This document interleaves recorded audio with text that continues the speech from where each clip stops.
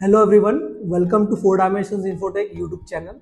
So in this video, we are going to learn complete Solid Edge software, perfect for mechanical engineers who want to learn 3D modeling, assemblies, drafting and real world design applications. So if you are new to our YouTube channel, don't forget to like, share, subscribe, hit the bell icon so you never miss any update to watch more related course videos. So let's learn together to grow your design skills. Hello everyone, so today we are going to start with Solid Edge. We are going to start with first lecture of Solid Edge, in which we are going to see Sketcher, some small settings about Sketcher, how to start with a drawing, and we are also going to see a line command. So to start with, I am going to select New. This is the starting interface, and here we need to select New. After clicking on New, you have these options here. You can see every unit is shown in ISO. Now you can see here different platforms are given here, such as isometric part, then sheet metal, isometric assembly, isometric drafting and isometric weldments. Now one thing is common here is that we are going to see all the units in ISO. So if you want to change the unit, then here one option is given, that is edit list. Suppose instead of ISO I want to work in inches, then I will select this edit list option here, and here you can see, suppose I want inches, so I'll select NC inch, NC metric, DIN, GB, JIS, metric and isometric. So here are the different units been given.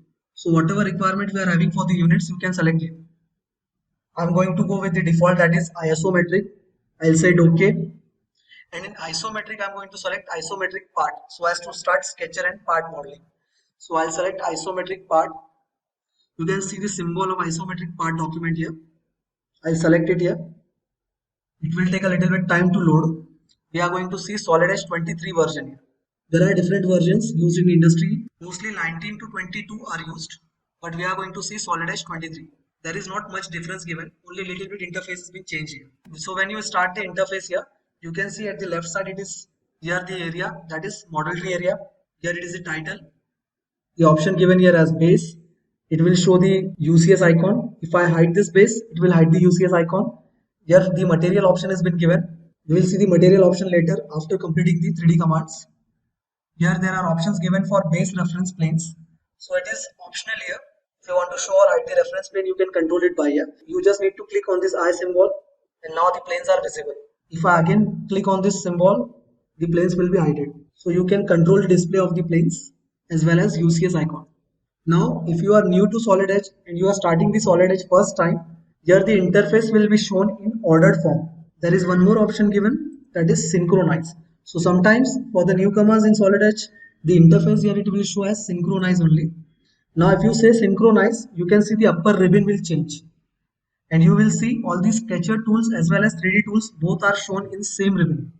But if I change this interface, if I want to change this interface, I'll right click on this synchronize again on this yellow tab and say transition to ordered. And so we are going to see all the tabs such as Sketcher, sheet metal, part modeling, assembly in ordered form only.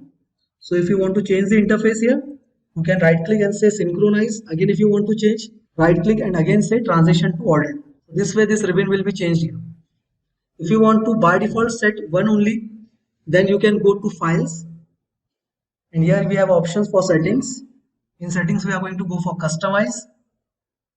And here you can select the option start part and sheet metal documents in synchronize or ordered. So I have set this by default as ordered only. That's why whenever I start my drawing, it is always been shown in ordered. But if I have not selected this ordered, then it would have been shown me as a synchronized mode.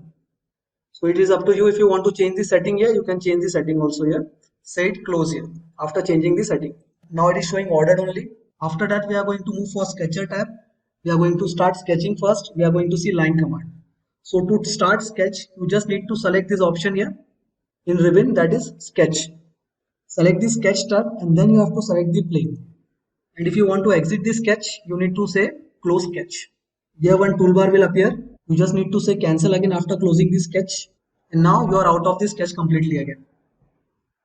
So in other softwares, it was like select the plane first and then say sketch.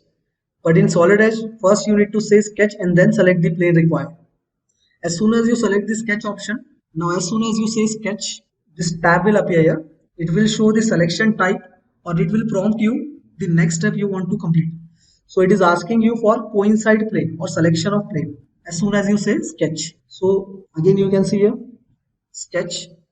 This toolbar will appear prompting as select the coincide plane.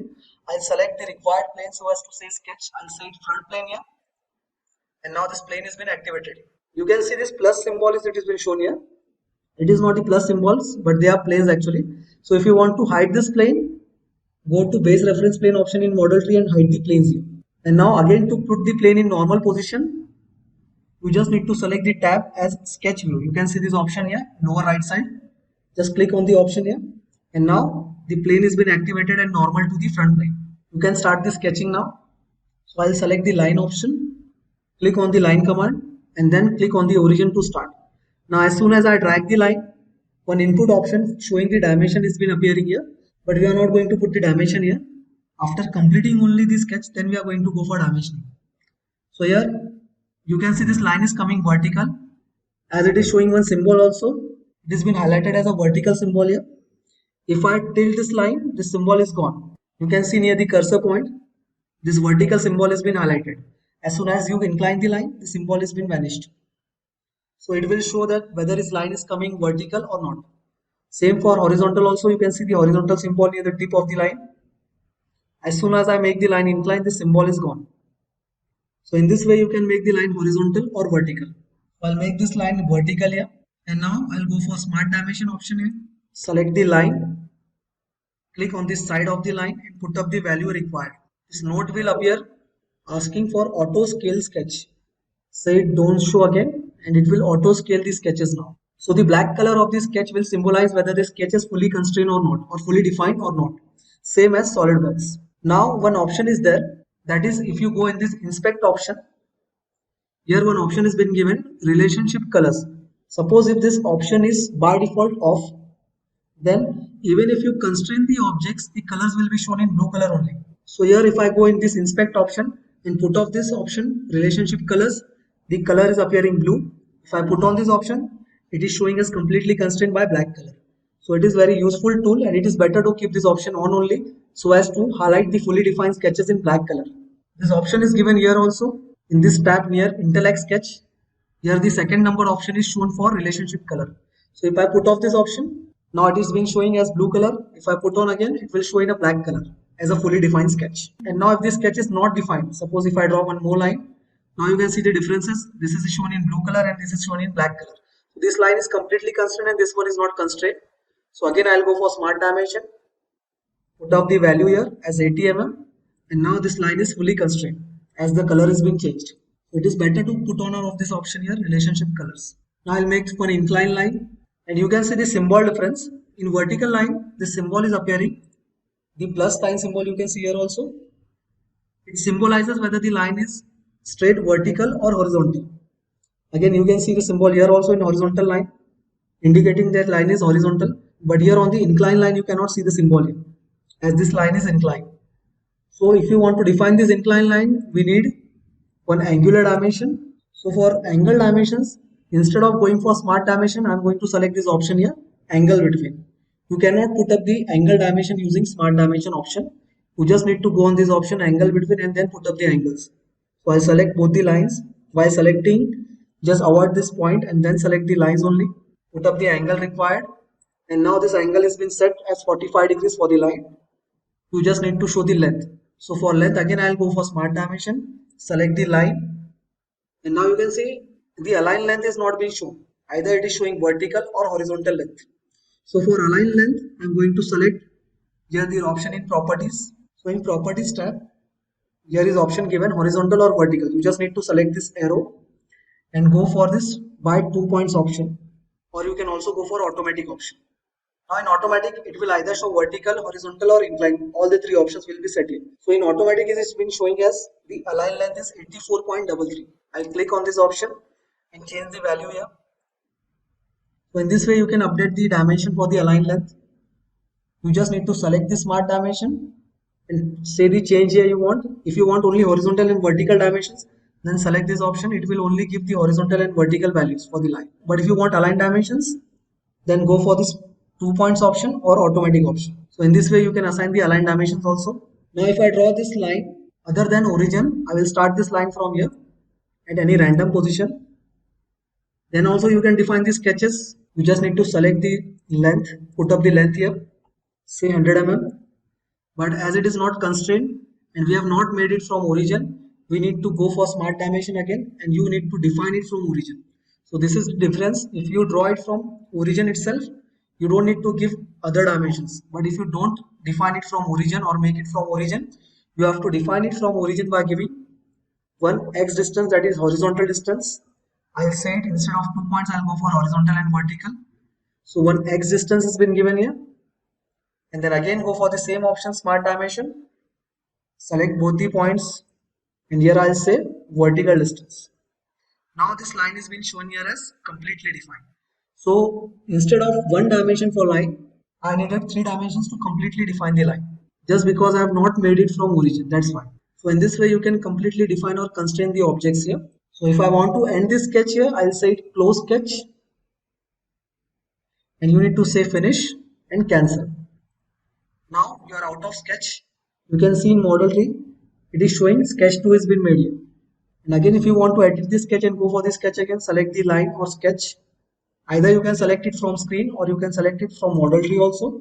And the second option with pencil sign, it is showing here as edit profile. You just need to click on this option, and then this sketch has been again activated so as to edit the sketch. See, close sketch, finish. And so in this way you can make the line or completely constrain the objects. So after exiting the sketch, again we will say edit definition or edit profile. We'll go for edit profile option here. We'll focus again on this symbol, that is vertical horizontal symbol, defining the line as vertical line or horizontal line. Suppose I draw one line again here, and now this time I have drawn purposely as an inclined line. I'll select this relation here. You can see the relation tab. I'll go for the relation as vertical horizontal and click on this line. Now this line, you can see it has been made vertical.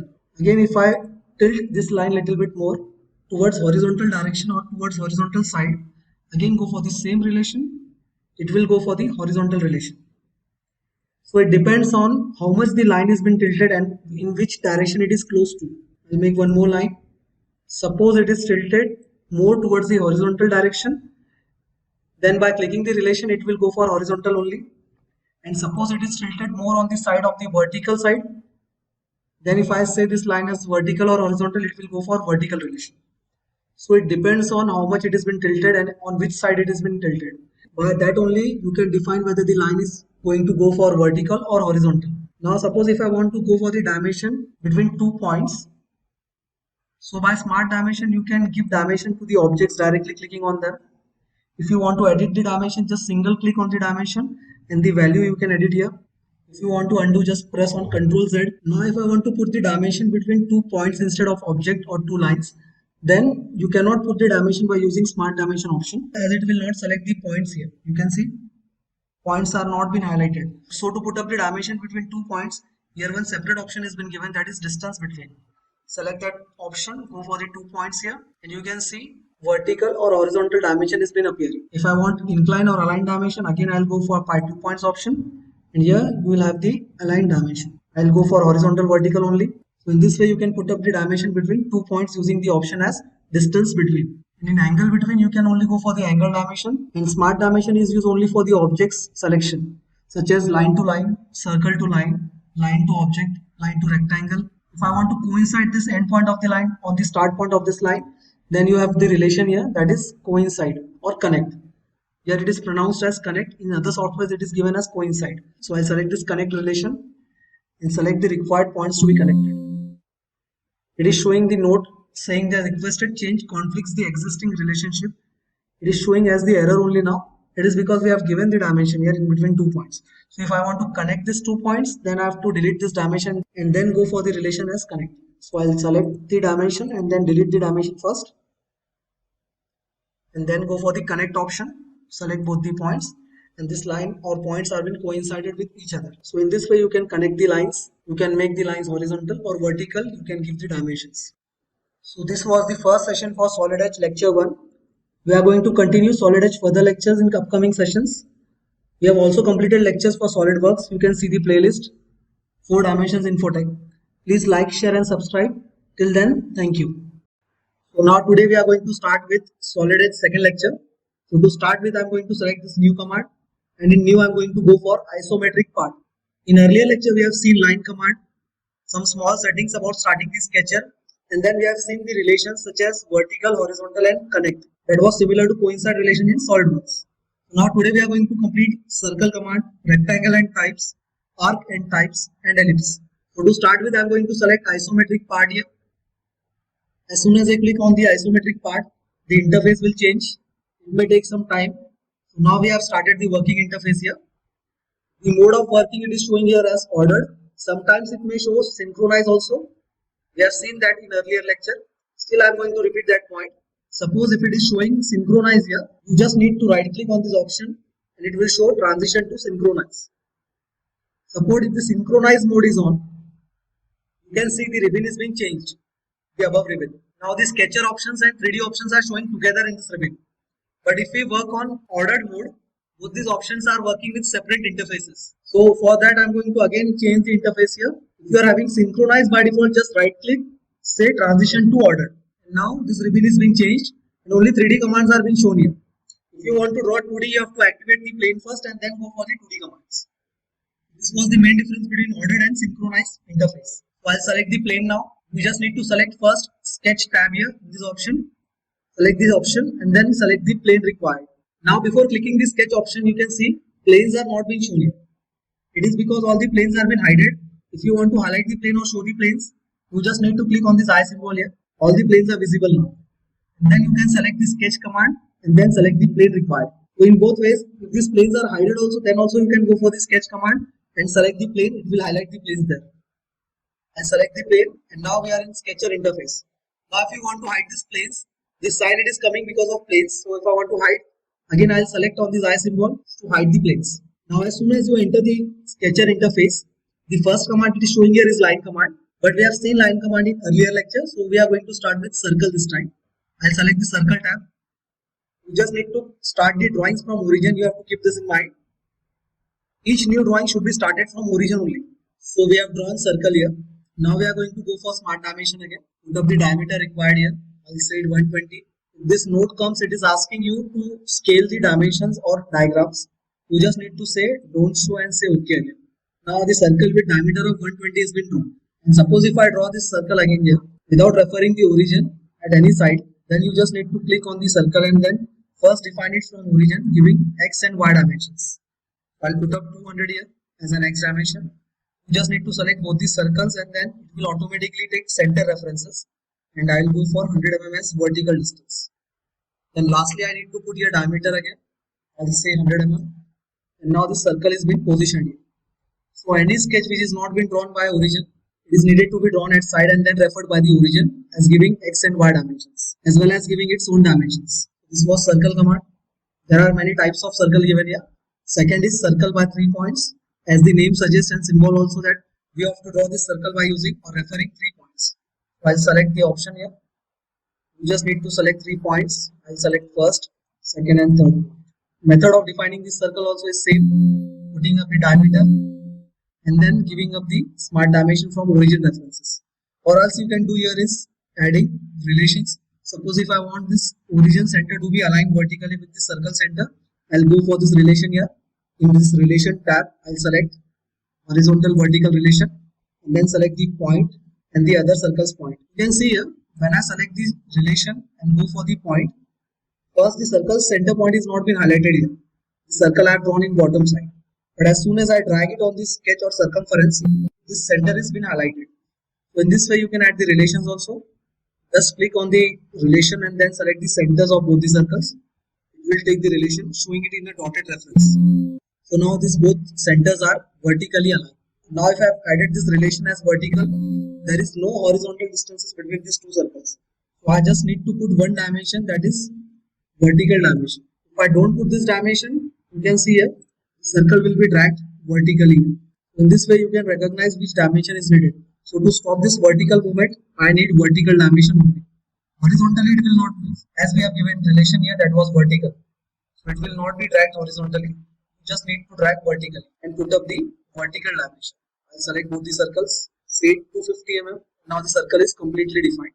If I want to delete the relation, if I don't want the relation, I want this circle to be offsetted horizontally, then I'll select the relation line here and select delete option. It will delete. Next, again I'll go for horizontal distance. Before taking the distance, I'll drag this circle aside and then put on the smart dimension and say horizontal distance required.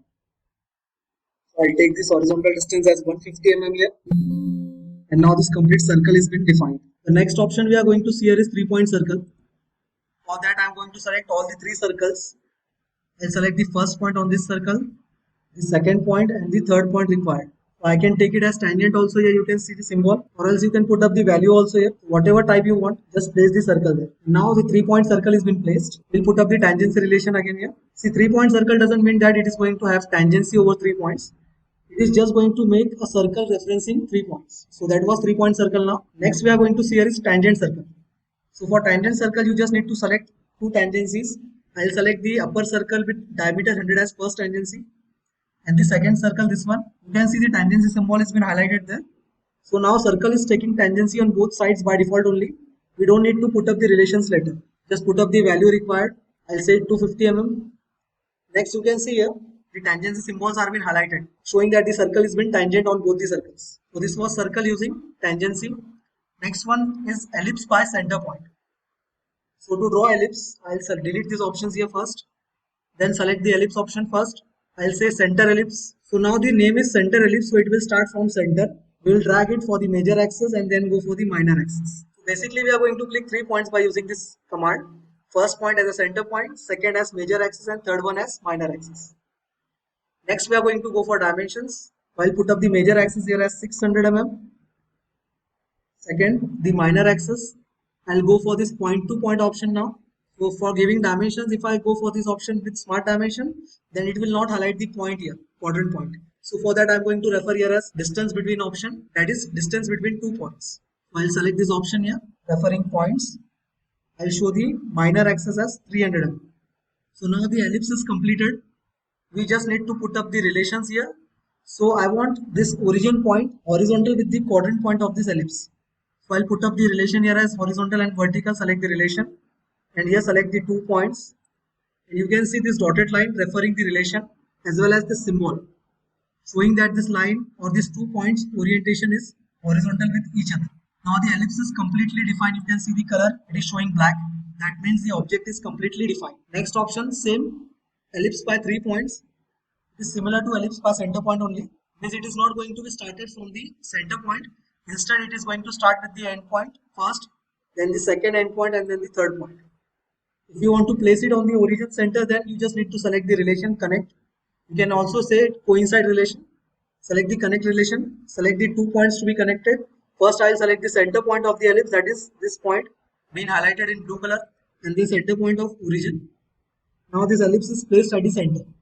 Then we will go for major and minor axes here. Select the point to point option for dimensioning. This one is major axis. Then we'll go for the minor axis. I'll select this as the value of 500. The major axis I'll take it here as 800. Next you need to put up the relation. Again you can go for either vertical relation or horizontal. And suppose if you want to make this ellipse inclined, then I'll select the line first. I'll make this line as vertical line or inclined line. I'll make this line as construction line and then put up the angle by using the reference angle option for dimensioning. This option, and then we go for angle with reference to axis. I'll say it 45 degrees. And now if I put this connect relation with the reference of quadrant to line, then this ellipse will be shown as inclined ellipse. But you can see these dimensions are not been updated. So again I'll delete these dimensions and then update the dimensions again. As the ellipse is inclined, I'll again put up the values here. Select the point option for dimensioning. Select the quadrant point and this point. Now you can see the dimension is coming vertical or either horizontal. I'll say by 2 points and then aligned dimension will appear there. I'll say 2 and 1200 mm. And the other point dimension from quadrant only, referring the minor axis as 750. So now this ellipse is drawn inclined. And if you want to connect this endpoint of construction line to ellipse, then again select the coincide or connect command and then say connect. Now the ellipse has been completed. Next and last command we are going to see here is rectangle. So for that I'll select the center rectangle. Draw the center rectangle first. I'll put up the dimension here. So instead of giving dimension to this line, refer the two sides of the rectangle for giving the values. So that even the corner is been trimmed or disturbed, this value will remain constant. So I'll put up here as 500 mm, 450 mm, and the other two sides also, I'll say it as 300 mm. Now this rectangle has been completed here. The other types of rectangle are given here as by 2 points, means rectangle by 2 points. The other one is rectangle by 3 points. So the rectangle by 3 points option is used to draw inclined rectangle. And here one more option is given, that is polygon by center. So it will start by center, but you have two options there. Either you can draw this distance of radius from center to vertex point. You can see the option here. So now you can see this polygon is coming, referring from center to the vertex point of the polygon. The distance has been referred. Or you can go for midpoint option also. Now the distance has been referred from center point to the side of the polygon. And this distance is nothing but radius. Put up the value for the radius. I'll say it 2000. And then put up the relation here. You can see if you don't put the relation, this hexagon will rotate. So to log the hexagon, I'll go for smart dimension and I'll put up the reference values from origin so as to define. You can put up horizontal and vertical dimension first. Now the circle is completely defined. You can see the color of the circle is black. Still this hexagon is not defined and the sides will move. So to log the sides, I'll put up relation either vertical or horizontal to any one side of the polygon. I'll select the side and say this option. Now this line is horizontal. Now this hexagon is completed and completely defined. Now to define this rectangle as it is inclined, I'll put up these values here. Again it is showing vertical or horizontal dimension only. So to change this orientation, I'll say 2 points, first and second.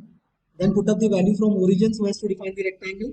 You need to go for horizontal and vertical dimension again. Say horizontal dimension and then again vertical dimension from origin. So these two dimensions are compulsory if you are not defining it, if you are not making it from origin. Still the rectangle is not defined, it is because the rectangle is inclined. So put up the angle value, just go for the angle option, angle between, and put up the angle from axis also. You can refer the angle here. I'll select this dimension option from angle, select the axis. I'll say 45 degrees. Now this rectangle is also been defined. So in this way, you can define these sketches. So now we have completed line command, how to define these sketches, whatever are the relations. We have covered the relations such as coincide, horizontal, vertical, and tangency. We have also seen circle and types. We have seen rectangle and types and ellipse and types. We have also seen polygon command. In further lectures, we are going to continue the other commands remaining, that is offset and modification commands also here. So for the upcoming lectures, just follow the playlist of Solid Edge. We have also made lectures on SolidWorks. For that also you can refer the SolidWorks playlist. And now we are going to make Solid Edge playlist. So this is the second session. We'll continue further sessions also. Till then, thank you. So hello everyone. In last lecture, we have seen sketcher commands such as line, circle, rectangle, ellipse, polygon and types. So today we are going to continue the further sketch commands. So to start with, I am going to select sketch tab. Then select the required plane for selection. After activating the plane, you can see the axis system here. This is not the axis system, but these are the planes which we have been shown. So to hide the planes, we just need to click on the base reference plane option here. Here is the sign for hide and show symbol. So I'll click on this option and now the planes are hid. Again to normal the plane, here you can see at downside right hand side, one option is given, that is sketch view. You just need to click on that option so as to make the plane normal. Now the plane is coming normal here. Again if the plane is tilted, you can also click on this cube option and say which plane you want to be taken as parallel plane. So I'll take this one as front plane. So this were the option for making the plane normal. So now we'll make one drawing here. I'll take two circles here. Now notice one thing, when I am taking the second circle here, if I take the reference line, you can see the red dotted line here. That is the reference line for the center. And if I draw the circle by taking the reference line, it will automatically take the horizontal relation. We don't need to give a separate relation here. Both the circles are by default horizontal with each other by center to center. So this dotted line represents the relation, that is horizontal and vertical. Suppose if I don't want the circle to be horizontal, then I'll select this relation and directly say delete here by keyboard. Now this relation has been removed. So I can move this circle and it is not horizontal or vertical. Again, if I want to put up the relation here, select the relation that is horizontal and vertical from relation tab. Just need to select the centers of both the circles and now it is again horizontal. And if I want to make it vertical, I need to move it little bit vertical side. And if the circle is inclined maximum towards the vertical side, it will take vertical relation. And if the circle is inclined maximum towards the horizontal side, it will take the horizontal relation. That's why Both the relations are given in one command only, that is horizontal and vertical. So you just need to select and apply the relation. Now it is taking vertical as it was more inclined towards vertical side. I'll put up the value so as to define the sketches. I'll put here 65 mm and here as 40 mm. Now we need to provide center to center distance. So there are two ways. If you want to take point to point distance, then you can go for this option, distance between. Smart dimension will not help you for taking the dimension from point to point. So I'll select this dimension, that is distance between. I'll select the center first. Now center will be highlighted if I drag this cursor on the circle. Then only the center will be highlighted. You can see here in sky blue color. And now the distance from point to point is coming. The next way is select smart dimension, and instead of selecting these points, because points cannot be selected by using smart dimension, then we'll select circles here, both the circles. And now you can see if I select both circles also, then it will take dimension from center to center only. Put up the value, I'll say it 100 mm. Now after placing both the circles and defining both the circles, we'll go for the new command here today, that will be arc command. So I'll select this arc. You can go for arc by 3 points. So first we'll take this arc by 3 points option. You just need to select the circle. Now as the name suggests, arc by 3 points means you need to give 3 points to make the arc. So to start with, I'll select the circle for the first point, the first circle, the second circle for the second point, third point will be for the placement, whether you want to make the arc concave or convex. After putting the arc, I'll put up the radius here. I'll say it 180. Now I need to make this arc tangent on both the circles. So for that, I'll go for tangency relation. Select the tangency relation. Select both the circle and arc. You can see the symbol, circular symbol has been made here, highlighting that the arc is tangent with the circle. Again, we'll continue with the command. I'll select both the circle and arc, and now tangency is continued on this circle also. You can see the symbol. Now we can say this arc is tangent on both the circles. Again, we will repeat the same command, that is arc by 3 points. And one more important note while starting the arc, don't start your arc from these quadrant points. You can see the quadrant points been highlighted here, these 4 points. Just avoid that points before starting the arc. If you click on this point and the other point also for ending the arc, then it will not take tangency relation here. It will be coincided with this quadrant point. That's why arc should be made by starting it either from upper side or lower side. But just ignore this quadrant point and then start the arc. So I'll click on this point here, upper side, and here at the lower end, and then position the arc as you want. Next, go for the relation. Select the circle and arc. Again, select the circle and arc and put up the radius value. I'll say it 125. Now trim the entities here. We'll trim all the entities. And now this complete profile has been made, which is completely defined or constrained, you can say. For zoom in, zoom out, you can scroll the window here. You just need to scroll the mouse. This was 3-point arc. Next command we are going to see here is arc by center point. So for that, I'll make one arc. Now, whatever first point I'm going to click here will be the center point of the arc. So I'll select this option, arc by center point. I'll click this first point. It will be the center point of arc. Then the second point will be the start point, and third point will be the end point. So it is like center, start, and end. You can see the center point been highlighted here in sky blue color. Now we'll define the center point from origin. So to define it from origin, I'll select this origin and then this point, one horizontal dimension. Then select the center and the center point here and the vertical dimension. Now the center point of this arc has been completely constrained by giving horizontal and vertical dimensions. After that, we are going to go for radius value here. And now this radius, I'll take it here as 120 mm. Still you can see the arc is not completely defined. It is because the ends of the arc are not defined. At what angle they are going to start or end. So we need to provide angles here. For that, I'm going to take 3 more lines. First, select the first line, select the center point. All the 3 lines should be generated from center point only. 2 inclined lines and 1 vertical or horizontal line. All the 3 lines will be generated from the center of the arc. I'll make these 3 lines construction here. So for making the lines construction, one more new command you can see. Beside the draw tab, you can see the construction option is given here at the second tab, at the second number in this column. So I'll select this option, that is construction, and you can see the construction line. You can make it by chain option. You just need to select one line and connected lines will be constructed, or else you can go for the single option by which you can select the line single one by one. So I'll select the 3 lines here one by one as I have taken single option. Now all the 3 lines are been converted to construction line. Say right click and escape. Now I'll put up the angle here. So putting up the angle option, here you don't need to provide smart dimension. You just need to go for this angle between option for dimension. Select both the lines. I'll say 45 degrees here.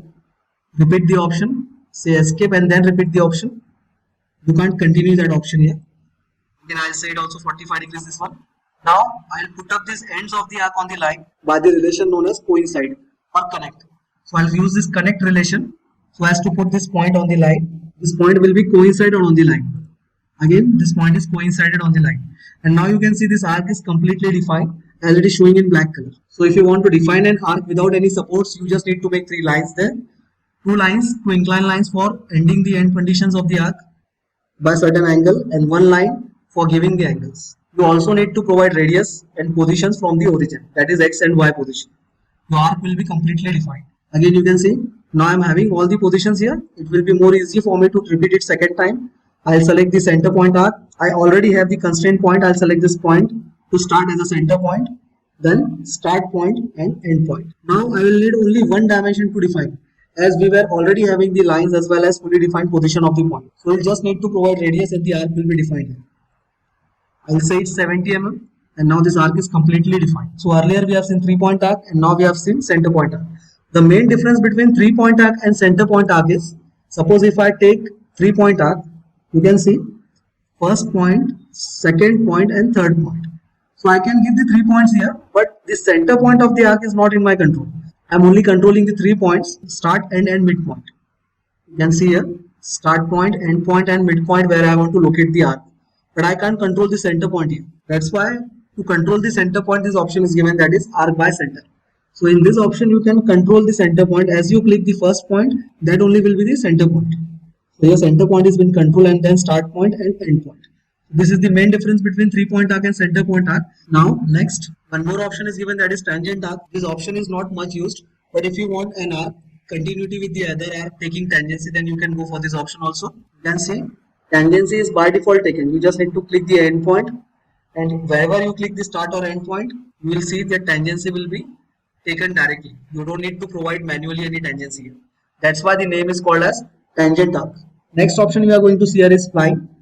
So splines are nothing but flexible lines. So whatever points I am going to click here while making any spline, suppose first point, second, third, fourth, fifth, sixth, seventh, these points will be the grip points. I can use them later so as to make this spline at any required shape I want. So splines will only be used in conditions where precision is not required or fully defined sketch is not required. Suppose if I want to make any sketch that will be flexible with adjustments, you can adjust it anytime. At that time only I'll use this splines here. You can also control these splines by these points. These were the grip points, as well as you can see when you click a dotted line and intersecting points are coming in between the lines. So you can control the position by these points also, or you can control the position by the points which are lying on this spline. After spline we are going to go for trim option. So for trim option I'll make some random sketch here with reference of lines. And now if I want to trim these entities, you just need to select the trim option here. You can see this icon. One arc and one dotted arc is being shown. Select the trim option and you just need to drag here. Click the mouse and drag. The entities will be trimmed. You can also click on the line and the entities will be trimmed.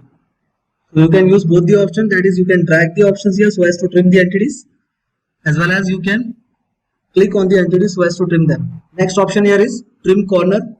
It is not much used, but if you want to go for this trim corner, there should be certain condition here like this. That is one triangle is been made and 2 extension lines are further moved. Now if I want to remove these extra lines here so as to make it complete triangular shape, then I'll go for this option, that is trim corner. Select the both sides of the triangle and the extra corners will be trimmed. But you can achieve this by this option also, that is regular trimming option. You just need to click and drag and the lines will be trimmed. The second option is not much needed here. The other thing we are going to see here is that is extend option and split option. So for extend option, suppose if I am having any fully defined sketch here, and now if I make one line here, I want this line to be extended till this support boundary. So I'll select the option here as extend to next and click on the line. Now the line will be extended till the further support. Still this line is having support here also. So if I click on this line, it will again extend it. Again this line is having support here also. If I click on the line again, it will be extended till line. And now if I go for the further option for clicking and extending, then it will not get extended as it is not having any support further here. So this will not extend now. So extend commands only depends if you are having any further support. If you are not having support, this command will not work there. Suppose this arc also, if I make one line here and if I say extend command for this arc, you can see this command has been extended. This arc has been extended till the support. following the angle also. And suppose if I'm not having any support and click on the extend command and then click, this arc will not be extended any further. This was extend command. Next we are having split command. Before applying the split command, I'll select this line and you can see this complete line has been selected and showing in green color. Now if I use this split command, this line can be splitted in two parts. So for that, select the split command and select the required line as a first selection, and then for second click, this line will be splitted in two parts. So at whatever point I want to click, I'll click it and the part will be splitted there. You can see here, I've clicked the point on this line here, and now these two lines are being separated, this one and the other one. You can see both the lines are being splitted. This icon will represent the line is splitted. You can split the arc also. Select the split command. First click will be for selection of the object and second click will be for splitting the object. Now this arc has been splitted in two areas, this green one and this blue one. This was split command. Next command we are going to see here is offset command. Select the offset command, select the required line to be offsetted. Say distance required, I'll say 20 mm, and then you just need to click on this option, that is accept. You just need to show the direction. You can see the orange line is coming offset at 20 mm distance. So if you want it at upper side, you just drag it on upper side. If you want it at lower side, just drag it on lower side. So in this way you can offset the line here. You can continue by clicking. Each entity will be at constant spacing, that is 20 mm, by using offset command. If I want to make offset of the circles also here, suppose if I make one circle and I want to offset these entities, then you just need to select the offset command, select the circle, say offset distance required, I'll say 30 mm, and you can click here. You can see the continuity of the circle. It is constantly been offsetted by 30 mm distance. One thing to be noticed here, that if I make the use of offset command, say 30 mm distance, it will go only in one direction. If I drag it on another direction, it will be overlapped on the other line which has been offsetted earlier. So if I drag it on the other side, it will take overlapping lines and it may affect the sketches while features been applied. The features, it will show error there. So if you are offsetting this command, you should offset it on only one side. Don't go for the other side as it will overlap the other sketch. And still if you want to make it on other side also, the offset on both sides, then you can have this option, that is symmetric offset. So I'll make one chain option here by making some lines. And now I'll go for this option, that is symmetric offset. Select the width of the offset, that is the complete width you want on both the sides, the distance from one end to another end. So I'll make it as 20 mm width, or I'll say 50 mm width. And at turns, I want a radius of 5 mm. If you want cap end like straight line or arc or an offset arc, you can go for all these three options. I'll make this radius 3, width 50. First I'll use this line option, then second and third we'll see later. Now just select the line and say accept. You can see at both the ends, the line is covering as an end cap and complete line is being offsetted on both the sides. That is, the total offset width was 50, so it is taking 24 on one side and 25 on other side. And at twist and turns, I have taken the radius as 5, so the internal radius will be this 5 mm. So if I select the dimension and check the dimension here, you can see it is showing 5. The outer radius will be 5 plus this 50 mm. Maybe it will come 55. You can see here it is coming 55. That is 5 mm radius plus the 50 mm distance. That's why it is taking 55. Okay. Now if I change this condition, I'll say undo first. Again I'll go for offset on symmetric sides, symmetric offset, and I'll say arc end. So the cap end will be in shape of arc now instead of making it line. Again the values are same. Width is 50, that is 24 on one side and 25 on other side, and the radius is 5. I'll say it okay. Select the line, say accept. You can see the end caps are coming as in the form of arc. Cancel it again. The last condition, that is in symmetric offset, I'll select the third option as offset arc. It will appear as a slot here. Same dimensions, say OK, select the line, say accept. And now you can see this arc is coming offset as well as it is completely covering the line as a chain and making offset on both the sides. That is 25 on one side and 25 on other side. But there is one drawback here, that if I trim this line, if I want to trim this single line, you can see trim will not work here. In symmetric offset, it will give problem for trimming. There will be problem for trimming here. If you want to trim the entities, you just need to click or trim the center line first. And after you remove all the center lines, then you can trim them. So it is very difficult to fully define this object if it has been trimmed. That's why this symmetric offset is not much used. I'm undoing it. So these were the commands for the third lecture. We will continue with the further modification commands in next lecture. Till then, thank you. Hello everyone. Today we are going to start lecture 4 for Solid Edge. So we are going to see Sketcher. As we have continued Sketcher, we have already seen 3 lectures, and now we are going to continue with the 4th lecture. So to start with, I am going to select the Sketch tab. Select the required plane for sketching. First we'll hide the planes. You can see these planes here. Earlier we have seen line, circle types, ellipse and ellipse types, arc and arc types, as well as rectangles and polygons. Now we are going to start with fillet command. Today we are going to see fillet and chamfer and remaining modification commands as well as relations. So to start with, I am going to draw one rectangle here. We are going to refer here center rectangle, as it will come symmetric on both the sides. This will also help us if we exit this sketch, the all planes will come at the center of the part. That's why center rectangles are mostly preferred. So we are going to start with giving the dimensions for the rectangles. Now notice one thing, that when you go to dimension and when you select the dimension for rectangle, suppose we are going to select this line. And suppose we provide 2 dimensions here. I'll select this corner and drag. Now you can see this length is being changed. First, this length was for this line. As soon as I give the fillet, the line length will change. So we don't want this length to be changed. That's why while giving the dimensions for rectangles, it is better to give the dimension between 2 sides instead of giving dimension to the line. So first I'll select this side and this other side. Here I'll provide the dimension. I'll say it as 130 mm. Next, select both the sides. I'll say it as 100 mm. And now even if I provide the fillet here, the length will not change. You can see here, I have provided one fillet by using fillet tab. Still the dimension is remaining same, that is 130 and 100. That's why it is better to give dimension between 2 sides instead of giving dimension to lines. Now we'll provide the radius here for the fillet. I'll say 20 mm. And you can see this object is completely constrained. And suppose if I go with multiple fillets, suppose I want 3 fillets of same dimension. Again I'll provide 2 fillets here. First I provided here.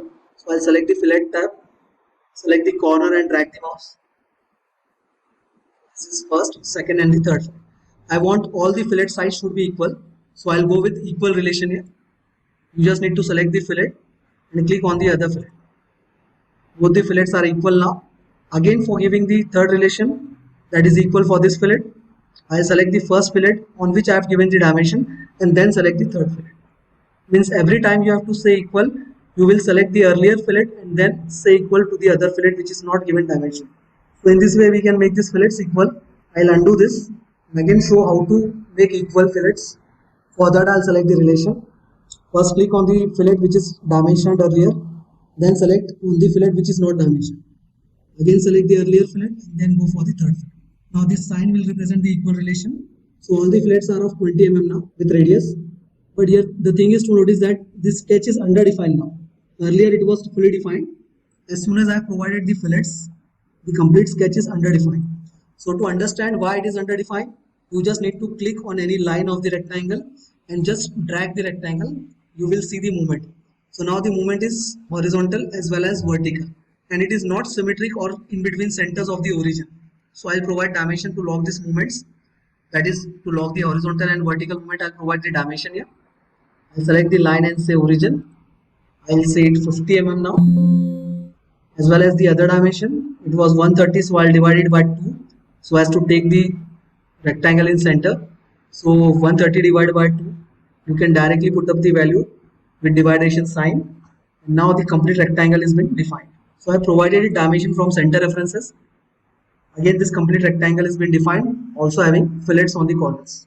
Suppose I go for the fourth fillet, I want it a different value. So I'll select this fillet, provide the dimension first. Now this fillet is also completely defined. I'll say it of 30 mm. So if you want to change the value, you just need to click once on the dimension. So the value will be edited there. In this way we can provide the fillets here. I'll draw one more rectangle here. Suppose I'll say center rectangle only. As if now I have not drawn it from center or origin, I'll define it from center by giving the dimensions and relations. So I'll take this distance between 2 rectangles as 120 mm. Also provide the dimension for the rectangle, the other rectangle. Provide the dimensions between 2 sides instead of lines. I'll make one relation here, that is making these 2 points, the midpoint of this line and the midpoint of the other line, make them horizontal. So now this rectangle is completely defined. If I would have not provided that relation, then the rectangle will move vertically. So I want to lock this position. That's why I'm taking the reference from center. I would have also taken it from upper side or lower side, whatever will be the requirement. So I'll take this relation here. So as to constrain this rectangle also. Now we'll see the chamfer command here. Select the chamfer command here. There are two ways to provide chamfer. That is by providing one angle and one distance. Or else you can provide two distances. That is setback A and setback B. So first we'll go with the first method, that is angle and setback A. So I'll select the angle. I'll say it as 30 degrees here. And the length here I'll take it as 50 mm. Now we just need to go on the line and select the references here.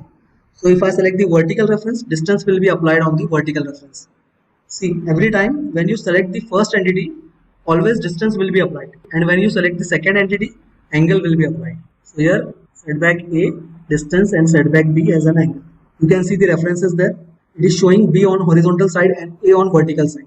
Suppose if I want to flip the direction, I want direction of distance to be coming on horizontal side, then I'll just drag the mouse and you can see now A is coming on the horizontal side and B is coming on the vertical side.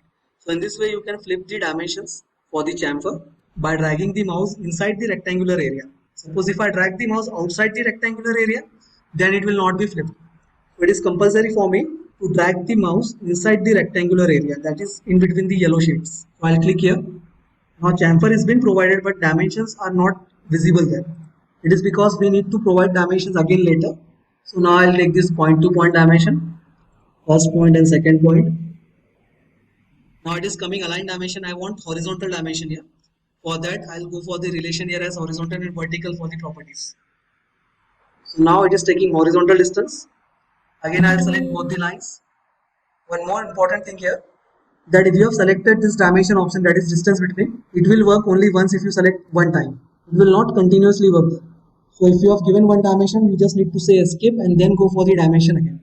Distance between, selected 2 points, it will provide distance. But we have not provided distance here. So we'll go for angle option. Select both the lines and you can see 30 degrees angle. Same values were provided for giving chamfer. That was angle of 30 degrees and distance of 50 mm. So in this way you can provide the chamfer by giving angle and distance method. Now I'll provide the chamfer here also by giving double distances. Second method for the chamfer, select the option chamfer. Now instead of angle I'll say setback A and setback B as the values. So I'll select the setback A option. I'll say 30 mm and setback B as 15 mm. You just need to select the two sides. Suppose I click on the first side, setback A will be applied on the first horizontal side. If I select vertical, it will be applied on vertical side. So whatever will be the first selection, setback A will be applied on that selection. And then second selection, that is setback B, will be applied on the second click only. Now if I want to flip them again, you just need to drag them. You can see A and B values are being flipped. So I'll take 30 mm on A and 15 mm on B. This chamfer is also been provided here. We'll just provide the values. Again, we'll go for point to point dimension, 30 mm, say escape and then select the option again for dimensioning. Both the values are being provided. So one chamfer I have made it from distance and angle method, that was 50 and 30. And second I have used double distance method, that is setback A and B as 30 and 15 mm. Whatever will be the first selection, setback A will be applied on that selection. And now again you can see this profile is not completely defined. So I'll just select on the profile anywhere and drag the profile here. Now it is taking the vertical movement. So I'll provide one relation here so as to constrain it vertically. Again I'll go for this horizontal dimension. I'll select this point and the other point of the profile. You can see horizontal relation is being maintained here. After providing the relation, you can see this complete profile is constrained. So in this way you can constrain the profiles after providing fillets and chamfers. Now we will see some more modification commands which were remaining. We have already seen offset in earlier lectures. Now we'll go for move command. So to provide move command, I'll make one profile first. Then I'll go for rectangle only as an example. I'll say 2-point rectangle so as to make it from corner. Next I'm going to select the move command. Go for the selections, the entities you want to move, and give a reference point, any base point or a reference point, so as to move it from one point to another. So in this way you can move the objects here using move tab.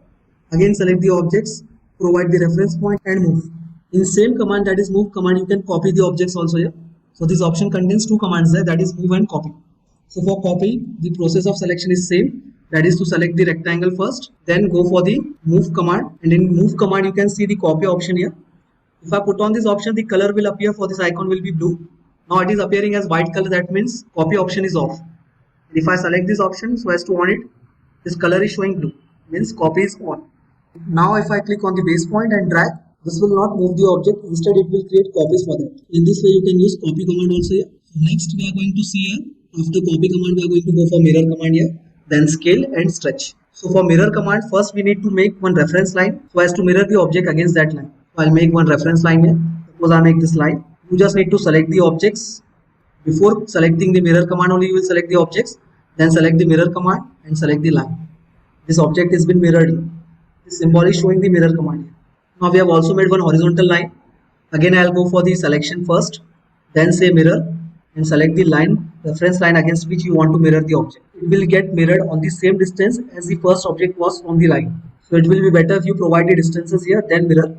So the same distance will be taken for the second mirror also.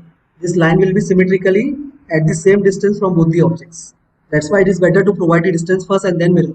Next command is scale. Now suppose whatever the size of this rectangle is, I'll consider the scale factor as 1. Always the basic scale factor or the initial scale factor is 1. Now I'll provide one base point. I'll select the object, provide one base point, and you can see this object is getting scaled here. So if I want to double the size, I'll say scale factor as 2 times or 2. Now the rectangle size has been doubled here as I provided scale factor as 2. First, earlier initially it was 1. Now again, if I want the size to be made half of the rectangle size, select the scale command, select the required object to be scaled, provide the base point, and if I want the half size, then I'll say scale factor as 0.5. Now if I want to increase the size by 30%, means the initial scale is 1 as we have said earlier also, and I want to increase 30% more, then the scale factor will be 1.3, that is 30%, means 1 stands for 100% and 0.3 stands for 30%. So if I want to increase the size by 30%, the scale factor will be 1.3. We'll select the object here, go for the scale command, select this initial point or base point, and then go for the scale factor, say it as 1.3. So now the size of the rectangle is increased by 30%. Next, if you want to copy while scaling, you can also do one thing more here. That is, if you want to scale the object, but if you want to keep the initial object size same, then go for copy option in scale also. So you just need to select the scale command, select the main object to be scaled, and here put on this option that is copy, say base point, and then when you scale the object, the initial object will remain same with the size, and the other object will be created with the valued scale you have put in. I'll say 0.5 here. If I want one more copy, I'll say 1.5, say right click and escape. So now there are 4 rectangles having different scales. Again you can see here, scale command, just put on the option copy, select the object, say reference point, I'll put up the value for the scale as 0.5 now. So now the size is 0.5 times smaller. Say escape, you can see 2 copies are being created here. So this was scale command. Again if the plane is been tilted, you just need to select the normal to option.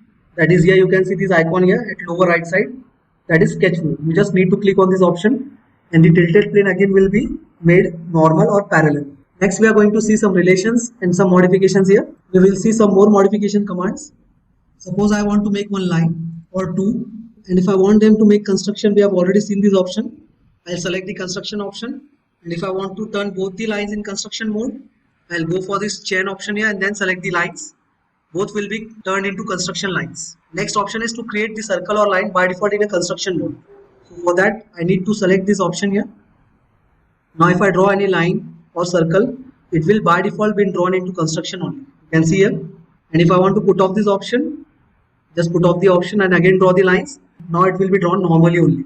Next, now one more option is there. Suppose if you want to convert this line to curve, then you will go for this option, convert to curve. Select the line and you can see one relation has been highlighted showing that this line is horizontal. So whenever I select this option and click on the line, this relation will be vanished and now it is converted to a curve here. You just need to select the line and drag it. You can see now it is no more a line but it is converted into a curve. Again this option, I'll repeat it here. Select the option, convert to curve, select the line and this line is converted to curve. You just need to select and drag it here. Select the line and drag. You can see it is turned into a curve now. Next we are going to see some remaining relations here. Now if I want to make this line coincide to any point of the geometry, I'll select the connect command here. We have already seen this relation in earlier sketches. Next, if I want to make 2 lines parallel, I'll select one more line and provide the relation parallel here. Now both the lines are parallel to each other. Next, if I want to make this line length equal, select the equal relation. Now see, first you need to select the relations and then go for the selection of entities. Suppose if I select the entities first and then select the relation, it will not work there. So first selection will be the relation type and then select the entities. Now we will see one more important relation, that is symmetric relation. For that I'll make one line here in between rectangle. And now suppose I want these two sides of the rectangle, that is vertical sides, to be symmetric with this line. Then select the option symmetric axis. Now you can see both the icons are similar, but one color is white and the other icon color is gray. So to start with symmetric relation, first I need to say this line as an axis. So this white color icon will stand for symmetric axis. Means you can say any line as an axis by using this icon. And then you need to show the two sides by which this axis should be symmetric. And now you need to show two sides of the rectangle that are to be made symmetric with the axis. So for that selection, you will select the gray option and select both the sides. This icon will represent that the sides of the rectangles are symmetric with this axis now.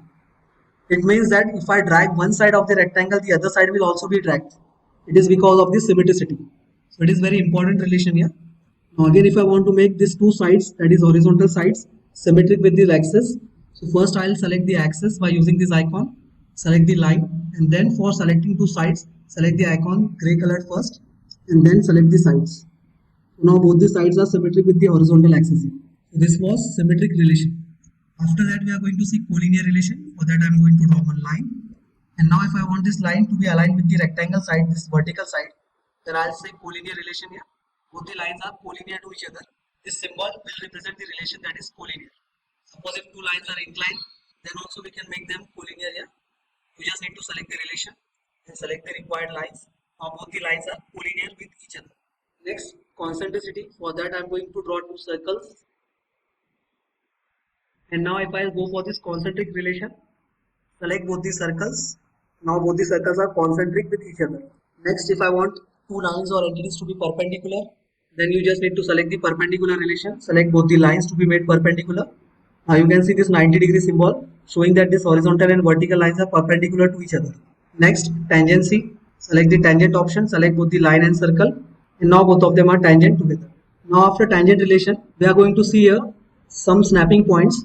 The options for snapping points. So here you can see the option intellect sketch. So in this option, if I put on this option or click on this option having bulb sign, you can see some snapping points are been given here.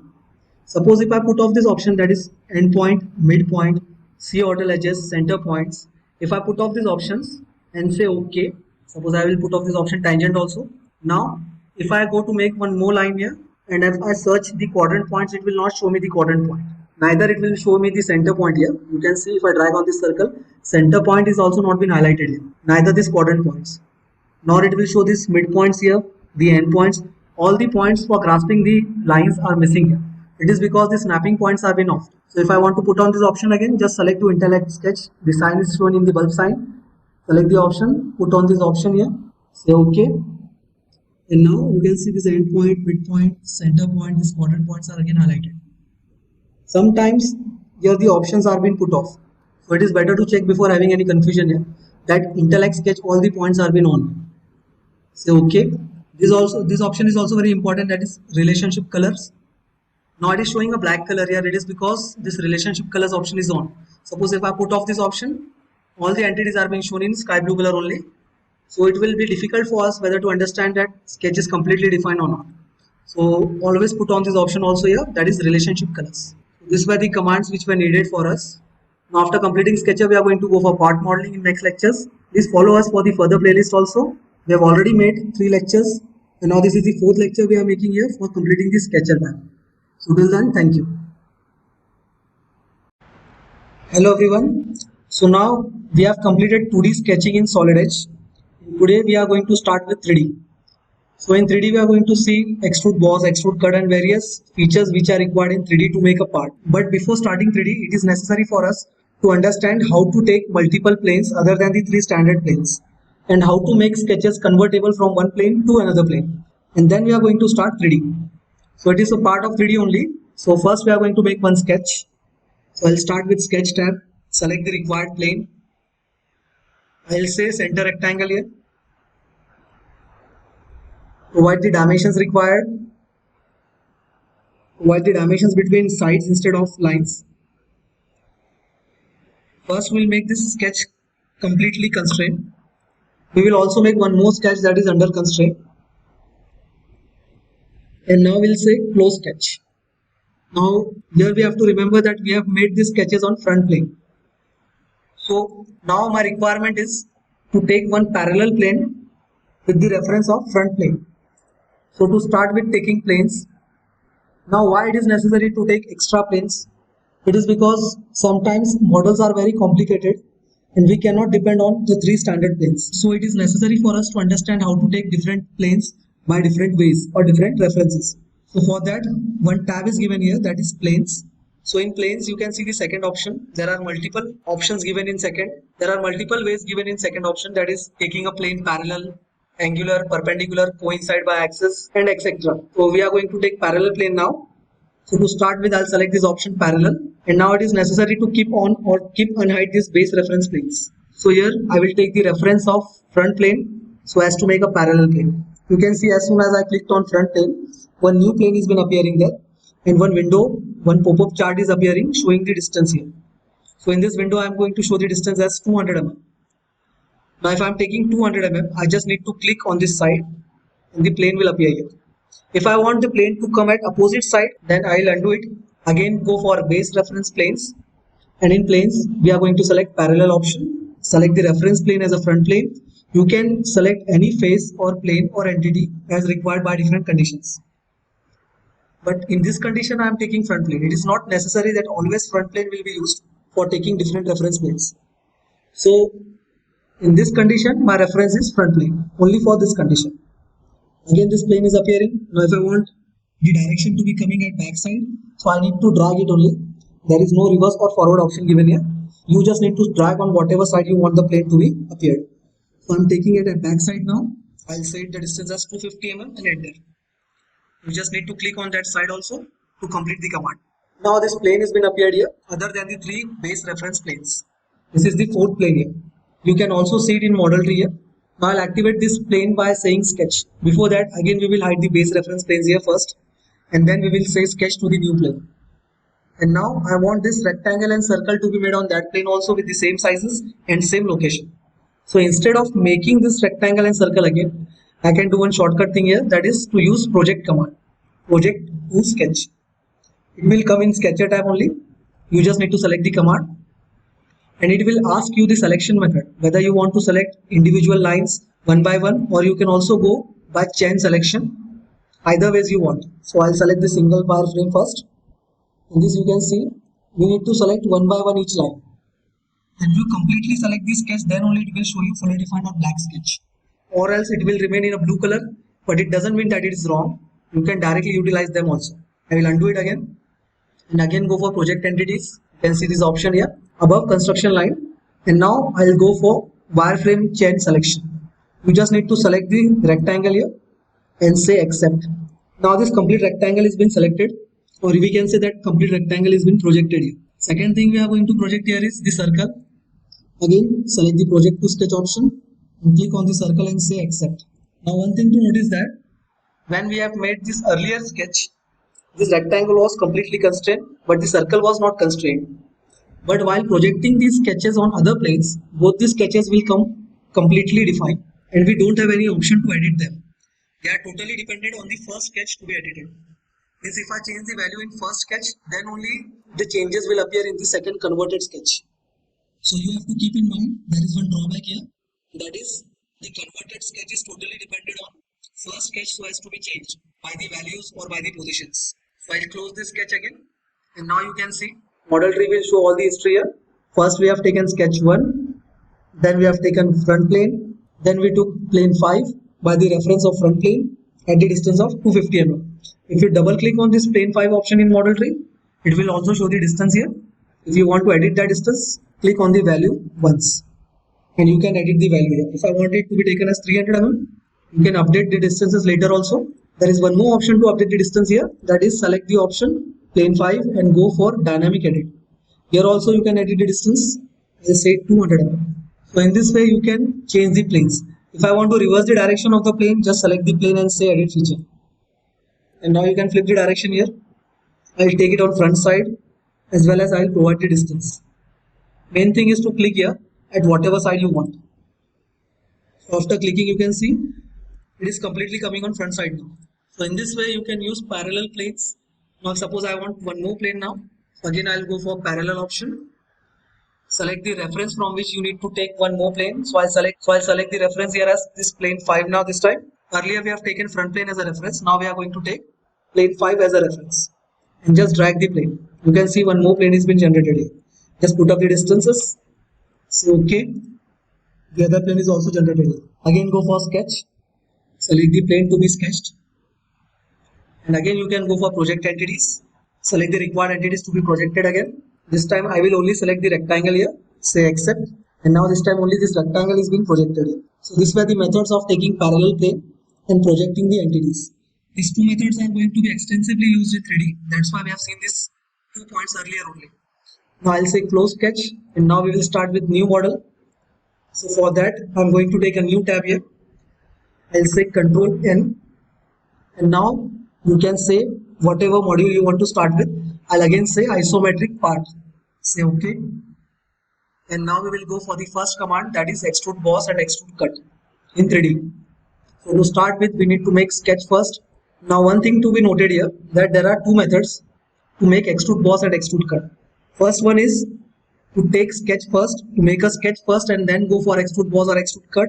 Other one is to take the feature first, and in feature only we have to make sketch and then we will extrude that sketch. Means we have to draw the sketch by using feature command only. We will see them one by one. First we will go with the method in which sketch is firstly made and then feature is applied. So to start with, I am going to draw sketch first here. Select the sketch tab, select the required plane, I'll say top plane here. And now for extrude boss and extrude cut, you need to keep in mind that your sketches should be completely closed one. So I'll start with center rectangle here. Now I'm going to prefer center rectangles, ellipse also by centers only, and I'll try to make each and every sketch symmetric from the center. It is because it is not compulsory, but if you do that, all the planes will come at center of the part, and this will help you in assembly also. That's why we are going to use everything by reference of the centers. So I'll say center rectangle here.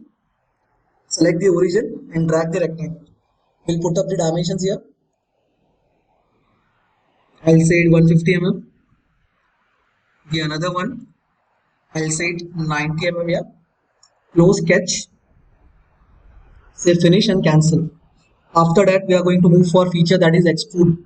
Extrude means adding the material in linear direction for one sketch which is closed. You can also go for one or more sketches. I'll say extrude here. Now after saying extrude, one chart will appear, and here in prompt bar also you can see it is asking you to select the face reference. It is to make sketches, but we have already made sketches, so I'm going to select another option above the coincide plane, that is to select from sketch. So as you have made this sketch earlier only, you just need to select this option after saying extrude. Again we'll repeat here. So now extrude command, and as we have drawn sketch earlier only, we are going to select this option here as select from sketch. It is asking you what you want to extrude. So I'll say it select from sketch, and I'll select the sketch here which we have made earlier. Say it OK, and now you can see this extrude boss has been appearing here. It is asking you for going at one-sided only. There are different ways of making the extrude boss. We will see all the 3 ways. The first one is making the extrude at one side. So this is one-sided extent or extrude. So whatever side you want, you just drag on that side, at lower side either, or you can go for upper side. You just need to put the value here. You can see this window. Now the value option is appearing here. I'll say it's 60 mm extrude at one side. After clicking 60 mm, again I have one more chance whether I want it in reverse direction or forward direction, lower or upper direction. So at whatever direction I want, I just need to click on that side. After clicking on the mouse, you can see the extrude is coming at the upper side here with the value of 60 mm. If I want to edit the value again, I just need to click on this value and say 80 mm and say finish. Now if I feel that the direction is wrong, again I want the direction to be taken at downward side, you can edit the feature here again. You just need to click and say edit definition, this icon. Select edit definition and go for this extend step.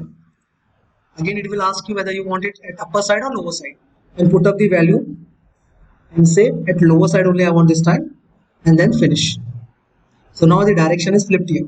Suppose I want this value to be taken as 60 mm. So I'll just click on the part, and you can see this dynamic edit option. It will only edit the values here. It will not edit the feature or sketch. Just for editing values, this option is given. I'll select. So it will show all the sketch and feature values both together. So I want to edit the feature value. I'll select this 40 mm and say 80 mm. Right click and escape. Now if I want this extrude to be taken from mid side, means above 40 mm and below 40 mm. So again we'll go for edit feature, edit definition option, and then select the extend step option again. And here you can see this option is given, that is symmetric extend. It means that now the extrusion will be taken on both sides, making the plane at the center reference. Means the plane will lie at the center and extrusion material will be added on both the sides. So whatever value that I want, suppose I want 80 mm only as earlier, I'll say 80 and enter. So now you can see this 80 is divided on both the sides. So in this way you can complete the feature here, extrude boss. But after completing also you can see this sketch is visible. I don't want this sketch to be visible, so I'll hide this sketch here. And now this extrusion is appearing on both the sides. You can see. Again I have one more option for the extrusion direction, that if I want this extrusion to be taken on both the sides but unequally, means non-symmetric. I mean if I want 80 mm only but I want 30 mm upper side and 50 mm at lower side, means the values are not equal on the both sides. So I can do that also. Select the protrusion, say edit definition, and here again say extend step, and now I'll say this third option, that is non-symmetric extend. So in non-symmetric extend I'll go for the first direction first. I'll say it at upper direction and put up the value. So now for value, here at the bottom side this option is appearing. I'll say 30 mm on direction 1. And as soon as I click on that direction after putting the value, this second direction material will be added. Now I want the material to be added at lower side, that is 50 mm only. So I'll directly type 50 and say enter. And click on the direction which required 50 mm. So here you can see above it is coming 30 mm, at the below side it is coming 50 mm. So this non-symmetric option is used only when you want the extrusions to be taken unequally on both the sides. If I want equally, then I'll go for symmetric option. All the options are given here in extend step only. You can see here one-sided, non-symmetric and symmetric. Okay. After completing this, I'll say right click so as to escape. Now I'll use parallel command of the plane here also. Suppose if I want one plane to be taken from this face, the right face, so I'll go for parallel plane option, select the required reference face, and then drag the plane from that particular face. One more thing to be noted here, that all the flat faces will act as a plane only here. So from this right side face or plane, you can say I'm taking a new plane. Put up the value here. I want to edit this value. I'll say dynamic edit and change the value. I'll say 100 mm. Now I'll make one more sketch here. I'll say sketch to this plane. We are going to make one center rectangle here. So I'll select the rectangle option. You can drag this window so as to change the position. Then we'll go for rectangle option and select the center point rectangle. We'll just define this rectangle again. Remember that we are taking the plane, new plane, and then we are going to make this sketch here. Smart dimension. Put up the values. You should completely define this sketch before extruding or applying any feature. It is compulsory only that to define the sketches and then go for the features. I'll say 20 mm this time. Now the complete sketch has been constrained, and we can see here that the complete sketch was made on the new plane. Now close this sketch. So it is compulsory for applying any feature that you should close the sketch first, say finish and cancel, and then go for the feature. Again I'll select the extrude command, select the required sketch to be extruded, say OK, and now it will ask you want one-sided or some different option. So I'm going to take one-sided only this time, but now some more options are given here that are end condition options. So it will ask you if I say through on, then it will completely get extruded till this phase. Second one is through next. That condition also it will take till this phase only. Suppose if I go from extend to extend, this is also very important option here. So in from extend to extend, you need to show both the extents, that is start extend and end extend. So start and end I have shown here.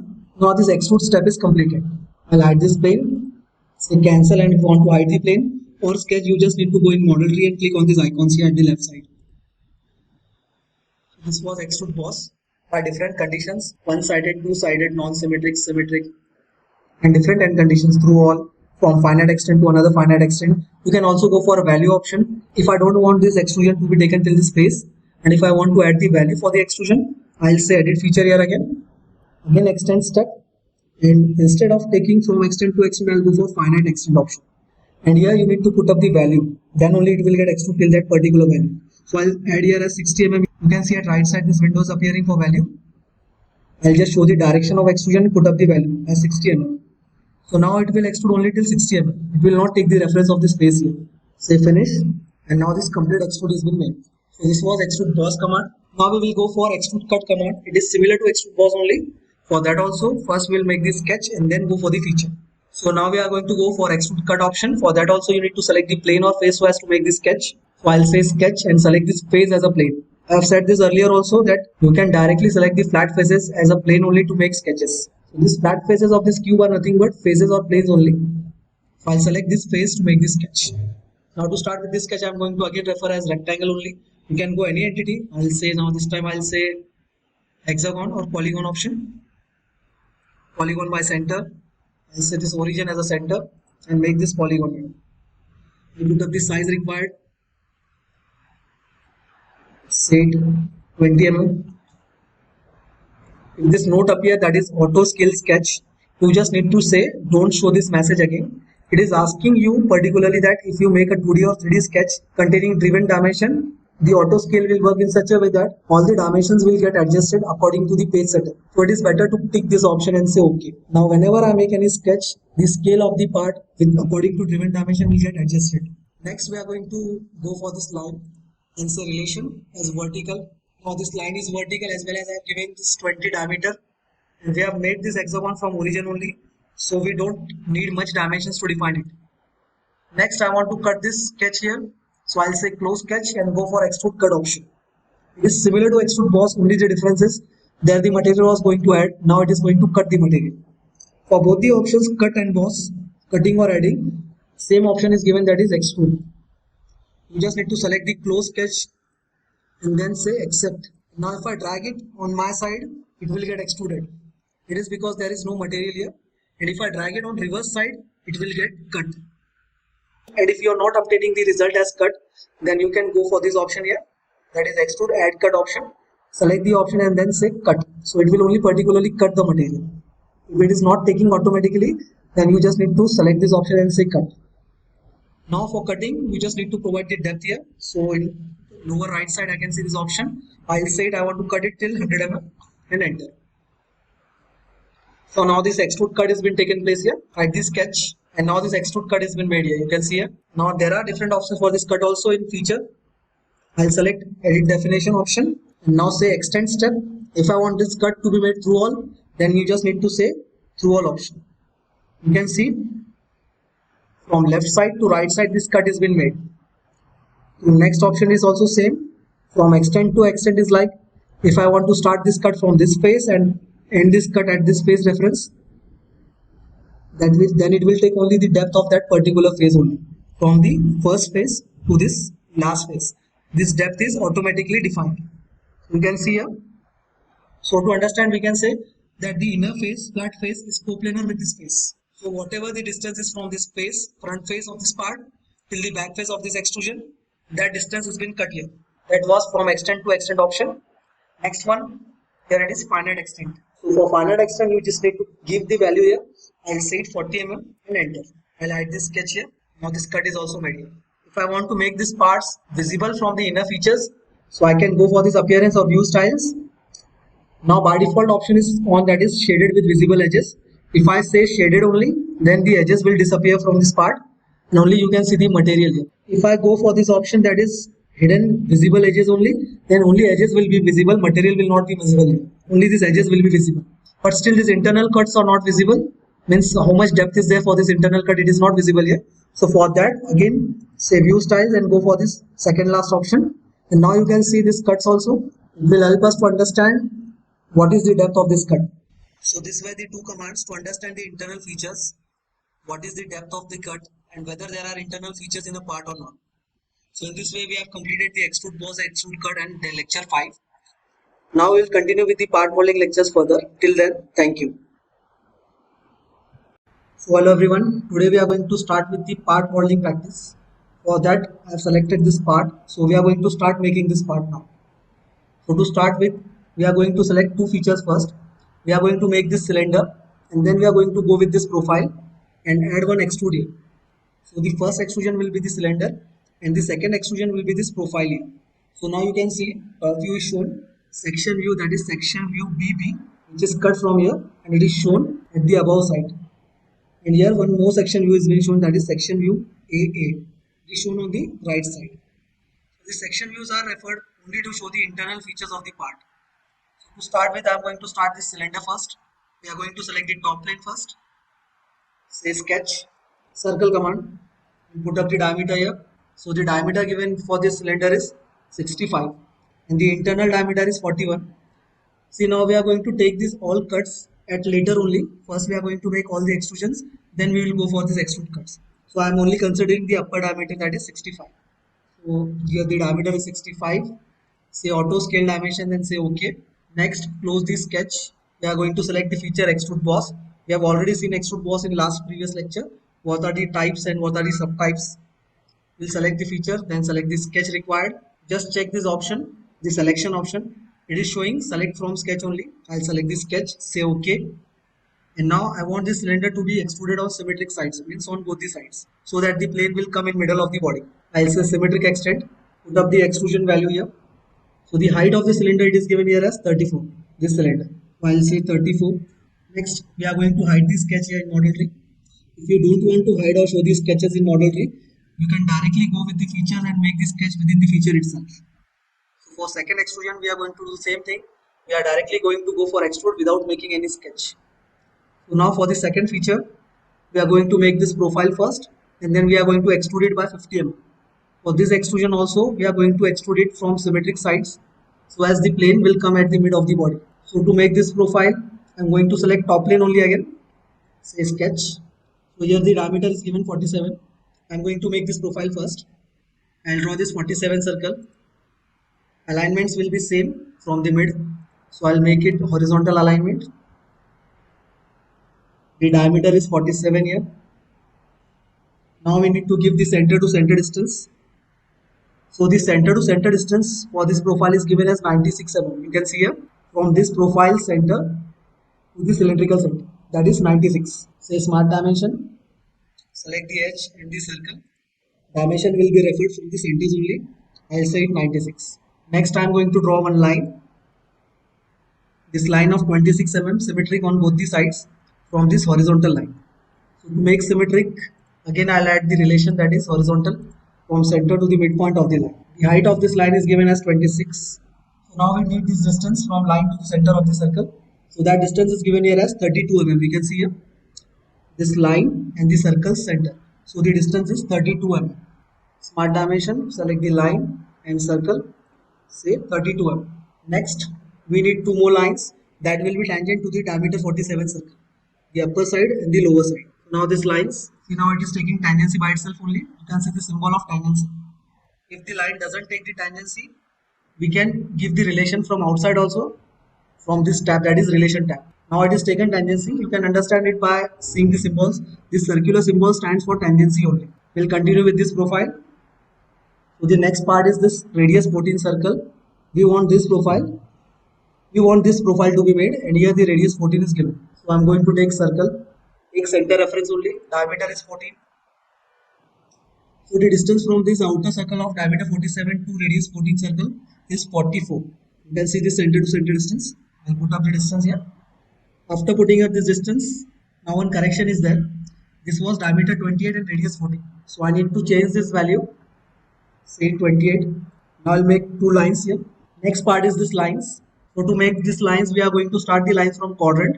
And if we end this line on this circle, it may take tangency there. By default, it will take tangency. So to avoid that, I am going to intersect this line in the circle. And then we are going to end this line here. Same at the bottom side also. Make this line horizontal and trim the extra entities here. Now after trimming, you can see this complete sketch is underdefined. So to understand why it is underdefined, just move the endpoints of any entity. The moment will show you why it is underdefined. So these points relations are required here so as to make them vertical. I'll make this point vertical with the upper point. Now this complete profile has been made. Only this portion is remaining for trimming. And now this complete entity has been made. Close the sketch, say extrude boss. Select the profile to be extruded. And we will extrude it on symmetric sides with 50 mm. You can see here the height of this profile. It is given here 50 mm. So we have made this extrude of 50 mm here. Say finish and cancel. We'll hide this sketch here. Next we are going to make this cylinder. So now the total length of this cylinder is given. From the first feature it is taken as 166 mm. So I am going to take one plane here. Say reference plane parallel. Select the plane. Put up the distance here as 166 mm. 166. Next we are going to say sketch. Select circle and we are going to make the cylinder that is of diameter 44. Say 44 here. Say close sketch. And now we are going to extrude it. Select the circle. Say OK. Through next. So it will automatically occupy this feature here according to the first feature profile. Just click here and say finish and cancel. So now this cylindrical shape is also been made. Now we are going to go for this feature, that is this neck portion here.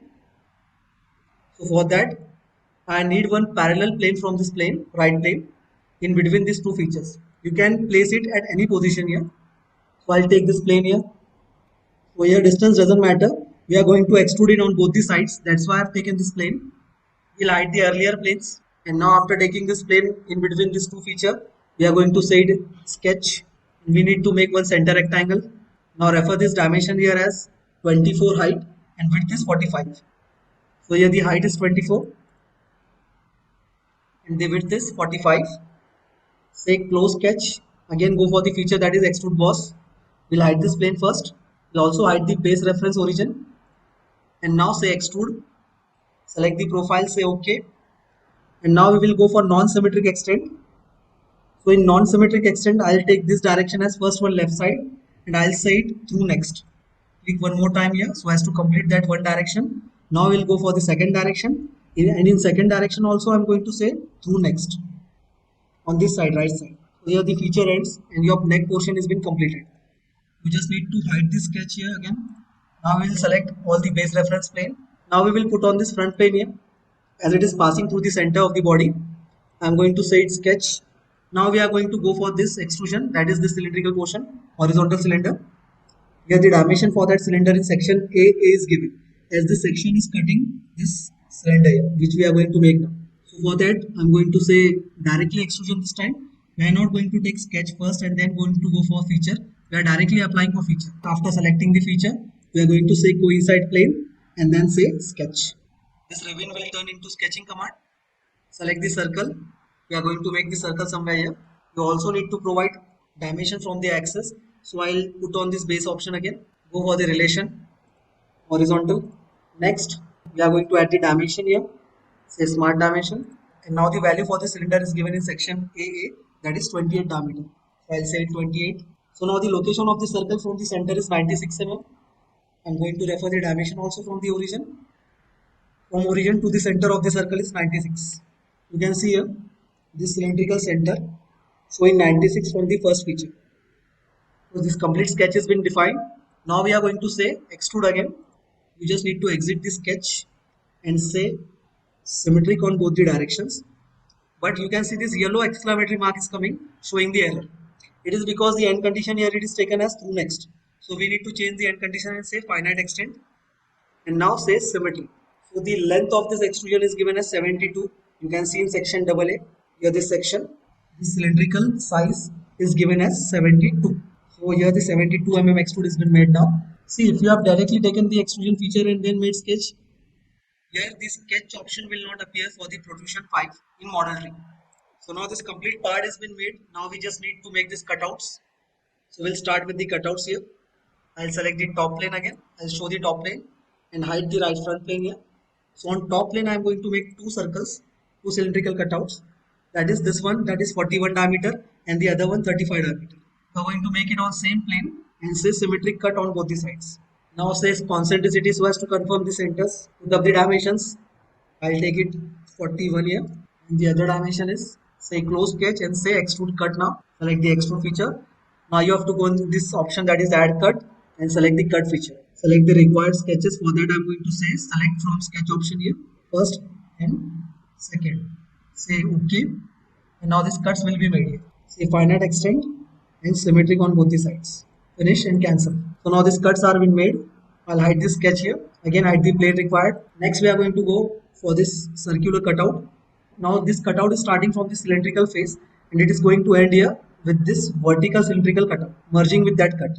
So say extrude, directly go for the feature, select the face for the sketch. Before that select coincide plane and then go for the sketch. Define the circle here. Now the diameter been taken here is 22. Say close sketch and finish. Now the cut here we require here the depth of the cut is For that I'm going to say from extent to extent, and here is the start extent, and to end the extent we are going to say the cylindrical internal face. So the cut will start from this face and end on this face here. And this cut is now being merged with the upper cylindrical cut. That was the limit for this cut. Say escape. You can also say escape by right clicking the mouse. And now this part has been made. We are not going to go for this tap holes as we have not seen hole wizard command yet. So this was the part modeling feature.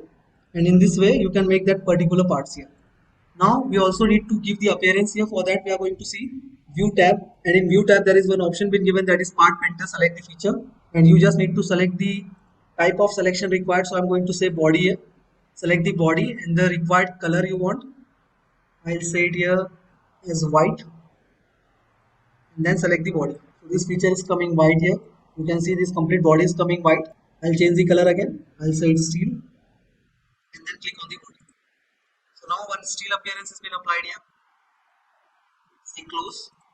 And for isometric view, I'm going to select this box, this triangular area, blue color. So the part will be arranged in isometric position. So this was one part practice for understanding the extrude boss and extrude cut command. We are going to continue with the other features in further lectures. For more videos for Solid Edge, just follow the playlist on 4 Dimensions Infotech channel. Please do like, share and subscribe the channel. Till then, thank you. So hello everyone. Today we are going to start with Solid Edge lecture number 7. Earlier we have seen sketcher part. We have also seen extrude boss, extrude cut, how to take reference planes and how to add different planes. So in today's lecture we are going to see revolve boss and revolve cut. Concept is very simple. Only straight parts having cross section as circular can be made by using revolve boss and revolve cut. So we'll start with a simple example first. For that I'm going to select a plane and activate this plane. I'll hide the base reference planes. Select line tab, start from origin. So I'm taking here 3 different diameters. For that I'm going to draw a profile which is half in cross section. Next I'm going to give the dimensions here. So to start with, first I'll give the overall shaft diameter here. I'll say it 160. Say auto scale on. Next we'll divide this 160 in 3 parts. This one will be first cross section, the second and the third. So the first cross section length I want here as 45. The second one I'll take here as 60. Third will be automatically defined. So there is no need for defining this dimension. So any dimension that is coming in blue color means it is over defining the drawing. So any dimension that is coming in blue color, that means it is over defining the drawing. So I'll delete this one. There is no need for this dimension here. Select the dimension and say delete directly. Next are these values. Now suppose if I want the first cross section to be taken as diameter of 100 mm. So here I will put the half section value, that will be the radius of the diameter. So the value here will come here is 50 mm only. The second I'm going to take the diameter as 80. So the radius will be 40. I'm just putting the radius values here. Third and the last cross section, I'll take it as 25 radius. So here the diameter will be 50. So the first cross sectional diameter will be 100. That's why 50 half value. Second will be 80. That's why 40. And third will be 50. That's why I've taken the value here as 25. Only the radius values are required here so as to revolve it around this axis.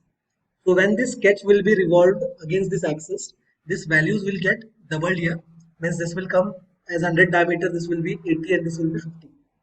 So this is the basic concept of revolve feature in any software. Now 2-3 more things to consider here. That there should be no intersecting lines. Means it will show me error if I go for this revolve command here. So to avoid that, I'm going to delete these lines. So you have to keep in mind, no intersecting line should be there in between the profile. Means this complete area should be blank only. Only the outer line should be shown. Means starting from the origin and ending at the same origin. It's like this, completely ending on the same origin. So after completing this sketch, I'll say close sketch. This time we have taken sketch first and then going for feature here. I'll say finish, cancel. And now as this is a complete close sketch, then only we are going to go for revolve command. Here we are going to select this step as select from sketch, as we have made this sketch first only. So I'm going to select here this option, that is select from sketch. Select the profile, say OK, and you just need to show the axis of revolution here. It is asking for you the axis of revolution. You can also see the guidance in this prompt bar. Click for a line to edge to use the axis. You can either use a line or edge to use as an axis. So here I'll say this line as an axis. When you say revolve, you can go for partial revolve also. You just need to go one-sided and need to add the angle. If I say 45 only, then this part will be completed in this angle only. That is 45. If I go for 90, The part will appear this way, means from 0 to 90. If I want to change the direction, you just need to flip the mouse here.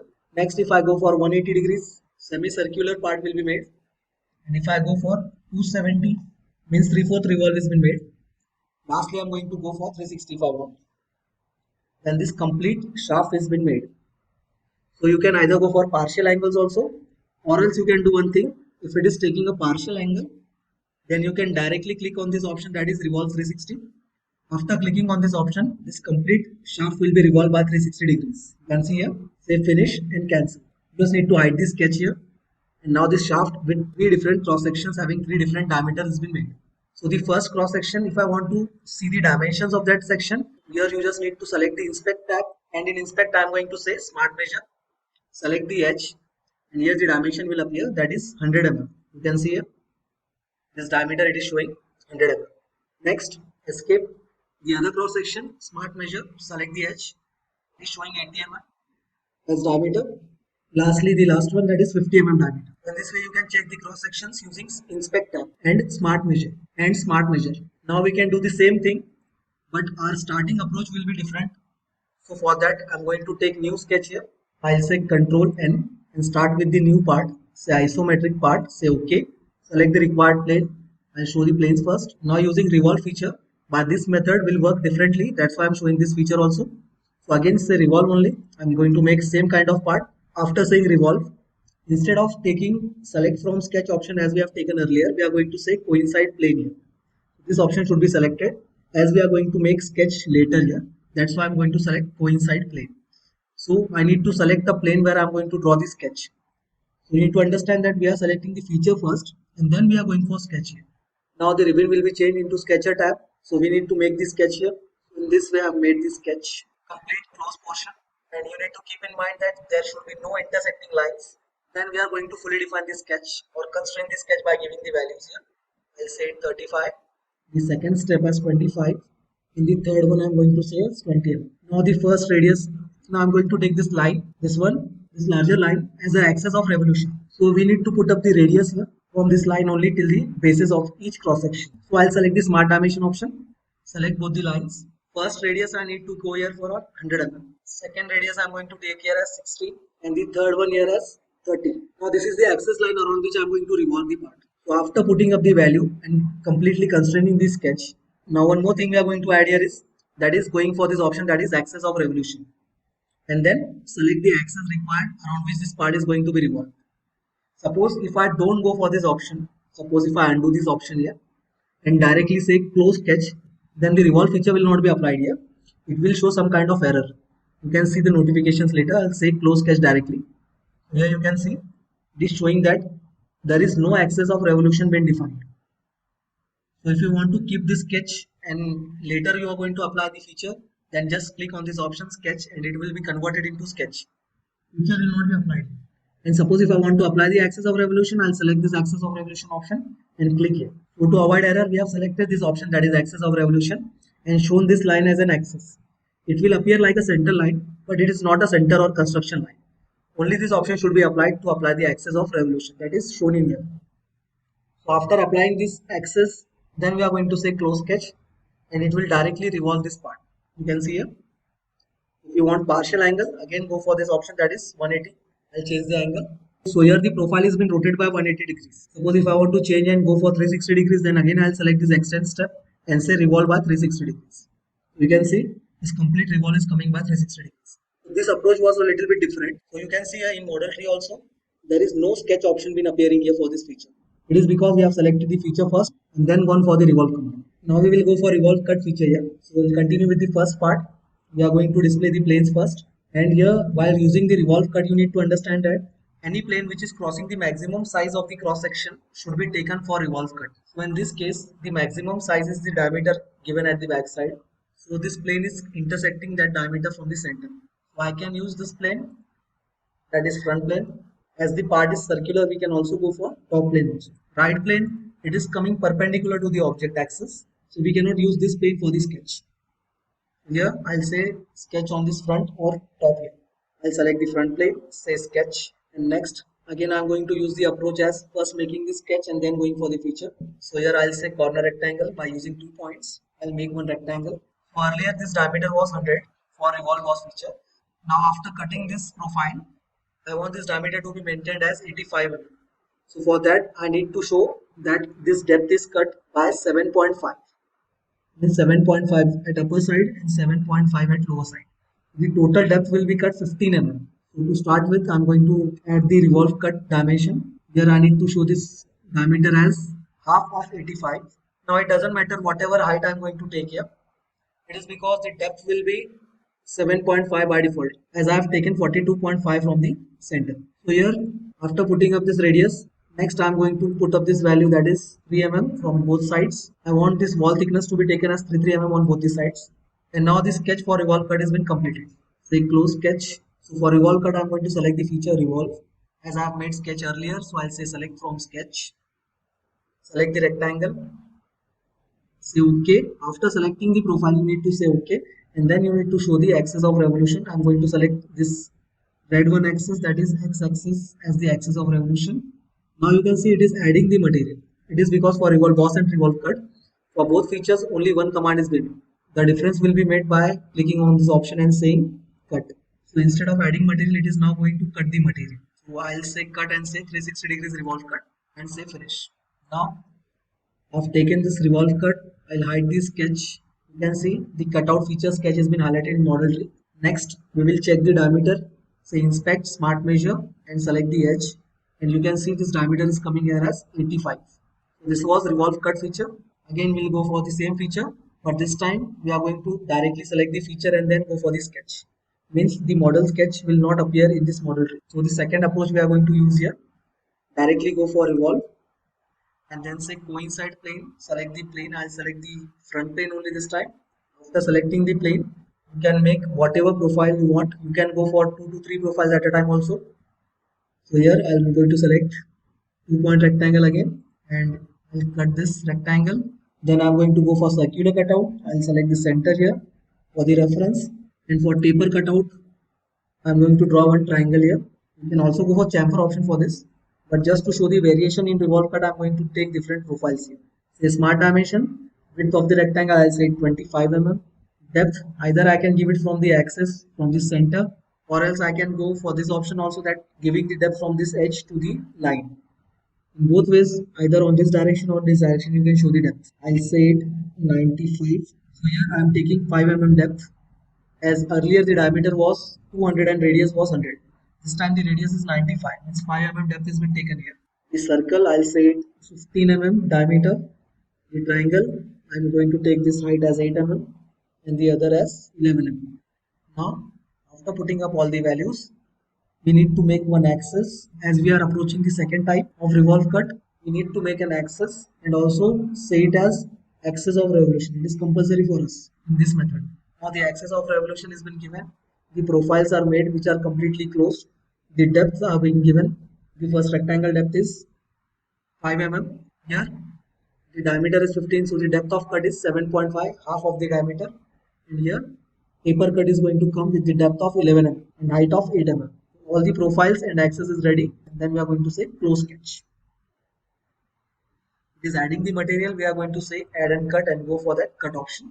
Now it is cutting the material. You need to say revolve by 360 degrees option and finish. You can see the upper portion has been chamfered. Here the circular cutout has been coming, and here the rectangular cutout has been coming.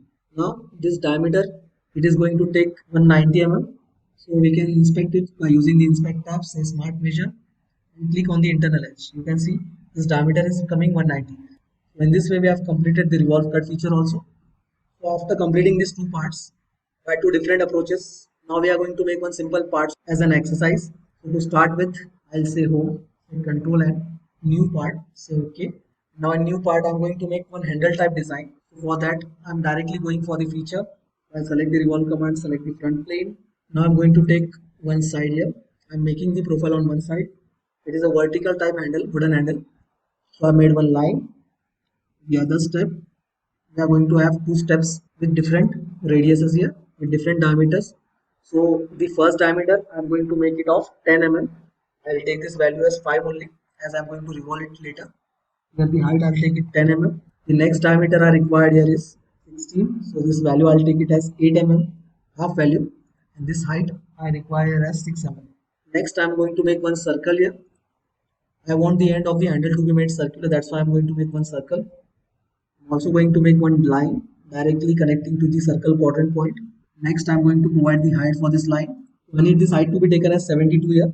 Next, the diameter I need 12 mm. Next, I'm going to make two arc, that is 3-point arc by 3 points. First arc, first point, second point, and third. Again, the second arc, first point, second point on the circle, and third. I want both the arc to be made tangent, so I'm going to select the relation. Select tangency here. Put up the radiuses, so I'm going to put this radius as 28 mm. The other one also same, so I'm going to apply the relation that is equal. Next, I need to make this arc tangent on the circle also. Again, go for the tangent relation, select the selections required. Now, still it is underdefined. It is because the center point distance is not given from the axis. So to control the movement of the center point, I'm going to apply the distance here. In the center point, I'll take this distance as 33 mm. And now, as I have said, only half sketch or the sketch which is made at one side of the axis is required. So the other side sketch I am going to trim here. Only one-sided sketch is required. Again, this sketch is underdefined. We will see what is the difference. You can see here the center point of the circle which we have made earlier of 12 mm this diameter is not lying on the line. So we just need to give one relation, that is connect or coincide relation. Select the center of the above circle that is to be placed on this line. And again, the circle center is being placed on the line and the object is completely defined without having any intersection. This is must to understand that you don't need to have any intersections here.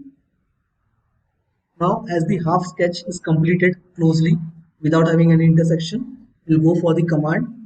But before going, as we have taken feature first, we are going to go for this option, that is axis of revolution. Select this line as an axis of revolution. Say close sketch. And here say 360 degrees and finish. Say cancel. You can see I've made one handle here. Next, if I want to apply the appearance, I'll say view tab, part painter. And I want the appearance of wood here. So we'll see here the appearance is coming as wood. You just need to select the body as a selection part. And here you can see wood has been applied for that particular part. The wooden appearance I've given here. So I have to finish this part. Suppose I want radius or rounds to be given here.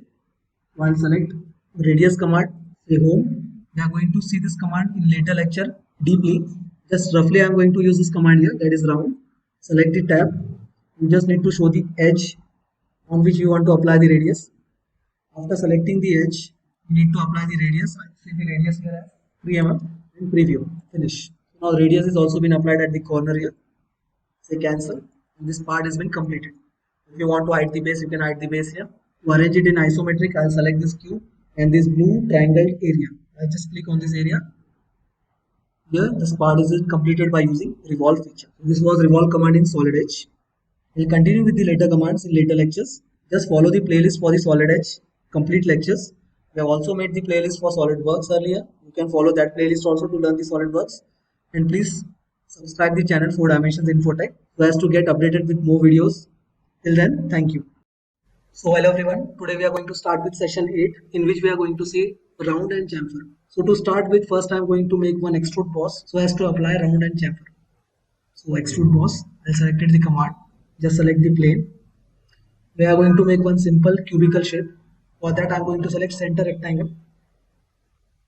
Put up the value for defining the sketch, 120 and the other one as 80. Say close sketch and say extrude boss. So to extrude I am going to select the value as 90 mm. Say OK, finish, cancel. Now if I want to apply 3D fillet or 3D chamfer, these commands are given here, that is round and chamfer. So I am going to select round first. After selecting round, there are different ways of selection, that is edge, corner, chain, face, loop, feature, all fillets, all rounds. So I am going to select edge corner and select the edge here. You just need to put up the value. So I'll say it as 7 mm radius. So this value is coming radius with 7 mm. You can see here. Suppose if I go with chain option, then I need to select this edges continuously back to back. So multiple selection I can give you by selecting chair. If I go with face option, you just need to select the face and the complete edges connected to the face will be filleted here. Fillets are provided to avoid the sharp corners. So you just need to select the face and all the edges related to this face are filleted. Next method here it is given as loop, and I'll cancel this first and I'll select this loop option here. It is similar as face only. You can see here.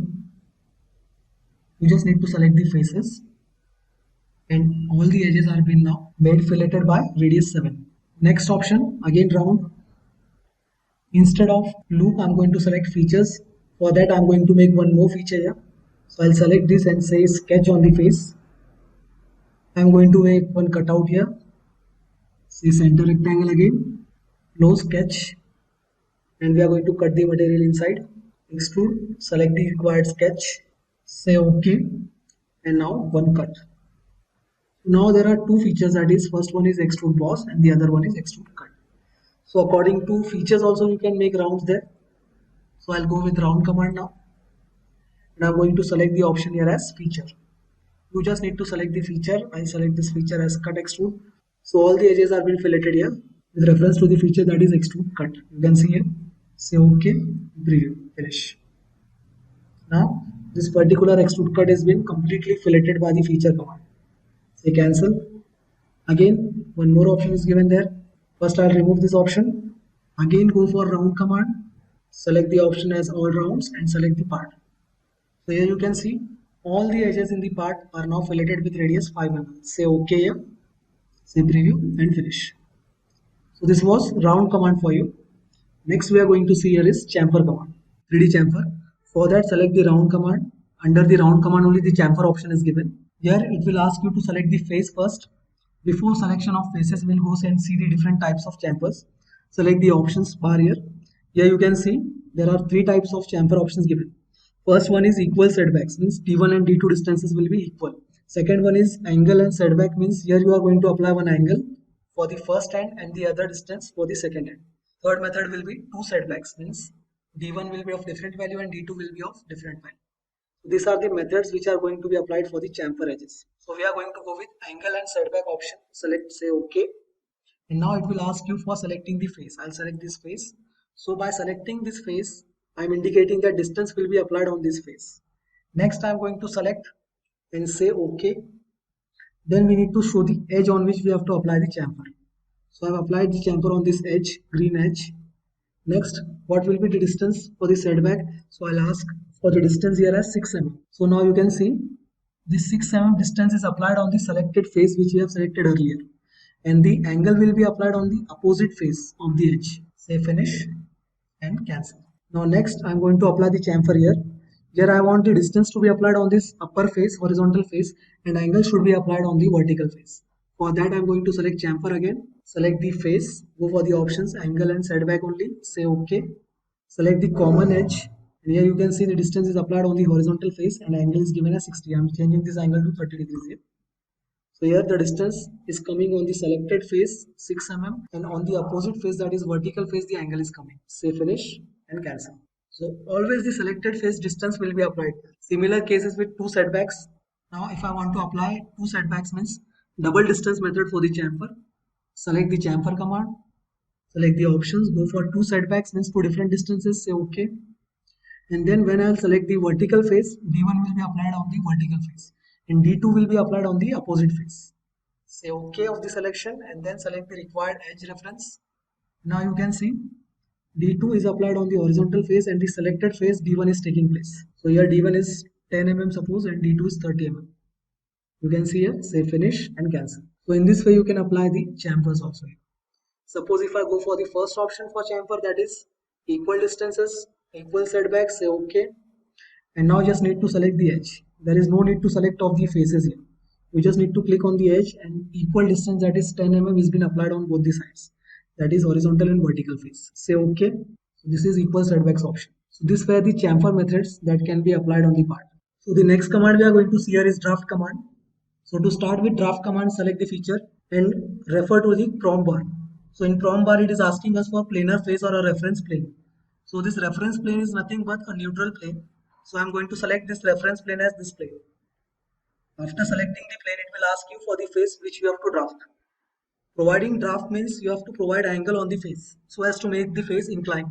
So I'm going to select this face here, and you have to apply the degrees by which you have to incline the face. So I'm going to incline this face by 15 degrees. Then right click on the mouse, and after right clicking you can see this direction will appear. It is asking you whether you want to draft the face on outer side or on the inner side. So I'm going to draft this face on the outer side here. So the lower side of the arrow will decide the direction. So I'm going to take this at outside. So I'll click here, say OK. And this face is drafted by 15 degrees outside. Right click and escape, and the command is over here. Next, if I want to go for multiple drafts at one time, that also can be done. Just select the feature, select the neutral plane, select the faces to be draft, say OK, then right click for the direction and just select the direction in which you have to draft or make inclination. So I'm going to select inner sides now. So these faces will be drafted at inner sides. Just click inside and say degrees by which you want to make it incline. Select the angle. If you want to change, I'll say 20 degrees here. So now both the faces are being drafted at the inner sides. You can see here. So in this way, draft can be applied. So the next feature we are going to see here is thin wall. For that, select the feature. Thin wall means we are going to make the object hollow by providing the common thickness here. So if you want to apply the thickness from outside and make the part hollow from inside, then go for this option, that is offset from outside. If you want to apply the thickness from inner sides, inner walls, then go for this option, offset inside. If you want the thickness to be divided on both outer and inner sides, then you can go for this option, that is symmetrical. I'm going to select here offset inside. I'm going to provide this common thickness as 5 mm here. You just need to select the open faces now. So I'm going to select this as an open face and say OK. Again, click on this option, that is preview, and you can see this part has been made hollow here. By applying common thickness as 5 mm, suppose I want this thickness to be applied at outer sides, and I'm going to select this outside option. You can see the change in size. This thickness is coming inside, and if I click on the offset outside, the thickness will come on outside. These are the options. If I want this thickness to be divided on both the sides, 2.5 mm on inner or outer sides, then go for the symmetrical option. Here 2.5 is coming outside, 2.5 is coming inside. Say finish, and here the shell command has been applied, or you can say the thin wall has been applied. In other softwares, this command is known as shell command, but in Solid Edge, it is called as thin wall command. Again, I'll say edit feature here. I want to add one more removing face, then I can go for this open face option and select the other face to be removed. You can add multiple faces here, say OK, preview, and finish. So all the selected faces are being removed and the common thickness object has been remained now. So this was thin wall feature. It is used to make the objects hollow of any kind, of any shape. So the next command we are going to see here is rip command. For that you have to go in feature and select thin wall. In thin wall, under 2 or 3 options you will get this option, that is rip. So for if you can see the demo here, you just need one profile, that should be open profile only, and you need to select the command and apply the rip. So for that I'm going to make the sketch first. So I'm going to select the mid plane here of this body. I have made two scenarios here, that is first one is flat wall and second one is cylindrical shape. So I'm going to select the mid plane here and then select the sketch command here. After activating the plane, I'm going to draw one sketch. Suppose I'm going to draw this profile here by 2 lines. You just need to define the position of the lines. I'll say it 100 mm. After defining this dimension, we have to define it from the upper side also. It is coincided here. You can see this column showing that the sketch is coincided. So no need to apply the relation here. We are going to just apply the value here. So this value I'm going to take as 30 mm. Say OK. After making this profile, you can see this profile is open profile only, means only 2 lines are been drawn. This first one, inclined line, and the vertical line. We have not closed the sketch from these 2 sides. So for rip command, it is compulsory for making this kind of profiles only, that is open profiles. After completing the profile and defining it, say close sketch, and just need to select the feature, then select thin wall and go for the rip feature. Here you need to select from sketch option and select the sketch. Say OK. Now it will ask you the direction in which you want to make the rip, whether you want to go it for adding material upper side or at the left side or right side or bottom side. So I'm going to add the material at bottom side as the supports are at the bottom only. So wherever you are having support, in whichever direction, you can make the material add there. So I'm going to add this material at the bottom side. So just flip the mouse and say OK. Now you can see the thickness appearing here. I'm just going to click the value there and saying 10 mm thickness. So here the rib has been completed. The other method for the circular cylinder, just select the plane, say sketch for the plane, mid plane only, But in this scenario, there one difficulty will appear. So I'm going to apply one line here. Going to define this line from the side. I'll say it's 60 mm. Next I'm going to go for the close sketch option and feature. And now I'll say rip command here. Say OK. And when you take it at the bottom side the arrow, you can see one exclamatory yellow color mark is showing, that is the rib cannot be constructed. It will fail in the feature. It is because the shape on which the rib is going to be connected is of the circular shape, cylindrical shape. So in these cases you need to edit the sketch and add one more line here at the upper side. Whatever the length may be for this line, you just need to add one line and then again say close sketch. After adding this horizontal line, say finish and then go for the rib feature. The rib will be applied there. Select and say OK. Just show the direction and then thickness. So thickness I am going to take here as 12 mm. Say finish. By this method, one little wedge will appear here. You can see this straight edge, but it is the only way we can make the rib for the cylindrical faces here. Suppose this rib would not have been started from the edge, instead it would have been started from the lower side a little bit, then there is no need to make this line. We will see that also. I will delete this sketch here.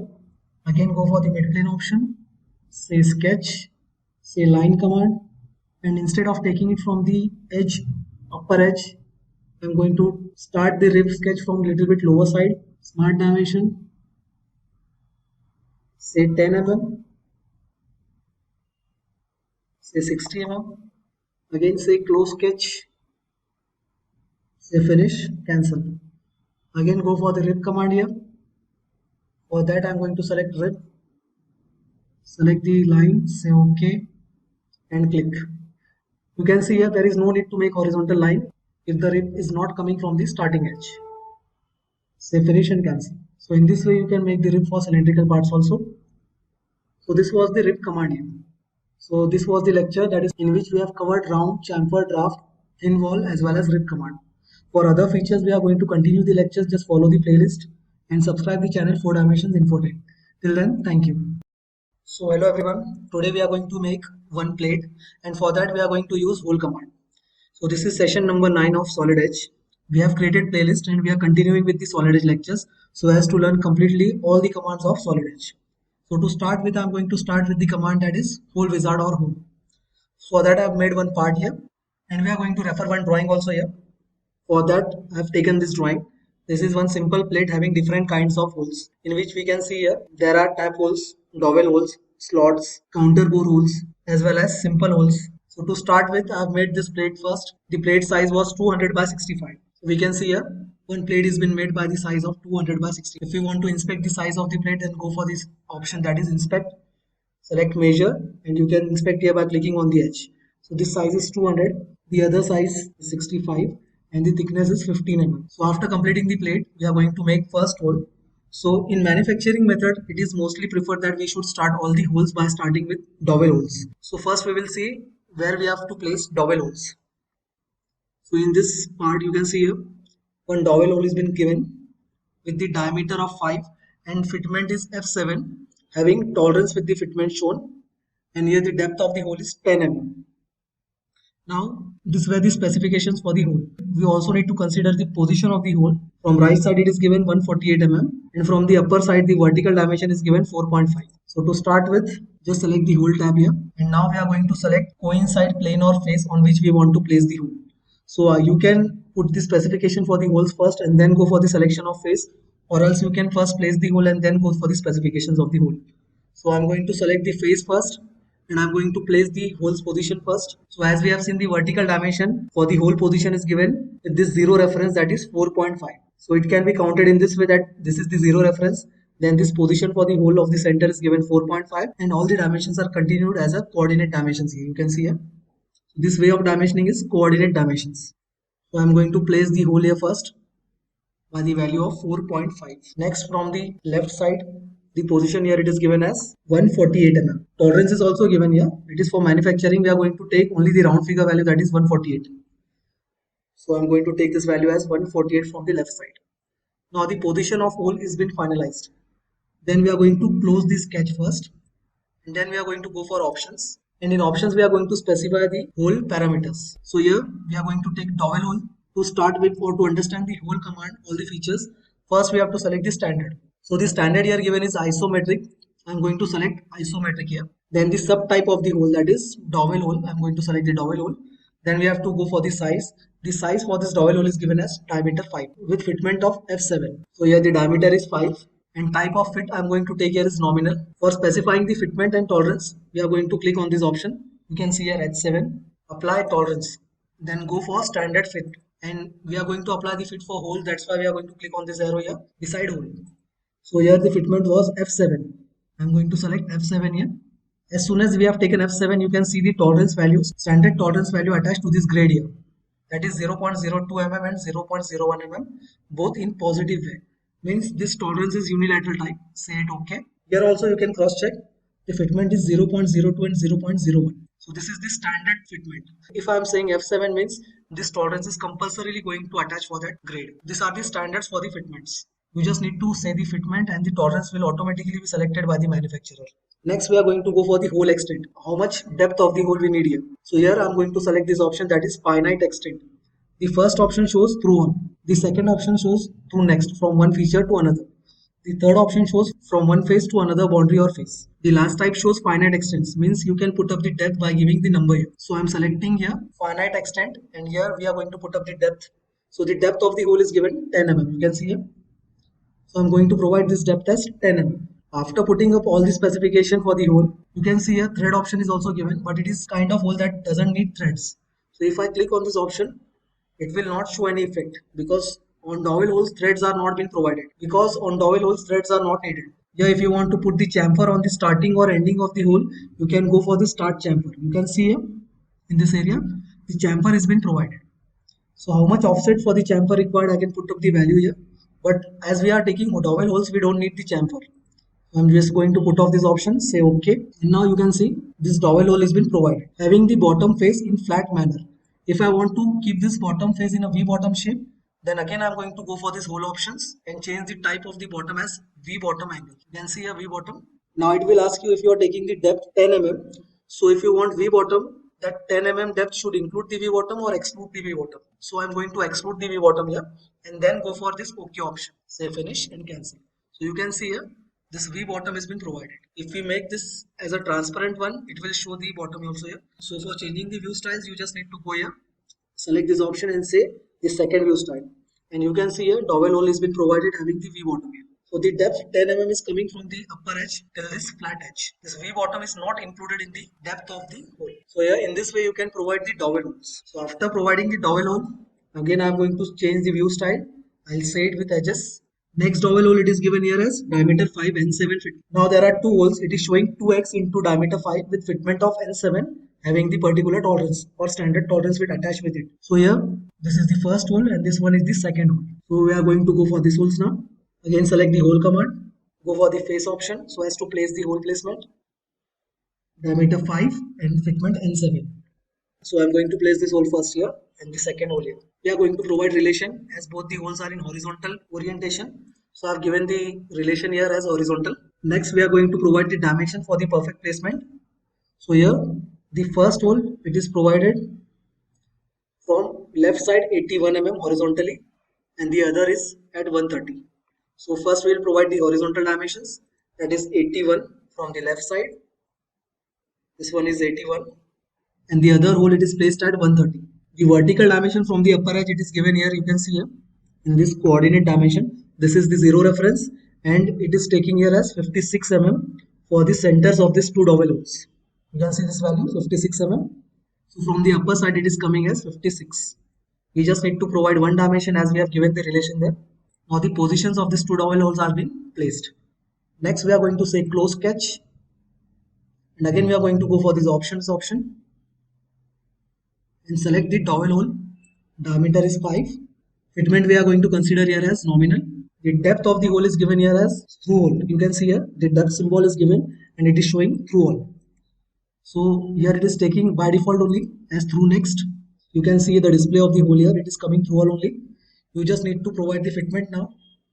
Go for the apply tolerance option and say fitment standard fit for the hole. Beside the hole option is given. Just click the arrow here and the drop down list will appear in which you can apply the fit. So here the fitment is given as N7. I'm going to go for N7 here. Now see one more thing. One question was asked in interview. If the fitment is given in capital letter, then it stands for hole. And if the fitments are given in small letters such as A, B, C, D, F, N, all the letters are small, then you can say the fitment is given for shaft. So the question was asked in such a manner that one standard fitment was shown with capital letter and the interviewer asked about which type of fitment for which this fitment stand for. That is for hole or shaft. So the answer was, as the letter was capital, the fitment stands for hole. Such kind of questions are also been asked regarding this hole wizard. Said okay. Now we have provided the fitment also. We have provided the end condition. We have provided the type, diameter, and now we don't need to show the bottom is V bottom as the hole is coming through all here. Just say okay and say finish and cancel. So these two holes are also been provided. First this dowel hole, then the other two dowel holes. So according to manufacturing, mostly dowel holes are given first. So we have provided all the dowel holes now. Now we are going to go for the other types of holes. So the other type of hole given here is tap holes. Number is given here as 4 holes having size M5 into 0.8 as a pitch. End condition is given here as through all. So these 4 holes are this one, the left side 2 holes, this one is the third hole and this one is the fourth hole, having similar sizes. Now the horizontal alignment of hole is matching with the dowel hole will directly provide the relation. So to start with, I am again going to select hole. First we are going to say face and position the hole. So it is coming here. In relation with this dowel hole only it is provided horizontally. You can see here the alignment for these two holes is same. So this hole is been provided. Next the direction from the left side. For that I am going to select smart dimension. And here the dimension for the left side it is given from the 0 reference, that is 174 mm. So we can count from this 0 here. You can see from left to right it is given 174. After placing the hole it will show in black color here. You can see if I have said escape and if I need to provide more holes, now this hole option is not coming here. So again to apply the holes, just go for this option, that is hole circle. I'm going to take the alignment of this hole only matching with this horizontal alignment.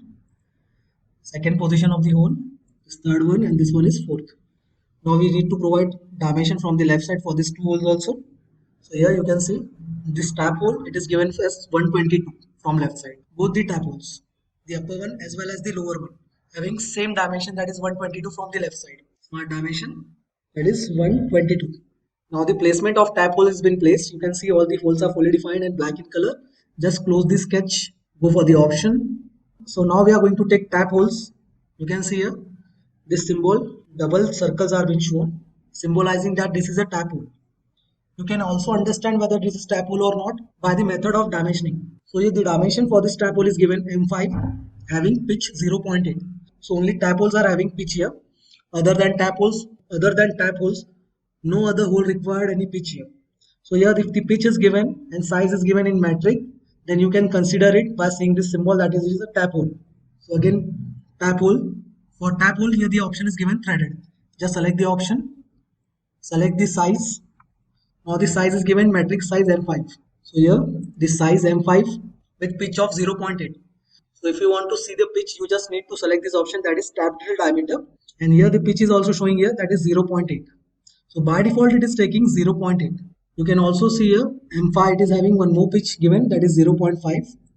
So in M5 there are two sizes that are being given for the pitch.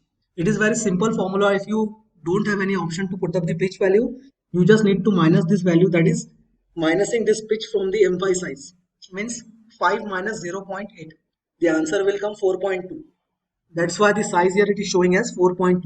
So this internal diameter, that is D, it is coming as 4.2, and this external diameter with these two dotted lines, the bigger diameter it is showing here as 5.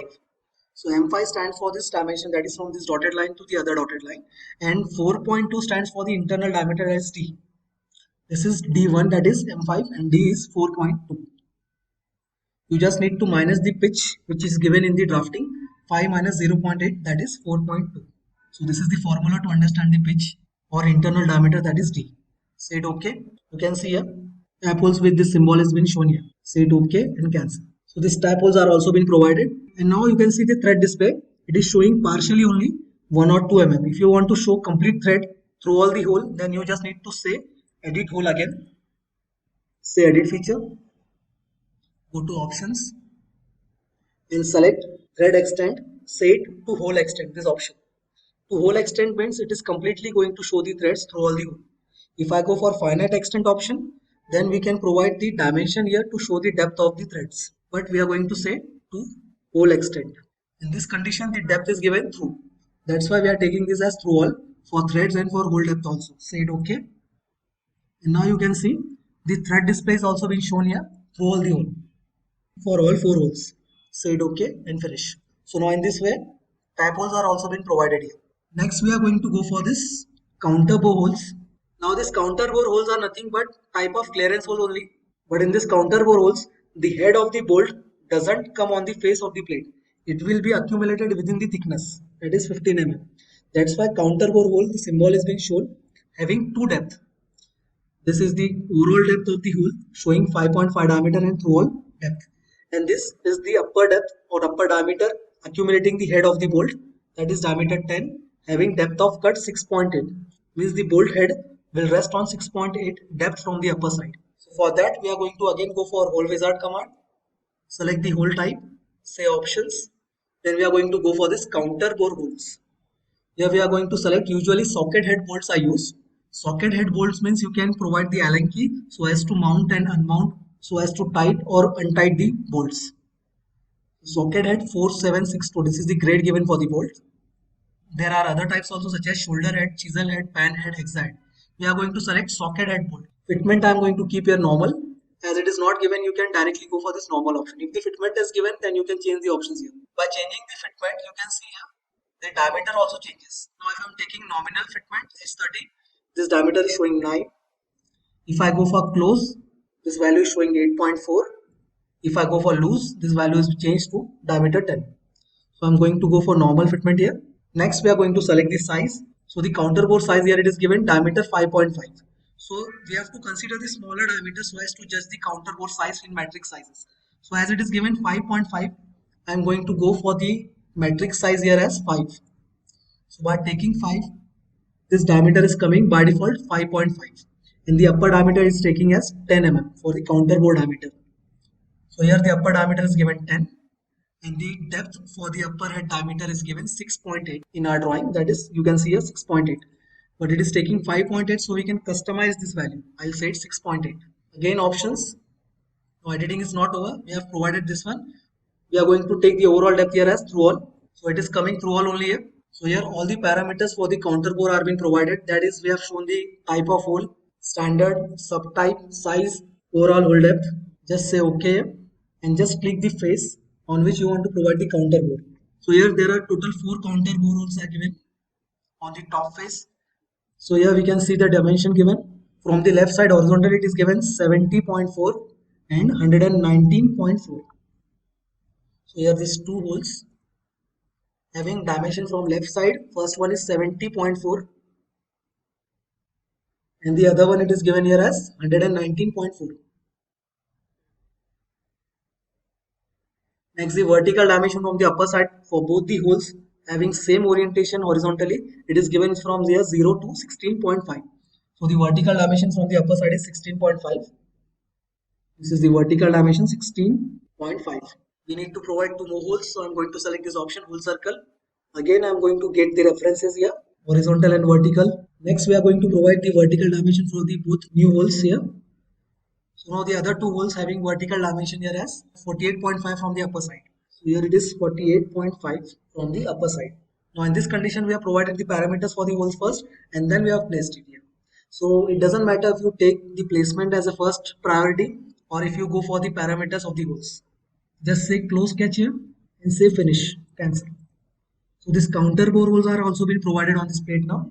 Next we are going to go for this slot cut here. So to cut this slot is given of diameter 5 having center to center distance here as you can see the difference 61.3 minus 59.8. So we'll calculate it here. 61.3 minus 59.8. So the center to center distance for this slot is coming as 1.5 with diameter of 5 having depth 10 mm. So for that we are going to go for the slot option in hole command only. So here you are having slot option also given. Just select the reference plane and here the length is 1.5. So I am going to go the center to center distance as 1.5 for the slot. 1.5. Next we need to place it here. So for placing this, I'm going to select Smart Dimension, select the center point and give it direction from the left side, that is 148 mm. Next Smart Dimension again, and from the upper side it is coming as 59.8. Say close sketch, and for the width option I'm going to go for this slot options option here and select the slot width. So diameter was 5, I'm going to select the width as 5 only, and now this slot has been provided here.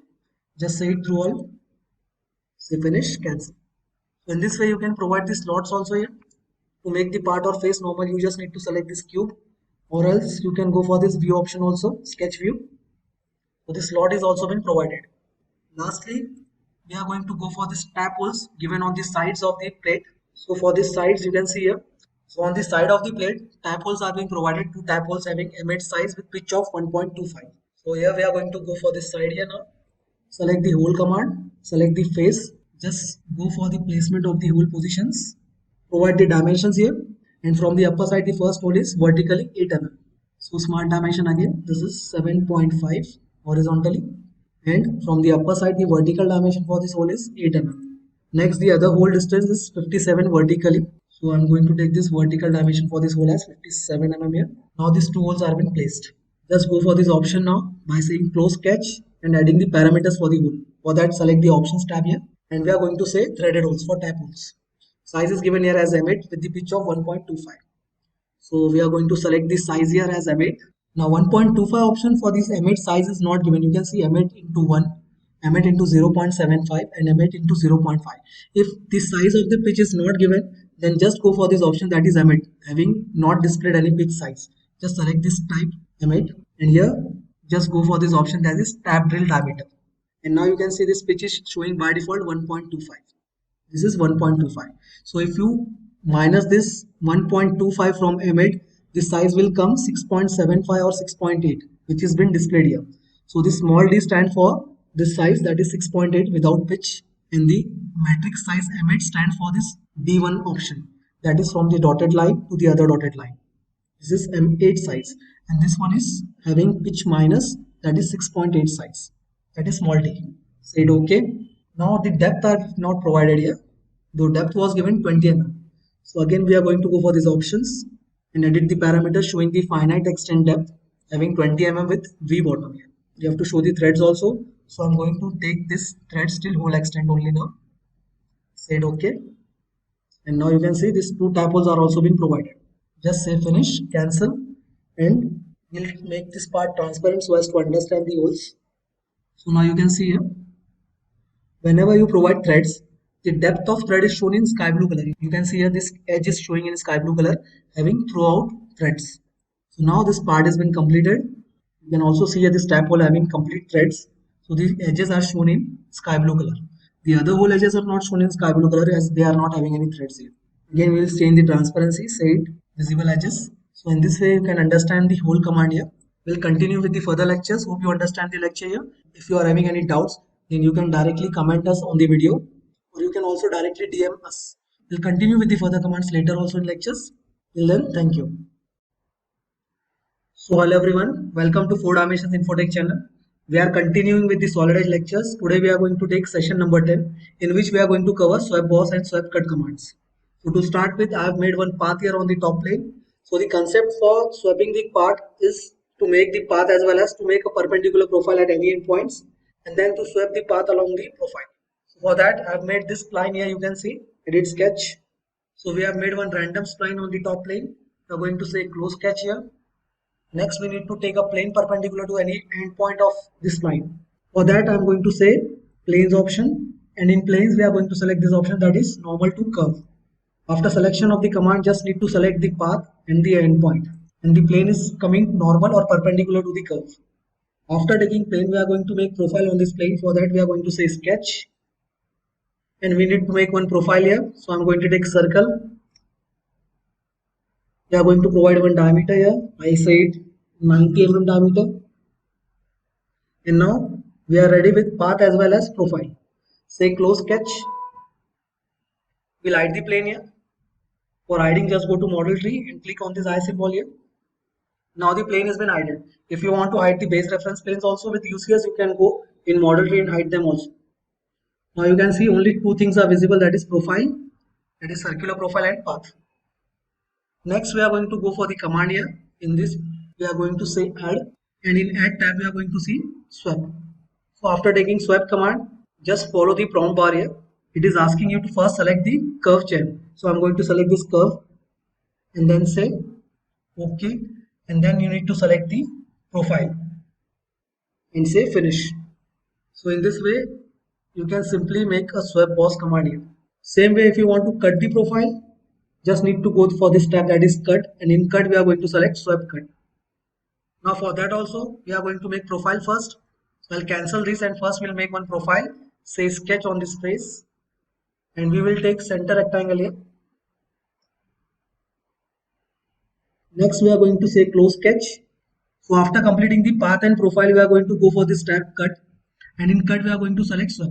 So whatever features which are appearing in cut tab are all features that are going to cut the material, and in add tab all the features are going to add the material. So I'm going to select cut here, as we need to select the profile for cutting the material. Say swap. After selecting swap, you just need to go in this options option. Say single path and cross section, tangency and continuous. Face continuity, I'll select tangency and continuous, as this is a spline. Say OK, and then we are going to select the path first. Say OK, and then select the profile. And you can see this material is been cut along the curve. From one end, rectangular cut till the other end. So in this way you can use swept cut here, finish and cancel. There are some more options we are going to see here.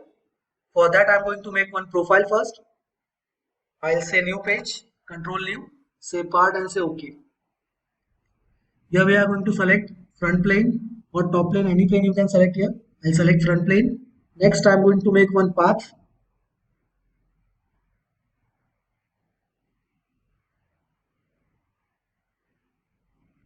We are going to say smart dimensions. I'll say 800 mm. Next we are going to say 200 mm, and the other one 150. We are also going to provide fillets here. Just put up the values for the fillets. I'll say 35, and this one I'll take 38. Say close sketch, finish and cancel. So now we are going to go for this option, that is more planes, and in planes we are going to select normal to curve, as earlier only. Select the path and plane. Then we are going to make one sketch here on this plane. Select the sketch, and I am going to make one center rectangle here. Take this point as a center. We are going to say 18 mm by 16. Any size you can take here. Next, say close sketch, and now we are going to go for this command. So in add tab, go for the swap command. Go for the options, and here we are going to select single path and single cross section. As we are only one path and one cross section, that's why we are going to select this option here. Say tangent continuous, as there are tangent curves here, that's why we are going to say tangent continuous. Say OK. Now select the path first, say OK, and then go for the profile, and you can see this swap is coming across the path. We can do one more thing here, that is to change the output ratio, the other end ratio. For that again we are going to select options here, and here you have the option, that is scale along the path. Just put on this option here. You can see the start scale is showing 1, and the end scale I want here as 1.5. Say OK. And now you can see this rectangular size is of the scale 1, and this other side is coming of 1.5. Means 50 times larger this rectangle is coming here with the cross section. So in this way, by different profiles also you can swap it here along this path. One more thing, you can see here there are total 5 sections. That is, this is the first section, and the edge reference is given for the curve. Now this curve is starting and ending here, so another section is given. Then the straight portion section, the other curve portion, and in between you can see the edge references here, making them different, the sections in the last section. So there are total 5 sections: first, second, third, fourth and fifth. By the reference of edge you can judge them. They are different cross sections. But if you want to merge them all, then go for this options option again and say full merge. No merge option was on by default. We are going to select full merge and say OK. Now you can see no edge references are being shown here, and this is complete one single profile only. So in this options option you can go for no merge as well as full merge, and you can also change the scale along the path, that is start scale 1, and I have selected end scale as 1.5. You can select any scale according to the part and curve turns. Say it OK, finish and cancel. So this was the swap command again. with a little bit more modifications here. Next we are going to see sweep command only, but in a little bit different way. Here we have made one plate and we have drawn two lines here in single sketch only. You can see I'll say edit sketch here. So these lines were drawn. Say close sketch. So now we are going to use multi-paths to make this sweep boss and sweep cut. So I'll say add. Before that, we are going to make two cross-sectional profiles first. The profiles for the sweep command must be always closed. Open profiles are not required here and they will not work. So I'll say sketch on this face.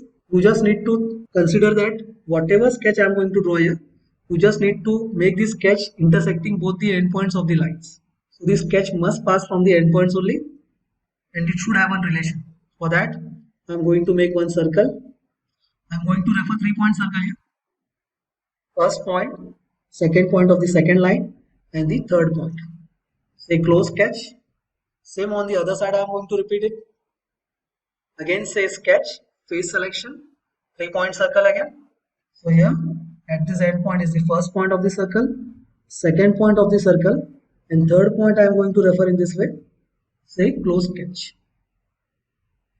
Say finish, cancel. Next we are going to go for sweep. Sweep command in add tab. Say options. And now you want multi paths and multi cross sections. Means you can use more than one cross sections here. That's why I've taken two cross sections and two different paths. I'll select no merge option only. Say curvature and continuous this time as there are no tangencies here. Say OK. Next select the first path. Say OK. Select the second path. Again say OK. Then you need to select on this tab that is next. Then select the first profile and select the second profile. Say preview. You can see material has been added here. I'll hide these sketches here. So in this way, by multi-path, you can add the materials also. And if you want to cut the same, just instead of protrusion, I'm going to say cut. I'll delete this. I'll show all these sketches again. And then instead of adding the material, I'm going to select cut tab, say swap. And in swap, again, we need to keep the same option, that is multi-paths. Curve continuous as there is no tangencies here. Other options we will keep it same. Say OK. Next you need to select first part, say OK again. Next path, say OK. Then select the next tab and then go for the profile selections first and second. Say preview and you can see the material is being cut along the two paths using multi-section paths. Say finish and cancel. So in this way you can use the multi-paths also option here. If you want to cut this part in same way, we have seen earlier how to change the ratio of the output and input. So in same way, if you want to swap cut, again we are going to make one profile here, say sketch, say the space, and we are going to make one hexagon. I'll say polygon by center, select this as a center, draw one polygon here, give the dimension so as to define the polygon. I'll say it 9 mm as a diameter, and we are going to give one relation here. I'll say it horizontal. It is completely defined. Now we are again having profile and path. Just go for the sweep cut option. Say close sketch. After closing the sketch, go for this cut tab, select the sweep. We'll change the options here, single path and cross section. Say tangency and continuous as there is tangencies here in the sketch. Say OK and then select the path. Say OK and lastly profile. So now you can see this profile with the same size and ratio is coming at the other side also. If you want to change the ratio, go for these options. And here say scale along the part and we can change the output ratio by saying as 1.6 here. So now you can see this hexagonal shape size is coming a bit larger here by 60%. Say finish and cancel. We'll hide these sketches here. So in this way you can use sweep command for adding as well as cutting the material. So the next command we are going to see here is web network. For that I am going to take new page, say isometric part. I'll make one extrude boss here. Say center rectangle. Now this web network command is used to make ribs, but multiple ribs at one time. So I'll take it some dimensions here first. Say 100. If you want to edit the dimension, just click once on the dimension and save the changed value. Say close sketch and extrude. So after extrude, I'm going to use a thin wall feature to make the part hollow. I'm saying this has a thickness of 4 mm, and we are going to say open faces on this top face. Say OK, preview and finish. So now this cubical box has been completed here. Next, we are going to say sketch and we are going to select this face for the sketch. I'm going to make some lines here. You just need to make lines. You don't need to give the length. We just need positional dimensions for these lines. So this is the advantage of this command, that you just need to give the positions for the lines so as to define the sketches. You can see I'm not connecting these lines to the walls here. They will by default get connected after applying the feature. We just need to give the locational dimensions to position the lines. I'll say it normal. So smart dimension. The other dimension, I'll say 35 here. And the last dimension, again 35. Next, some more lines. I'll take this time horizontal lines here. First, second line, and here the third line. This time I'll differ the distance in between. So I'll say 20 mm here. The other distance we'll take here as 25, and the last distance I'll take it as 28. I have not connected these lines to the walls, you can see here. Only we have positioned the lines.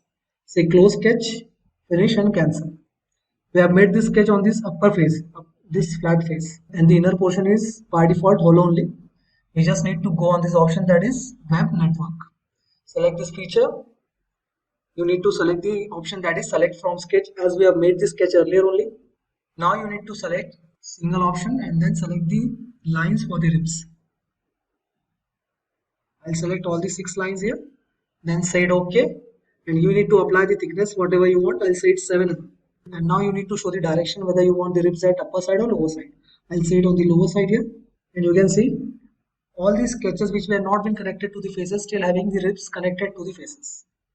This is the speciality of this command. You just need to position and then say finish, cancel.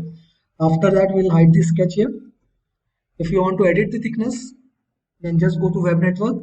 If you want to edit the thickness, just say edit definition, and here directional step, I'll say 5 mm only thickness. Direction at lower side again, say finish and cancel.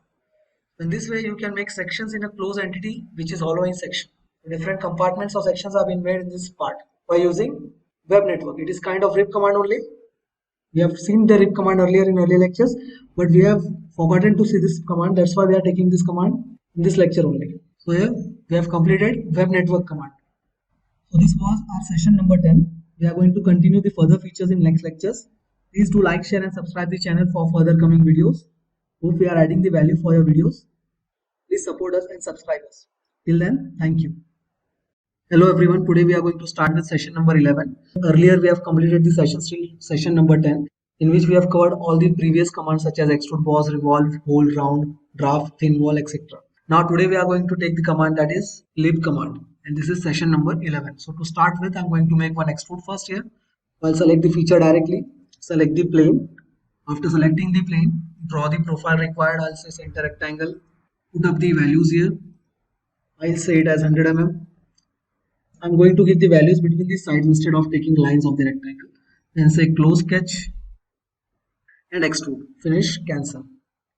Next, this lip command is used to make a step over here by giving the parameters such as width and height. We can orient the parameters according to the requirement. For that, I'm going to start with the command. Select the thin wall command here, and in thin wall only you will get this option that is lip command. LIP. Select the lip command. Now we need to select the edges. I'll select this first, second, third and the last edge. Say OK. Then you need to give the direction of the orientation by providing the parameters. So here the width is coming 10 and the height is coming 20. So you can see here, if I orient this on the part, you can see a yellow mark is coming, in which the horizontal distance of the yellow mark is greater. It means that horizontal is the height and vertical is the width. If I want to orient this on the other side, I'll just drag the mouse on the right side, it will get oriented on that side. If I want to flip the parameters, width and height, you just need to orient the mouse at the bottom side or top side. You can see here. Now the parameters such as width, it is coming horizontal and height is coming vertical. Earlier height was coming horizontal and width was coming vertical. So in this way you can orient, just you need to flip the mouse. So I'll take this orientation now. Width is coming vertical and height is coming horizontal. Click here and this step has been created. Say finish and cancel. In this case, I have selected all the edges. If I want to create the lip on the single edge, we can do that also. You just need to select the command again. select the required single edge, say OK. I will change the parameters here. I'll say it 15 as width and 30 as height. So you can see here that yellow mark is coming. Just need to flip according to the required orientation and then say finish. This step has been created here. So by using this lip command, you can create steps in a part. You can also take the horizontal orientation. Suppose if I go for this extrude again, select the face. I'll draw one circle here. Take the center reference. Put up the values here. I'll say it 60 mm. Put up the distance from the center. I'll say it 140. Say close sketch and cut the material. Say finish and cancel. Next, we are going to go for this lip command again. I'll select the edge. Say OK. Say OK again and put up the parameter. So I'll take it 5 mm as width and 5 mm only as a height.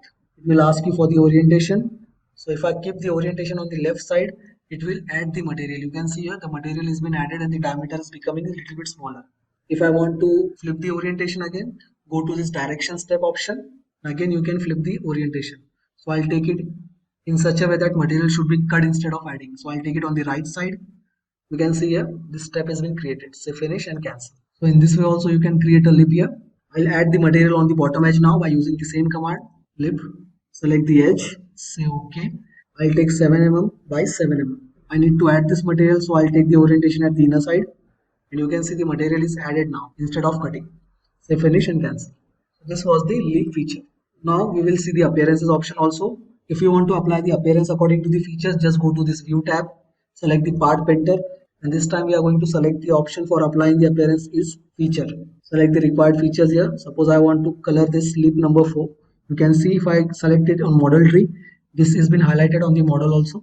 Select this and then put up the appearance you required. I'll select the second lip number 5 for this appearance. I'll change the appearance to red clear now. This time I'll select this lip number 2. This lip number 2 is coming red here.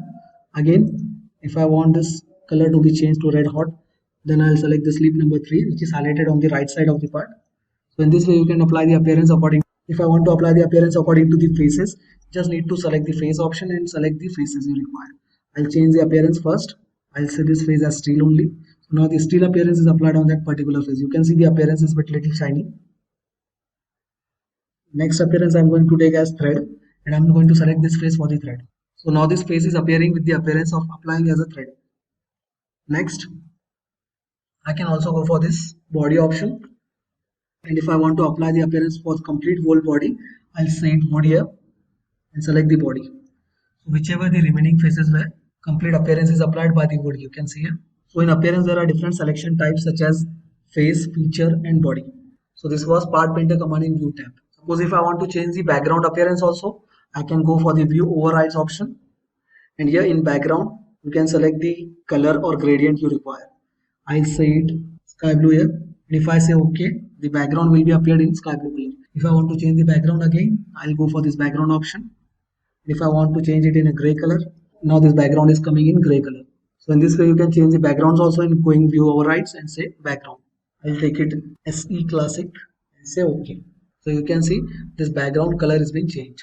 So this was lip command and view appearance command. Next we are going to see here is helix command. For that we are going to make one helix here. So first I'll change the view overrides again. So background color I want to change it here. I'll take it light gray and say OK. Now again for helix command we are going to go for this feature, that is add feature, and in add tab you can see this helix command. So helix command is basically used to create a helix in a model. You can place the cross section profile perpendicular to the helix axis. So in helix command you just need to select this option to create the helix in a model. When creating a helix you can draw a profile for the cross section or select a profile from a sketch. Again you can see a demo here. One line and one profile was there. Selecting the line and profile, and you can see this spring type coil has been appearing here. So in this way you can create the helix. We will see it by step now. For that I am directly going to select the helix command. Then just select the plane required. I am selecting this front plane here. Hide the other planes then. Next we are going to draw one line. So I am drawing one line here. Vertical line. So whatever size of the helix height I require, I'll take the line according to that. I'll mention the height also here. I'll say 200 mm. Say auto scale and say OK. Next we are going to draw cross-sectional profile. I'm going to draw a circular profile here as we are going to make one helical spring only here. That's why cross-section is circular. Put up the dimension. I'll say it 10 mm. We'll put up the radius for the spring. I'll say it 30 mm. Next, change the cross-sectional diameter also. I'll say it 9 mm or 7 mm. Next, you need to give the relation, that is tangency, with the horizontal axis so as to perfectly place the cross-section. After placing the cross-section and making the axis, it is compulsory for us to make this, it is compulsory to change this line in axis of revolution. For that, just select this option, axis of revolution. If I don't do that and directly close the sketch, it may show this kind of error, profile error assistance, showing that the revolve feature must have an axis of revolution. For that only, we are going to select this option and select the line and turn it into revolution of axis. After turning it into revolution of axis, again, if I want to update the diameter, I'll update it a little bit. I'll take this diameter as 9. Again, say close sketch now. So this time, it will ask you for the start point of the helix. So wherever I click, you can see one orange dot is appearing at the lower bottom side of the line. If I take this cursor on the upper side, this orange dot is appearing on the upper side. Means it will start the helix from the upper side. If I again drag it on the bottom side, the cursor, it will start the helix from the bottom side. So at whatever side I want, I'll just click on that side. I'll say bottom side only this time. Then you need to select parameters for the making of helix. There are 3 helix method here. First one is axis length and pitch. Second one is axis length and turns, and third one is pitch and turns. So whichever the appropriate method required according to the conditions, you can go for that. I'll select axis length and pitch this time. You just need to select the pitch, as we have given the axis length 200 earlier only. So I'll take pitch here as 10 only. Say next and preview. You can see here one spring coil has been appearing with the pitch having 10 mm. If I want to change the parameter step, again I'll click on this parameter step, and instead of taking 10, I'm going to take here 12 mm. So here you can see pitch is nothing but the leaf to leaf, center to center distance. So now this distance is coming 12 mm. So in this way you can create a helical spring or helix here. Say finish and cancel. If I want to change the parameter type, again I'll go this option and say edit feature. Select the parameter step. Instead of axis and pitch length, I'm going to go for the second option, that is axis length and turns. So instead of pitch, I'm going to give turns here. So if I want to apply turns as 15 turns, so it will automatically define the pitch and take the turns as 15. Turns are nothing but these coil rotations here, you can see. So these coil rotations are coming 15 in number. If I want to again change the parameter step, and I'll go for the third condition, that is pitch and turns. So in this case, no height is required. If you are given 200, even then you can update the height. The height will come accordingly of the pitch and turns. So I'll take the pitch here as 12 mm and turns as 15. Say next. So you can see here it is not following the height. It is taking turns as number 50 and pitch as the distance 12 between each leaf. In this way also you can make this helix here. Say finish and cancel. So this was helix by adding feature. Again, if you want to apply the appearance, go this view option, say part painter, and before applying the selection, you need to apply the color whatever you require there. So I'll take it violet only and select this body. Say close. You can see here the spring is made. So this was helix command by adding. Next we are going to see helix by cutting. Or else we can say if you want to make a thread on the shaft, then you can use helix by cutting. So for helix by cutting, you can draw one shaft. I'll make one bolt only here. Say isometric part. Say OK. And for making bolt, I'll make first use of revolve command. Select the revolve feature. Select the required plane. I'm going to draw one corner rectangle here by using 2-point rectangle. Next, I'm going to take the height for the bolt as 60 mm. And the shaft diameter I required 12, so I'm going to take it 6 as a radius here. Just close the sketch. We need to give the axis of revolution in revolve also, so I'm going to select this as an axis of revolution and then close the sketch. You can see here. Say finish and cancel. Next, again extrude. Select the face. I'm going to make one hexagon here. Polygon by center. Number of sides I require 6. I'm going to select the center point as a reference and make one bolt head profile here.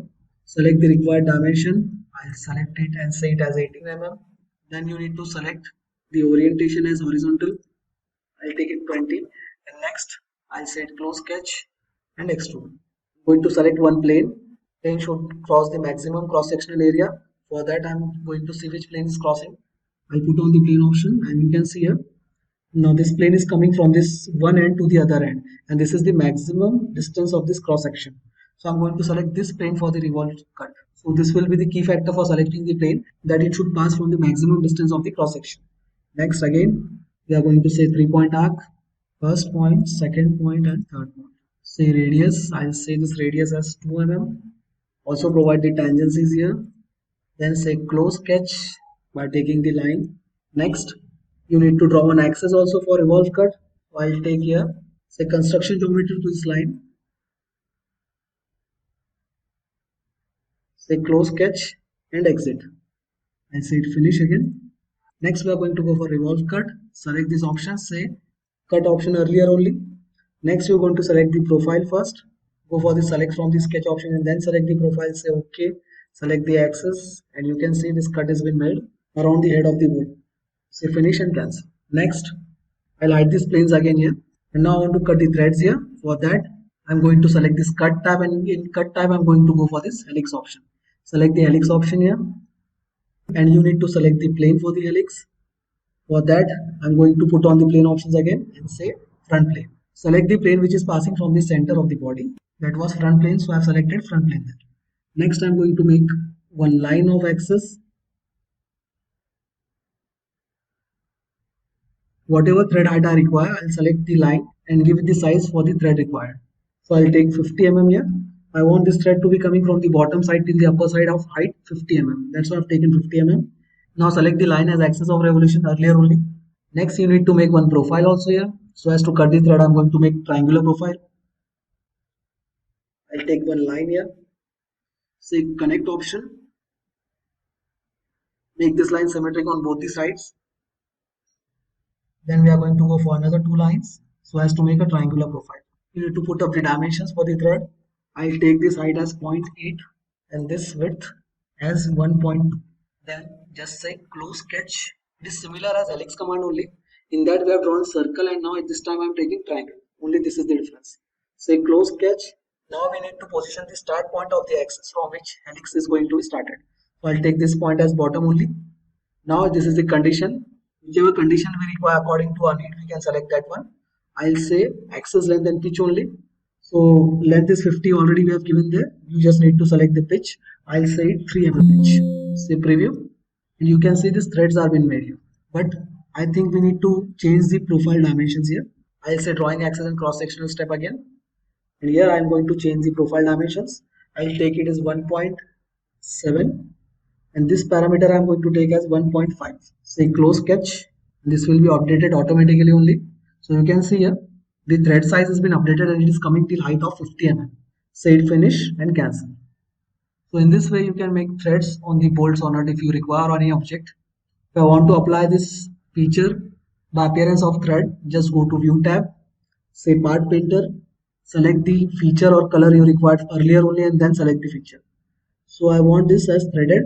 And then I'm going to say feature as a selection mode and then I'm going to select this cutout feature. You can see here these threads are being made. For body I'm going to select here. I'll select this tan color, select the body feature and select the part. Say close. So now this bolt is being made by using helix command and applying threads there. So in this way you can apply the threads by using helix cut. So these were the features we were going to cover in session number 11. Hope you liked the video. Please like, share and subscribe the channel. We are going to cover complete solid edge. Still some features are left. We are going to continue that features in next lecture. Till then, thank you. Hello everyone. Today we are going to start with session number 12 for solid edge. So today we are going to cover pattern command. So to start with, you can see here in this tab, in the above ribbon, this option is given that is pattern. So there are different ways of pattern. We are going to see the regular pattern command first. So to start with, I have made one plate. And on this plate I have drawn two features, that is this shaft and this rectangular block on the shaft. Means there are two protrusions or two extrudes over the plate. So to start with, I'll select the pattern tab here. Now we just need to follow the prompt bar. It is asking us to click on a feature. So here I'm going to select the features, this one shaft and this rectangular block. Next we are going to say OK. And after selecting feature, it will ask you click on a planar face or a reference plane. Means we have to click on a face on which we want to create the patterns. So I'm going to click on this face, the above face of the plate. As soon as you click on this face, you can see the above ribbon. We have changed the interface and we are in sketching mode now. So in sketching mode, we will select the type of pattern, that is rectangular pattern. You just need to select the center point of the feature you want to pattern and you need to drag and make a reference for the rectangular path, then click on the face. So from one corner to another corner, this is the reference path. Here on the side toolbar, we can see the different types of options given for the linear pattern. So here, this option is fit option, in which we have to provide X and Y values and overall width and overall height of the pattern. So we are not providing center to center distance of each part in this type. So for that, we don't refer it much. Next type is fill command. So in fill, we are going to provide center to center distance, and along that we are going to provide overall width and overall height of the pattern. Here also we are not providing the number of entities. According to width and height, the number of entities will by default get defined. So in this way also you can do pattern, but usually the third type is mostly preferred, in which we are going to provide number of entities in X and Y direction, as well as we are going to provide the center to center distance. Mostly we don't need width and height for the patterns. That's why this option is most preferable one. So now we are going to provide the numbers in X direction. I will say it 4, and in Y direction also I am going to go for the 4 options. Then we need to provide the center to center distance. I'll take center to center distance as 55 mm in X direction, and center to center distance in Y direction means in vertical direction. Here I am going to take it as 50 mm. If you want to change the value, again you can change the value here. I'll take 48. So these dots are representing the number of entities which are going to be patterned here. So you can see here in X direction there are total 4 entities. So the 4 entities are first, second, third and the last one. And in Y direction there are total 4 entities, that is first, second, third and the last one. You just need to say close sketch now, and you can see this pattern has been created here. You just need to say finish for ending the command. We will provide the appearances for the features now. Say part painter, and here we are going to select feature, and in feature we are going to select this protrusion number 2 and 3. So here I want the color to be taken as steel red. Also we are going to select these patterns here, then close. And for the plate appearance also same way, just go to part painter, select the feature and select this plate feature here. Here we are going to provide the appearance as white one. Whatever appearance you need, you can go here and add. So I'll take chrome here, and the chrome has been applied. Say close sketch. For plate also, select the part painter, go to feature, select the feature for the plate, and here I will take the chrome appearance or gold appearance. That appearance will be applied. You can see here that particular appearance has been applied. If you want to hide the UCS also, you can hide the UCS here. So in this way you can make pattern here, rectangular pattern. Suppose if you want to edit the number of features in X and Y direction, or edit the feature here, then you can go for the pattern command again and just say edit definition. After editing, you just need to say draw profile step option. Just need to click on this option here. After clicking, you can see we are in editing mode. The ribbon has been changed to sketching mode here.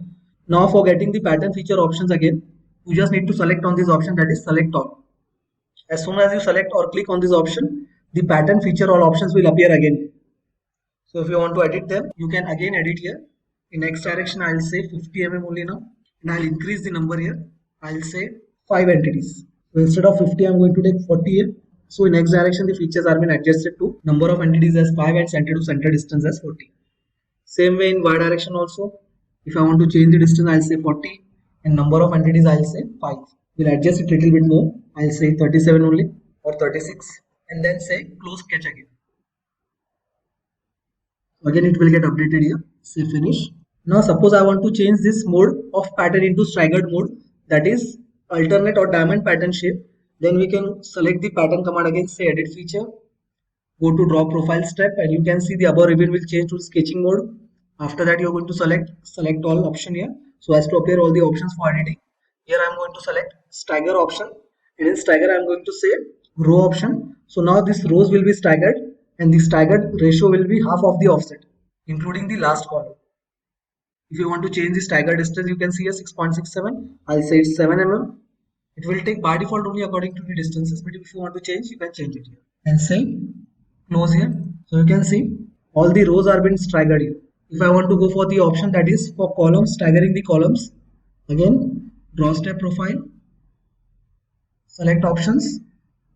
In stagger I am going to say stagger by half of the offset instead of taking the value, and instead of row I am going to say column. So now the offset will be half of the total distance in between. I'll say OK. Next say close sketch, and you can see alternate options are being shown. It is kind of pattern which is known as diamond pattern. Say finish. The pattern is being altered in a staggering positions. Now we will see while patterning the part or features how to skip the features in between. So I have deleted the earlier pattern and now repeating the pattern command. Go to pattern command, select the required feature. I'll select both the features here. Say OK. Then just click on this phrase and you can see the above ribbon will change to sketcher mode. After changing the ribbon, as soon as you show the face on which you want to pattern, just go to this option, that is pattern, rectangular form. Select the center of the features to be patterned and draw one profile of rectangle shape. Here you will get the parameters option. Here we can put up the parameters. So I'm going to select fixed only this time also. X direction and Y direction we have shown the values also here. Now you can directly go to this option, that is suppress occurrence. In suppress occurrence, I can suppress the feature by clicking on these points. You just need to click on the points and the features will be suppressed. Again, if I want to suppress the feature, select all tab, we'll get this option. So I have suppressed these 4 entities in between. Just say close sketch. And you can see here, pattern is coming, but in between the features, these 4 entities for the pattern are being suppressed. But you can see in between entities, these 4 entities in between are being suppressed. Just say finish. And the pattern is completed here. But the thing here to be noticed is, if I again go to edit feature and try to suppress the other parts also here, by clicking on this draw step profile and then selecting this option, that is select all, you will get the other options also again repeated. And here if I go for the suppress option again, this suppress occurrence option has been freezed here. Means we cannot use it by editing. At a time when you are firstly applying the pattern, at that time only you can apply the suppress occurrence. If I go for the editing option for the pattern and then try to suppress the occurrence, then the suppression will not occur, as this operation will be shown freezed here. So this was pattern, linear pattern. Say close sketch, say finish. So the next type of pattern we are going to see here is circular pattern in 3D. So to start with, I have made one part here. So this is the reference for the part I have taken. So it is kind of a part in which we have to show this helical teeth here. I have made the profile, or else we can say half of the body I have made earlier only. We just need to make teeth. First we'll cut one teeth here and then we are going to pattern this teeth in the 3D pattern manner. So we'll start with sketching this profile for the teeth. So here the teeth size, it is given, the depth is 8 mm. This angle for the vertical 8 mm line is given 18 degrees and the other line, the angle is given here is 70 degrees. So we are going to make this profile first and then cut the first teeth for the profile. So to start with, I'm going to go for this extrude command. Select the required face on which you want to make the sketch first. Then we'll refer this line. I'll make this vertical line. Again we are going to make one more line here. That will be 18 degrees incline. You can see here this vertical line and this 18 degrees incline line I have made from the center. So I'll say this line as construction lines, both the lines. Then we'll provide the dimension of the angle. Here the angle we need is 18 degrees. And now we'll make one 8 mm line overlapping this 18 degrees line. So for that I'm going to select the line command again. Just click on this line and make one overlapping line with the length of 8 mm. While I want incline length or align length, so I'll say by 2 points option, it will allow us to take align length. I'll say it 8 mm. So here one 8 mm line also has been made. Next line we are going to create, that is of inclination with 70 degrees with the reference of this 8 mm line. We can see here, this is the 8 mm line and the other line, it is inclined by 70 degrees. This is the 8 mm line. So here again we are going to provide the angle first. Select both the lines and then provide the angle. I'll say it's 70 degrees. Next we are going to trim the extra line. For that we need to convert or project this edge here. So here I'll say project entities and select the required edge to be projected. I'll say single wireframe selection and select the edge. Now this edge has been converted into the sketch. I'll trim this extra line over here. And now you can see this complete profile has been made. We'll trim the extra profile over here, which was projected. So now we have this line, the other line, and this arc. We'll also trim this arc here. We want only a close profile of 3 entities, 1 arc and 2 lines. So here we have the close portion. We just need to say close sketch and cut the part here. So I'll drag it at the bottom side. If I drag it on the upper side, it may get extruded sometimes. So I'll drag it on the bottom side. Say finish and cancel. Now as one cut has been made, we are going to go or refer the circular pattern. For that we need to count the teeth here. So at one side we are having first, second, third, fourth, fifth and the 5 others. Means we are having 10 teeth on the one side and 10 teeth on other sides. So there the total amount of teeth is 20. So then we are going to select pattern command, say pattern, and we will select the feature from the model tree. Also you can give the selection. I'll say this cut extrude, say OK. Then we need to select the face on which we need to provide the pattern. Next we are going to go for the circular pattern option. Select the center of the part and then select any point of this cutout. Then you just need to show the direction and then we need to put the count we require here. So I'll say it 20 count and then put up direction also. We just need to click at any side. Next we are going to say close sketch, and now you can see these teeth are being patterned here. Say finish pattern and this part has been completed. To apply appearance again we'll go for view painter, part painter, and then select the feature. I'll select the body only here this time and then select the required appearance color. So I'll select this yellow color here, click on the part. Instead of dull I'll say simple yellow color only and then say close. So appearance is also been applied here, you can see it. Again if I want to edit or repeat this pattern, I'll delete this pattern command here. Again we'll repeat the pattern here. Say home, go for pattern command, select pattern, select the feature you want to pattern, say OK. Then need to select the face on which you contain the pattern. Then say circular pattern, select the reference of the center of the body and then you can click at any point of the feature which you want to pattern.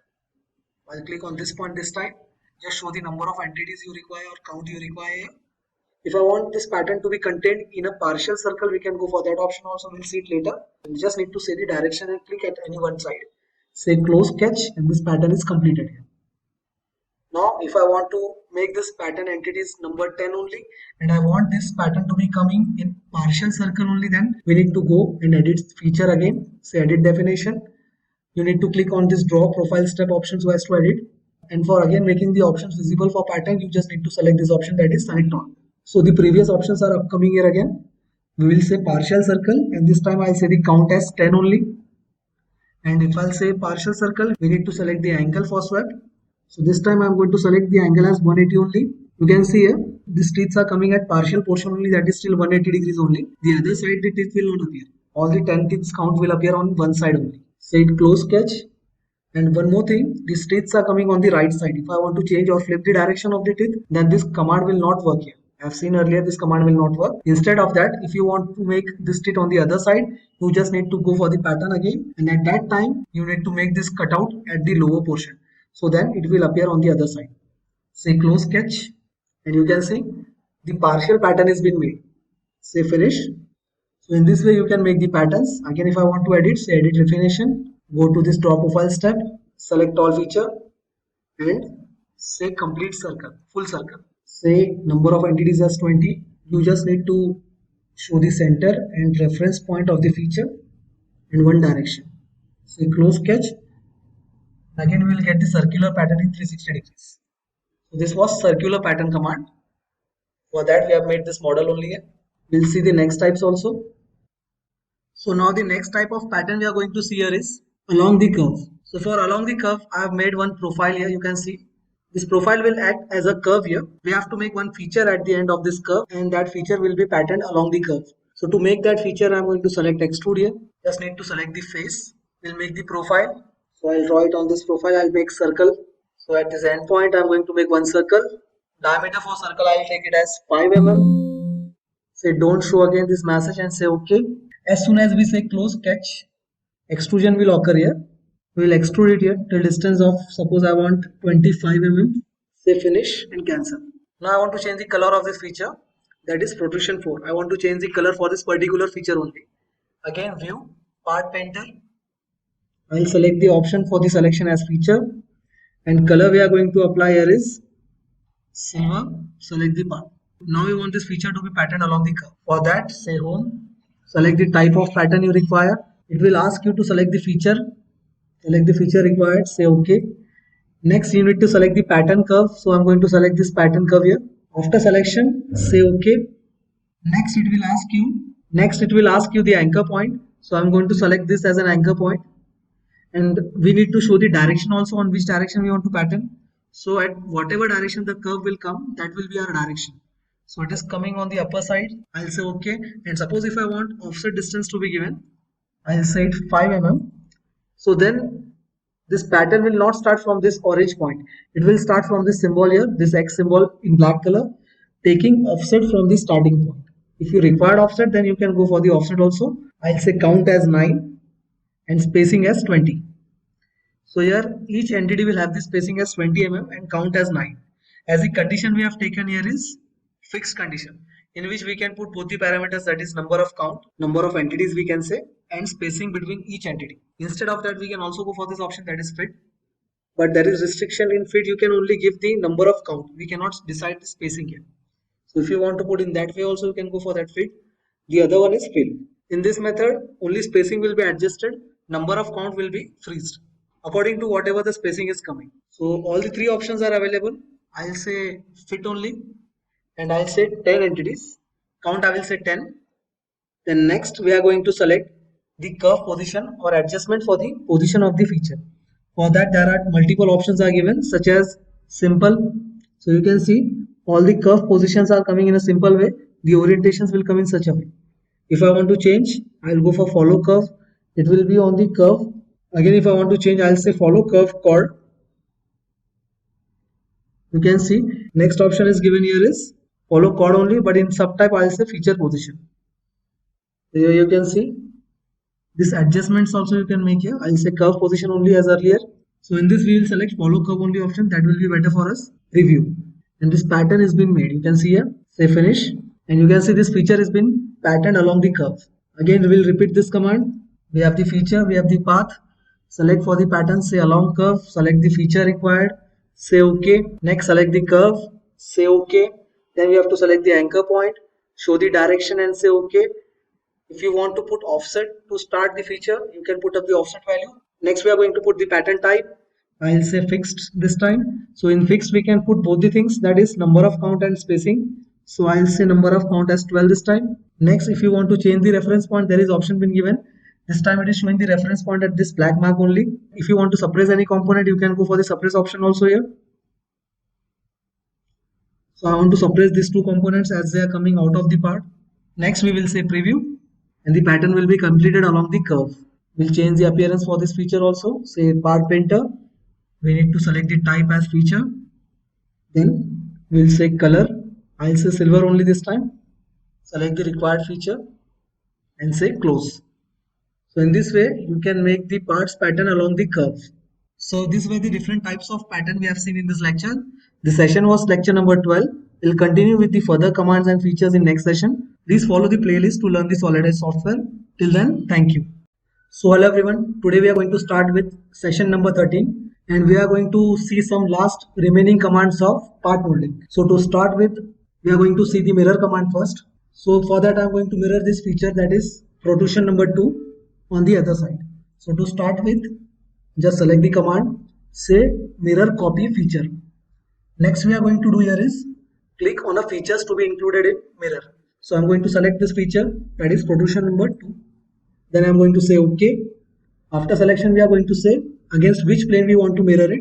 So if I want to mirror this boss extrude at the left side to the right side, then we are going to select the in-between plane from left and right. So that plane is coming here is this right plane. You can see here, this feature has been mirrored on the other side also, that is on the right side. Say finish and cancel.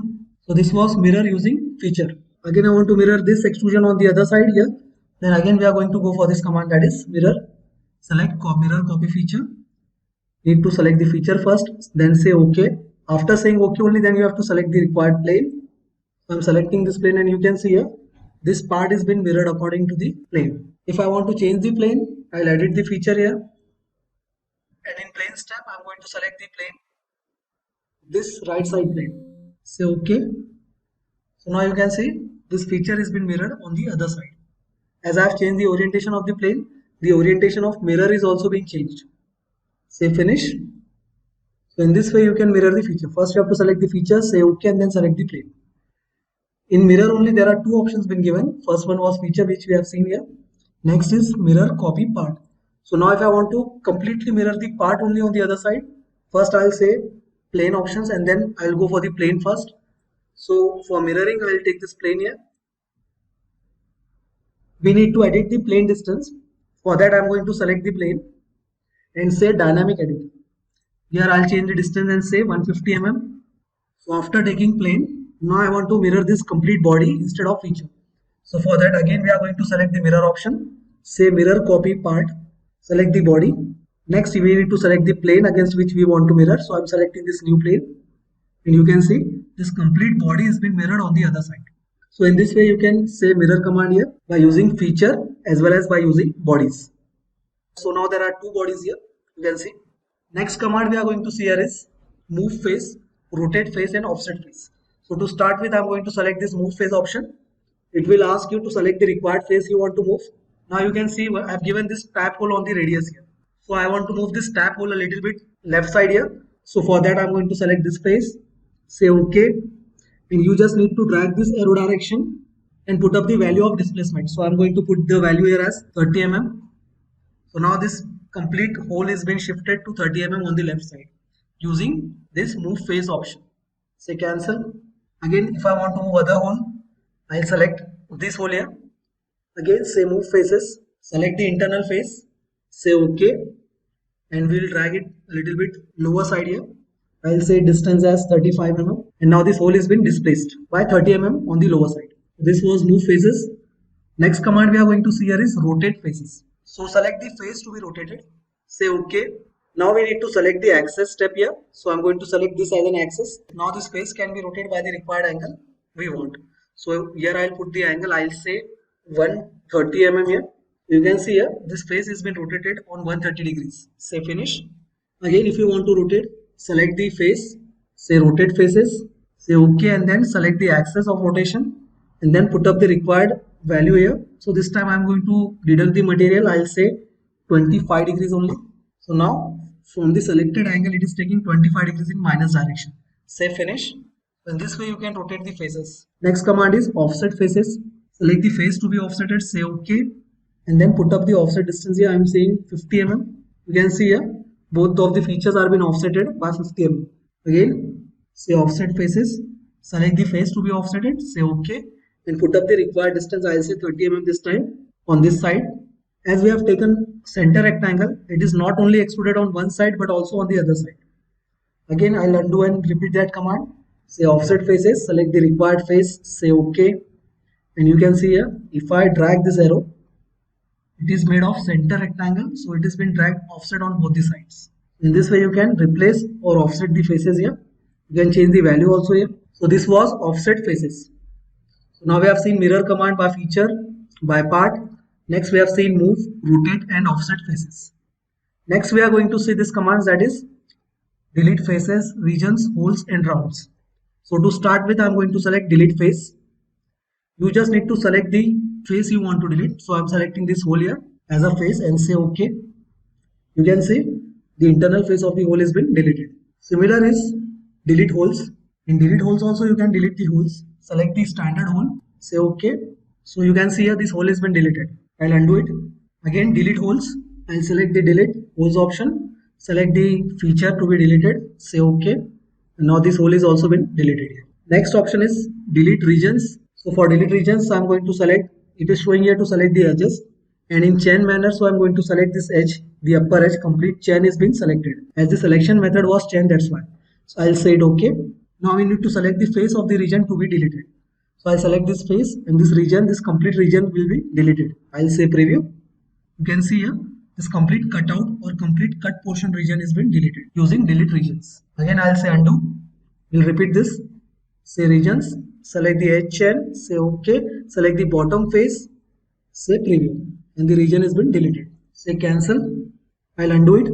Next command we are going to say here, delete rounds. Select the delete rounds option and you need to select the face again. So I'll select this round. I have made this filleted here. So we'll select both the rounds and say OK. You can see here, these rounds or the fillets are being removed from the corner edges of the part using delete rounds. Again, I'll undo it here.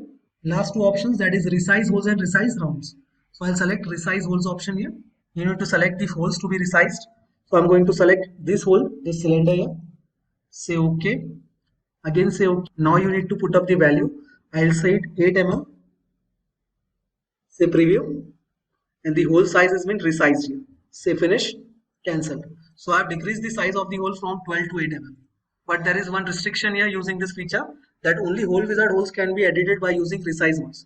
If I apply this for this cut extrude, now see, suppose I say resize holes for this cut extrude here, it will not select the feature as it is only applicable for standard holes.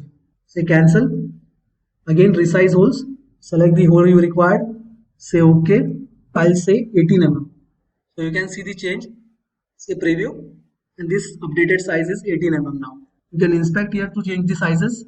So I'm going to go for this inspect tab, say smart selection, say smart measure, select the required size to be measured.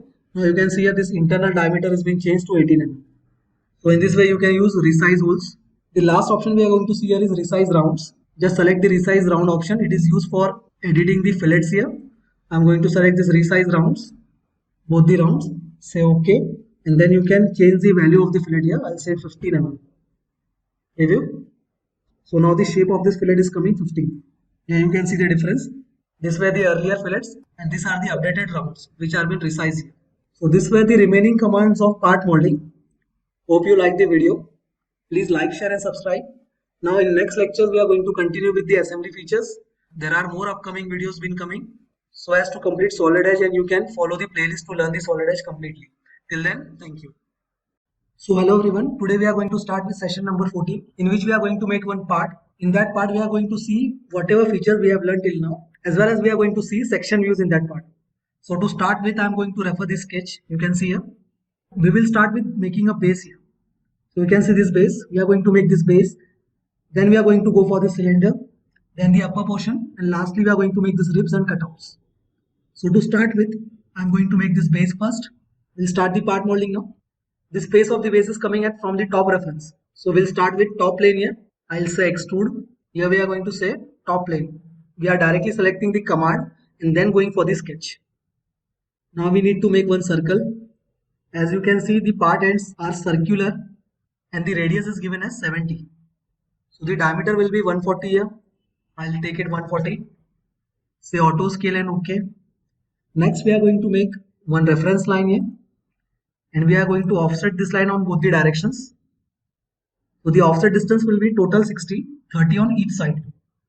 So here I'll say offset 30, select the line, and you need to say accept at the upper end. Same way 30 on the other side also, at the lower side. Next we are going to trim the extra lines here. After trimming the line, you can see this object is coming completely defined here. I'll make this line construction geometry as it was taken only for offset reference. Next we are going to trim the circles also here. Now this lower side plate profile has been completed. We have taken this dimension 60, that is 30 on both the sides, as well as we have taken this radius 70 so as to make the circle, and then we have made offset to trim the circle. Next we are going to make extrude. The size of extrusion is shown in top view. You can see here this section view AA has been referred as a top view. So you can see the thickness of the plate shown as 20 mm. So I'll say close sketch directly, and we are going to say extrusion. The size of extrusion I am going to take here is 20. I'll say dynamic edit and change the value here as 20 mm. Next we are going to make the cylinder here. So to start with the cylinder, we have the diameter of 45 mm here. You can see here this reference diameter is given as 45. So again extrusion directly, select the face, draw the profile to extrude, say diameter as 45, say close sketch.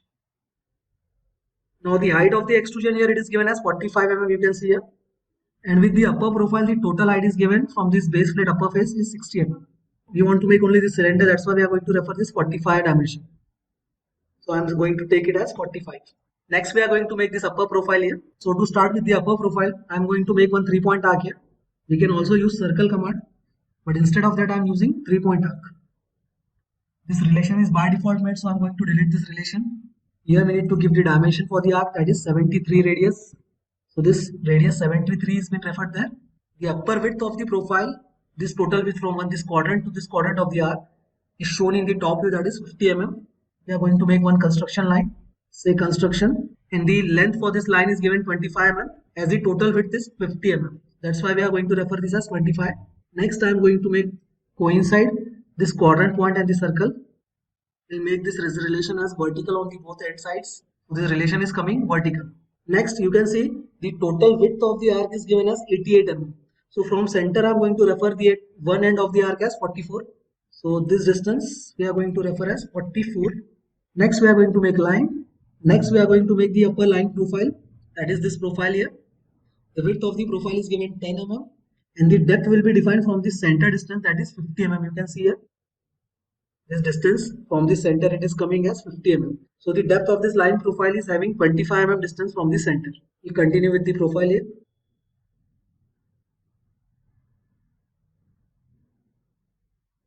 Provide the dimensions. I'll say 10 mm and the depth from the center will be 25 mm. I'll mirror this arc on the other side also. So for that, I'm going to select the profile first and then going to mirror against this axis. And now we'll adjust this profile symmetric from the center axis Y. So I'll say this is center axis, symmetric axis, and both the lines will be symmetric.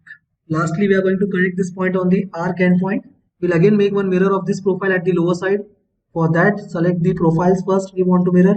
I'll select these lines first, second, third, the last one. Then say mirror against this profile. Still one line is remaining, so we'll manually make that line here. It was not been properly selected, that's why. This close profile at the upper side has been made. We just need to say close sketch and we are going to extrude the profile here. So the extrusion height for that profile here, it is given as 15 mm. You can see here this width, it is given as 15 mm here. So I'll say 15 mm on the upper side. Say finish and cancel. So this upper profile is also been made. Now we are going to make this ribs here. For that we are going to say rib command. The orientation of the rib is at the center of the plate.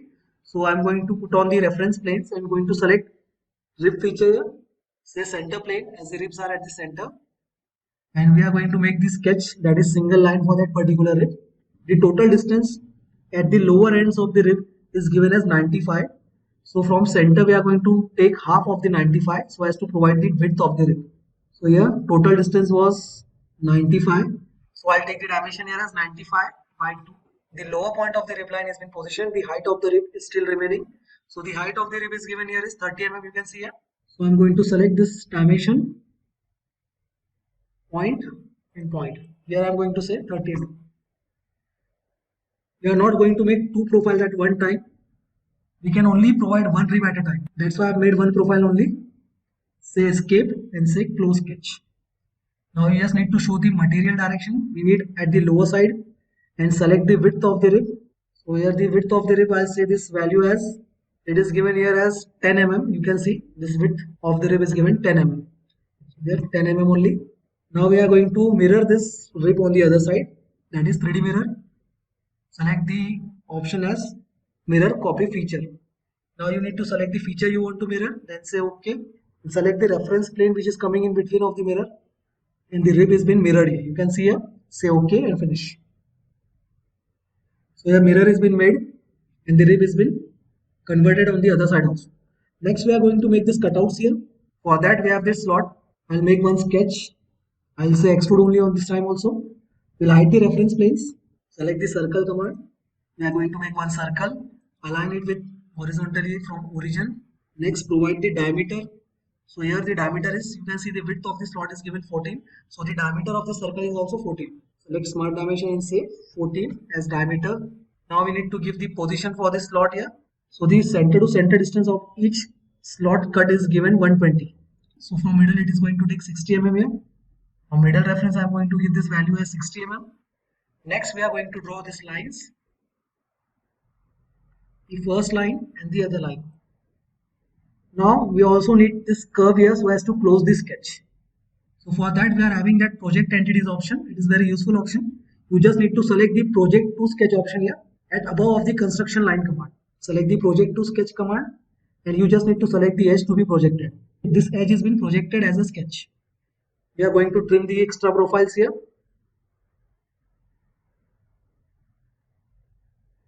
Here the complete close profile shape has been made. We'll say close sketch and we are going to cut the material here.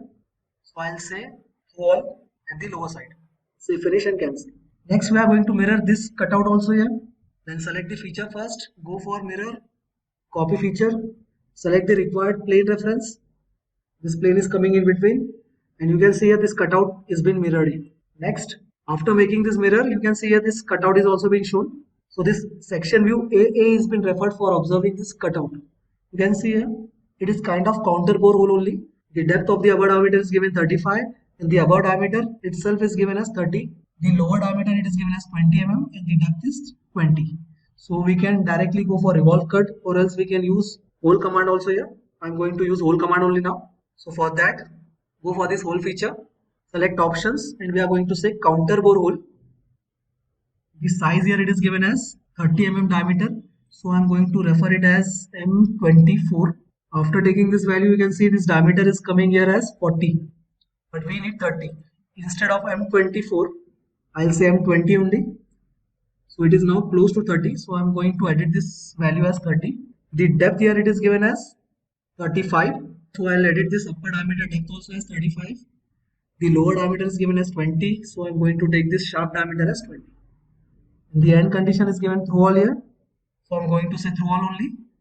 Say OK. Need to select the face to position the hole.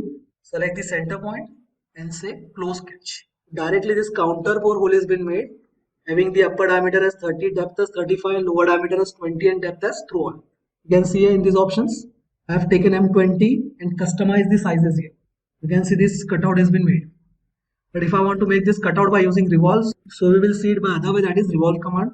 Select the mid plane as the hole has been applied at the midsection of the part. We'll say line command first as axis of revolution. We'll make this line as an axis of revolution here. Next, we are going to make the profile.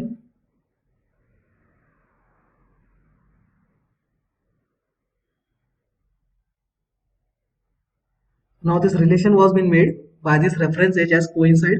I'm going to delete that relation so as to put the values properly. So this diameter was 30. I'm going to take this radius as 15. Here the depth of the hole was given 35. So I'm going to take it as 35 only. We'll make this relation, that is coincide. Next, the diameter of the lower hole was given 20 mm. So we'll take this as 10 mm here.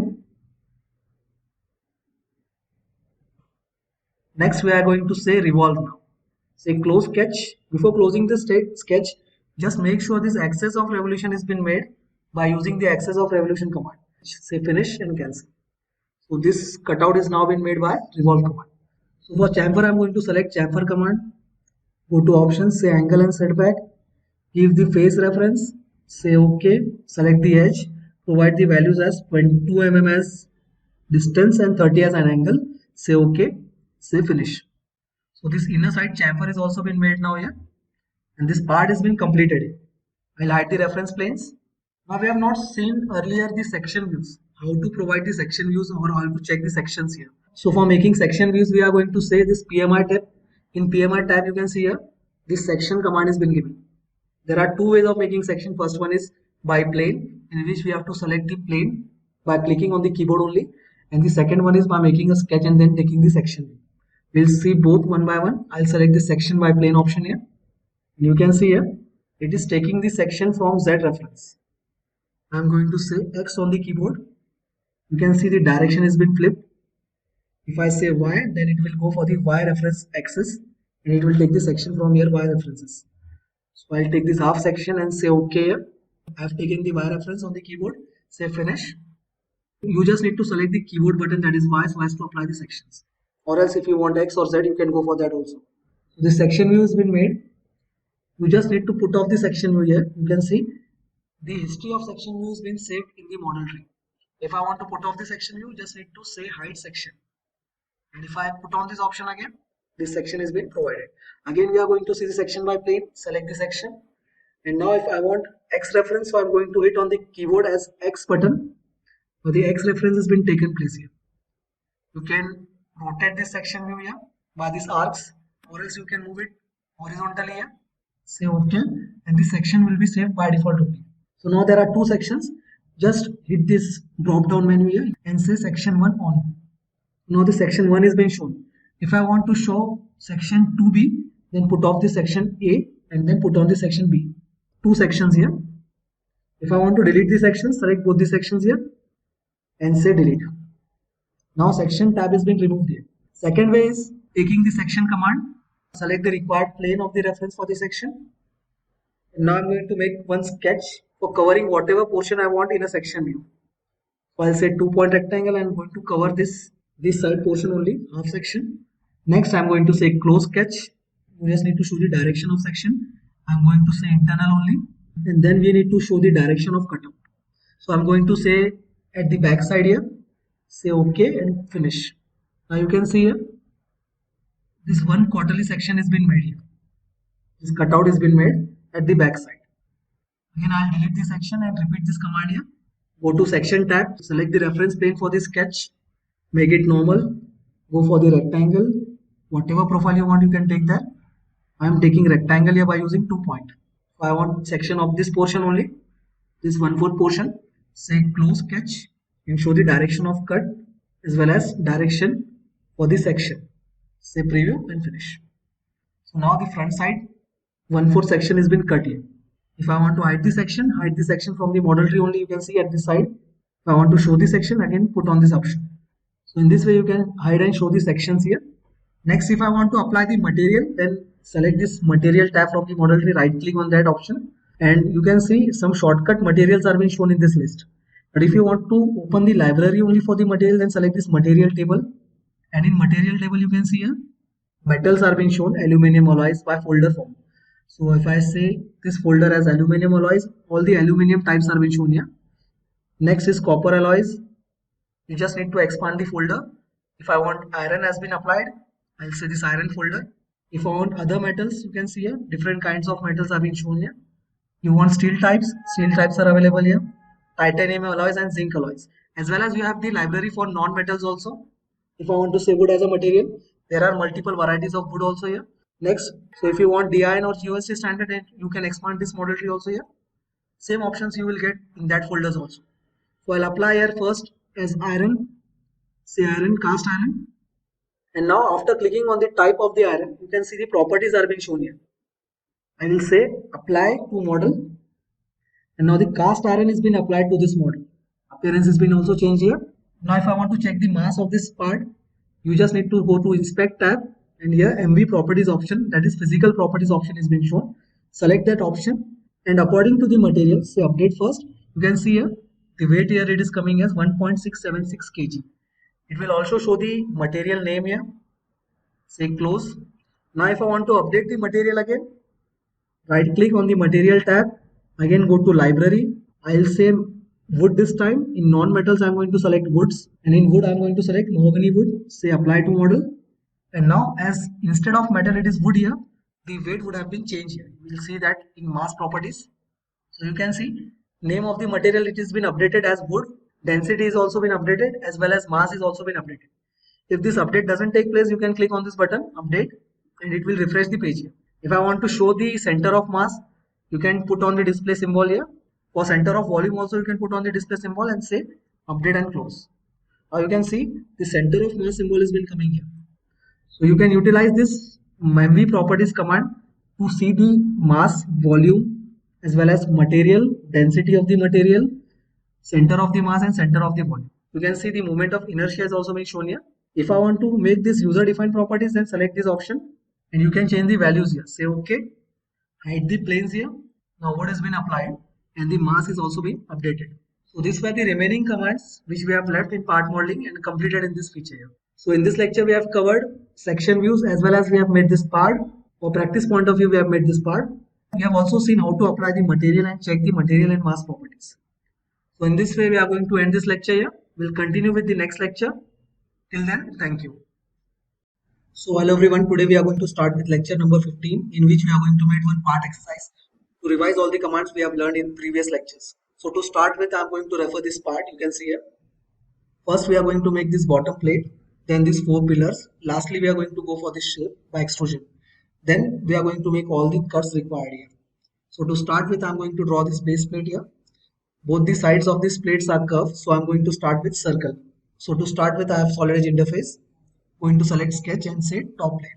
We need to keep in mind all the orientations required. That's why we have taken top plane here.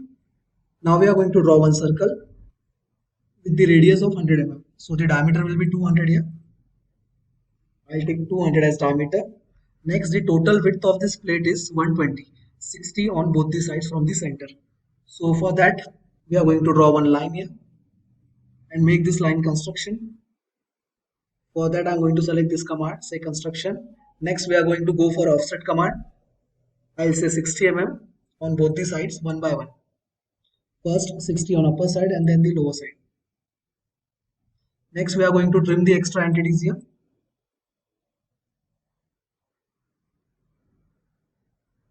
Still this sketch is coming underdefined, then we'll click on the sketch and we'll drag here. So here we can see, I'll say this radius only has 100. Now this complete sketch has been defined. We are going to make extrude. For that, say close sketch. And now we need to select the thickness for the extrusion. So here the thickness will be a little bit calculative way. Direct dimension is not given here. So this total overall height is 45. Okay. So from this base face to the inner face, as this part is hollow, this distance is given 24. And the above distance is given 15. You can see here, this distance is given 24 and the above distance is 15. So if we calculate, this thickness will come as 6 mm. 45 minus 39, addition of both the values, then the thickness will be 6 mm. So here 24 plus 6 means the overall extrusion of this plate, the height of this plate till the upper face is 30 mm. The total height of the plate. So here I'll say extrude boss, select the sketch, say OK, and we are going to extrude it till 30 mm here. Next we are going to do here is shell, so as to make hollow. So for shell, in solid edge the command is given as thin wall. We have calculated the thickness here. This thickness, this common thickness, here it is going to come 24 plus 15 was 39 and the total height was 45. So if you minus 39 from 45, the thickness will come here 6 mm. So I'll take this thickness as 6 mm only. For making the part hollow, I need to show open faces. I'll say this face and say OK. Say preview. Next thing we are going to here is to make these pillars. So to start with these pillars, we can see the bottom face of this pillar is flushed with the bottom face of the plate.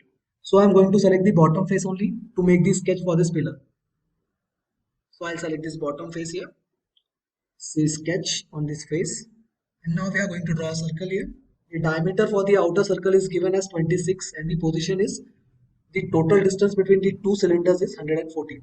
So we have to take half of this distance from the center so as to locate this part. And the center of this shaft is at the edge of the plate. And the center of this guide pillar is at the edge of this plate. So we have taken this edge as a reference. And from center we need to give the distance here again. 114 by 2. Next we are going to provide the diameter here.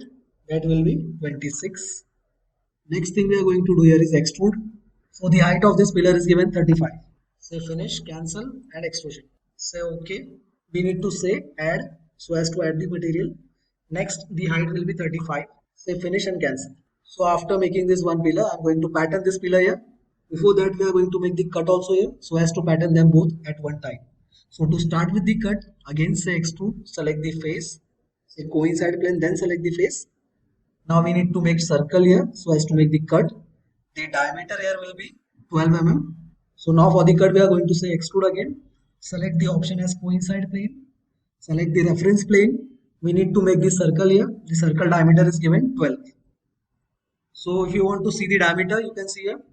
This internal diameter here is given as diameter 12. Say smart dimension and diameter as 12. The end condition is given as through all.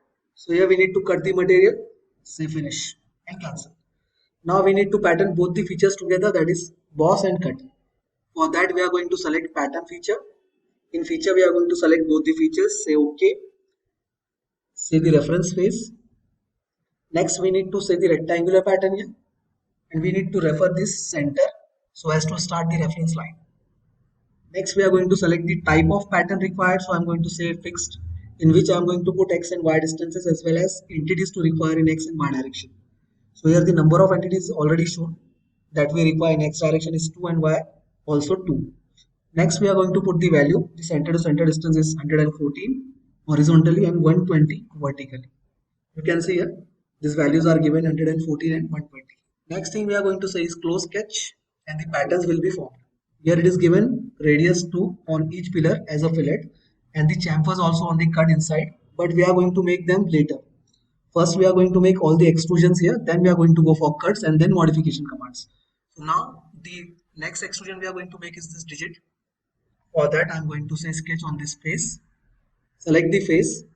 We'll go with the circles here. There are two circles. Now the distances between them, the horizontal distance from center to center is given 60 mm and the vertical distance here is given as 15 mm. The diameters given are 60 here and this is 82. Next we are going to position it. This larger circle is at 17 mm from the center of this pillar horizontally and vertically we are going to give this value as 60. So now this sketch is completely positioned here. We need to say trim command, select the trim, say close sketch, say finish, cancel. Now we'll say extrude here, select the option as select from sketch. I'll select the sketch and say OK. Now the extrusion height here is given as 15 mm. You can see here, this above extrusion is of 15 mm, this shape. So here I'm going to say 15 mm extrusion. Next, two more extrusions are required here with the same centers of these two circles but at the bottom side. So for that, we are going to make this part transparent here. So I'll say view styles and I'm going to go for this option, that is view styles showing wireframe. Next we are going to say sketch on this internal face. We are making these extrusions. You can see here in top section view, this 38 diameter and this 50 diameter. Both the extrusions are given at the center of these holes. That's why we are going to take centers of these two circles only for extrusions. So here the bigger circle is having diameter of 40 mm. And next we are going to say extrude through this one. So the extrusion here is given as, first we'll change the view style first, make it normal and now say extrude, select the sketch, say OK. So this extrusion we required here is, the distance is not given directly but you can see from above face the distance is given 26. So you can calculate here, this was 15 mm and this thickness was 6 mm. 15 plus 6 is 21.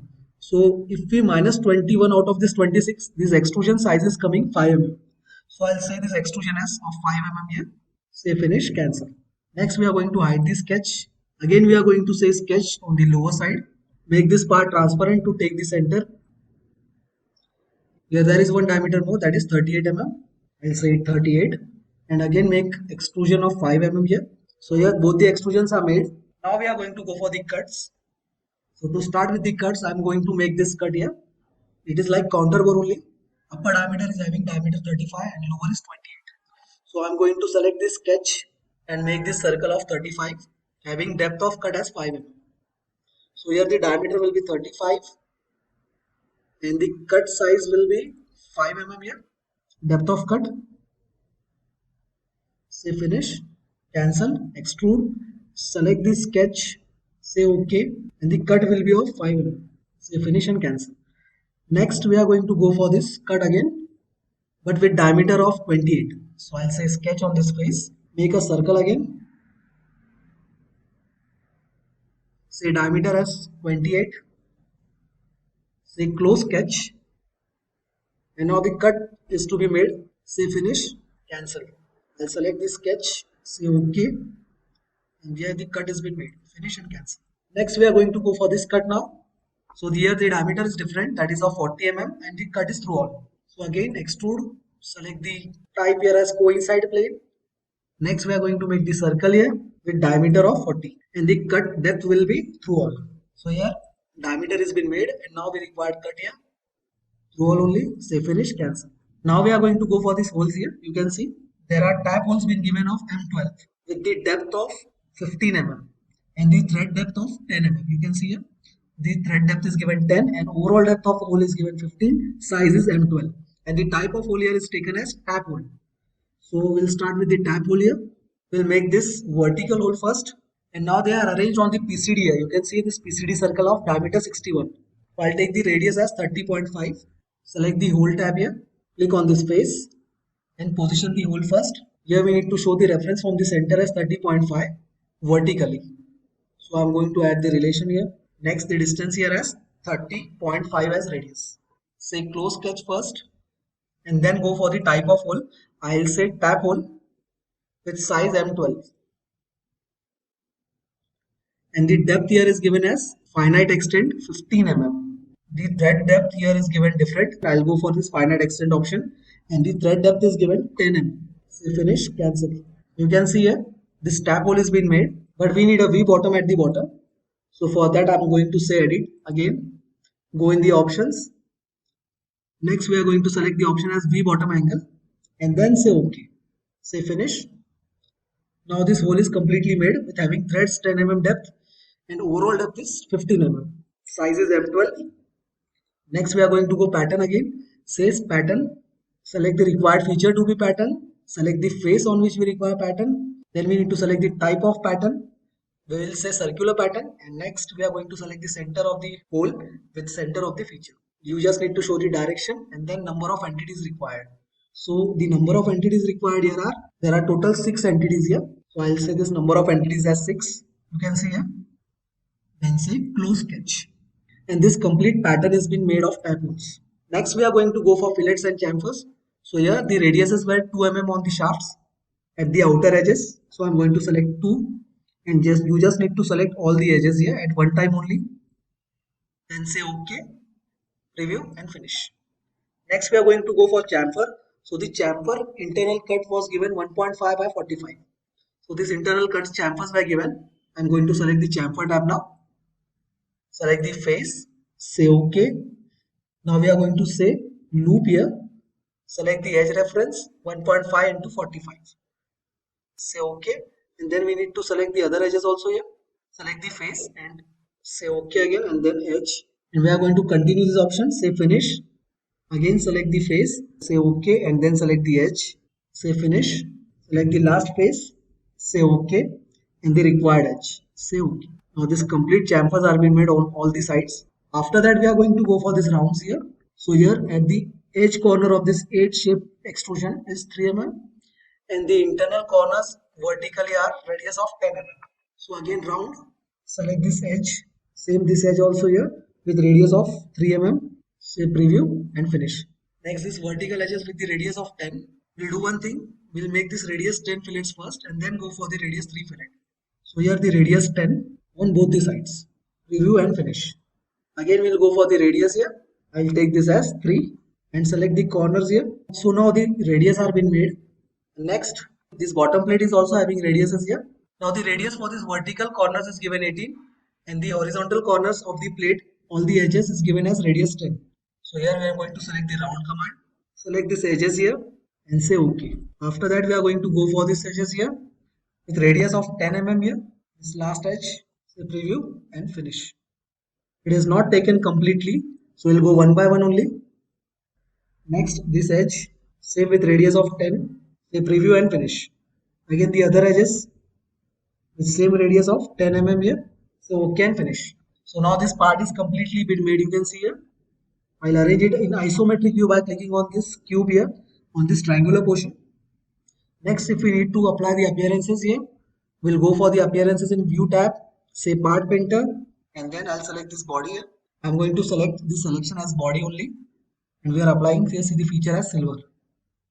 So this part you can see here, it is completely made of silver. If you want to change the colors for the features again, you can go for this option.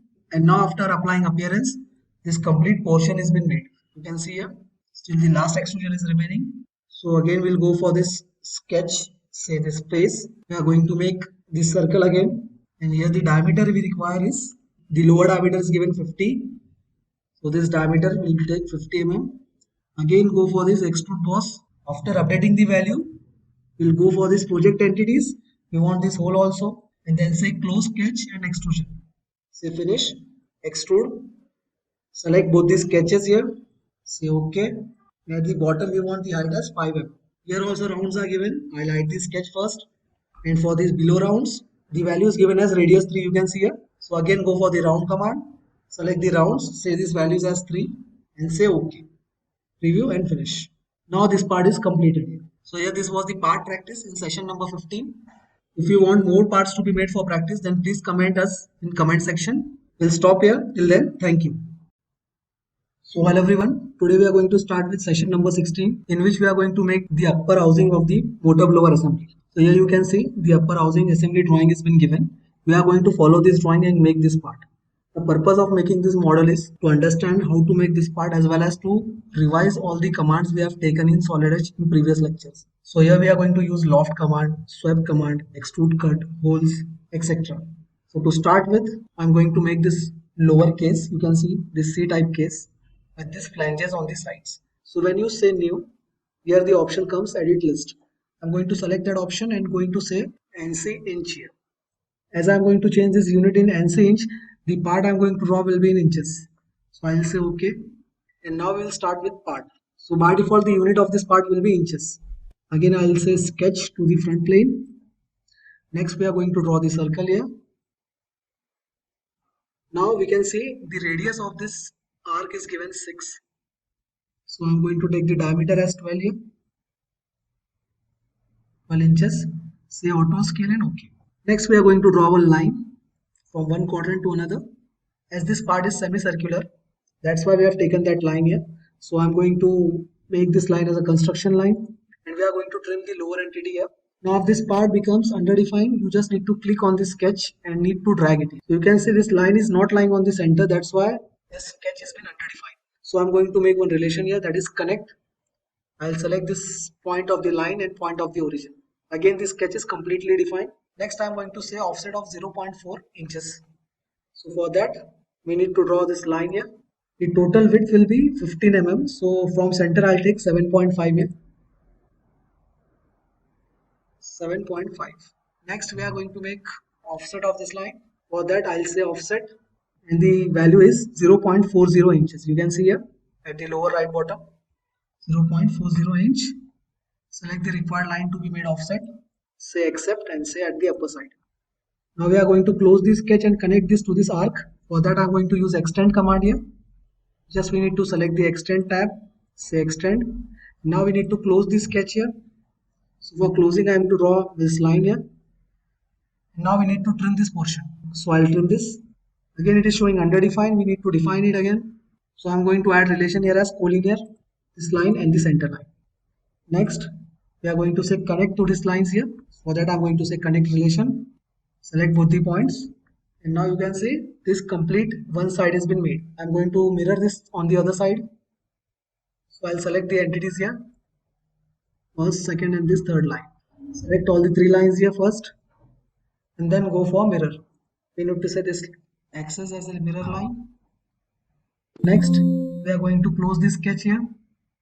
As this line was not mirrored, that's why I'm making it manually only. Just trim the entities required. And if it is underdefined, just drag and see what is the reason behind being underdefined. So I'll drag this point, you can see here. Just click on the line and drag this point. Just select the points now. And this sketch is completely defined. I'll select this line and say solid entity this time.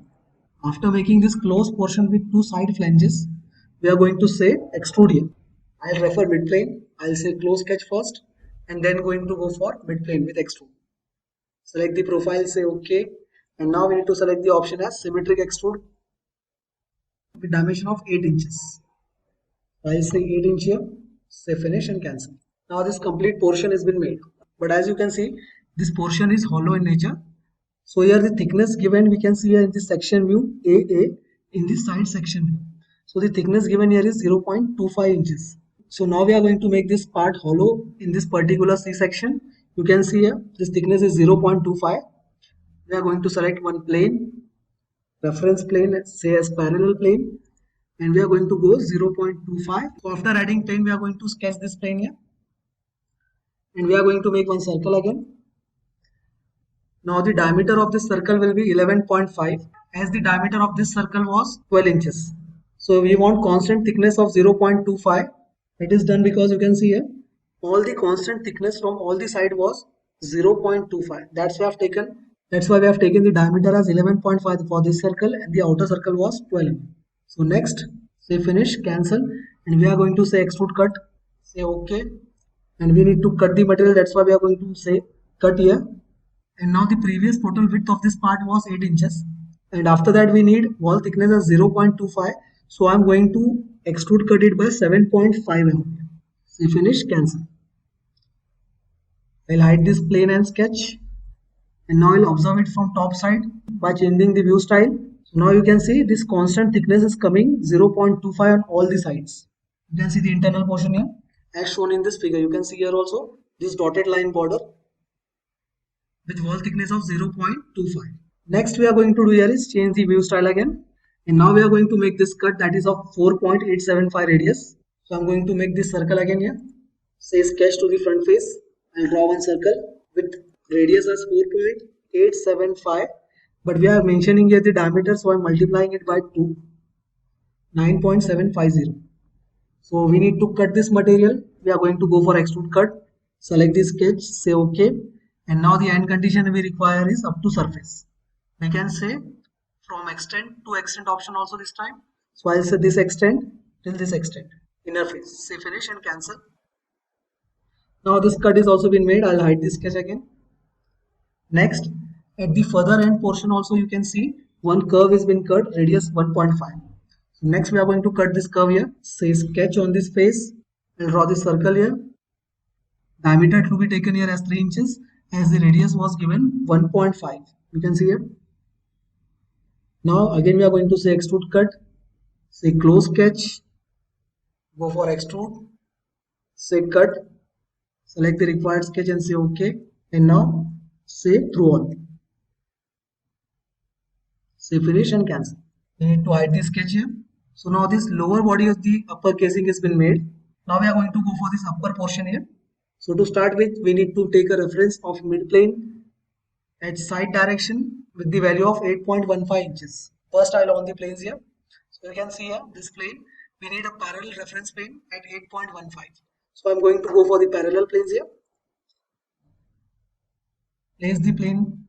So here the plane distance, I'll change it. I'll say 8.15 inch. 8.15 inches. So here the plane has been added now. Again we need to add one more plane that will be till distance of 5.75 from the newest plane. So again one more plane here. Select the plane and reference as 5.75. Now both the planes are being placed. We'll hide this plane and first we are going to make sketch on this outer plane. This plane first. So we are going to make this profile on that plane. Say sketch on this plane. I'll flip the direction again. I want this side to be taken. So here we need to make one rectangle having height of 5.25 and width of 7.25. So we'll start this rectangle here. I'm going to take one rectangle here. I'll select 2-point rectangle so as to draw it from corner. The sizes are 5.25 height and 7.25 width. So this is 7.25 inches and this is 5.25. Next we are going to add relation here so as to make this part symmetric from the origin. From the bottom till this upper edge of this rectangle it is given 10 mm. We'll take this value as 10 from the bottom edge till the upper edge. 10 inches. Next we are going to go for this radius. So here the radius value is given as 1.5 on all the sides. For the sectional portion also the radius will be 1.5 and in the rectangle which we are drawing is also having corner of 1.5. So here we need to add the radiuses here. I'll give equal relation.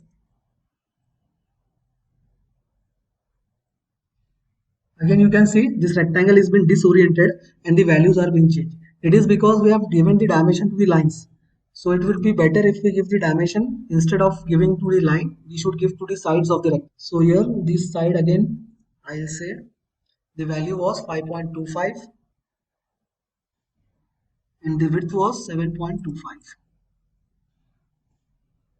Again we'll match the orientation from the center.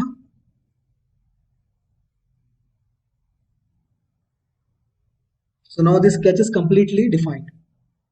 Next, we'll say close sketch and we are going to make another sketch on the plane we have hidden earlier.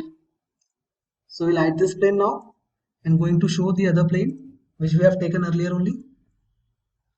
Say sketch to this plane now. Again we'll say left side so as to orient it properly. And now you can see one thing. Both the rectangles, this one and this sectional cut portion rectangle having the upper edge as common. So we'll draw this rectangle from 2 point only, but having the upper edge common for both the rectangles. Here the sizes were 5.75 and 4.20. So here the side is 4.20. Again I am going to select the sides instead of line. 4.20 here. And this as 5.25. All the values are in inches. We have drawn this part completely in inches. We need to select the orientation. Select this point and this point. Now it is oriented at the center. Again we need to go for the radius values. So I'm going to add the fillets again here. but you can see the values are not disturbed. So we need to give the value here as 1.5 only. Same with the earlier value. Again go for equal relation.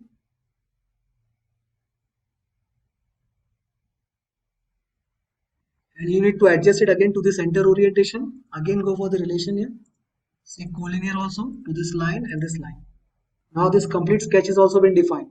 So now you can see there are two profiles, two close profiles that are going to be lofted here. Say close sketch now. And now we'll use loft command so as to add the material between two profiles. Select the loft. Select both the features. Say preview. But this loft is coming in little curve shape. It is because these 2 points, the blue points, are at alternate positions. So I'll cancel it first and again go for the loft here. In add mode, say loft. Select this profile. I'll select this point and this point here. Say preview. It is lofted in a straight profile. Say finish and cancel. Now we need to make this portion hollow by using thin wall command. Now the thickness will be 0.25, which we have taken earlier also. For that I'm going to say thin wall. So here 0.25 as a thickness, we can see here 0.25, and then select the faces to be open, this face and this face. Both the faces are open now. Say OK, preview and finish. So this complete portion has been made here. Next we are going to go for this portion, this mid portion now.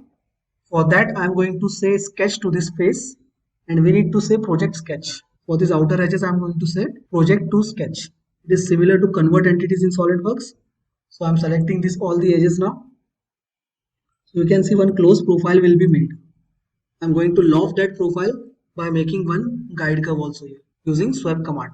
This profile has been made. I will say close sketch and finish. Next we are going to make one path here. I select this plane, say sketch, and now we need to make one path. For that I am going to say line, first line. Next the value for the straight portion is not given, it is conjuncted with the arc. You can see this tangent arc has been made with the line having the radius as 10. So I am going to make that arc here. I will select 3-point arc option, first point, second and third. Next we need to set tangency at the upper side with line and arc. Extra portions will be trimmed here.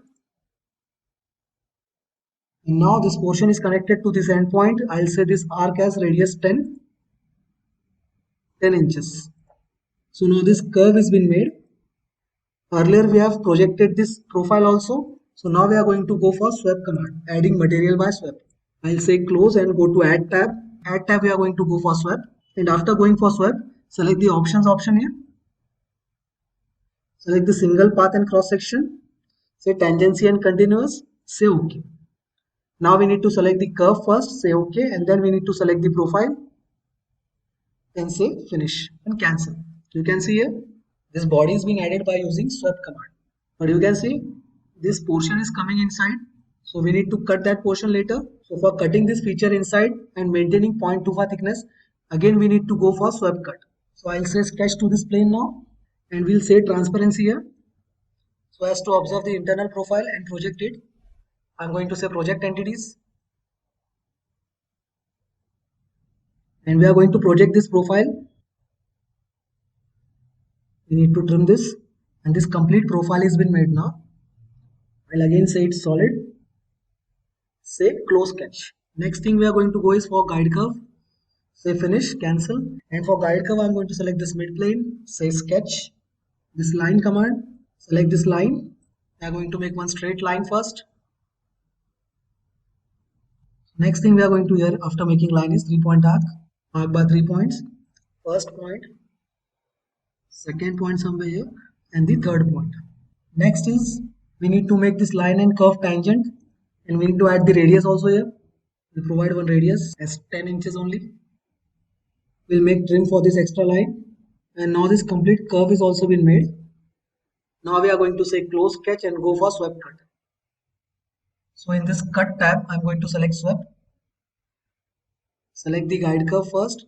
Go for the options and check the options whether they are right or not. Now in options, we need to observe whether it is single path, whether the face tangency is coming or not, and merging faces are no merge or full merge. I'll say no merge only.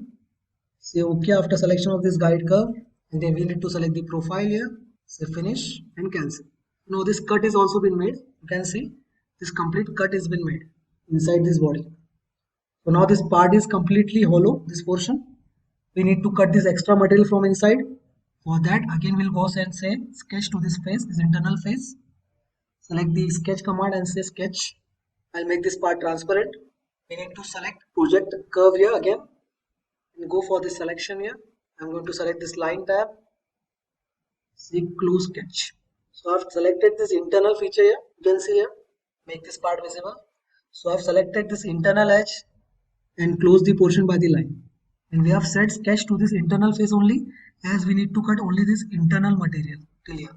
So the close profile is ready. Say close sketch. So after making this profile, we are going to go for extrude cut. I'll select this cut.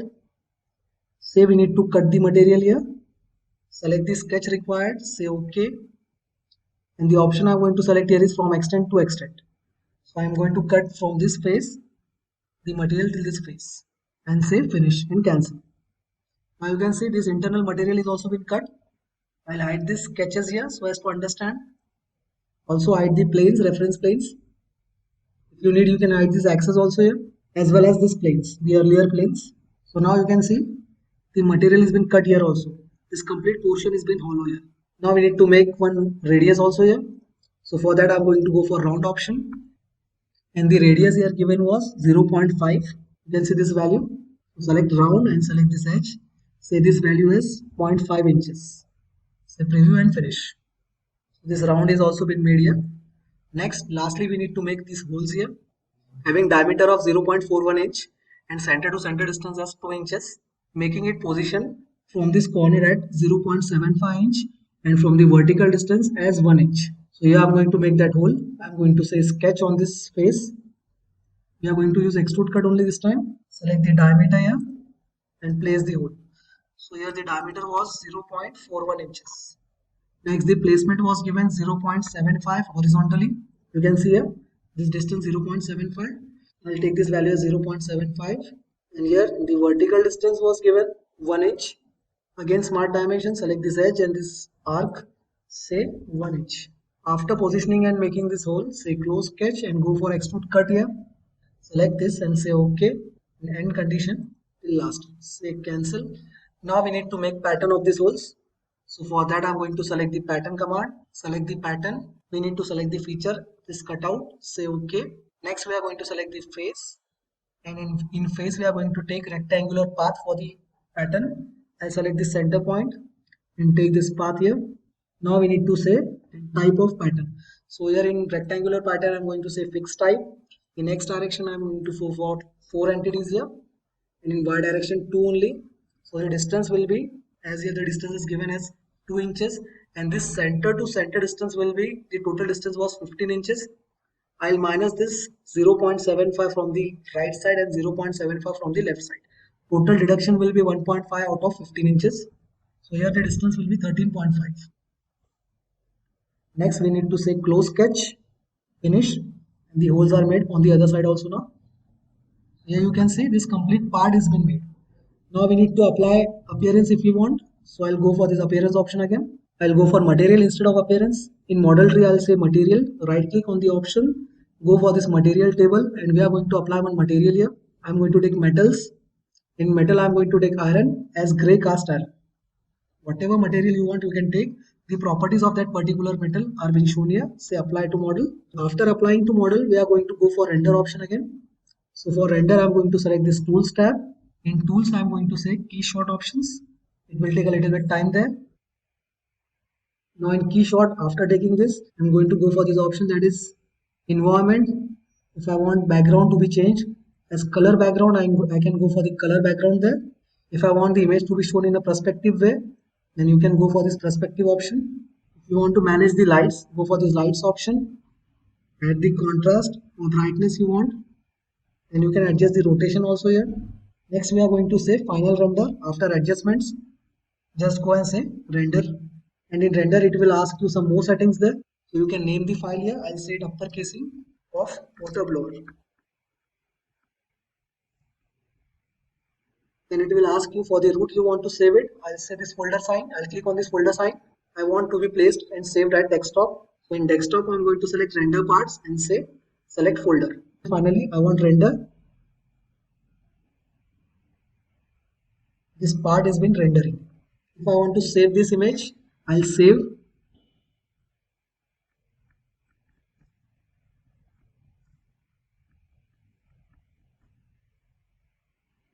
You can see this complete motor has been rendered here. So this was the upper part of the motor blower assembly, the upper casing. And say steel. I'm going to select this body and say steel appearance, say close. Again, if I want to render, then go for this tools. In tools, I'll say key shot. If you want to adjust lights and all, again go for this contrast option. Increase the brightness if you want. If you want to change the rotation, I'll rotate it a little bit. If I want to pan or adjust it, lastly we'll say render. There is a new name here. Here I'll add the folder also. Say render.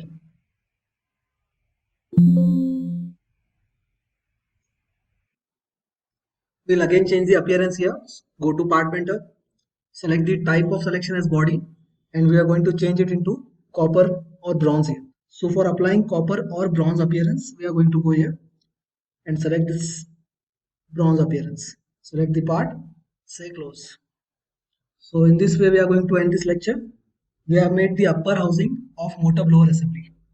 We are going to continue the lectures for solid edge. Do like, share and subscribe the channel. Till then, thank you. So hello everyone. Today we are going to start with session number 17, and in this lecture also we are going to go for part practice. So today we are going to make this part, you can see here. So this is one of the component of a machine and we are going to make it in solid edge. So you can see here, first we are going to see what actually are the features that are going to be there in this part. So here this part is completely circular in cross section, also having internal cuts as circular in cross section. But here in this internal portion you can see here, this portion, you can see this portion here, and this top view also showing only one internal feature is being cut in a rectangular way. Other than this, all the features are in diameter symbol, showing that the internal cuts are round in nature. So we are going to use majorly revolve boss and revolve cut command here, as well as we are going to go for this counter bore holes. For that we are going to use hole command. We are also having one dowel hole here combined with one drill hole. I need to zoom apart a little bit here. So there are chamfer also on the starting edge, at the lower edge, at the corners of this outer body, as well as on the sides also. So there are total 7 chamfers on this body. Some internal radius is also there. So to start with the part, we are going to make this outer body, and then we are going to go for this revolve cut. We'll start with solid edge here. We are going to select revolve command, select the front plane, and now we are going to make the half of the sketch of that particular body. First I'll make the revolve axis. I'll select this line as an axis of revolution here. Now we are going to calculate the total height. So the total height given for this part is 74 mm. You can see here in section view AA. That is this section view, intersecting this dowel hole also. So in section view you can see this total height is given 74. The total width of this part is given as 136 diameter. So I am going to select the height first. I'll take it as 74. Say auto scale to dimensions. Next we are going to go for the diameter size. Now this projection has been made here, that is of 5 mm, having diameter 92, and then the larger diameter will come of 136. So we'll start with the 92 diameter here, having projection of 5 mm. So I'm going to take this value as half of 92. 92 by 2, I'll directly put the value on the scale in fraction form only. So here the value is coming 46. Next, the height is 5 mm here. Next we are going to go for the other diameter, that is this larger diameter of 136. So we need this value to be taken half of 136. We are going to make this line first. Here it is shown. This height of the cylinder having diameter 136 is 57 mm. So here this height 57 mm and this diameter 136 by 2. It is taking aligned dimension. We need to undo and give the other dimension again. The dimension is coming inclined. It is because the properties of line we have selected by 2 points. We need to change it to horizontal or vertical, then it will take horizontal dimension. So here the dimension was 136 by 2. So whatever the diameters are, we are going to take only radius here so as to revolve this profile around the axis, and you will get the correct diameters after revolving here. Next, after taking this value 57, next we are going to update this value by 57. This height was 57 here. Next again we are going to go for this diameter, that is 102. This outer diameter you can see here, it is of 102. I'm going to end this profile on the origin again so as to make the close portion. Now the last radius value, it will be 102 by 2, that is 51. And then we are going to go for close sketch. Now you can see here, it is completely been revolved. If we go on this extend step, it will show you the angle option. If I want to revolve it partially only, then I'm going to say half, that is 180. And we can change the direction also here. You just need to flip the mouse. But this time it is going to be 360 only, complete round. So I'm going to take this option, that is revolve 360 degrees. Say finish and cancel. So this outer body has been made here. Next we are going to go for this internal feature using revolve only. So first these two profiles of diameter 86.5 and 72 are going to be made. Then this gap, that is this rectangular cutout, we are not going to make this sketch here. Lastly we are going to make this 90 mm diameter cutout profile, and then we are going to go for revolve cut feature. So for that again I'm going to on this base reference plane so as to select the mid plane here. For revolve cut, always select the plane that is causing maximum cross-sectional diameter. So that plane is front plane here. I'm going to say sketch on this plane and going to go for this internal features now. So here you can see this upper diameter is of 86.5 having depth of cut as 14 mm. So that cut is going to be started by this outer diameter of 92. So this was the diameter of 92. I'm going to start this from this edge only. So here I'll put up the dimensions. This will come half of 86.5. 86.5 by 2. Next the height was given 14 mm. So I'm going to take this height as 14. We'll continue with the profile, the second diameter, that is 72, and we are going to close it there. So here, this profile I'm going to close it here. The diameter will be half of 72, 36. And the depth of cut for this one is 20 mm. You can see here. Diameter is 72 and depth of this diameter is 20 mm. So I'm going to take this dimension as 20 mm. Next we are going to make one more profile, that is of this 102 diameter having depth 20 mm. So again we can go for second profile here. We'll see whether it will take or the second profile or not. Here the diameter is 90. So I'll take this value as 45 and the height is 20 mm. Next we are going to say close sketch here directly. Say finish and cancel. So now we are going to go for this revolve feature. We are going to say select from sketch, as we have made this sketch first only, and then we are going to select the sketch now. Select both the profiles, say OK. Now we need to show the axis of revolution here. So I'm going to say this Z axis and axis of revolution here, and you can see both the profiles are being cut here, leaving the material in between. Say finish and cancel. We'll hide these profiles here, also hide the planes. Now it is not completely been made through all cut, as we are going to take one more cut here, that will be of this feature, this rectangular feature you can see here. We need to cut this rectangular feature on the remaining material in between in this cross section. Here we have not made this cut, so we are going to make this profile and then we are going to cut this profile. So we'll start with this profile to extrude cut.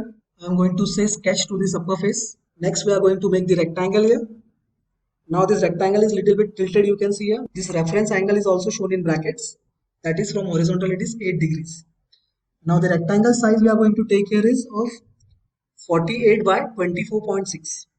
So here I'm going to take the type of rectangle here as by 3 points, first, second and this third point. Now we are going to provide the sizes and make this rectangle symmetric with this center. So first we are going to provide the sizes here. So this align size, you should take the type of dimension here as by 2 points. So this value it is taken of 48. And the other value is of 24.6. Now I'm taking this rectangle 24.6 by 48. It is because we are going to draw circles on the endpoints of this rectangle to obtain this profile shape. So here 24.6. We also need to give angles. For that I'm going to make construction line here. Going to say construction line. And now we are going to provide the angle of 8 degrees here. It is tilted at 8 degrees. Next we are going to draw two construction lines till origin. I am going to say this line as construction. Next we are going to go symmetric axis. Select this line as a symmetric axis. Then select the relation symmetric and select both the sides. Next we'll drag it little bit downside here. Next we are going to draw for horizontal orientation this line. So this line also has construction. Next select axis for symmetricity. Then go for the two sides to make this symmetric with this axis. Now this complete rectangle that is 24.6 by 48 has been defined. Next we are going to set this all the 4 lines as construction. Select construction and say chain selection. Click on the rectangle. Next, we are going to draw the circles here. So now the diameter of each circle here it is given, that is of 10 mm. So we'll select this and say diameter as 10. Another circle. We need all 4 circles here. Say equal relation all the circles. Say equal relation to all the circles here. Next, we are going to offset these lines. Here we need to calculate the values. That is, this vertical distance was 24.6 and the boundary we require is of 30.6. So difference between these two values of 6 mm. So we will take offset command, select the type as single and go for the offset value of 3 mm. Say accept and then click on the side we required. At bottom side also select the line, put up the value of offset and say accept. Now we are going to trim here the circles. Same we are going to do on this side also. Next we are going to go for offset on this vertical lines also here of this rectangle. Again select the offset, go for the 3 mm value, say selection as single type, accept and put it here. Next the other line on the opposite side, again say offset, select the line, say accept and show the direction of offset. Again we are going to trim these lines to make the sketch completely constrained. Trim the circles also here. Same on this side.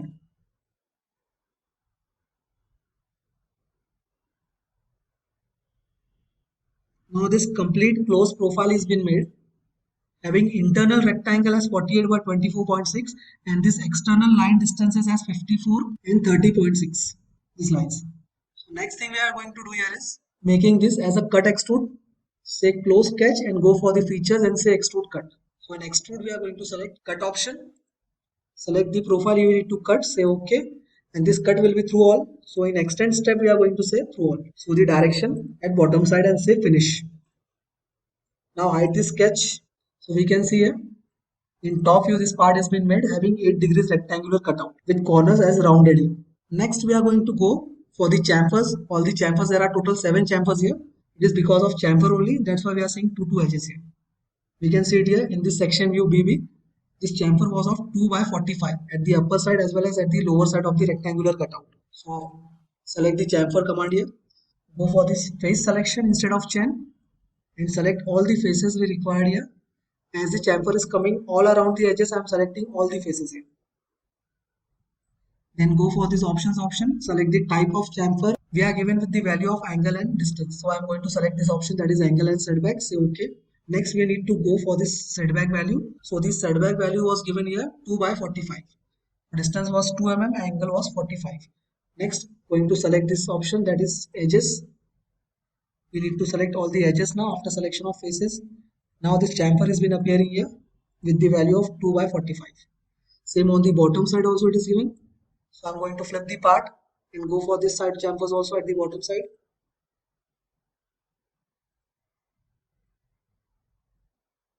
Next, we are going to go for this upper edge chamfer here. So this upper edge chamfer also you can see here, it is given of 2 by 45. This outer edge chamfer. On this edge also we need to go for 2 by 45. Again select the chamfer command. Select the face option, select the face required. Say OK, and now we need to select the edge required. Say 2 by 45 and again say OK and finish. So this outer edge chamfer is also been made here. Next we need to go for this chamfer that is on the outer cylindrical edge. So this projected cylindrical edge. So at the internal boundary we need to go. Select the chamfer. Say select face. Say OK. Then select the edge and we are going to put the value here as 0.5. Say finish and cancel. So now this chamfer is also been made, that is of 0.5 into 45 on this edge. Next we are going to go for this chamfer now at the internal feature, that is of 1 into 45. Here the value was given 1 into 45, it is on 2 edges, that is this internal edge also 1 into 45 and the outer edge also 1 into 45. On this edge select chamfer tab, select the face, say OK, and then select the edge required, go for the value as 1 into 45.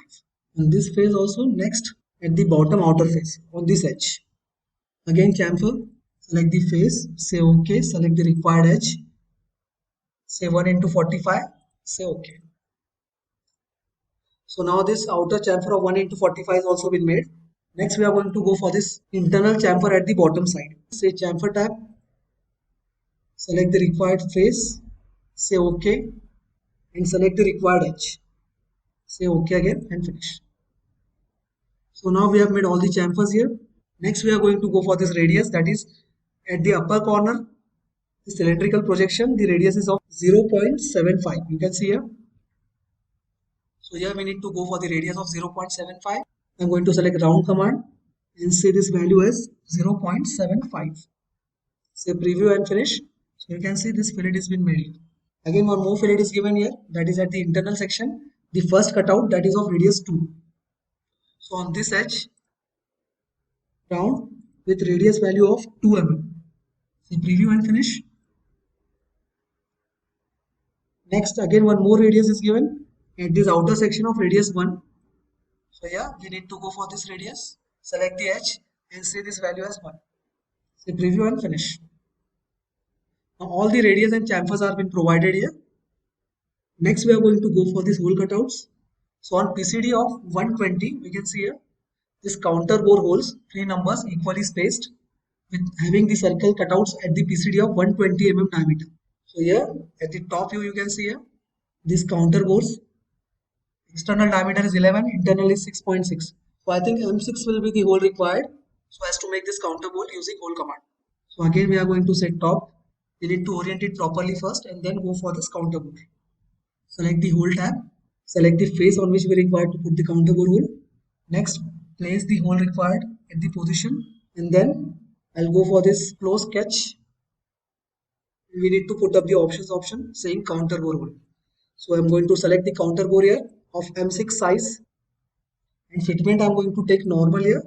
So this internal diameter by default is coming 6.6.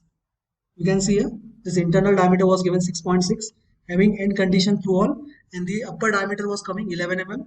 So here also the upper diameter is given 11 mm. We don't need to customize the sizes in counter bore here, but still the depth of cut it is given 6.8 in standard hole. We are going to customize that depth and say it as 25. You can see here this value. So here we need to say 25 and we need to place it on the dimension. So for that again I'm going to say hole step and we need to go for the smart dimension so as to place it from center. As the PCD was given diameter with 120, so I'm going to take it 60 mm here. Say close sketch and finish. This counter bore has been made here. Next thing we are going to do here is pattern this hole.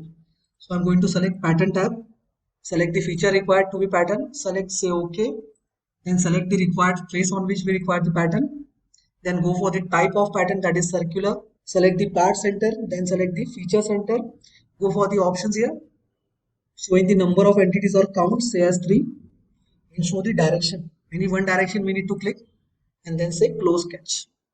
So this counter bores are also been patterned here.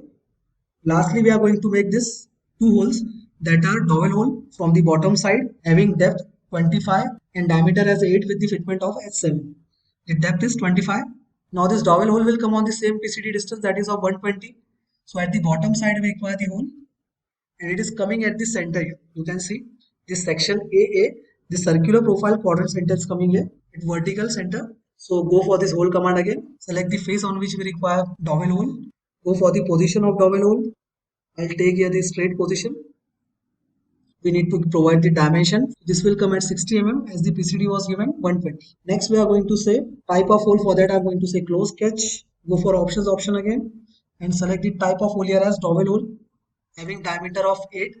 And here we need to provide the tolerance also, fitment with tolerance. So here we are applying fitment for hole. That's why we are going to select this option, that is hole. And the fitment here is given as H7. So I'm going to select H7. Say OK. Again, the end condition is shown. The depth of cut it is given here 25. So I'm going to say hole extends, finite extent. And here the depth will be 25. Say finish and cancel. So now this dowel hole has been made. Next, from the upper side having same PCD, we are going to make one more hole, that is a simple drill hole of diameter 6. I'm going to say it through all. So we are going to select this top view. We are going to orient this view properly. Then we are going to say transparency so as to take the center of the dowel hole at the bottom side. Next we are going to go for hole command. Select the type of hole here as simple drill hole having diameter as 6 mm. Here the diameter is 6 mm. You can see here it is given diameter 6 on this same PCD. So I'm going to take reference of this face. Say close sketch. We don't need to define the position again here, as this is taking the reference of dowel only.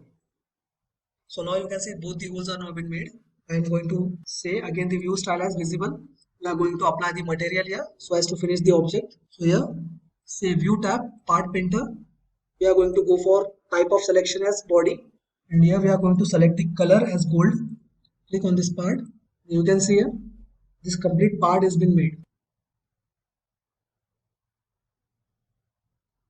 On the top side also you can see I'm going to orient it properly here. This was the top side. I want to be oriented in isometric view. In this way, this part has been made. If you want to render this part, just go to this tools option, select this key shot render option.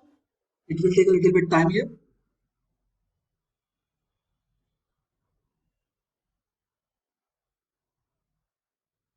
If you want to adjust the brightness and light, we can adjust them here. So hello everyone, today we are going to start with session number 18, and we are going to make one plate containing different types of hole by using this hole command. So here you can see this plate. We are going to make this plate containing different types of standard holes. So we are going to make this part just for hole practice, so as to understand different types of hole in hole wizard. So we'll start with this plate. You can see here. So this face is at the top orientation. We'll go on the software and start with the plate. Select the required plane, center rectangle, provide the dimensions. So here the dimension is given 940, and here the other dimension is given 552. So we are going to provide the dimensions here between two sides. This vertical dimension was 552 and the horizontal dimension was 940. You can see here in the front view it is given at the bottom side 940. Now the thickness to be extruded here is 26.5. Say close sketch and extrude it by 26.5. We need to provide the value here in this area. We are going to expand this. Say extend step, and we are going to provide the value here. You can see here. I'll say 25.6. Sorry, 26.5. So upper direction and say finish. So now this base plate has been made. Next we are going to go for this chamfers. That is, there are total 4 chamfers, size having 10 into 45. So angle distance is given here. So now we are going to go for the chamfer, that is of 10 into 45. Select chamfer command. Say the selection as face. Select the required face. Say OK and put up the value as 10. 10 into 45. Say OK again and say edge. Again 10 into 45 we can see here. Say OK and finish. Next face. Say OK and next edge. This one. Again finish. Last face. OK and the required edge. Say OK and finish. So now the complete chamfers are being made on the corners here. Okay. 10 into 45. Next we are going to go for the holes now. Before that I'll make this cutout first, that is of diameter 120. So for making this cutout we can use hole command also, or we can directly say extrude cut. So I'm going to draw this sketch and going to say extrude cut here. As the hole size is not standard, it is a little bit bigger size. Select extrude, say select the face, draw the circle required here. Now the location of the circle is given. You can see here from the left side as 0 ordinate. This dimension is given 155 horizontally, and vertically the dimension is given 234. You can see here this line is coming 234 from the vertical. So vertically 234 and horizontally it is 155. So vertically I'll say 234. Say auto scale, and horizontally I'm going to say it 155. Here the dimension is 155. We need to put up the diameter also. Diameter is 120. Say close sketch, and we are going to cut this circle. Say finish and cancel. Now we'll start with the standard holes first. So we are going to start with this tap holes. You can see here there are total 10 tap holes of size M16 with the pitch of 2. So M16 into 2 is given. There are total 10 number of holes, that is we can see here. At the bottom side they are showing 4. On the left side as well as on the right side, these 2 holes means total 6. Then again 4 on the upper side. The total is 10. So to start with, I'm going to select on the left side here. So to position this M10 size hole, This dimension is given vertically as 20 mm and horizontally as 20 mm. So I'm going to select this hole command here. Select the required face to position the hole. Place the hole and set the dimensions. So horizontally it was 20 and vertically also 20 mm. So here this is 20 mm and horizontal value is also of 20 mm only. After placing the hole, we are going to put all the number of holes. For that, I'm again going to select this command, that is hole circle. So with the alignment of this hole only, the second hole and the third hole. Same way, fourth, fifth, sixth, seventh, and eighth, ninth, and this 10th hole. Now we are going to go for the alignments here. So I'm going to give the relation as vertical from this center till this center. Other holes are already containing alignments except this corner hole at the upper right side. Say vertical to this hole also here. Now we are going to go for the distances. So the center to center distance from one tap hole, that is 20 mm, till this tap hole is 240 mm. So now we will take vertical dimensions of the left side tap holes. So the first one was placed at 20 mm from the 0 ordinate. The second one is placed at 240 mm. And the last one is placed at 460 mm. So here I'll take this distance as 240 and 460. So I'll take this dimension from the upper edge here as 240 and the other one as 460. Now this horizontal dimension for this tap hole from the left side is given as 165. So from the left side it is 165. As due to alignment, this hole is also been defined here. Next we are going to go for this tap hole. So the distance for the other tap hole here is given as 775 from the left side and the other one is at 920. So horizontally this second last one is at 775 and the last one is at 920 mm. Next we will say close sketch and specify the type of hole. Go to options and in options we are going to select the size. So this tap hole was of M16 into 2 as a pitch and through all as end condition. So I'll select this type here as threaded. Go for this standard thread. Size will be M16. And here the pitch we can see it is shown as 2 mm. I'll say this threads to whole extent, means complete threads. Next we are going to say tap drill diameter. As if we minus this nominal diameter from the tap drill diameter, the pitch will be 2 mm. That is 16 minus 14, that will be 2. That's why I'm taking here the option as tap drill diameter. Next the end condition will be through all. So I'm not going to change the whole extent here. Say OK and say finish. So these tap holes are being placed now. Threaded tap holes. After that tap holes, we are going to go for these holes. Now these are the counter bore holes. Number of quantity is 10 and the diameters given here is 26 and 19. The lower diameter is 19 and the upper diameter is 26. End condition is given through all and for the upper diameter it is given 16 mm. So for diameter 26 I am going to select the size in metric system. Select the hole command and go for the face selection so as to position the holes. Now we'll start with the hole. So here there are total 10 number of holes here also. So these are the holes we can see here. First, second, third, fourth, fifth, sixth, seventh, eighth, ninth and this 10th one. So from the above distance it is given at 92 mm. We'll position the first hole here. The alignment will be with the tap hole as earlier. So I'll place it somewhere here. Then second hole and the third hole. So at the left side there are 3 holes. Then they are placed more 3 in horizontal direction at the bottom side also. First, second and third. Here also same. First, second and this one third. I'll put up the relation here. For the holes which have not taken relation, we need one more hole here. So I'm going to select this command hole circle and go for this hole with the alignment of this one at the midsection. Now put up the dimensions for this hole. So vertically 92, the other one is at 312. So vertically 92, the other one is at 312 and the last one is at 532. So the first one 92, next is 312 and the last one is at 532. This last one is at 532. Horizontally they are at 20 mm distance, same width tap holes we have made earlier. Now after defining the vertical positions, we are going to go for the horizontal positions here. So the other one is at 165. So from this side, this one is 165. Next one is at 775 and last one is at 920. They are following same dimensions as of tap holes. So this one was 775 and the last one of 920.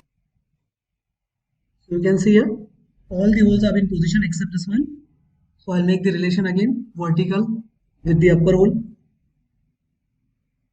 Now this position is also been defined. After that we are going to go and say close sketch and define the type of hole as counter bore hole. I'm going to select the socket head and isometric unit standard. Next we are going to say the diameter. So the internal diameter was given here was 19 mm. So for that I'm going to select the type here as M16. So as we have taken M16, the internal diameter is coming 18.5. We are going to change the fit type here. I'm going to say normal. So here the dimension is coming 17.5.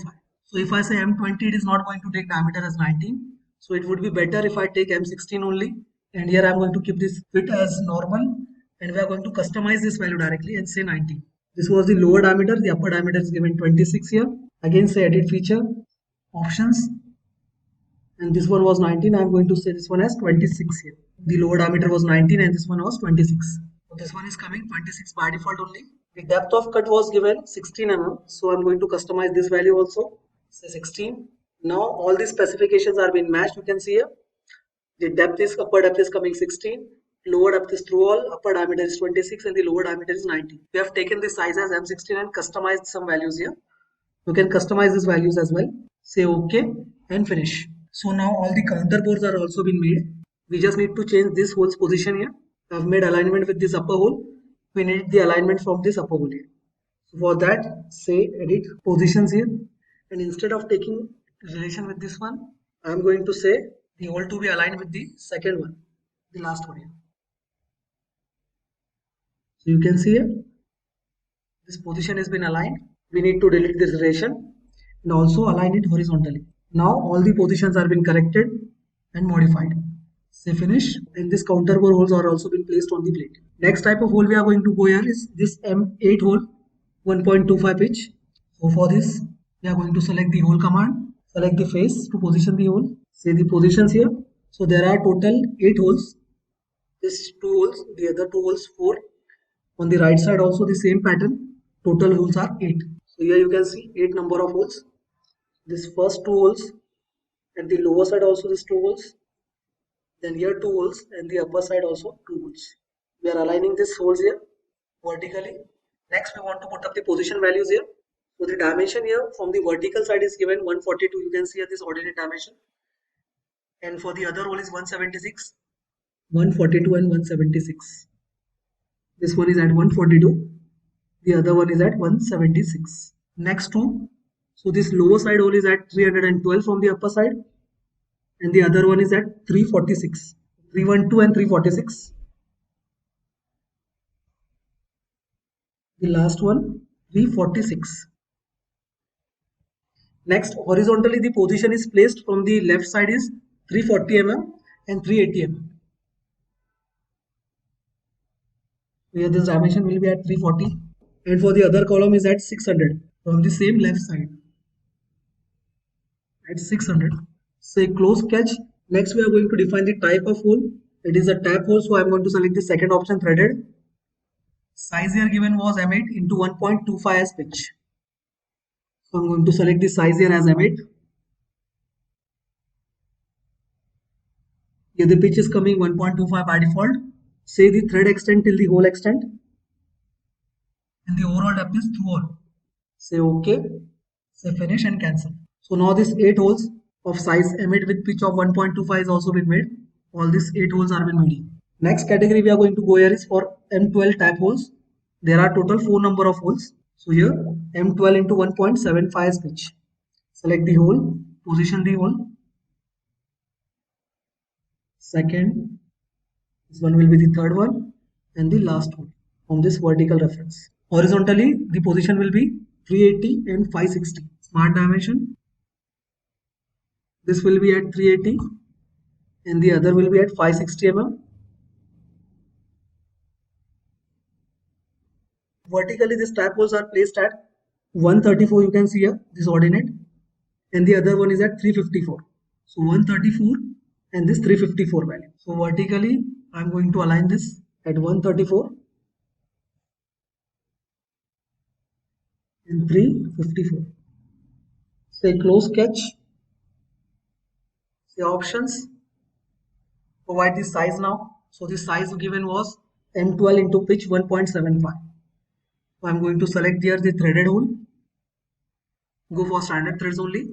Select the size M12 into 1.75 as pitch. You can see here we have just selected M12.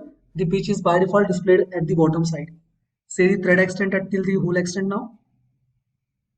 Say tab drill again and say OK. Say finish and cancel. So these tap holes of size M12 are also been placed, 4 holes. Next hole given here are these dowel holes. You can see here both are of same size but the fitments are different. So here the first dowel hole with reference as 130 mm from the vertical side, and the other one is placed at 202 mm from the vertical side. So I'll go for these 2 holes now. This one and the other one on the left side. There are two 16 diameter holes with fitment of N7 and one 16 mm diameter hole with fitment of F9. So there are total 3 dowel holes here. Select the feature. Click on the face required to be positioned. Place the dowel hole here. This one is first one. Provide the alignment here as horizontal. Both the holes. Next, provide the dimensions. So from the left side, the first hole position is coming horizontally by 20 mm and the other one by 920 mm. So this one is at 20 horizontally and the other one is at 920 from the left side. Now vertical positions. So the vertical positioning here it is given as 130 mm. Vertically they are at 130. Say close sketch and provide the type of hole required. Go to options. Now select the feature. Now go for the options. Say type of hole as dowel. Size of diameter as 16. And fitment here for this first 2 holes is given N7. Select this option. Go for apply tolerance. Select the type as hole. And selection of fit grade is N7. So I'm going to select N7 here. Say OK. Again OK and finish. Now these 2 dowel holes are also been placed. You can see here. Next the last dowel hole remaining. That is of 16 diameter only but fitment of F9. Position at 920 and from the vertical side it is positioned at 202. So again hole command. Select the face. Place the hole required at the position. Go for the dimension. Here I'll say 202 and horizontal dimension is 920 mm. After positioning, say close sketch. Go for the type from options. Say dowel hole here. Size as 16 diameter but fitment is changed, that is off. We can see here the fitment is F9. So I'm going to select apply tolerance. Go for this hole tolerance grade and say F9 here. Say OK. Again OK and finish. So these grades are nothing but predefined tolerances that are to be placed on the holes so as to fit the shaft in that. Now both the dowel holes are also been placed here. So now we are going to go for the slot here. So the difference is coming 3 mm. For that, go in hole, select slot, select the required face, and in slot I'm going to draw one line here. Now the center to center distance was given 3 mm. Next we need to position this. So for that, the first center of the slot is given at 18.5 from the horizontal. Select the smart dimension, select the left edge and this left point. Say this value was 18.5. Next the vertical position was given as 202, we can see here. So from vertical the dimension will come 202. So now this slot has been positioned here. Say close sketch. The width of this slot here is given as 16 with fitment of G7. So I'm going to say this slot width as 16 and the end condition I'm going to give here is row on. Say finish and cancel. Lastly, this slot is also been placed here. Slot option you will get in this whole command only. And now in this way we have completed this plate here. If I want to check the section view, we are going to select PMI tab, select the section option. Then we are going to say coincide plane. We are going to draw one line here.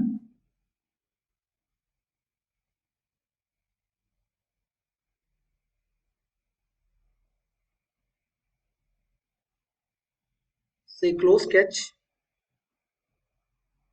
We want internal cuts at the bottom side. Say OK and finish. So you can see here the section view is also been placed. If I want to off the section view, just hide the section view from model tree at the upper left side. Next, if you want to apply the appearance, go for this part painter option.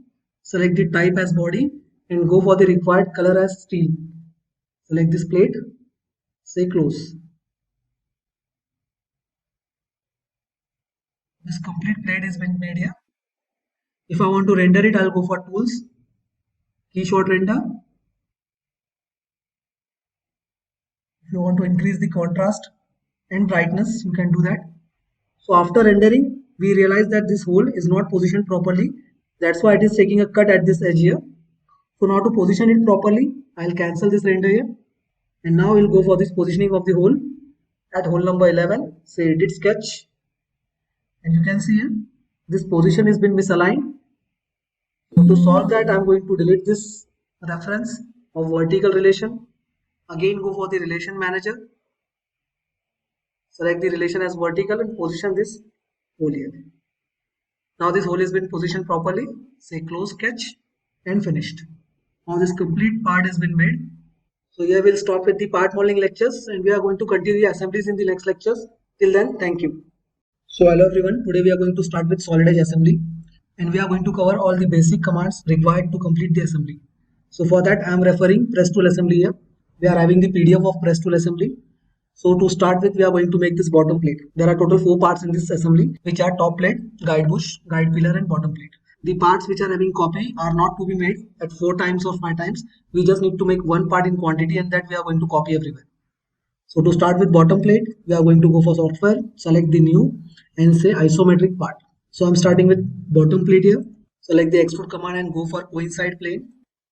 We'll make this sketch here for the bottom plate. So it is a rectangular plate having the dimensions.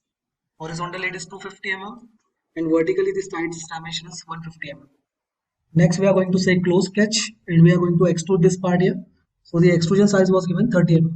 So I'm going to say this value as 30. Say finish and cancel. Next, after making this plate, we are going to go for the holes here. So the size of this hole is given diameter 25 and are placed at 4 places. Starting with the left side, we can see 30 horizontally and 30 vertically. The dimensions are given for placing this hole. So we can go for hole command also or we can directly go for extrude cut. I am selecting extrude cut here. Hole command is better to use when we need to make holes for fasteners. It is just a feature, that's why I am taking extrude cut here. Put up the values, say 25 diameter, say auto scale dimensions. Next, put the XY references dimensions here, say 30 by 30. Say close sketch and extrude cut. So I'll say through all here, say finish and cancel. Now we need to make pattern for this feature. Now this is very important point that if you are going to pattern the guide pillars on these holes, then it is compulsory for us to make this holes pattern only. Because if we don't use pattern feature here, the related part will not be patterned in assembly also. That's why it is compulsory for us, instead of doing mirror or instead of making 4 holes together, it is suggested to make the first hole and then go for pattern command. So as to pattern the related part in assembly also. Say pattern, select the required feature to be patterned, say OK. Need to select the coincide face, go for the rectangular pattern. We'll select the center of the feature and going to make a rectangular path here. Type of rectangular pattern I'm going to select here is fixed one. We need to show the XY entities here. Number of entities in X direction, that is horizontal, and Y direction, that is vertical. Next we need to give the dimensions in between dimensions between X and Y entities. So in X direction the dimension is going to be 190 and in Y direction the dimension is going to be 90 in between centers of the feature. We can see it. This vertical distance is given 90 and horizontal it is 190. So after putting up the values and entities, go for close sketch, say finish. Next we are going to go for this cutout here. So this cut was made of diameter 50. Go for sketch and we are going to make the circle as diameter 50. The distance from the bottom side for placing this hole is also given 50 mm only. So this distance, that is 50 mm from the bottom side. The alignment is with center origin as the hole is in the center of the plate. So I'm going to apply the relation here as vertical. Now this complete placement of the circle is been made. We are going to cut the circle here, say finish, say cancel. Go for this extrude, select the sketch, say OK. Next, say cut. Finish and cancel. I'll hide the sketch here. So now after completing this part, we are going to save this part. I'll make one folder here.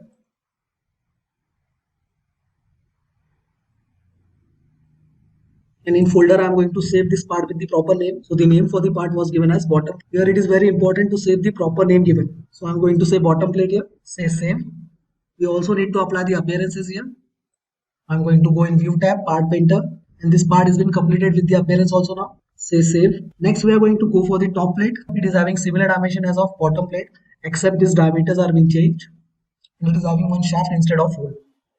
So we can edit this part only. Instead of making another part, I'm going to edit this part only and going to say save as with a different name. So here for the cutout, I'm going to edit the dimensions here. So instead of 25, we need to say 40 mm diameter. The locational dimension will be same. We'll also remove this sketch here. And at the bottom side, I'm going to add the circle. Diameter will be same, 50. Location from the bottom side will also be same with the value as 50 mm. Say finish, cancel, say extrude. Select the sketch required and we are going to extrude it here. Say one-sided extrude and end condition will be finite. So the dimension given for this extrusion is 90 mm. We can see here. I am going to say 90. Light the sketch and now this top plate is also been completed. We can see all the parameters were same, 250 by 150. Center to center distance was 190 and 90 in XY. The locational dimension for the holes were same, as well as we have added the shaft. So if you want to change the color also for the appearance, we can change the color. Say part painter. And instead of this color, I am going to say tan. Select the body, say close. And instead of directly saying save, we are going to say file as save as. So as we can change the file with another name. So now this bottom plate and top plate are being made. We are going to go for this guide pillar and guide bush now. So the guide pillar having length is 200 mm and this guide bush is having 60. Diameter of this guide pillar is 25 as it is going to be assembled in these holes. The diameter of these holes were also 25 and then the guide bush diameter will be 40 as it is going to be assembled in this top plate having the diameter of 40. So these guide pillars will be inserted in these plates and are going to have this guide bush on the top and lastly bottom plate. So while assembling we need to call first part as bottom plate, then guide pillars, then guide bush and lastly top plate. Next part is guide pillar. So I'm going to say file, new, isometric part and instead of extrude we are going to say revolve now this time. So it is better to make any shaft by revolve command instead of making it by extrude. That's why I'm making the shaft by revolve command here. I'll say 2-point rectangle. Diameter was 25. I'm going to say this radius as 12.5. As we are going to revolve this part, that's why I'm taking radius. The length was 200 mm. Say close sketch. It will show error. As we have not selected axis of revolution, we are going to go for that command axis of revolution and select this line as axis of revolution. Say close sketch and you can see this part has been revolved. Say finish and cancel. Next we are going to go for the chamfers here. We can see this guide pillar is having chamfer at both the ends of 2 into 45 degrees. So again chamfer, select the face, say OK, select the edge required and say size as 2 into 45. Same, cancel and repeat the command chamfer.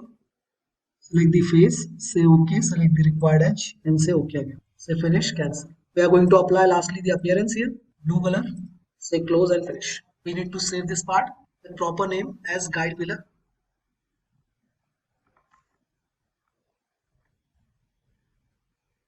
Next we are going to edit this guide pillar only so as to convert it into guide bush. So for that I am going to edit the dimensions, saying dynamic edit. So instead of 200 I am going to say it's 60 mm. As the height of this guide bush is 60 mm and diameter of the outer side is 40 and inner side will be 25. So we need to make this cut after that. We need to edit the diameter also. So instead of 12.5 I'll say 20 mm as the radius and diameter will be 40. Next we also need to make one hole here. So I'll draw one circle. Say 25 diameter, close sketch and now we are going to say extrude cut. Instead of add we are going to say cut here and say through all as end condition. Say finish and cancel. So you can see here this cut is also been made. We are going to change the appearance again. So I'll say orange to this guide bushes here. Say close. We'll save this part now. So we'll say save as again. We just need to change the name here. Instead of guide pillar, I am going to say guide bush. Now all the parts of the assemblies have been completed. We are going to gather this part and complete the assembly. So for starting the assembly, I am going to say file, say new, and we are going to say isometric assembly. Here the isometric assembly has been started. Now you can see this interface. This is the model tree area, and this is the command which we are going to use to call the parts and assemble them together. So to start with, I am going to say insert components. We need to browse the files. So I'm going to go on desktop and I'm going to browse the file by searching the folder in which we have kept this part here.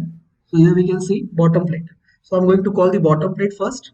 As we can see here, at the bottom side is bottom plate, and then we are going to go for guide pillar. So this bottom plate, just click and drag it in the assembly zone. Now the first part has been dragged and called here. Now these are the assembly tools known as mates which we are going to use for making the assembly. So here you can see one mate is given, that is ground mate. Ground mate is used to make the part fixed. So whenever you call the first part in the assembly, you can see this symbol here in model tree. Ground mate symbol has been applied on this part. And if we keep the arrow on this bottom plate, you can see one note is been appearing showing that the part is grounded here. So we can consider it that the part is fixed here. Grounded means the part has been fixed. But it does not have any relation with planes and all. It doesn't have any relation with origin also. It is just fixed at the place of origin, not having any relation with planes or origin. So we can continue the assembly in this way also, that we are going to make this base part as a fixed part and then we are going to assemble the other assembly parts. Or else we can do one thing, matching the planes of the parts with the assembly planes and then going to assemble all the parts. That option will be better, but it is a little bit lengthy process. So some companies avoid that, but we can go for that option also.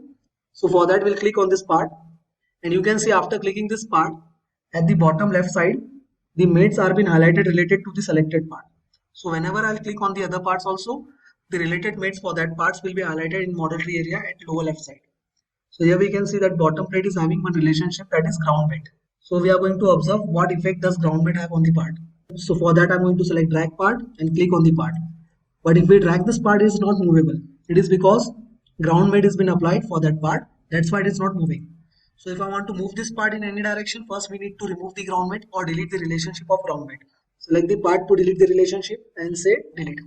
Now if I say drag component, then you can see this part is movable now. So I'll place it somewhere here. And now I'm going to put on the assembly planes here. So here you can see this assembly planes have been on. We also need to show the part planes if we need here.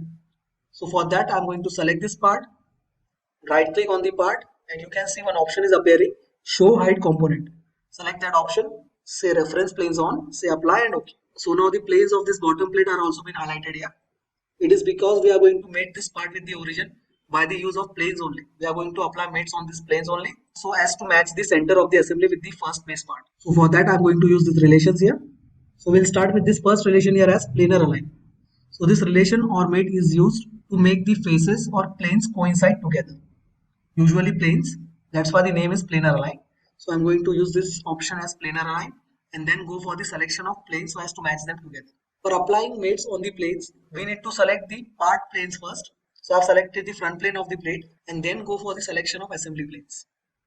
So here you can see front to front has been matched. So next plane I'm going to select the part right plane with reference to assembly right plane. So these two are also been matched. Next we are going to select part plane and assembly top plane. Now all the planes you can see here are been matched and this part is again aligned with the center of the assembly. You can see here all the part planes and assembly planes are coming at the center of this plate. It is also very important while making this part that we should make it by center references only so as to get the planes at the center of the part while assembling. Next we can see here after clicking this part, now it will show three relationships here, three mates, that is front to front, front of assembly and front of plate. Same goes with right and top. So all the planes of the part are matched with the assembly planes. We have done this in SolidWorks also. We are continuing it in Solid Edge as well as it is preferable in other softwares also. That we should match the planes first and then go for the assembly. Now next we are going to call the other part. So the other part is going to be guide pillar here. You just need to drag the part. While making the part, you also need to remember what are the orientations for the part in assembly.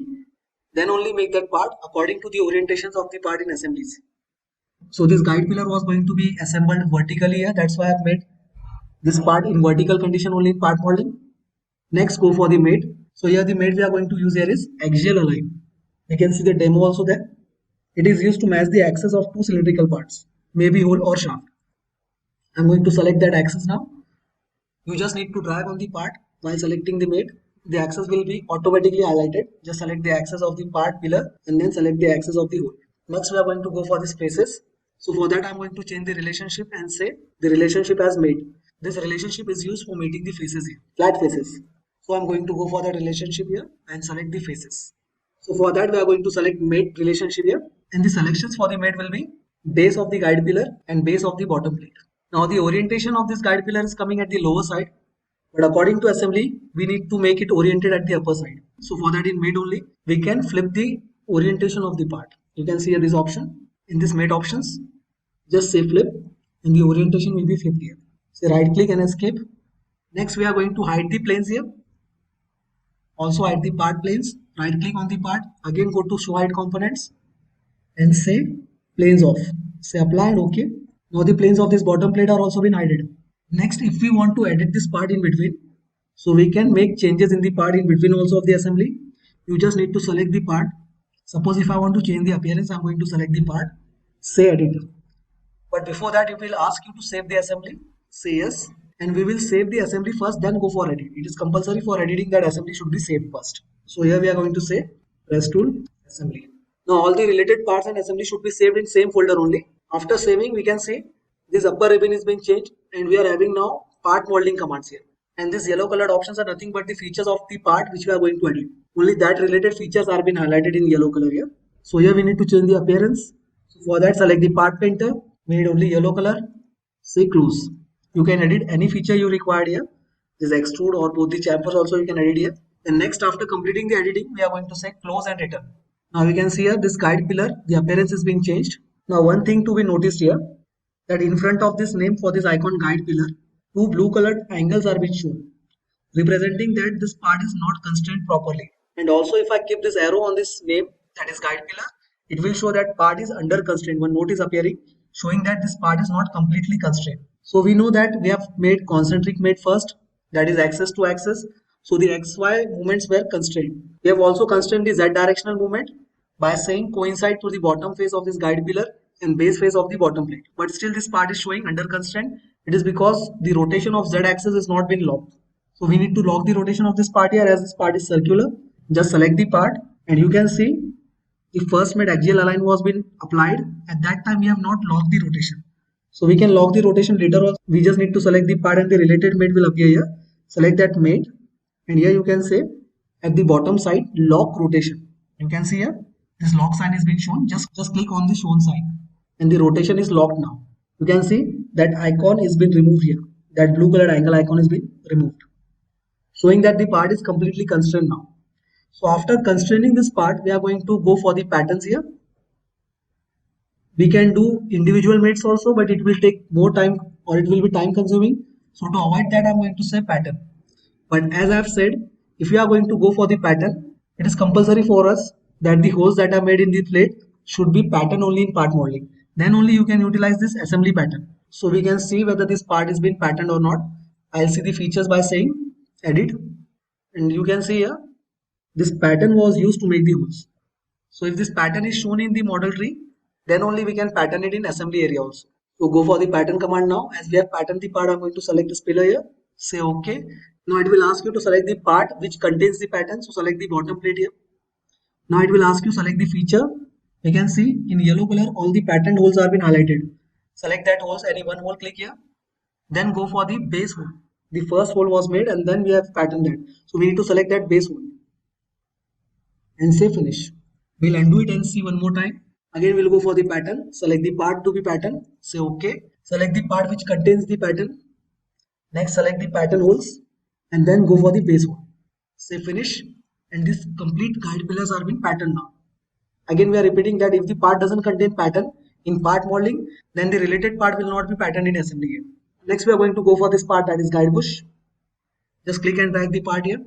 Again go for this option, that is axial align. Select both the axes here and say axial align. So while selecting this command, after first selection only I'll say lock rotation. So we don't need to provide the lock rotation again. Then select the axis of the related part. Say escape. Next we are going to go for the distance mate. So in coincide mate only we can apply the distance mate. So I'll select this mate option, select the face, go for the distance value first, I'll say 20 mm, and then select the second related face. I'll flip this part here, and you can see this distance is coming 20 from the above flat face to the flat face of this guide bush. Now we can see this part is also completely constrained. How can we judge that part is completely constrained? You can see here, no blue angle marks are coming around the symbol of this guide bush part. And one note is also coming showing that the part is fully positioned here. You can see on the cursor side in model tray area. So after that I'm going to say pattern again. Select the part required to be patterned. Select the part which contains the pattern. Select the holes made by pattern and select the base hole. Say finish and cancel. So here you can see we have almost done with the assembly. Just need to select one more part and assemble it there. For that I'm going to select assembly again.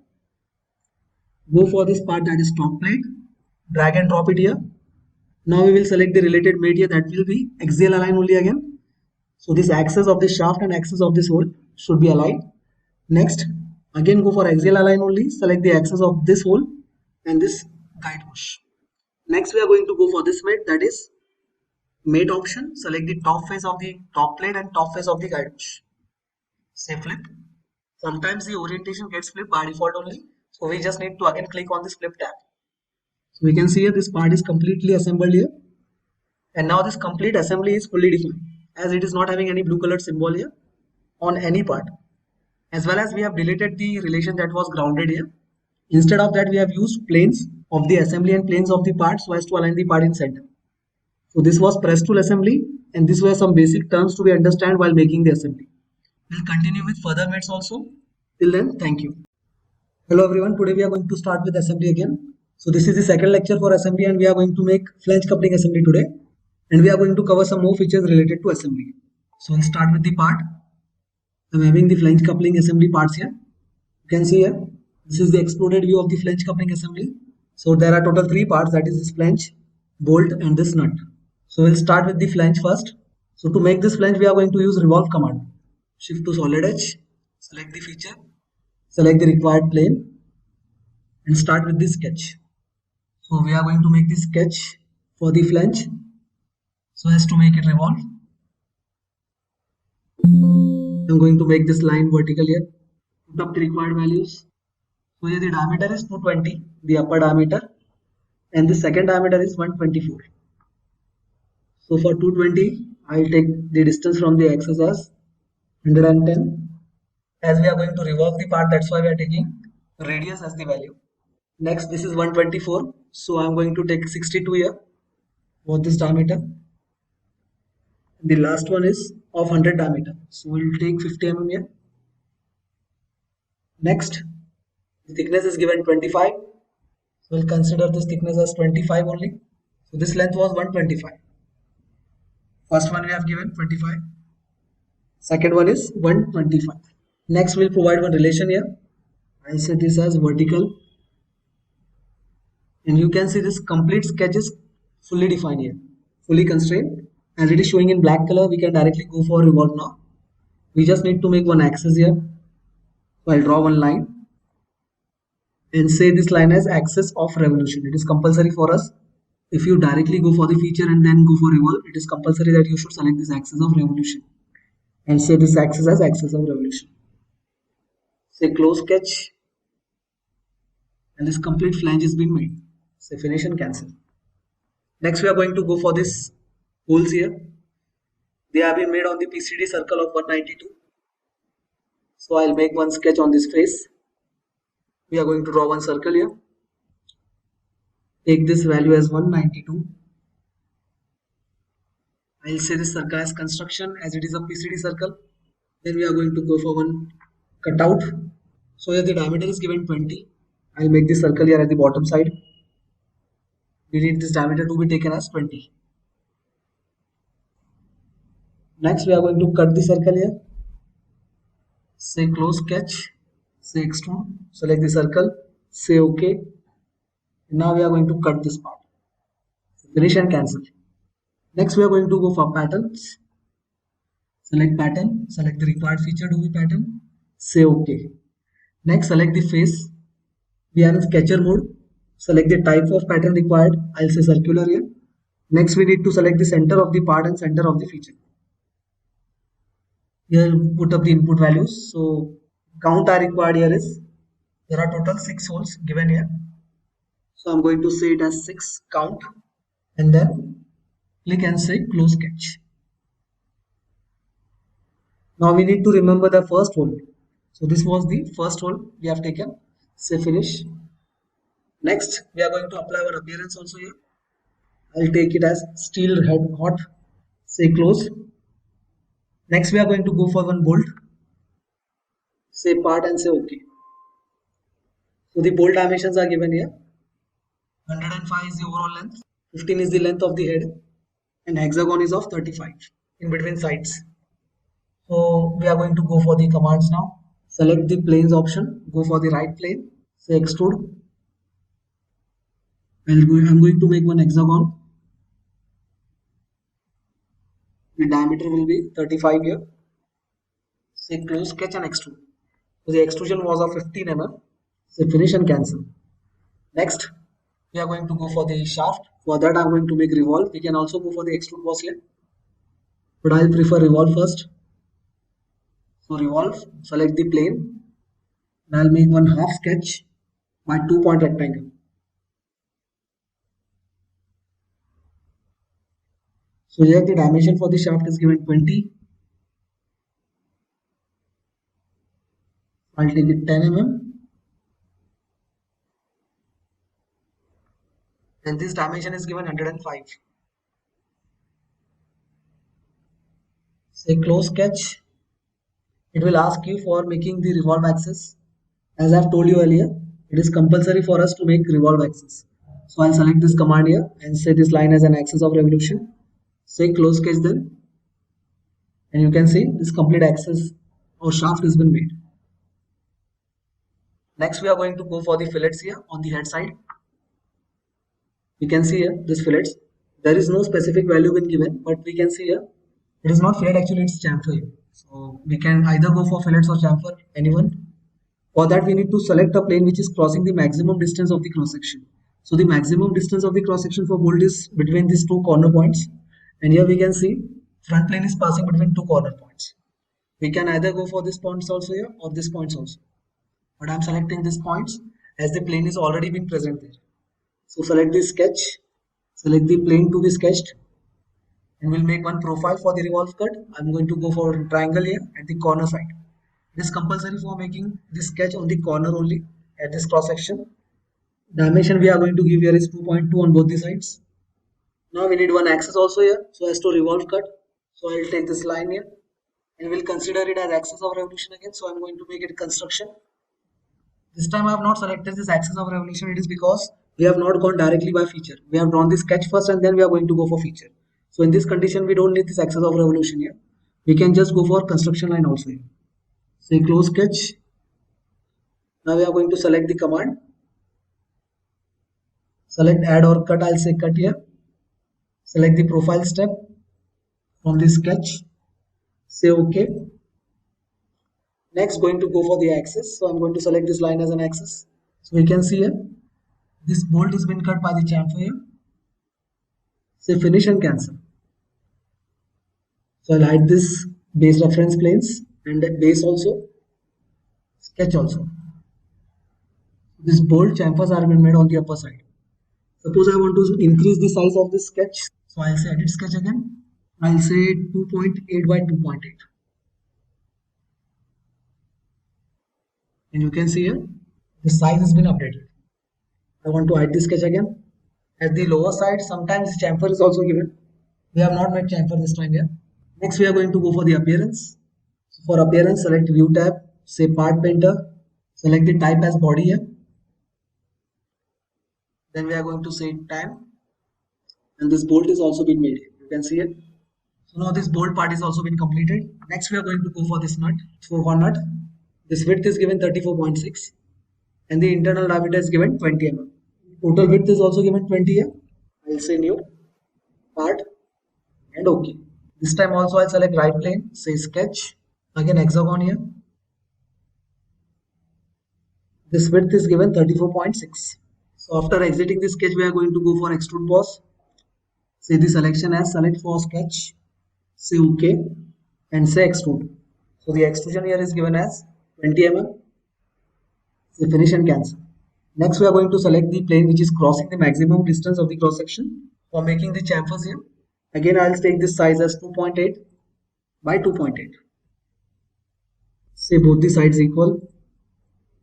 Next, we are going to draw one more profile on the other side, or else we'll go for mirror later. So I'll continue with this one profile only. Just make one line for the axis.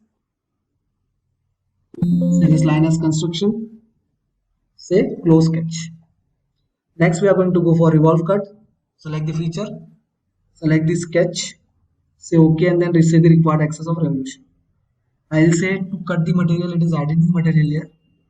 I'll say cut, and we are going to go for this option, that is revolve 360. So finish and cancel. So after this cut has been made, I'll hide the sketch and mirror the feature on the other side also.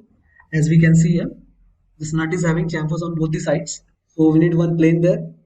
For that, select the plane option, go for parallel plane, select the reference plane or face, and then go for the distance. So the total width was given 20. The half distance will be 10 mm here. This plane we have taken here is just for making the mirror command. So here, mirror, it is asking you to select the features required or included. Say OK. Next, select the plane required, and then we can say finish. Here it is. We can see here on both the sides these chamfers are being made. Next, we are going to go for the cut here, that is of diameter 20 mm. For that also, we are going to make one sketch on the upper face. Circle with diameter 20.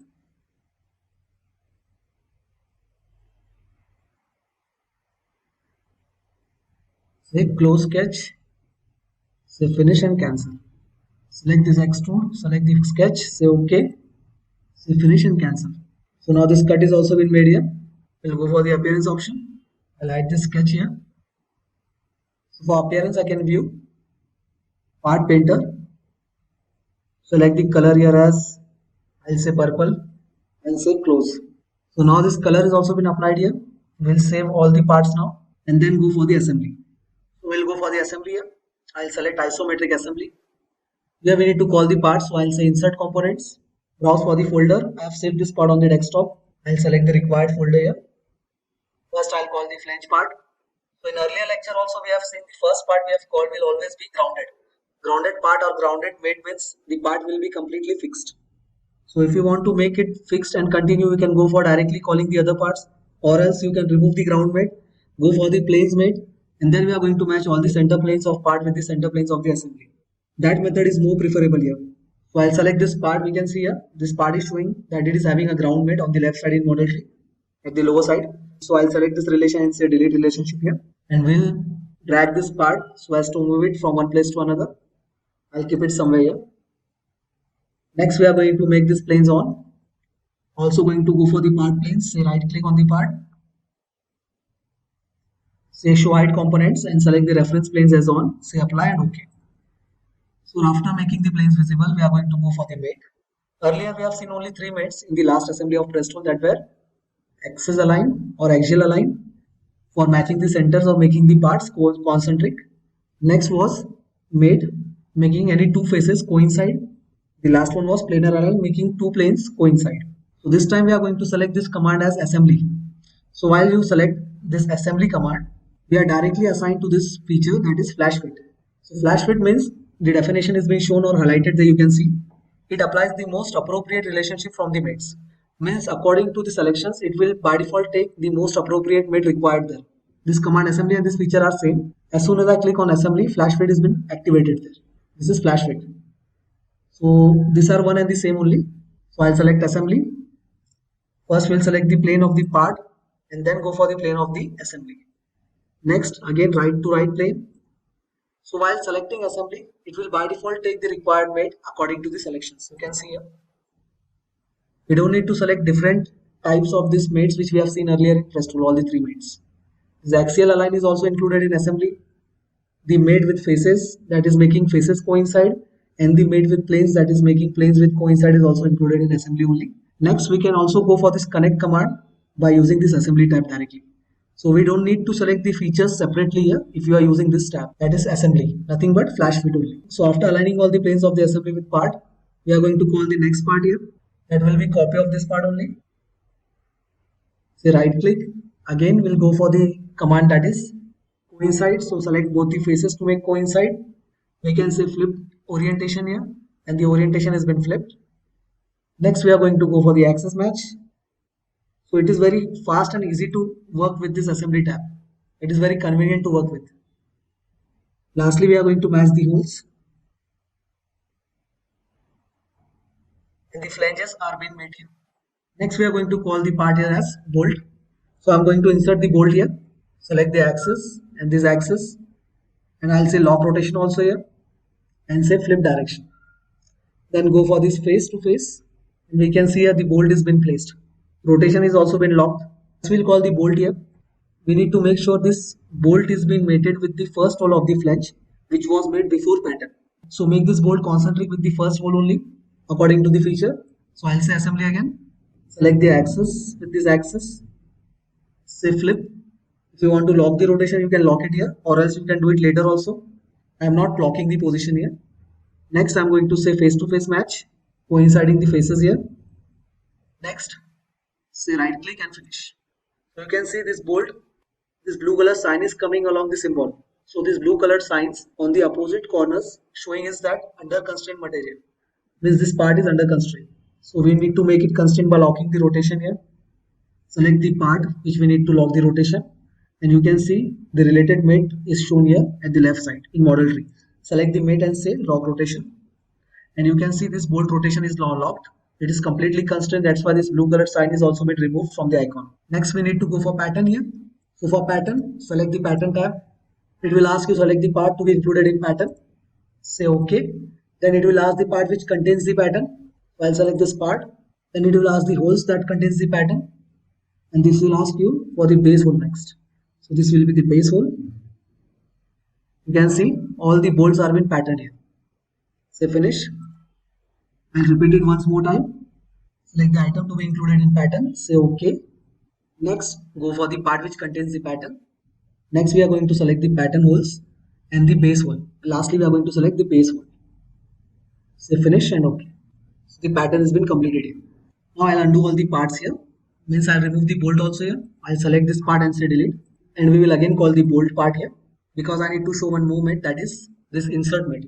It is usually used most of the time for bolts only. So I'll select this mate here. Select the axis. Select the whole axis. Select the face required to be coincided on both the parts, and here the mate is completed. Means we don't need to give 3 mates, or we don't need to give 2 mates and then go for the lock rotation. It will fully constrain the part in one command only, that is insert command. So you can see this part is completely constrained. We'll repeat this mate, that is insert. Again delete the bolt. We'll call the bolt here. Next, go for the feature insert. Select both the axes. Select both the faces to be coincided. We can see the insert feature has been applied. We are going to see one more command here. It is similar to pattern only. Now one more next command or feature we are going to see here is that clone component. It is similar to pattern only.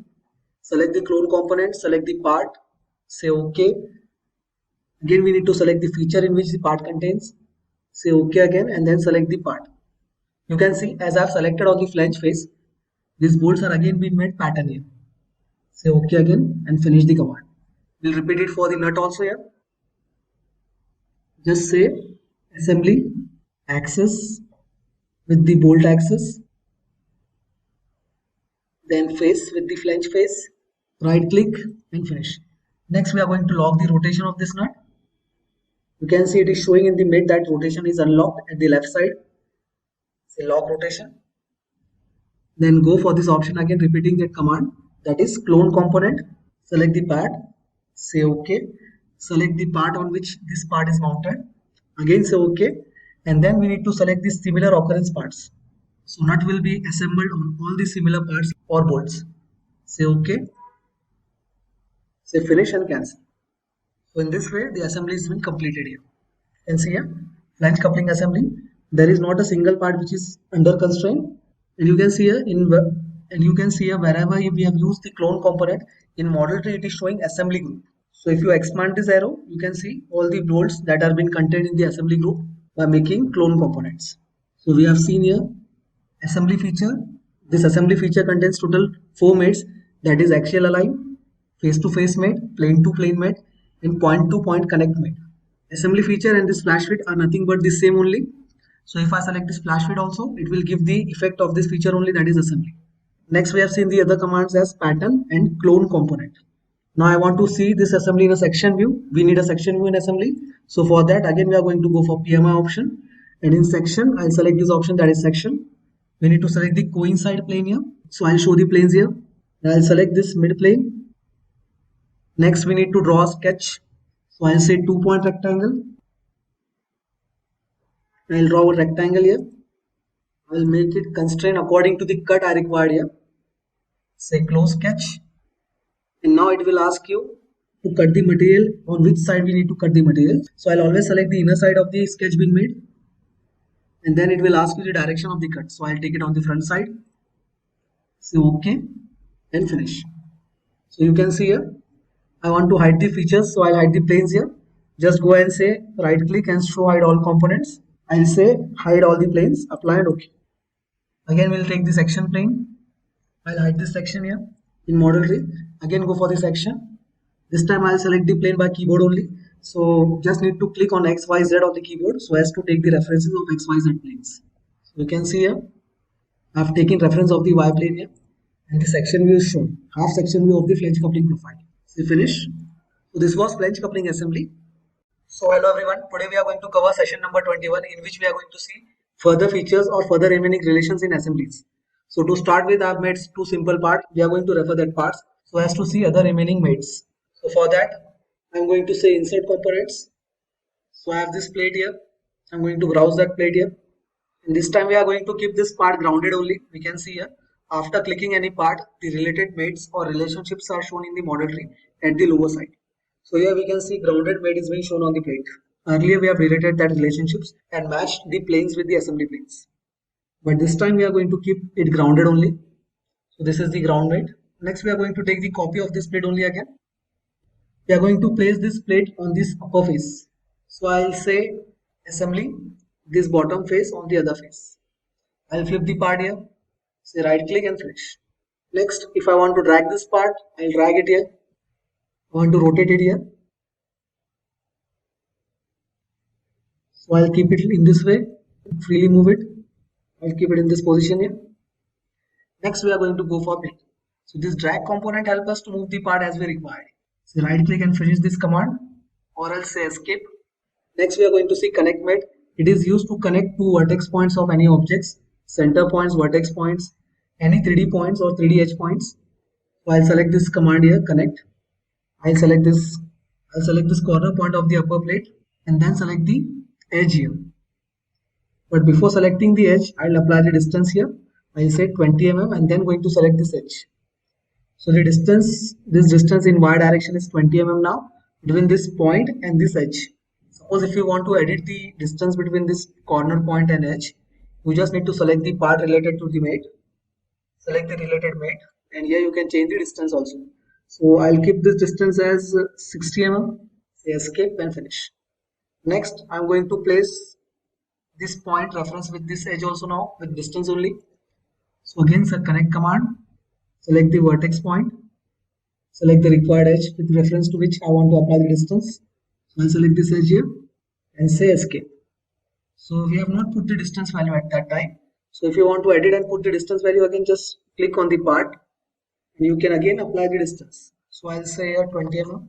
Now we can see this part here, it is having 60 mm distance from this vertex point, and in X direction, that is horizontal, it is 20 mm. Now if we observe it from upper side, we can see this face is looking parallel to this face, but it is not in the actual case. For justifying that, I'm going to go for the angle mate here. Select the angle mate, select the reference faces in between which we want to provide the angle. Then put up the value here. I'll say the value as 5 degrees here, and then select the perpendicular reference face. This third face should be perpendicular to the above 2 faces. So I'll select this face, the upper face of this horizontal plate. And we can see from the top side orientation, this face is now inclined with the 5 degrees angle in between these 2 edges. This edge and this edge is having 5 degrees angle now. In this way, you can use point command and apply the angles between two faces. So we have covered two mates here, that is angle mate and point to point contact mate, that is connect mate. If you want to change the angle, then select the plate, select the related mate, and here we can update the angle. I'll say 10 degrees now. So here you can see this point is not moved. It is because we have applied point and edge distance. This vertex point is not moved. This is because we have applied distance between this edge and this vertex point in y direction, as well as horizontally also we have applied the distance. That's why this point will not move, and this fixed point will act as an anchor point so as to take the angle from this face. That's why this plate is looking inclined, but this point is at the same place with the reference of which we have provided the distances here, that is 20 and 60 mm. So now we are in assembly mode and we want that two parts should be made in a relation that they move in angles, but the angle should have one range, that is maximum and minimum range. So to apply that range, I have called one part here. You can see here this part, and I'll call the same part again as a copy. So I'll drag this part again. Next, we are going to make it in a position so as to make them in an angular way. For that purpose, I'm going to select parallel relation first. We'll select this upper edge of the plate, second plate, and the upper edge of the first plate. Both the edges of the plates are coincided as well as parallel, but the offset type condition is kept fixed. OK and escape. Now we'll see whether it is draggable or not. I'll select this drag component, click on the part, and you can drag with reference to this axis. So you can see here, it can be dragged here. Next, I'm going to say coincide here. So for coincide, I'm going to click mate option, select both the faces here. I'll say flip part, and now both the parts are being coincided. Say close again. Next, we can rotate this part by drag component. So I'll select the drag component again. Now I'll say to rotate this part, click on the part. I'll say freely move.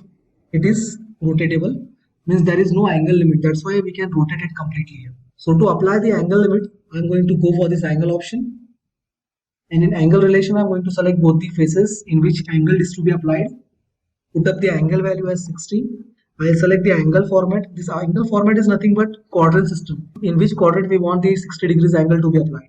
So I'll select the fourth quadrant here, fourth angle, and then select the perpendicular face. Means first we have to select these two faces, then select the angle format, then go for the angle, and lastly select this perpendicular face. The order should be followed in such a way only. Now this angle is also been applied.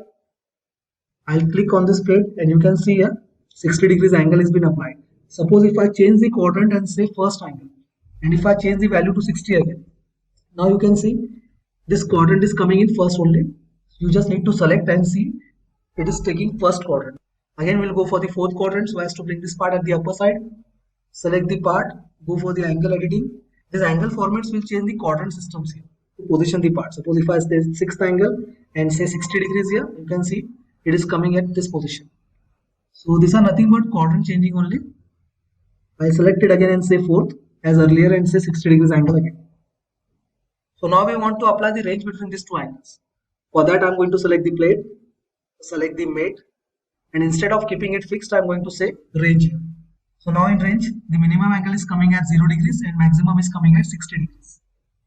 So we'll just keep it here, and we can see here now, by dragging this component, you just need to say free move. And now it is moving only till 60 degrees here. It will not go further that angle, neither in downside nor in upside. So here the range has been applied in angles for the two parts. You can see here, in this way, you can apply the range angles also here by using angle mate. Next important thing we are going to see here is we can apply this range in distances also. Again, we'll take the same part as a copy. Here I'll say assembly to this face and this face. Next, we are going to coincide this faces also here and this faces also. After applying this all the mates, you can see both the plates are coincided to each other. So for applying the range now, I'll select this part. You just need to go on the first option, that is this side faces were coincided earlier. I'll select that one. The coincide faces you can see here in orange color. Next we are going to apply range here also. I'll select on the range and I'll say the maximum value to be taken as 60 mm. Now if I drag this component here, just click on drag, select the required component and drag it here. You can see this range has been applied. If I say move also, In X direction it will move. 60 mm range was applied. Instead of range, we can also do one more thing. If you just want to move it without having any range values, then select this part, select the required relation, and instead of range, we can say float. So after applying the float command, we just need to drag it here. It will not have any range, but we can drag it anywhere without having any range value. So it may intersect also, it may go far away from the part also. This was float option, say close. So in this way, you can apply the range to angles, range between distances, as well as you can make the condition as float between two objects, so we can drag them for temporary position to apart from each other. Next, we are going to go here for tangent mate. For that, I am going to call this part, that is wooden pin here. Now this pin should be kept on this flat face. The surface of this pin is circular and this face is flat. So to position it properly, I am going to apply here the tangent mate. Select the tangent mate, select the face, select the other flat face, and you can see here this part is been kept on this face here. That is tangent. If I want to flip the condition of the part, it will go on the lower side. You can see here. But the orientation is coming at the lower side. If I flip it again, it will come at the upper side. So in this two alternate position, I can flip this part here. Next, we want this part to be placed at the center of the plate. So for that, I'm going to go here and see this option, that is center plane mate. Select this mate, and now it will show the selection mode in two formats, that is single and double. We'll see one by one each. So first I'll select the single one. So in single selection, I will select this circular face here, and the other two faces I'll select this one. So the single selection is only for selecting the first face with a single or double. Next faces should be selected, two only. This part is being placed here now. We'll repeat it again. I'll undo this part. Again go for this mate, that is center plane. Select the condition here as single. So the single face, I'll select the circular face. I want this part to be placed between these two faces. That's why selecting these two faces. So here, the center plane mate has been applied. Next, I want this orientation of the pin again here at the center only. Again for that, I'm going to go for center plane, but this time I'll change the condition and say double. So in double condition, you can see here, I'll select these two faces now. So the component to be moved at the center can have two face selection here with reference to the other two faces of the plate. Earlier, we were taking only one face for the part which can be moved. This time we have taken two faces. So in this way, you can place this part at the center by using center plane option. So we have covered here center plane mate, tangent mate, angle mate with ranges, and distance mate also with ranges and floating conditions. Next, we are going to see here is clone component and duplicate component. So to start with, I have called this part here, this base plate. I'll call this part again as a copy here. So take this plate here. We'll apply the distance between two plates. For that, say assemble. Select both the faces here. Both of them are coincided now. I'll say right click and escape. Next, again I'll select the plate, related mate, and we are going to apply the distance. So the distance type I'm going to keep here is range. So it will ask me minimum value and maximum value. So I'll say the maximum value here as 40 mm and minimum as 0. So right click and OK, finish.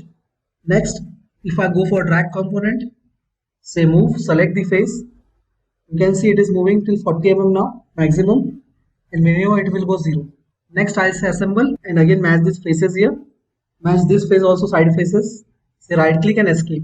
You can see here, if you drag this component, it is taking maximum 40 and minimum 0. Next, we are going to call the part, that is bolt. Say right click escape, and we are going to go for mating this part, say assembly. I'll select the axial align. Next, say coincide again, face to face. Select this face and the other face. You can see here, this part is positioned, but still the rotation is on. That's why it is not completely defined. So I'll put off the rotation here. Say click on the mate, related mate, and say lock rotation. So after locking this rotation, we can see this part is completely been made here. Next, we are going to call the nut here. Last part. Say assemble. Say axis with the bolt axis. Again assemble only. Say face to face mate. We'll lock the rotation here also. Select the component and the required related mate will appear here. Select it and say lock rotation. If I want this bolt and nut to be patterned here, there are multiple ways. First one is selecting pattern command only. Selecting the parts to be patterned here. Say OK. Then selecting the base part which contains the pattern. Then selecting the feature patterns and then going for the base hole pattern. All the bolts and nuts are being patterned together only. You can see here. We'll go for the next option, that is clone components. We can use this option also, clone component. For that we need to delete this pattern here. So I'll delete this pattern. Select the clone component option. It will ask you to select the components to be cloned. Say OK. After selecting the components, select the base hole. Say OK. And you just need to click on the other holes. Any one hole you can click here and say OK again. Say finish. In this way you can pattern these parts in clone components also. You can see here it will show an assembly group. If you expand this assembly group, these parts will be shown in this way. I'll again delete this option also. Next we are going to go for duplicate component. So we cannot duplicate the bolt here. As bolts we required here is total number of bolts we are requiring here are 4. But the parts on which the bolt is mounted are only 2. So this combination will not work. For duplicate components, it is necessary that part to be patterned should have equal number of parts on which the part is going to be patterned. First we'll go for the clone component for the bolt. Say OK. Select the reference hole and select any one hole here. Say OK. Select the hole here. Say OK again. So after cloning the bolts, now we can go for duplicate command. It is because the total number of nuts we require are 4 only, and we already have 4 number of bolts. So numbers are matching now. That is the main requirement for duplicate component. Select the component to be duplicated. I'll select this nut. Say OK. And you need to select the bolts here. And you can see the nuts are also being duplicated on the bolt. At the bottom side, you can see all the 4 nuts are being duplicated. Say OK and finish. So in this way, you can use duplicate component and clone component. For cloning components, the base part and the part to be patterned are not required in equal numbers. But for duplicating components, the base part and the part to be patterned are required in the equal numbers. That is the main difference between them. After that, we are going to go for the assembly now. We are going to assemble the double bearing assembly here. I'll say new assembly. We'll browse the parts again. Double bearing, I've made the parts earlier only. So I'll browse the parts. So here we have the double bearing parts. I'll first call the base part here. We'll keep this base part grounded only. Next part we are going to call here is this bushing. We'll make axial align here. We'll flip the part orientation. Say coincide now. So for coinciding, I'm going to use this mate. Select the face, the other face to be coincided. Say right click and finish. We can go for the clone component, or else we can do mirror also here. So for mirroring, we require the plane, but we are not having any plane in the center. You can see this base reference plane are not lying at the center. So for that, we need to take one plane also. Here we can add the assembly features and go for the planes option. So we'll count the distance first. Say inspect, measure, select the type of selection as faces. So the distance here is 90 mm. So for centering the plane, we need to apply the distance of 45.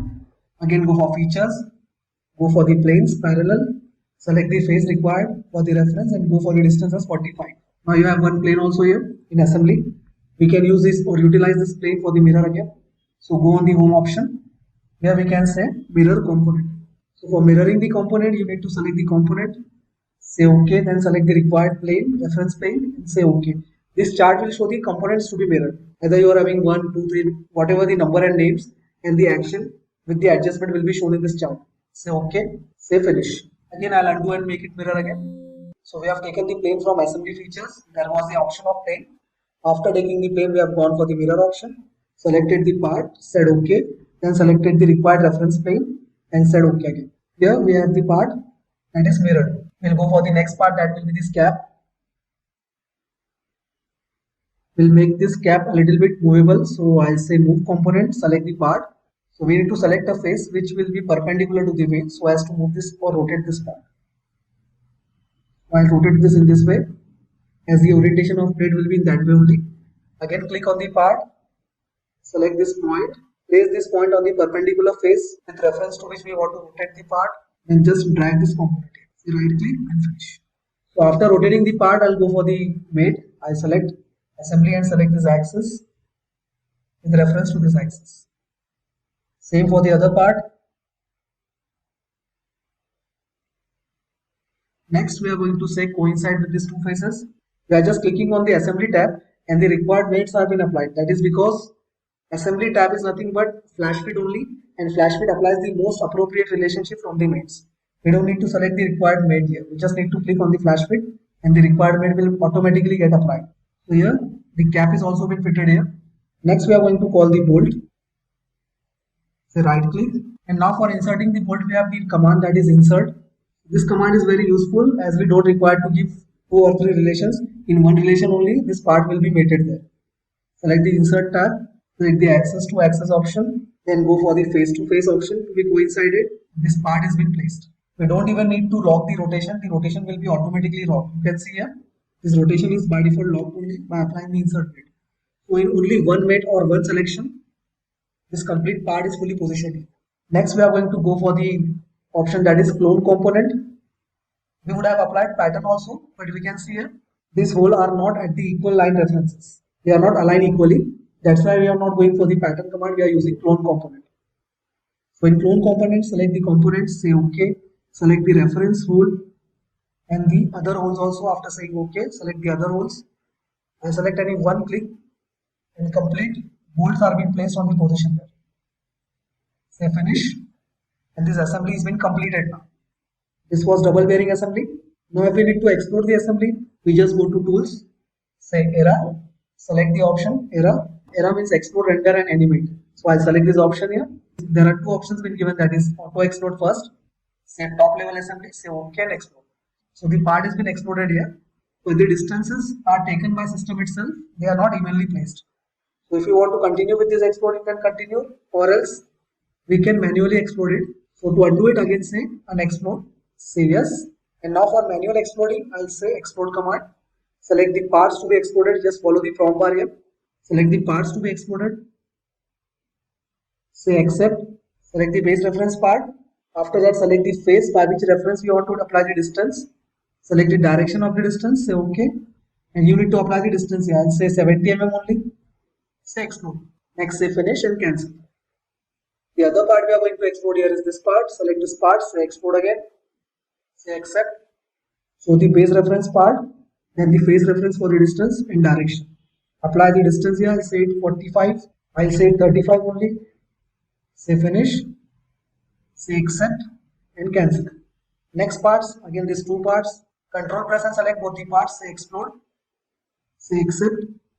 Select the base reference part. Select the face from which you want to apply the distance and direction. Say OK. You need to apply the direction and say 35 as a distance. You can go for the more distance value also. So I'll say 80 mm here. Say finish and cancel. So in this way you can apply the distances here and change the positions of the explode. So this was explode command. So these were the points which we were going to learn in this lecture. We'll continue with the assemblies in further lectures.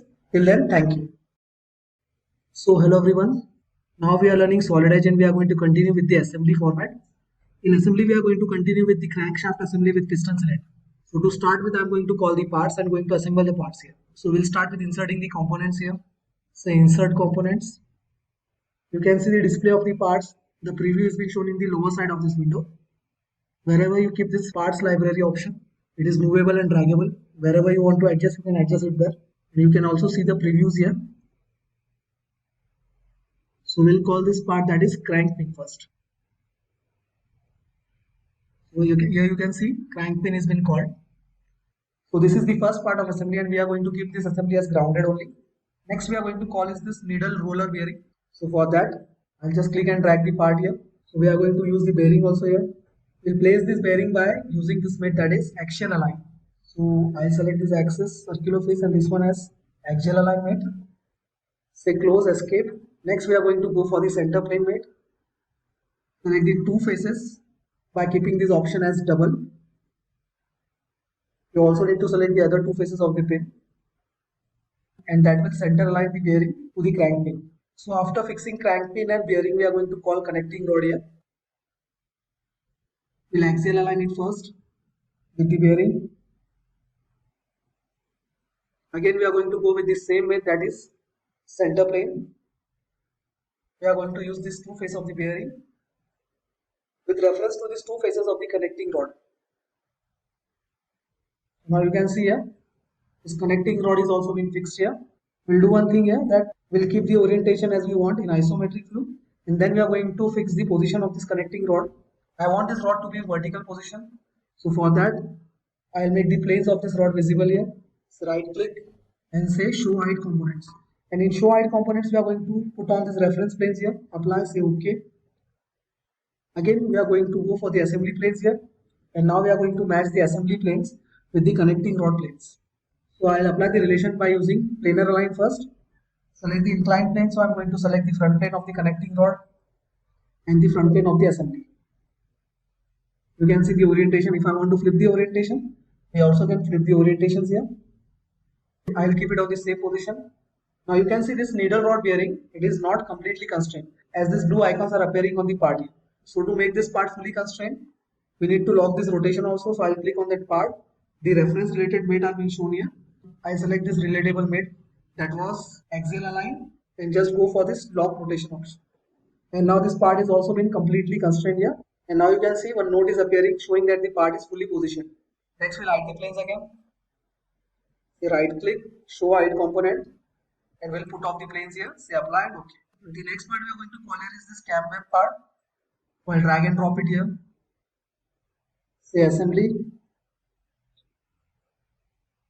We'll flip the orientation. Say right click and escape. Next we are going to coincide the side face of this cam web with the side face of the bearing. So I'll select the required relation here, that is face to face mate. So I'll select this face, side face of the bearing with reference to side face of the cam web. So the next part I'm going to call here is opposite side cam web. We are going to apply same mates as we have applied earlier, that is assemble. We can directly go for assemble also, dash mate will be applied there, or else we can go for individual mates saying axial align.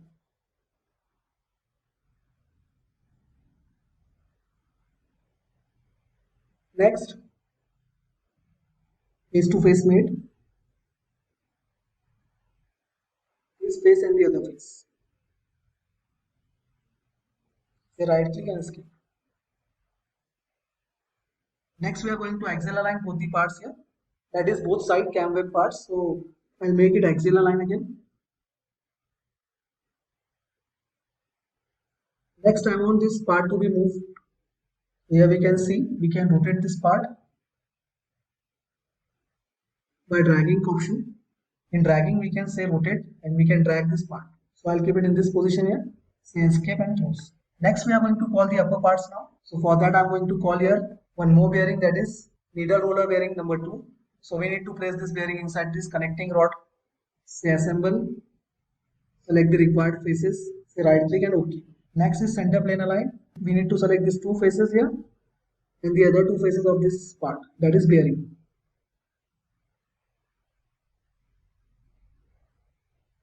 So here this part is being connected here. Next we are going to call the piston here. So here is the piston.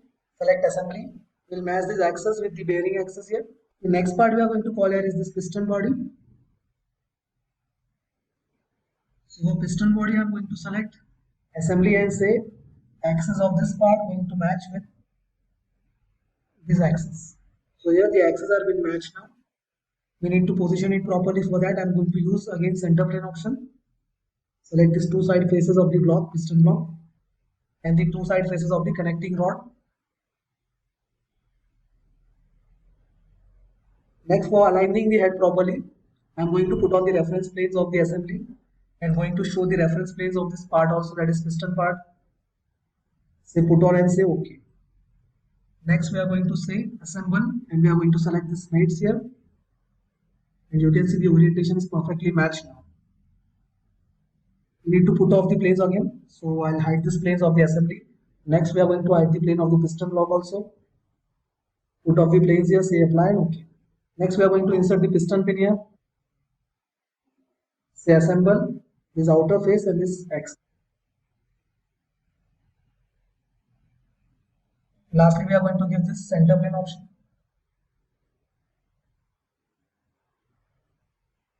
With reference to piston faces, the side faces of the piston.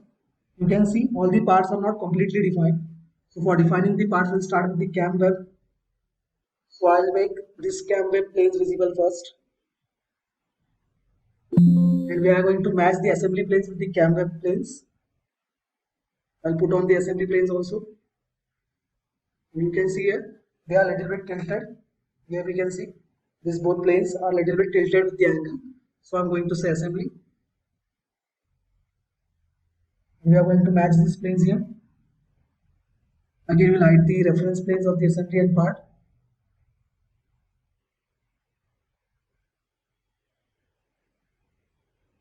Next, these webcams are now completely defined.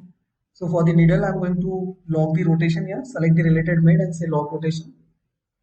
And for this piston pin also, same. Select the related made, that is axial align, and lock the rotation. Now this complete assembly has been assembled here. If you want to explode this assembly, we'll go to tools and we'll go in environments. Here we'll select this option, that is ERA, representing explode, render and animate environment. Just click on the icon there, and now we can either say auto explode or we can explode it manually also. So I'll say auto explode here.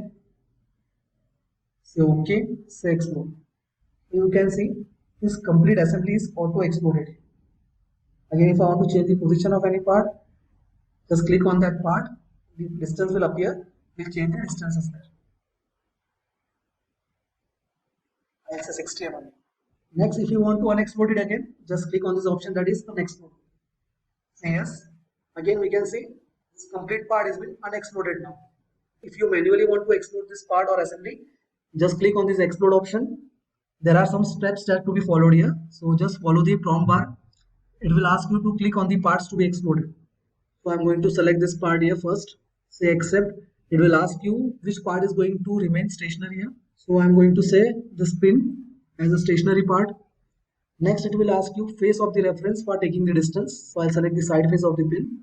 It will ask you the direction in which you want to explode that particular part. So I'll say right side only.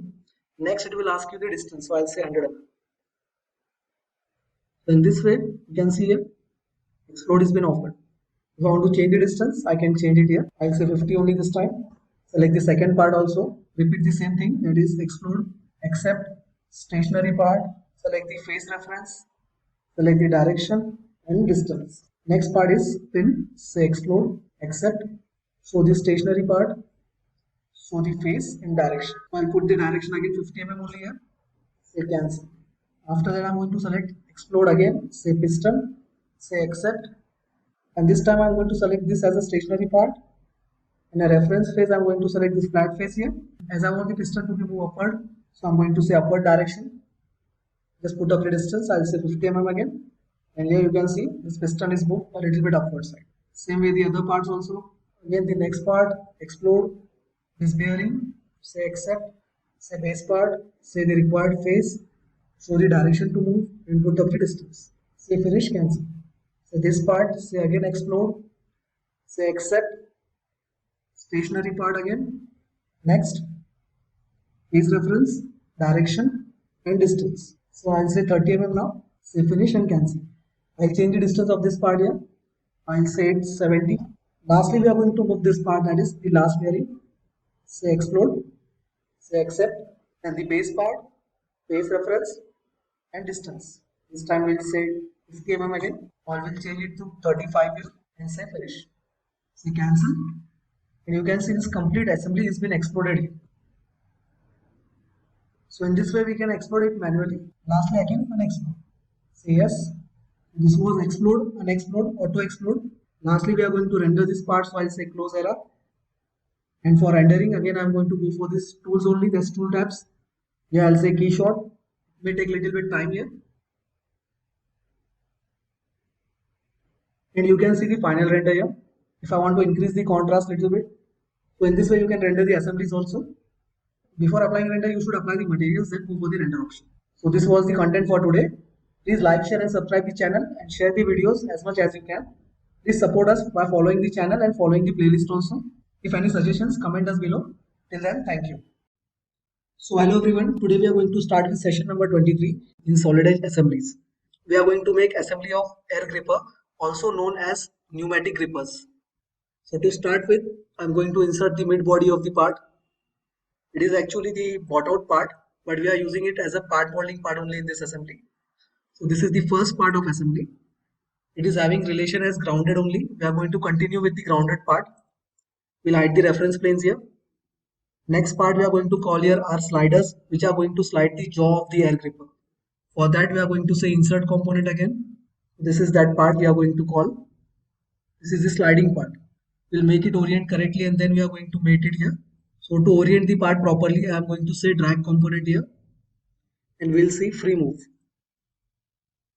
We can also rotate the part here. So I'll keep it in this position here. You just need to select the edge around which you want to rotate it. I'll select this edge here. You can see. Next, after putting it in position, I'm going to go for the mates here. So I'll say assembly. So we'll see the top face of the slider. So we'll make coincide this top face of the slider with this surface having distance of 0.6 mm before coincide. Then we are going to go for the coincide mate of the side faces here. So I'll select this side face and this face. Right click, and now we are going to go for center plane mate or center mate. For that I'm going to put on the planes here. So in assembly I'll select this plane as a reference for center plane. Then we are going to select the two sides of the part so as to make it center aligned. So now the part is positioned at its proper place here. Next, we are going to mirror this part. So for mirroring this part, we'll go for the mirror option. We'll select the part required, say OK, and select the required plane of reference and say OK again. So here we have two parts which are been mirrored here. Now if I want to apply the motion between these two parts with the limit of the distance, we can directly go for that. I'll select this part here. In this part, for this mate, second mate, having coincide faces by sides, I'm going to select that mate and we are going to apply one distance, if that is 11.7 mm.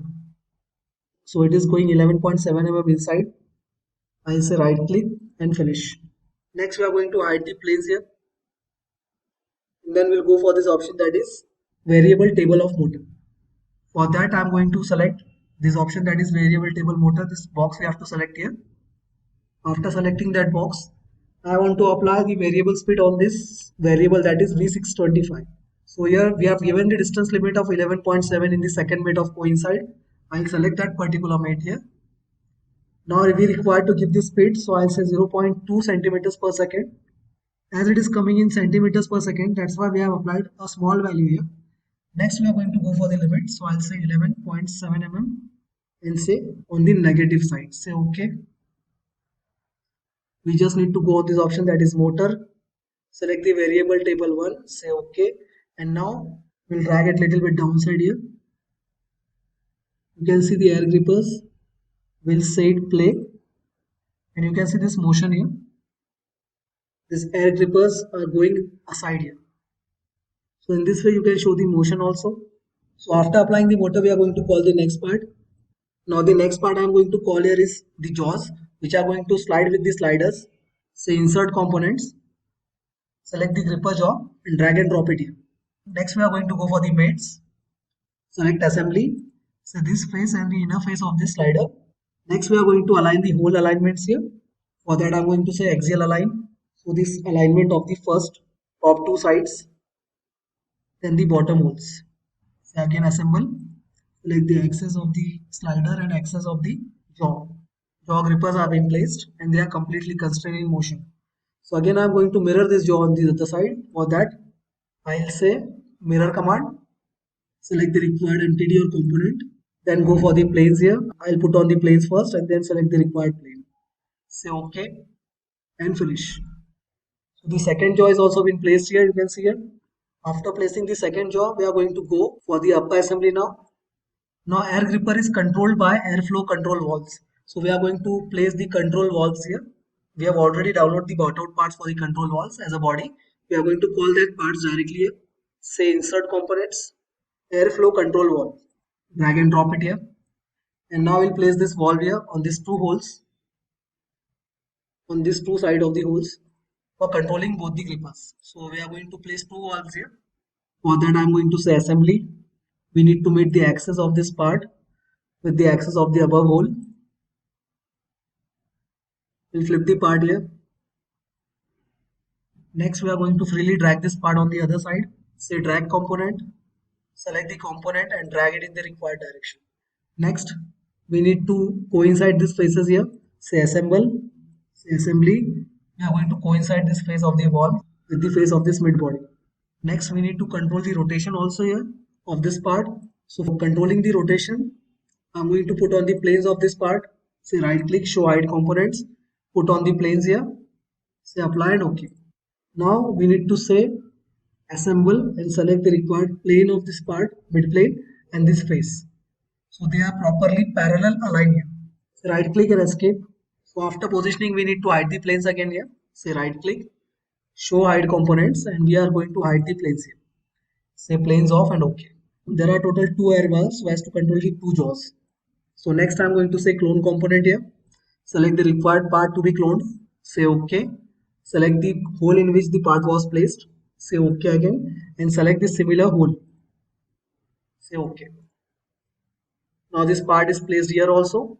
It is also completely constrained. So after placing these airflow walls, which are used to control the airflow of the pneumatics, we are going to call the gripping mount plate. Say insert parts. Select the gripper mount plate here. Drag and drop it here. Next we are going to say coincide. So I'll select this back side of this face and the top face of the mid body. After that we are going to say show and hide the planes of this part. We need to go for the mates with the reference of planes. That's why I'm showing the planes here. Also highlight the planes of the main assembly. Next we are going to say assembly again. Select the right hand side of the part plane and right hand side of the plane of main assembly. Next we are going to match the front planes here. So we can see here the holes are also been matched, the top holes of these two parts. After orienting the part properly, we are going to hide the planes again here. I'll hide these reference planes. Say right click, show hide components and put off the planes again. So now we can see the holes of this mounting plate as well as of the mid body of the part are been matched here, these cross holes. Next we are going to again call this part as a copy so as to mate it in the assembly. So I'll call this gripper part again. Same way orient it again. Say coincide this bottom face and the top face of this part. Also match the holes here. So I'll match this hole with this hole. Also on the other side we need to match it. So I'll right click here on this part. And here we can see drag component option. We'll rotate it a little bit this side here. I've taken this rotation so as to match it with the other one. Again go for this option, that is assembly. Select this axis and the axis of the other hole, and now they are properly matched. Next part we are going to call here is flange mount extender. Drag and drop it here. We just need to coincide the bottom face of this extender with the top face of this mounting plate. I'll flip this part here. Next we need to show the planes of this part also. Say right click on this part and say show hide components, and we need to highlight these planes here. Go for the assembly planes also. Say assembly. Again we are going to match the planes so as to make them center line. Now this part is completely constrained. We'll hide the planes again. Put off the planes of this part also. And lastly we are going to call the remaining part, that is this robot mount flange. So this flange is going to be mounted with the robot which is going to move this air gripper here according to required directions. Next we are going to say coincide again, say assembly, bottom face of this part and the top face of this plate, say flip part. We are going to align these holes here, like this axis with this axis. Similar goes on the other hole sides. And now this plate is also been mounted properly here. You can see this robot mount flange. So after that we are going to go for boltings now. So the next bolt we are going to call here is of M4 size. We'll place it here. So for bolt we are going to use insert relationship here.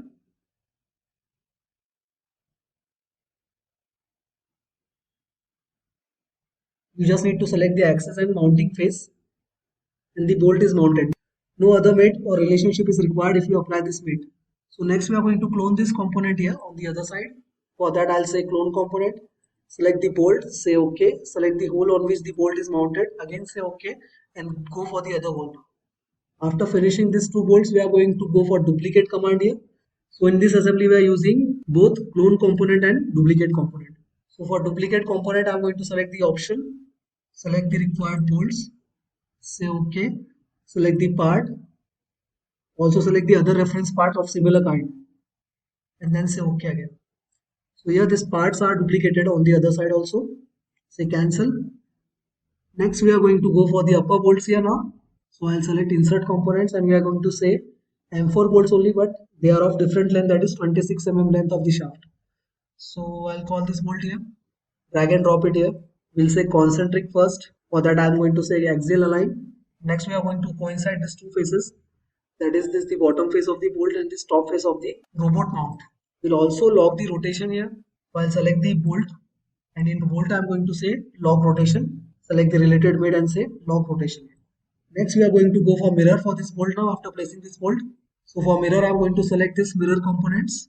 Select the part to be mirrored, say OK, and select the reference planes here. So I'm going to select this plane, say OK again and finish. This bolt has been mirrored here again. Next we are going to call M5 size bolt here. Say insert components, and this M5 size bolts, drag and drop it here. Again we are going to say insert mid for this bolt. Say axis to axis, then select the faces to be coincided, and the bolt is placed. Next go for clone component, select the bolt, say OK, select the reference hole, say OK, and again select the part on which you want the complete bolts. Say OK again and finish. So here you can see these boltings are also been mounted on this part here. So for these holes, we are going to call the bolts of size M4 having shaft length 20 mm.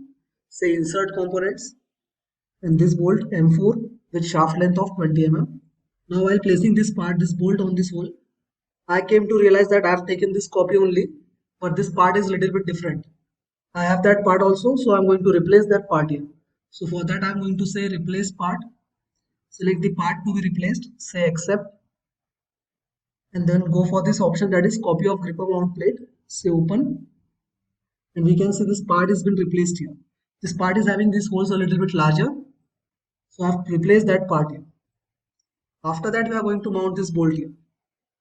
So this was replace option. Again we'll repeat that option, say replace, select the required part, say accept. If I want the same earlier part, say gripper mount plate only, say open, and that will be replaced. You can see the differentiation in this hole size. Correct part, I will replace it again, say accept, say copy of this gripper part, and here you have the change in the part. Then after that we are going to assemble this bolt here, this axis with this axis. I'll flip this part here, say right click and escape. I'll select this bolt, say drag. I want to drag it in the upper direction. Next again go for the mate, say assembly, and select this bottom face of the head and top face of the second plate. Next we need to lock the rotation also here. I'll select this part, and the applied mate will be shown here. I'll say lock rotation. So now the rotation has been locked here. I'll say clone component for this bolt also.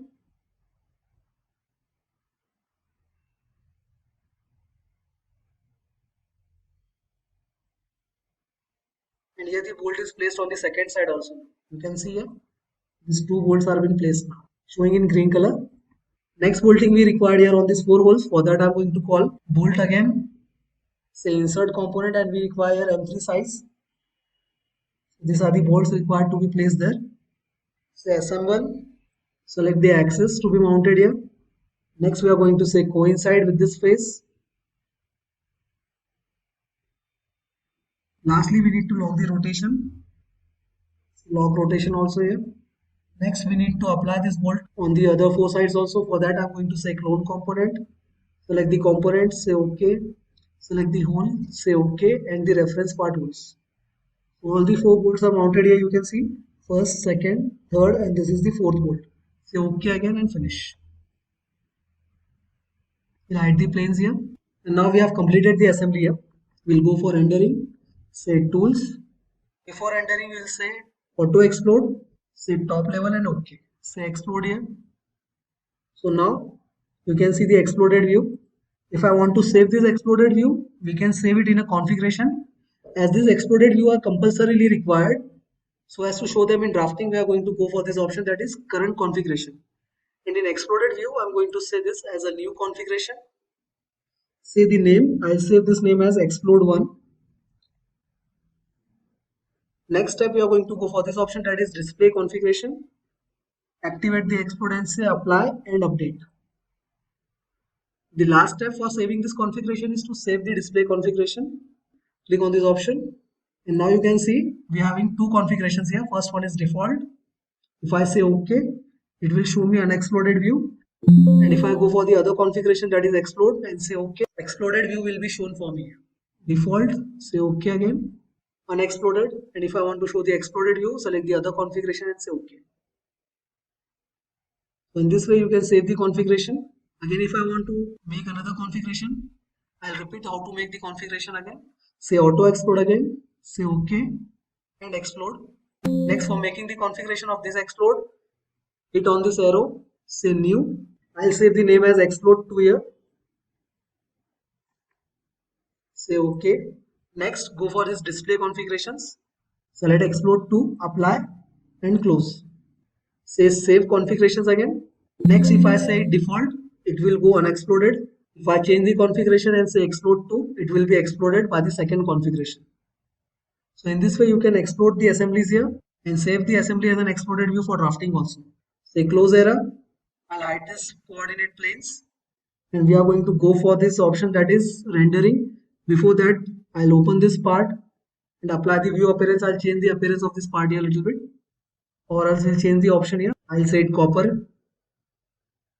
Say close. Now we are in back to assembly. Go for this key shot option.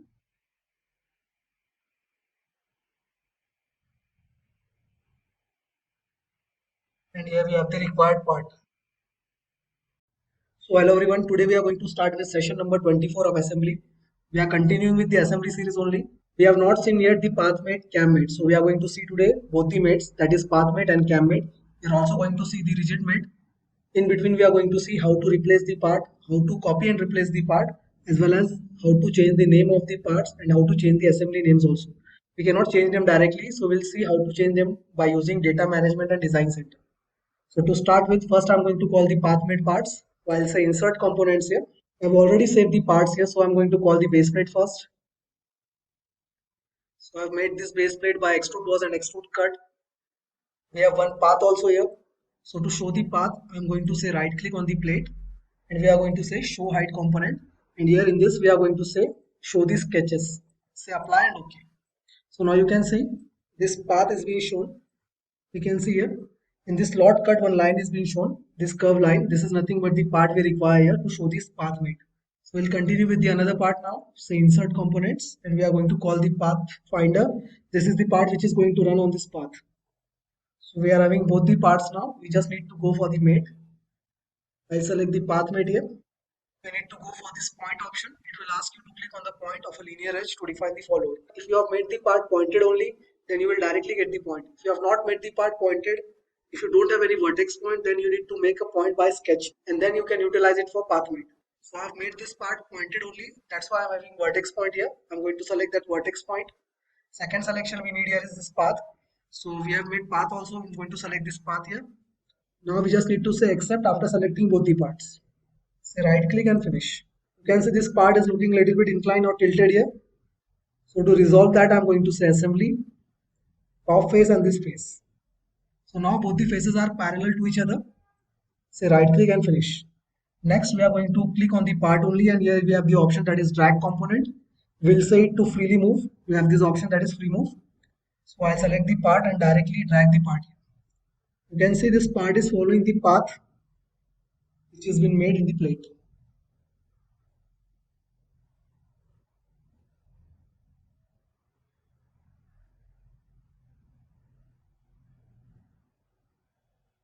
So this was path made. Now the next assembly relationship which we are going to see today is cam made. So to start with cam made, I've already made the parts. We just need to browse the parts for assembly. So I'll say insert components here again. And I'm having this folder here. So I'm going to call the base plate first. So here is the base plate for the cam. We are going to mount all the parts in this plate only. Moving forward, we are going to call the next part here. That will be this moving shaft. So I'm going to place this shaft in this flanges here by saying axial align. If I want to move this part, just right click, say escape and then right click, say drag component and you can see this part can be dragged now. Say move on this option of drag and we can see this part can be dragged. Next, as it is moving rotationally also, so I want to lock this movement. For that I'm going to say assembly again, select this top face and the face of the plate. After placing this shaft here, next we are going to go for the pin, crank pin. So I'm going to say insert component again. So I'm having this pin here. We just need to insert this pin here. Say axial align as well as coincide. Next, we also need to log the rotation. So I'm going to click on the part. The related mate will be highlighted. We're just going to log the rotation here. Now this cam pin is completely constrained. We have not made this part constrained as we are going to move this part along the cam. That's why this part is under constraint. You can see here, this blue mark around this box is coming, showing that part is under constraint. Next, we are going to call the last part, the main part, that is cam. Here is the cam body. You just need to go and say assembly, say axial align here. And we are going to say center plane mate also here, selecting the type as double. Select both the faces of the cam as well as both the faces of the shaft here, these flat faces. So this cam will be center aligned with the shaft. Now next, we are going to go for the mate, that is cam mate. So to apply cam mate, I'm going to go on this option, that is cam. We need to select the face or a point to define the follower. So I'm going to select this face here as a follower. The circular face of the shaft will follow this cam path. That's why it is known as follower. Next, we need to select the cam path. So I'm going to select this face here. Say accept after selecting both the faces together. Now you can see that shaft is being attached to this cam here. Now we can rotate this cam. Just say escape. Click on the cam. Click on this option, that is drag component. In drag component, I'm going to say rotate. So here you can see this cam mate has been applied here.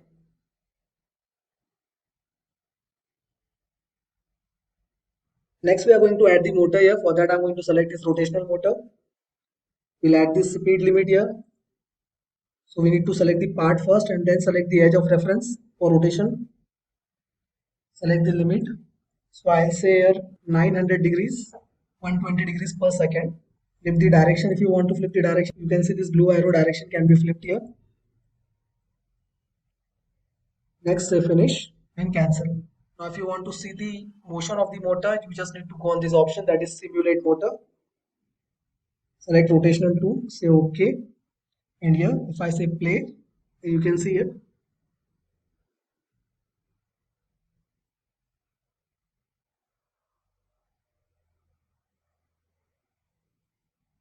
This cam has been moving here using simulate motor and applying the motor.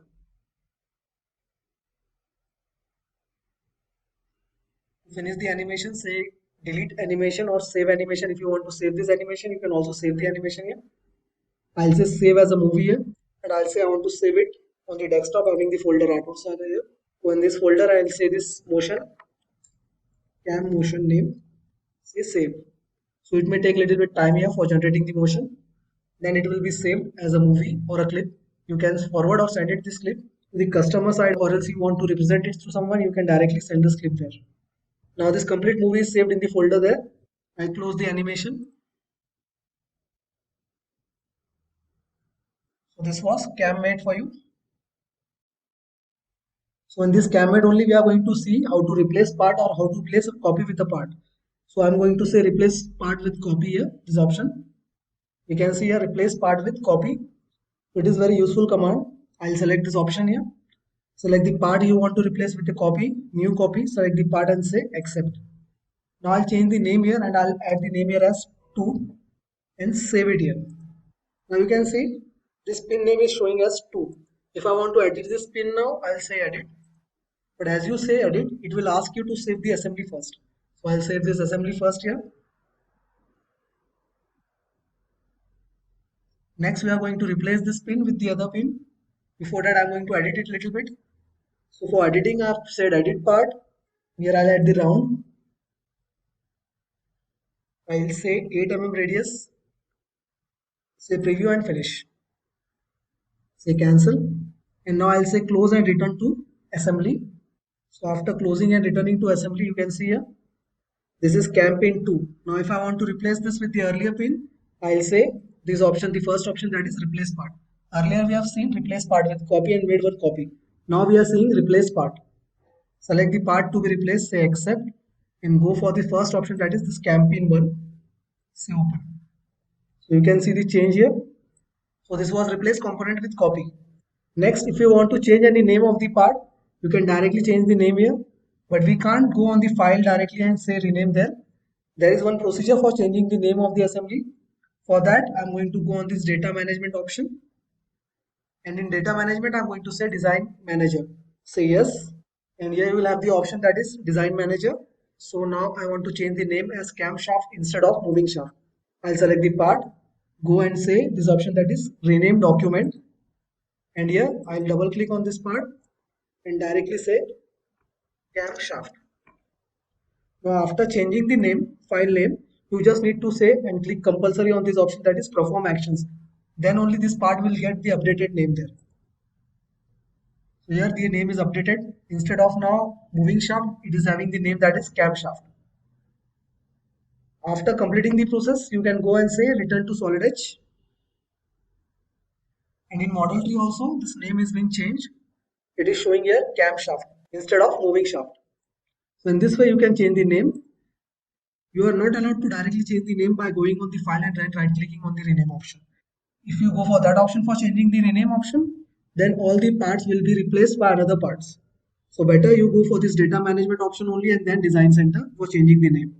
Direct renaming is not allowed in Solid Edge by going on the file and renaming it. Next, we are going to call the copy of this part here. That is this cam body. So I'll select this cam body option and drag it here. I want one more copy of this cam pin. I'm going to select and drag it here. So now these are two separate parts which are not having any relation or made with the main assembly.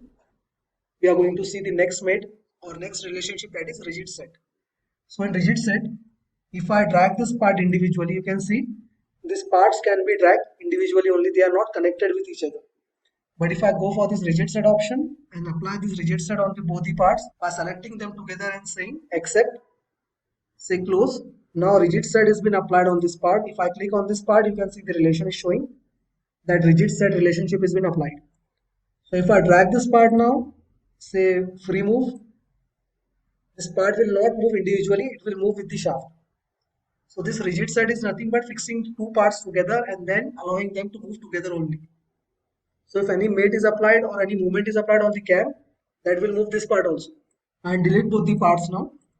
And again, if I want to go for configurations, then first I'll add these two parts here, that is cam pin and cam base.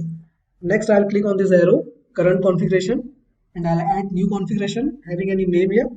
Then you just need to click on this option, that is the second option. First we are going to say new, adding the name. Then we are going to go on this option, display configurations. Select the required new configuration, apply and update. You just need to click on this option, apply and update. Say close. Next you're going to say save display configuration. Now if I go on this default, it will show all the parts. And if I say this Sagar option, it will show only the two parts. So in this way you can add the configuration of the assembly. This is done because if you want to show only two parts in drafting, then you can use the configurations there also in drafting. So it is very useful command in larger assemblies also. So this was the lecture we are going to see here for the assembly. This was the last lecture. Now we'll continue with the next module in other lectures. Till then, thank you. So hello everyone. Today in session number 25, we are going to start with sheet metal. We are going through solid edge sheet metal here. So to start with, I am having some theory. First we will go through some theory and then we are going to go for the commands. So talking about sheet metal is any metal that is in the form of sheets and has thickness in between 0.15 to 6 millimeters. In some cases, the sheet metal thickness also exceed above 6 millimeters. It is not compulsory that they are going to be in 6 millimeter range only. In some cases, they extend up to 10 to 12 mm also. But they start usually from 0.15 mm. So sheet metal manufacturing is the process of creating sheet metal parts by cutting, bending and forming. So these are the three operations, that is cutting, bending and forming, usually done. They are having many subtypes also in the operations, but they are specifically used to shape the parts and bring them to sizes required. Sheet metal is a thin, flat form of metal. It is shaped by rolling through industrial hot rolling or cold rolling equipment. So you can see here, two rollers are being placed and sheet is passed in hot condition through the rollers so as to make them thin and obtain the required thickness. So these are the parts you can see which can be made by sheet metal work. There are cabinets, brackets, some grid walls, CPU units, electronic equipment covers and etc. All these products can be made by using sheet metal work only. It is very cheap and easy to make manufacturing process. The operations in sheet metal are shearing, punching, perforating, notching, sheet metal cutting, blanking, piercing, slotting, and bending. Basically, there are two processes which are used to make flat thin sheets, that are hot rolling and cold rolling process. So here the difference is also important. So in many interviews of mechanical designs, this differentiate is also been asked. Before starting to work in sheet metal, you should have this knowledge also. So here is the bending terminology. In this bending image, it is shown which terms are usually used in sheet metal, such as bend radius, bend axis, bend angle, thickness, what is neutral axis, what is bend line, what is flange length, what is bend allowance, which area is called as bend allowance, which side of the radius is called as bending radius. So the inner side is usually used as bending radius, as well as bending angle. You can see here. So this is the bending angle. Now the materials used for making the sheet metal are, so here the first metal usually used is stainless steel plates. The dimension specification ranges from 0.1 mm thickness to 10 mm thickness. If they are more than 10 mm thickness, then they are known as plates. The standard widths of this sheet which are available in market are 1524 mm, that is 5 feet, maximum to 1219 mm, that is 4 feet common. Length is customizable. If you want to customize the length, you can go for 8 feet also. Second one is cold rolled steel. Material thickness ranges from 0.25 to 3.2 mm. Thickness exceeding 3.2 mm can be customized. Means the usual thickness of cold rolled steel would be 0.25 to 3.2 mm in standard range. The material width of cold rolled steel will be 1524, that is 5 feet, till 1219 mm, that is 4 feet, that is common width. Then the third material which is commonly used is aluminium sheets, having maximum width, that is 5 feet to 4 feet. Fourth one is hot dip galvanized steel plates. So this material is also very commonly used in industry as a sheet metal material. So the material thickness ranges from 0.4 mm to 3.2 mm. Material width here also goes by 5 feet to 4 feet common, and they are also customizable. Then the fifth type that is used in sheet metal work is hot rolled steel. HR is also known as HRS. Thickness ranges from 1.4 mm to 6 mm. Standard width ranges from 4 feet to maximum width by 5 feet. Standard length that will be around 8 feet. Lastly, copper. It is one of the metal that is usually used for sheet metal work. Here the thickness of copper is usually used very less. So the thickness range will be maximum or minimum 0.3 mm. Standard width would be 2 feet and length would be 5 feet. So these were the metals that I used. That were copper, HRS means hot rolled steel, hot dip galvanized steel, aluminium, cold rolled steel, and stainless steel plates. These are the common metals. Other than these metals, some alloys are also used and some different metals are also used, but they are rare. That's why we have not mentioned them in this list. So the first command we are going to start with sheet metal is this tap flange. So to start with tap flange, it is compulsory for us to make a close sketch. If you are using an open sketch, you cannot use this tap flange. And there is one more rule here, that is tab is only used one time in complete sheet metal part. If once used, you cannot use it second time in complete part here, or else it will not make a flattened sheet. That's why tab is only used for one time. So we'll start with tab, directly select the command, and then we are going to make this sketch. I'll say coincide plane here.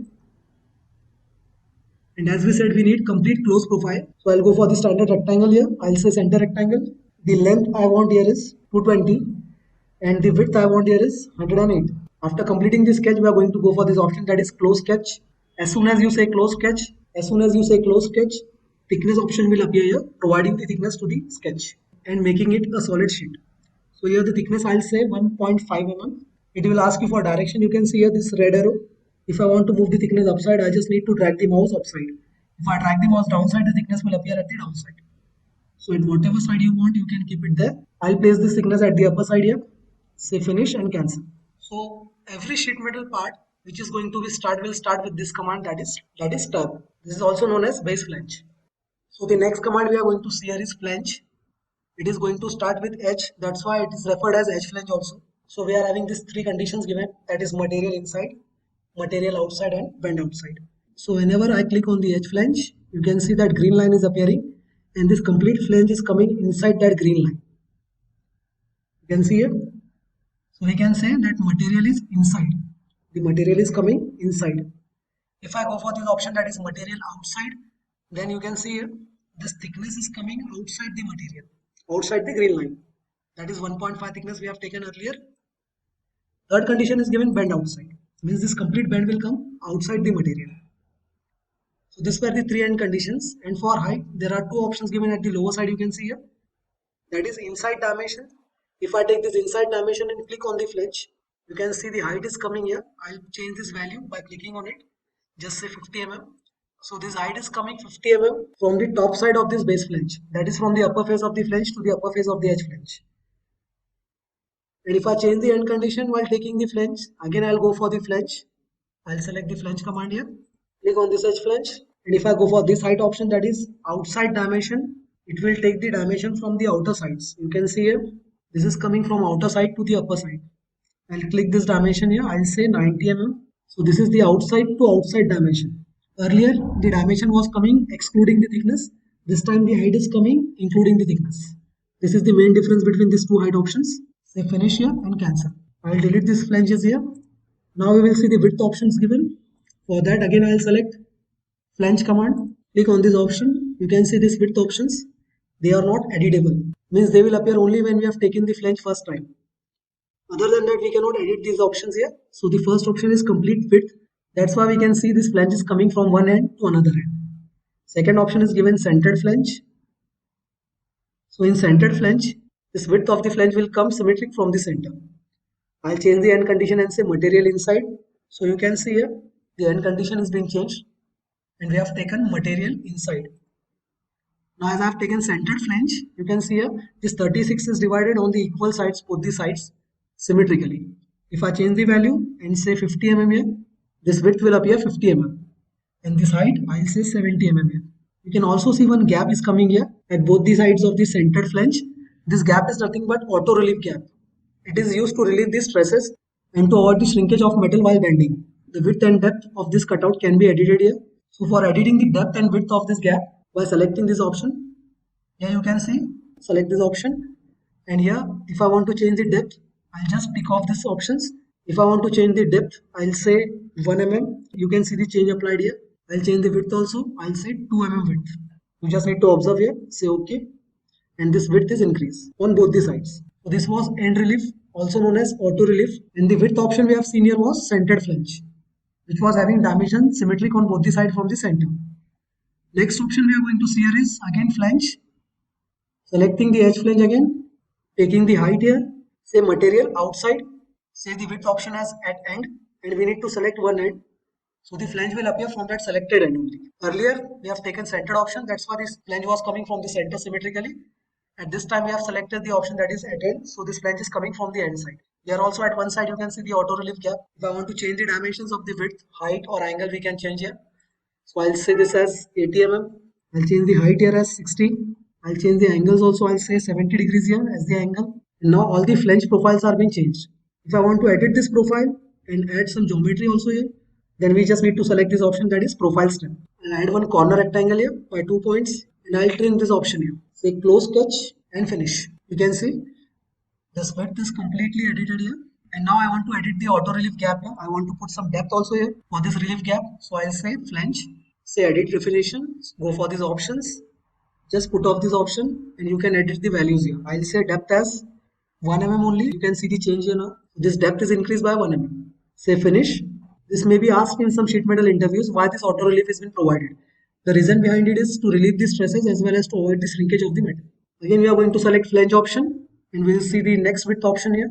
For that I'll select the edge and here we have the option from both ends. So it will appear like center flange only, like this flange only, but only thing is that the dimensions are controlled from the ends, not from the center.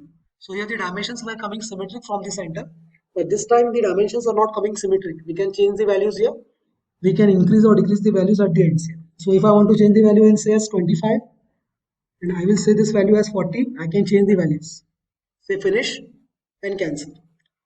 So this is the main difference between these two flanges, that is center flange and flange from both the sides. I'll select here the flange option again, click on the option, and lastly we have from the end. So now at whatever end I'll click here, this flange will appear having two dimensions, one from the end and one this width option.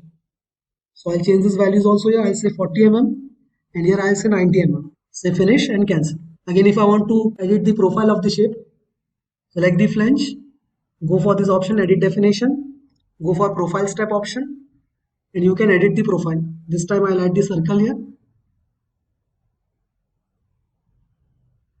I'll trim the intersections and say close sketch. So you can see here the flange profile is being edited here. We can edit the flange profiles also. I can put the extra offset value also here. For that I need to select the flange, say edit definition, and we have the option as offset from step. So here you can put the offset from step dimension, click on the option and say 9 mm, say right click and finish. So here you can see this flange has been updated here. There is one offset from the edge. If I want this offset inner sides, I'll say edit definition again and I'll say this value as -9. This offset will appear at the inner sides. I'll change the width option for the end relief. I'll increase this width. I'll say 4 mm. So this was flange command with multiple options. So the next command we are going to see here is multi-edge flange. Earlier we have seen the flange command in which we can only draw one flange at a time. In multi-edges, you can select multiple edges at one time to draw the flanges. So this is the main difference between flange and multi-edge flange. Flange option is having multiple options for editing, but if we make flanges by using multi-edge, then the options for editing are very less. So we'll start with the multi-edge. I'm going to delete the earlier flanges. And then we are going to go for multi-edge flange. Here I'll select the edge, and if I want to select multiple edges, I will go for the opposite edge also and say OK. Now as I have selected both the top edges, the flanges are coming at the top side. If I want to change the direction, we just need to flip the mouse. The flange direction will come at the lower side. I'll escape, and suppose if I select the command again, and this time I'm selecting the lower flange of this side, that is right side, and the upper flange of the left side. So the direction of selections is lower flange at the right side and upper edge at the left side. So I'll say OK. You can see here, these directions will come at the opposite sides. Right? So it is up to selection of the edges. At what side I want to extrude the flanges. Say escape. Again we'll go for the option that is multi-edge flange. I'll select all the 4 flanges at one time only, all the upper edges. Say OK. And now we need to give up the height. So I'll say 50 mm here. So now the multiple flanges are appearing with having height of 50 mm. If I want to change the angle, just click on the angle option and I'll change the angle to 100 degrees. If I want to change the height, select the value and say 60. Whatever height you want, you can update there. I'll again change the angle to 90 degrees here. Say finish and cancel. Now we have taken the thickness as 1.5. So we require the bending radius to come as 1.5 only. But if I select the feature and say edit definition and go in these options, here you will see this bending radius is coming by default as 1 mm only. It is by default by solid edge only that the radius is set to 1 mm. If I want to update the bending radius, we just need to click off this option and here you can put the required value you want. So the minimum bending radius to be taken for sheet metal should be equal to thickness or more than thickness. We cannot go for the value lesser than the thickness value. So here we have taken the thickness as 1.5. I will say bending radius also as 1.5 only. So the bending radius are being updated here.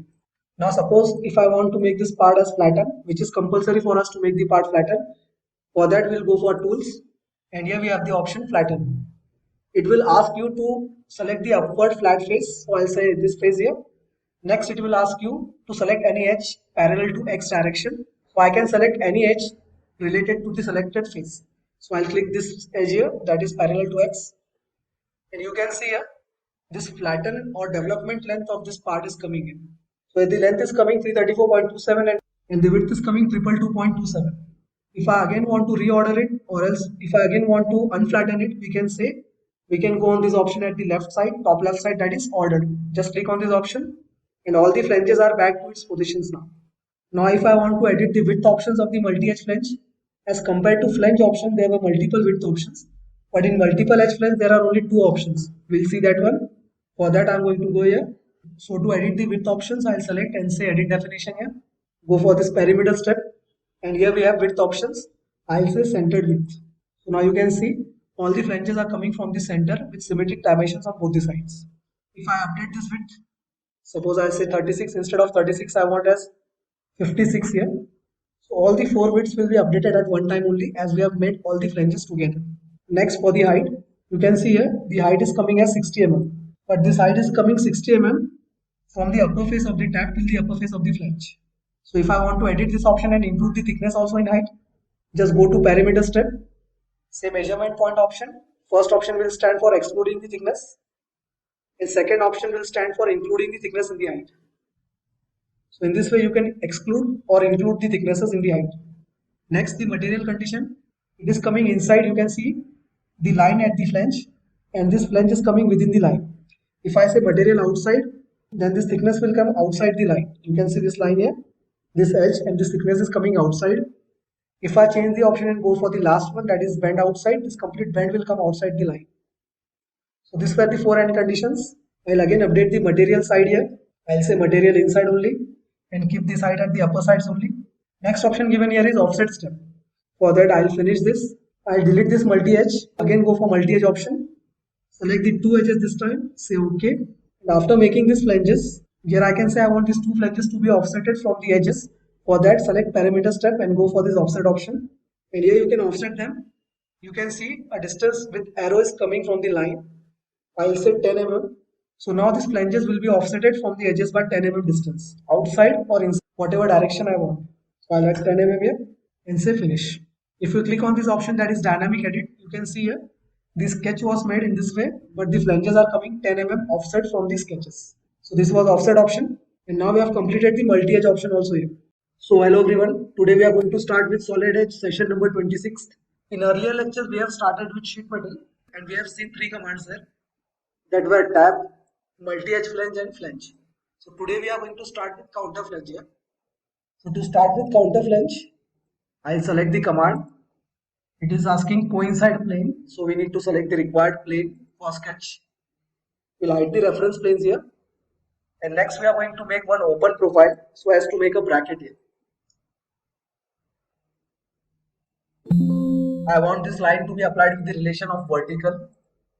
Then this vertical height I'll say 70 mm. Say auto scale dimensions and OK. This dimension will take here as 25 and this I'll say as 40 mm. Say close sketch, and when we say close sketch, you can see here we have not applied any corner treatments, but it will by default take bending radius on these corners. So I'll say close sketch here. It will ask the direction of thickness. Next we need to extrude, and I'll say symmetric extent in this command so as to extrude it on both the sides. I'll take this extrusion as 45 here. Now this simple bracket has been made using counter flange command. You can see here at the corners bending radius are coming by default only. Bending radius are nothing but the inner side radius. This radius. This outside radius are not called as bending radius. So we can see here the bending radius size. I will say inspect, measure and click on this edge. So the bending radius is coming as radius 1. And so was the thickness. I will measure the thickness also here. The thickness also was 1 mm only.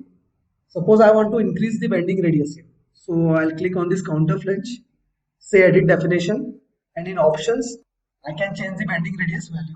So I'll put off this option and you can update the bending radius here. So in bending radius I'll say 2 mm as a bending radius. So it will get updated here. Say finish, measure and click on the edge. You can see the radius is updated to as radius 2. So in this way you can utilize the counter flange. Means whatever profile you are going to make, it will be converted into a flange, whether it is open profile or closed profile. We'll see the counter flange with one more example here. I'll say Control N. I'll take this new part, say isometric sheet metal, say OK. Here we need to make one tab first. We'll start with tab now. Hide the reference planes. Rectangle, center rectangle, smart dimension. Always provide the dimensions between two sides instead of directly clicking on the line. I'll say 200 mm. Horizontally and vertically I want this dimension to be taken as 120. Say close sketch. Here it will ask you thickness, so I'll say 2 mm here. So I want this thickness to be taken at upper side. I'll say at upper sides, finish and cancel. Next I'll say counter flange again. And it is asking you plane normal to curve. Earlier part, this option was coincide plane, as we have not drawn any sketch. But this time we are having one tab here, so it is giving a different option here. It is asking plane normal to curve. So at whatever edge I want the counter flange to be made, I select that edge and I need to take one plane at any one corner. You can see plane is coming by default after selecting the edge. I just need to show the end at which side I want the plane. So I'll take this plane on the front side. As soon as I click here on the front side, the plane will be activated. And we need to draw one sketch here. So I'll take this open profile. We need to apply the height here. So I'll take this height as 60 mm. If I want to continue with the profile, I'll say this as horizontal next line. And then I'll say smart dimension again. We'll take this dimension as 22. So vertically I have taken 60 and horizontally I have taken the 22 dimension. So this 60 line will form vertical flange and this 22 line will form horizontal flange. Both flanges will come together with having the corner treatments as a miter joint. That's why in some softwares like SolidWorks it is called as miter flange also. Say close sketch and you can see here the flange is taking place there after saying close sketch. So it will ask me about the depth of the flange. At whatever end I want the flange, I can put up the dimension here. So I'll put up the dimension here as 60 and I need to show this on the other side. Here we don't have any support edge, so it is showing error. You can see the yellow mark, exclamatory mark coming in the screen. But if I flip the direction again towards the edge side, this flange is coming there. So the distance I require here is 60 and say enter. You can see here this counter flange has been made by using this two lines 60 and 22. Bending radius is automatically coming there. If I want to update the bending radius, I can go in options and here I'll say bending radius as 1.5. So this bending radius inner side has been updated here. Same for this bending radius also. Next, here we have taken the value for this extrusion. If I don't want this value, I want this flange to be taken as completely from one end to another. I'll say it edit definition again. Counter flange edit definition. And here we'll go for the end condition as we can see here we are having three options. So I'll say end to end. So now we don't need to input any value there. It is taking from end to end this flange. Next one is chain. If I click on this chain option and if I click on the other edge, you can see all the edges are highlighted in orange color. Means this flange is coming as a chain on all over the edges. Same like as multi-edge flange only. But there was one drawback. We cannot treat the corner treatments there. Here we can edit the corner treatments also by going in options. We'll see it later. So you can see these joints are coming as miter joints. I'll say it OK and finish. Now we don't have any gap here. You can see here. These flanges are connected closely. A small gap is coming at corners only. Instead of that, we don't have any gaps. So if I want to provide any gaps here or open these flanges, so for corner treatments, again, I'll say counter flange, edit definition, go in options. And here you can see this radius is coming 1.5. It is also having one more option, one more tab here. Beside this general tab, we are having miters and corners. So in miters and corners, this miter is coming off 45 degrees. Next, we have this finish end. I will not change it to miter. If I want, I can change it, but I'll keep it rectangular only. Next, we are having gap option. So if I want to provide gap between the corners, I'll put up the value here. I'll say as 0.5 gap and say OK. So here you can see 0.5 gap is coming in. At all the corners, this gap will be applied. Say finish and cancel. So now we are having miter flanges with gaps here. So this was counter flange. So we have deleted the earlier flanges and now we are going to see counter flange by taking the direction of the horizontal flange inner sides. So for that I am going to make the sketch here. I'll select the command first, then select the reference edge. We'll go for the plane here. At whatever end we want, I'll take it in front side. Next we are going to draw the lines here. The first line will represent the vertical flange and the second line will be for horizontal flange. Earlier we have taken this flange on the outer sides. Now we are taking these flanges in the inner sides. Now I'll say this height as 60 and this direction I'll take as 22 again. So this is 60 from the bottom base side. Say close sketch. Now you can see this flange. I'll say up to the end. Now this flange is coming up to end. I just need to select any edge here. Then complete flanges are coming here, having miter joints at inner sides. Earlier we have seen the miter joints were at outer sides. This time these are coming at inner sides. I'll say OK here and finish. After finishing this flange, you can see here there is no gap given here. So if you want to fill the gap also again, we'll go for the edit definition option. Go for these options and here you have this tab miter and corners. Here I'll select the gap as 0.2 and this 0.2 gap will be followed on the miter flanges also here, on the horizontal flanges. Say finish and cancel. So this command is known as counter flange. So we'll go for the next command, that is going to be hem. Hem are of different types. We can see here there are total 5 types of hem given here. First one is flat hem, in which there is no gap between to this overlapping flanges. Second one is open hem, having one gap, that is the radius or diameter we can say. Then third one is this rolled hem. Fourth one is this teardrop shape hem, in which this inclined flange will always be connected to this flat flange. The other flange we are going to see here is rope hem flange. The names in solid edge are given a little bit differently. So we'll go through each flange one by one. So to start with, first I'll make the tab here. We need to make one base flange, then we are going to go for hemming. So to start with, I'll take this center rectangle here, put up the values, say close sketch, provide the thickness, I'll take it as 1 mm only at upper direction. Next, go for hem command. So in counter flange only, the last option is given as hem. So I'll select that command here and we need to select the edge here for the reference of hem. So I'll select the left side edge here. We can see here one close hem has been created. And here this green line is shown as the sketch boundary and the hem is coming within that boundary. It is because the material condition given here is material inside. So if I say material outside, this thickness of this hem will come outside the green line. So whatever condition is required, we can select that. Next, we are going to go for the options for different flanges in hem. So when you select this option, this box will appear here. And here we can see the type of hem is used as closed hem. That's why the display of this hem is coming without any gap. So if I want to change it, I'll say open hem. And we need to fill up this parameters here. So when it was closed, only one parameter was active here. You can see here this flange length was active. That was 7.5, means the distance of this straight flange, straight face from this edge to this edge was 7.5. Next we are going to say open flange, and in open flange this radius 1 means this bend radius is given here. It is coming as 0.5. I'll say it 2 mm here. Say OK. You can see here now this flange is coming as open hem, and this diameter of this curve is coming as 2. And the radius of this curve is coming as 2. We'll change the type of the hem now. Next we are going to see S-type flange. Here in open flange there were two parameters, that is bending radius and flange length. In this type there will be two radius. You can see here two bending radius. This is the first radius and the smaller one is the third radius. And two flange lengths 2 and 4. So you can provide the dimensions according to your conditions. Say OK. You can see this flange is coming in its S shape. Next type will go for curl hem. In curl hem, same parameters will be there, but in this case, this one parameter, that is first radius, is bigger and the third radius is smaller. But the third radius will come inside the length of the first one. It will not take S shape.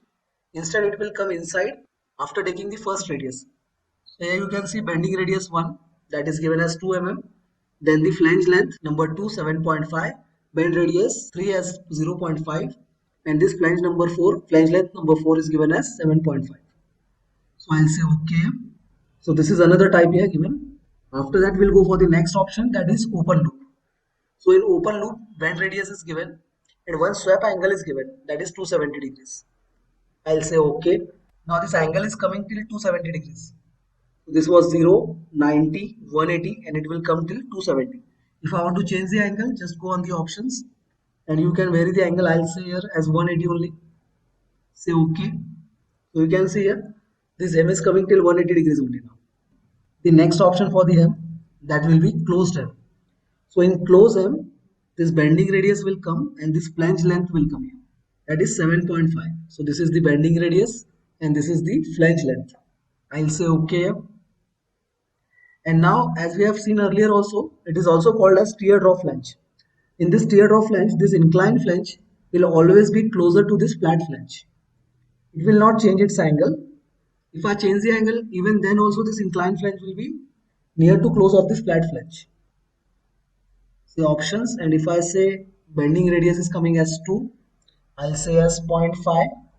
You can see here, still this flange is coming connected to this flat face. So this is one of the most widely used flange type.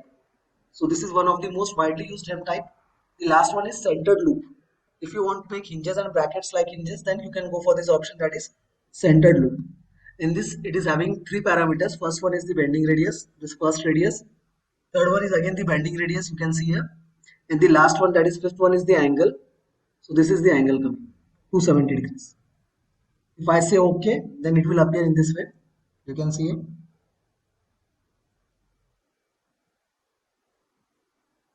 So these are the different types of hem given in the solid edge. say OK and finish. Cancel. Now if I want to make any cut here, we can directly go in this option, that is hole command. We can use the standard holes here. Suppose if I want to select this option and say countersunk, as the thickness is less, we can go for countersunks here most of the time. We need to screw the sheet metal parts, that's why. So if I take this size as M5 and fitment as normal, we just need to say OK and select the face for the positioning of the hole. I'll position it somewhere here. If I want to define the position, I'll take smart dimension, say as this vertical dimension and the horizontal dimension. Say close sketch and finish. You can see here this countersunk is coming. Next, if I want to make a normal cut or extrude cut, you can directly select the cut there. They are almost same only. So I'll say cut here. Select the face and draw the required sketch to be cut. So I'll draw here one rectangle. Say close sketch. Put up the direction and say finish. So in this way, you can cut the sheet metal parts here directly. Last option is given here as slot cut. So if I want to make a slot cut, I'll just select the face. So we need to make this center to center line for this slot. Provide the length for the line here. So I'll take this line for the length as 50 mm. Say auto scale on and OK. Now we need to place the slot position here. For that I'm going to select the point to point dimension solid edge. I'll say it as 20 mm here. And this position I'll take smart dimension again and say 60 mm. Say close sketch and here you can see the slot is coming. Now the width of the slot we can control it from these options. Here you can control the width of the slot. So I'll say it here as 6 mm slot. So I'll drag it on the downsides, click here and say finish. So this slot has been made. So in this whole command you can go for this hole, you can see here this normal cut and cut are same only, and lastly we have seen the slot command.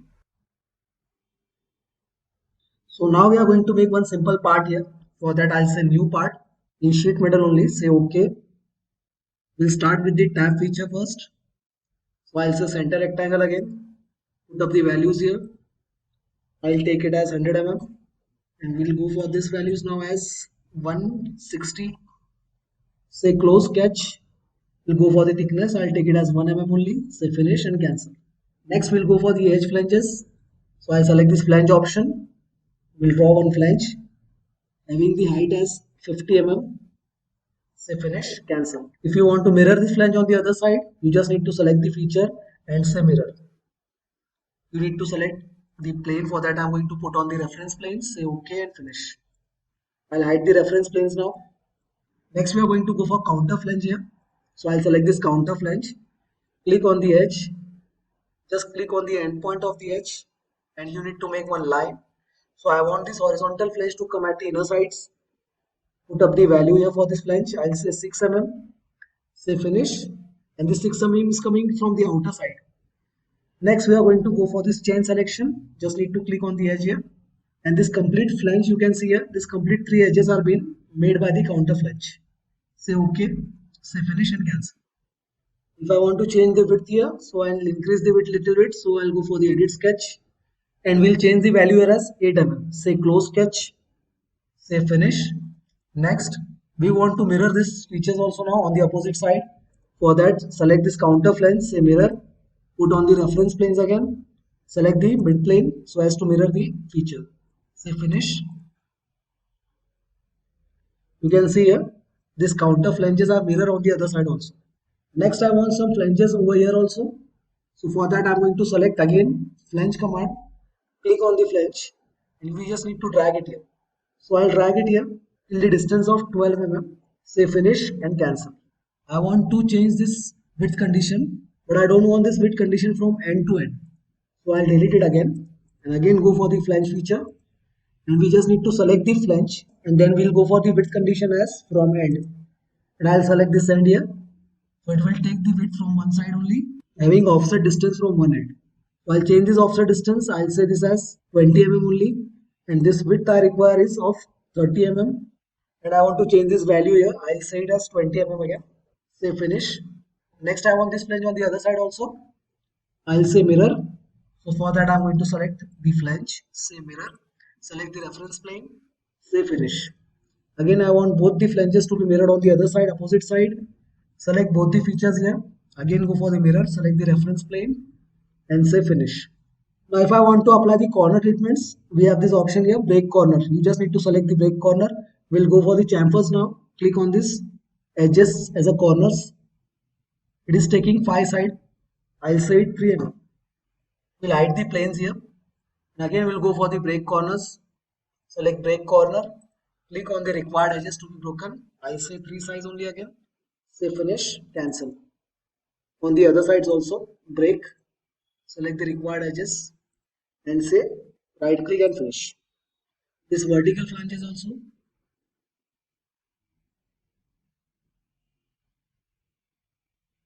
So right click and finish. Next, if I want to apply the appearance here, I'll go on this view tab, go for part painter, select the body, I'll take this color as red, select the cabinet and say close. Now we need to cut the holes here. So for that, I'm going to say hole feature and I'm going to take simple holes here. So for that, select the type as drill hole. I'll take the size as 10 only, say OK. Select the face and here we'll take the center references for placing these holes. Same on the other sides. Lastly on this, say close sketch. Now I'll change the diameter here. I don't want it 10. It is coming a little bit bigger. So I'll say it as 7 mm only. Say OK and finish. We want some more hole on these faces also. For that, again say hole. Select the type as drill only. This time I'll take the diameter a little bit smaller here. So I'll say 3 mm hole. Say OK and just need to select the reference face.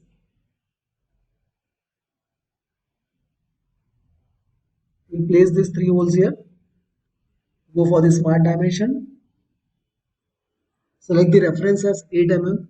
And the other distance from the vertical side, I'll take it as 3 mm. We'll say this dimension as 14 mm. Say close sketch. Again, we'll change the size. I want a little bit smaller holes, so I'll go for the size as 1.5 mm only. 1.8 I'll take here. Say it OK. And we need the end condition as through all. Say OK again. You can see here, these holes are coming on the other side also. On this side. Say finish, cancel. Again, we'll mirror this feature also here. So I'll select this hole. Select the reference plane here. Say mirror and say finish.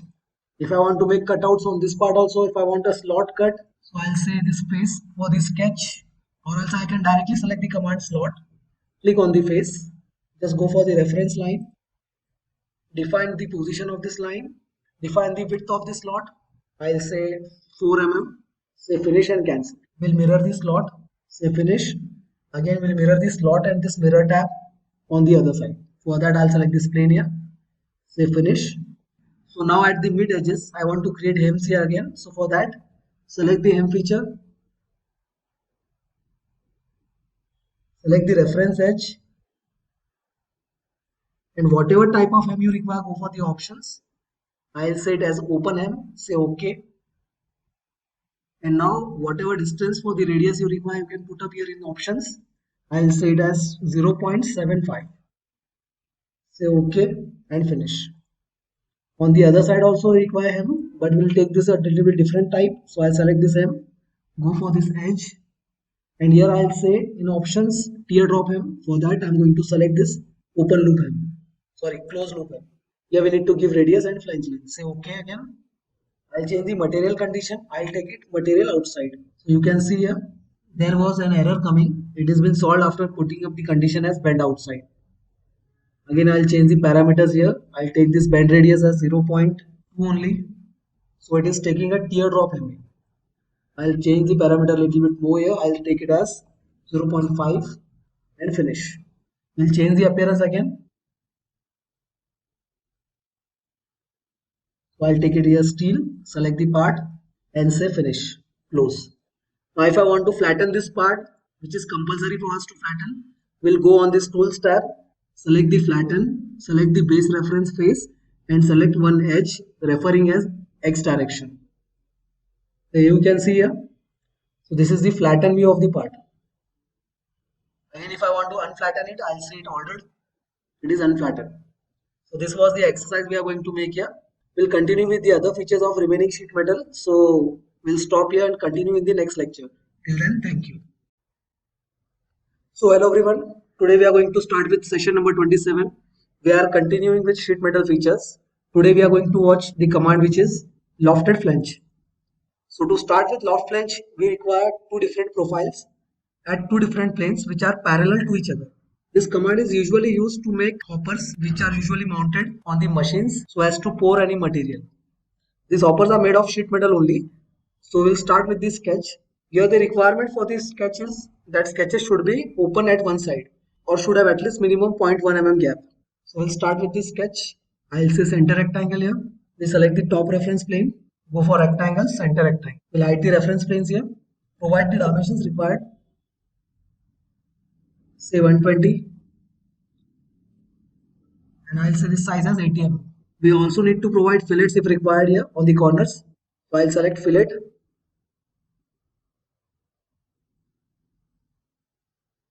Say finish. Here we'll provide the radius for the fillet. I'll say it as 10 mm radius. Now I'll apply the equal relation on all the radius.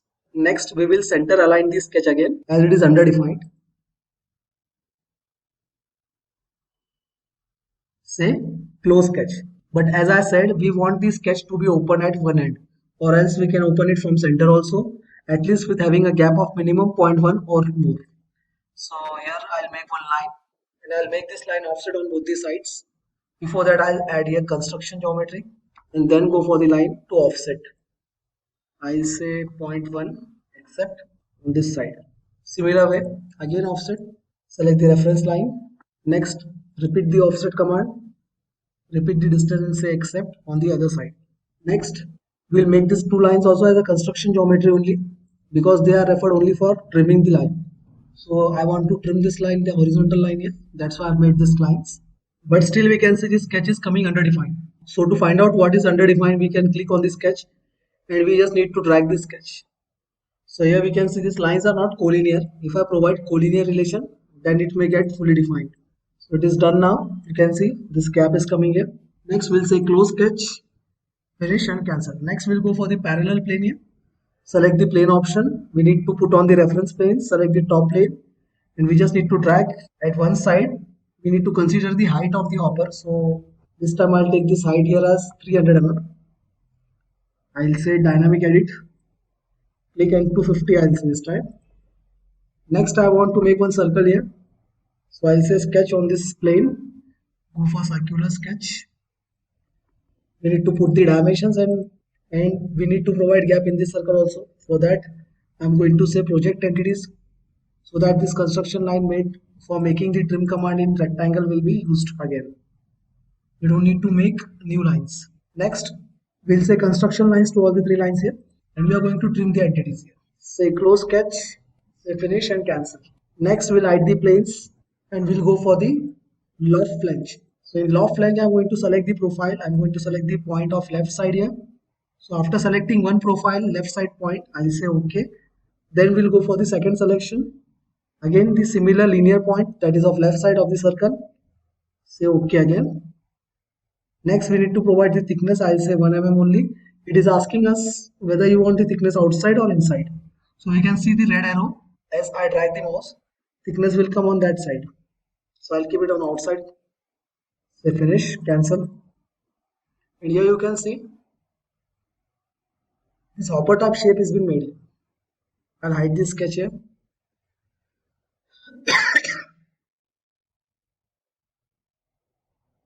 So this was loft flange. Next command we are going to see here is bend, unbend and rebend. So for that I'm going to make new part. I'll say sheet metal part. Suppose if we get started with part modeling part also, we can switch to sheet metal interface just by going to tools and saying yes switch to. So if I click on this option, this interface will change from part modeling to sheet metal. I'll say tab again this time on top plane. Say center rectangle here. Next we need to put up the dimensions. I'll say 225 and on the other side also I'll say 120. Say close sketch. I'll provide the thickness and say finish and cancel. Next we'll go for the command. I'll say bend. Select the face on which I need to make a sketch for bend. I'll make one line here. It is not compulsory that we should make this line from end to end. We can make partially also. Important thing is we need to position the line from the end point. So this dimension should be provided properly. After putting up the dimension, I'll say close sketch. We need to show the direction which is going to be bended. So I'll say this direction. Again, we need to show the direction. Click once more time. And here we need to show the orientation now, whether we want this bend to come at upper side or lower side. So I'll click on the upper side, and you can see here bend has been completed. So in this way we can bend the flange by taking offset from the edge instead of taking directly from the edge. So after applying bend, we are going to go for the next command, that is unbend. So to work with unbend, first we need to select the fixed face. I'm going to select this as a fixed face. Then we need to select the bend which we want to unbend here. So I'll select this bend. You can see here, this is the initial position shown in wireframe, and this is the final position after unbend. So I'll say it okay here and finish. So after unbending, you can see here, the bending radius area is also been shown. Suppose if I want to take any cutout on the bends, I can apply the cuts now after unbending the part. So for that, I'm going to say slot here. We have seen slot earlier. We'll select the face. We need to draw the center line of the slot first, mentioning the distance between two corners of the slot. I'll say 25. We need to place it, so I'll place it here. I'll say 48. I'll increase a little bit distance here. I'll say 49 mm here. Now it is coming at the center. Now we need to say close sketch. Suppose if I want this to be symmetric, then I'll go for this relation. So to apply the center relation, I'll select the horizontal vertical, select the midpoint of the line and origin. Say close sketch. Just need to show the direction. I want this direction to come at downside as I've drawn the sketch at the upper face. Next we are going to say options and go for the slot weight. I'll say the slot weight as 6 mm. Say downside. Say finish and cancel. Now if I want to rebend this bend after making this cutout on the radius, so I'll go on this option again. And now we are going to select rebend option. So first we have used bend, then we have unbended so as to make this cutout, and now we are going to go for rebend. Select rebend. It will ask you to select the bends to be modified. So I'll select this bend. You can see it is again getting rebend. This is the initial position while unbend, and this is rebend again, obtaining its original position as it was first. So I'll say it okay and finish. So you can see this cutout is been made. You can see this cutout here. So these were the options: unbend, bend and rebend. Next we are going to see jog command. It is like bend only. In bend it is only taking one radius, but in jog it will take a zigzag turn. So it will have two bending radiuses here. You can see here in the demo. Line has been clicked, direction is being shown, and you just need to show offset, creating two bends having zigzag shape. So I'll select this option, and now we need to select the planar face so as to make this sketch for bending. I'll say this line here. I'll make this line. We need to show the dimension also here, so I'll take this dimension as 30 mm. Next we'll say close sketch. As soon as you say close sketch, you need to show the direction and which face needed to be moved in jog. So I'll say this outer face. Click on this position and say jog. So we need to decide the direction. We'll take it upside. We need to provide the dimension. Now while providing the dimension, it will ask you whether you want to exclude thickness by using offset dimension. If you want to include the thickness, then go for this full dimension. Now the dimension is coming from the upper face including this thickness. If I'll say offset dimension, then the upper side thickness will be excluded from the height. So I'll say 8 mm here, including the thickness. So I'll say full dimension. You can see here. I'll say finish and cancel.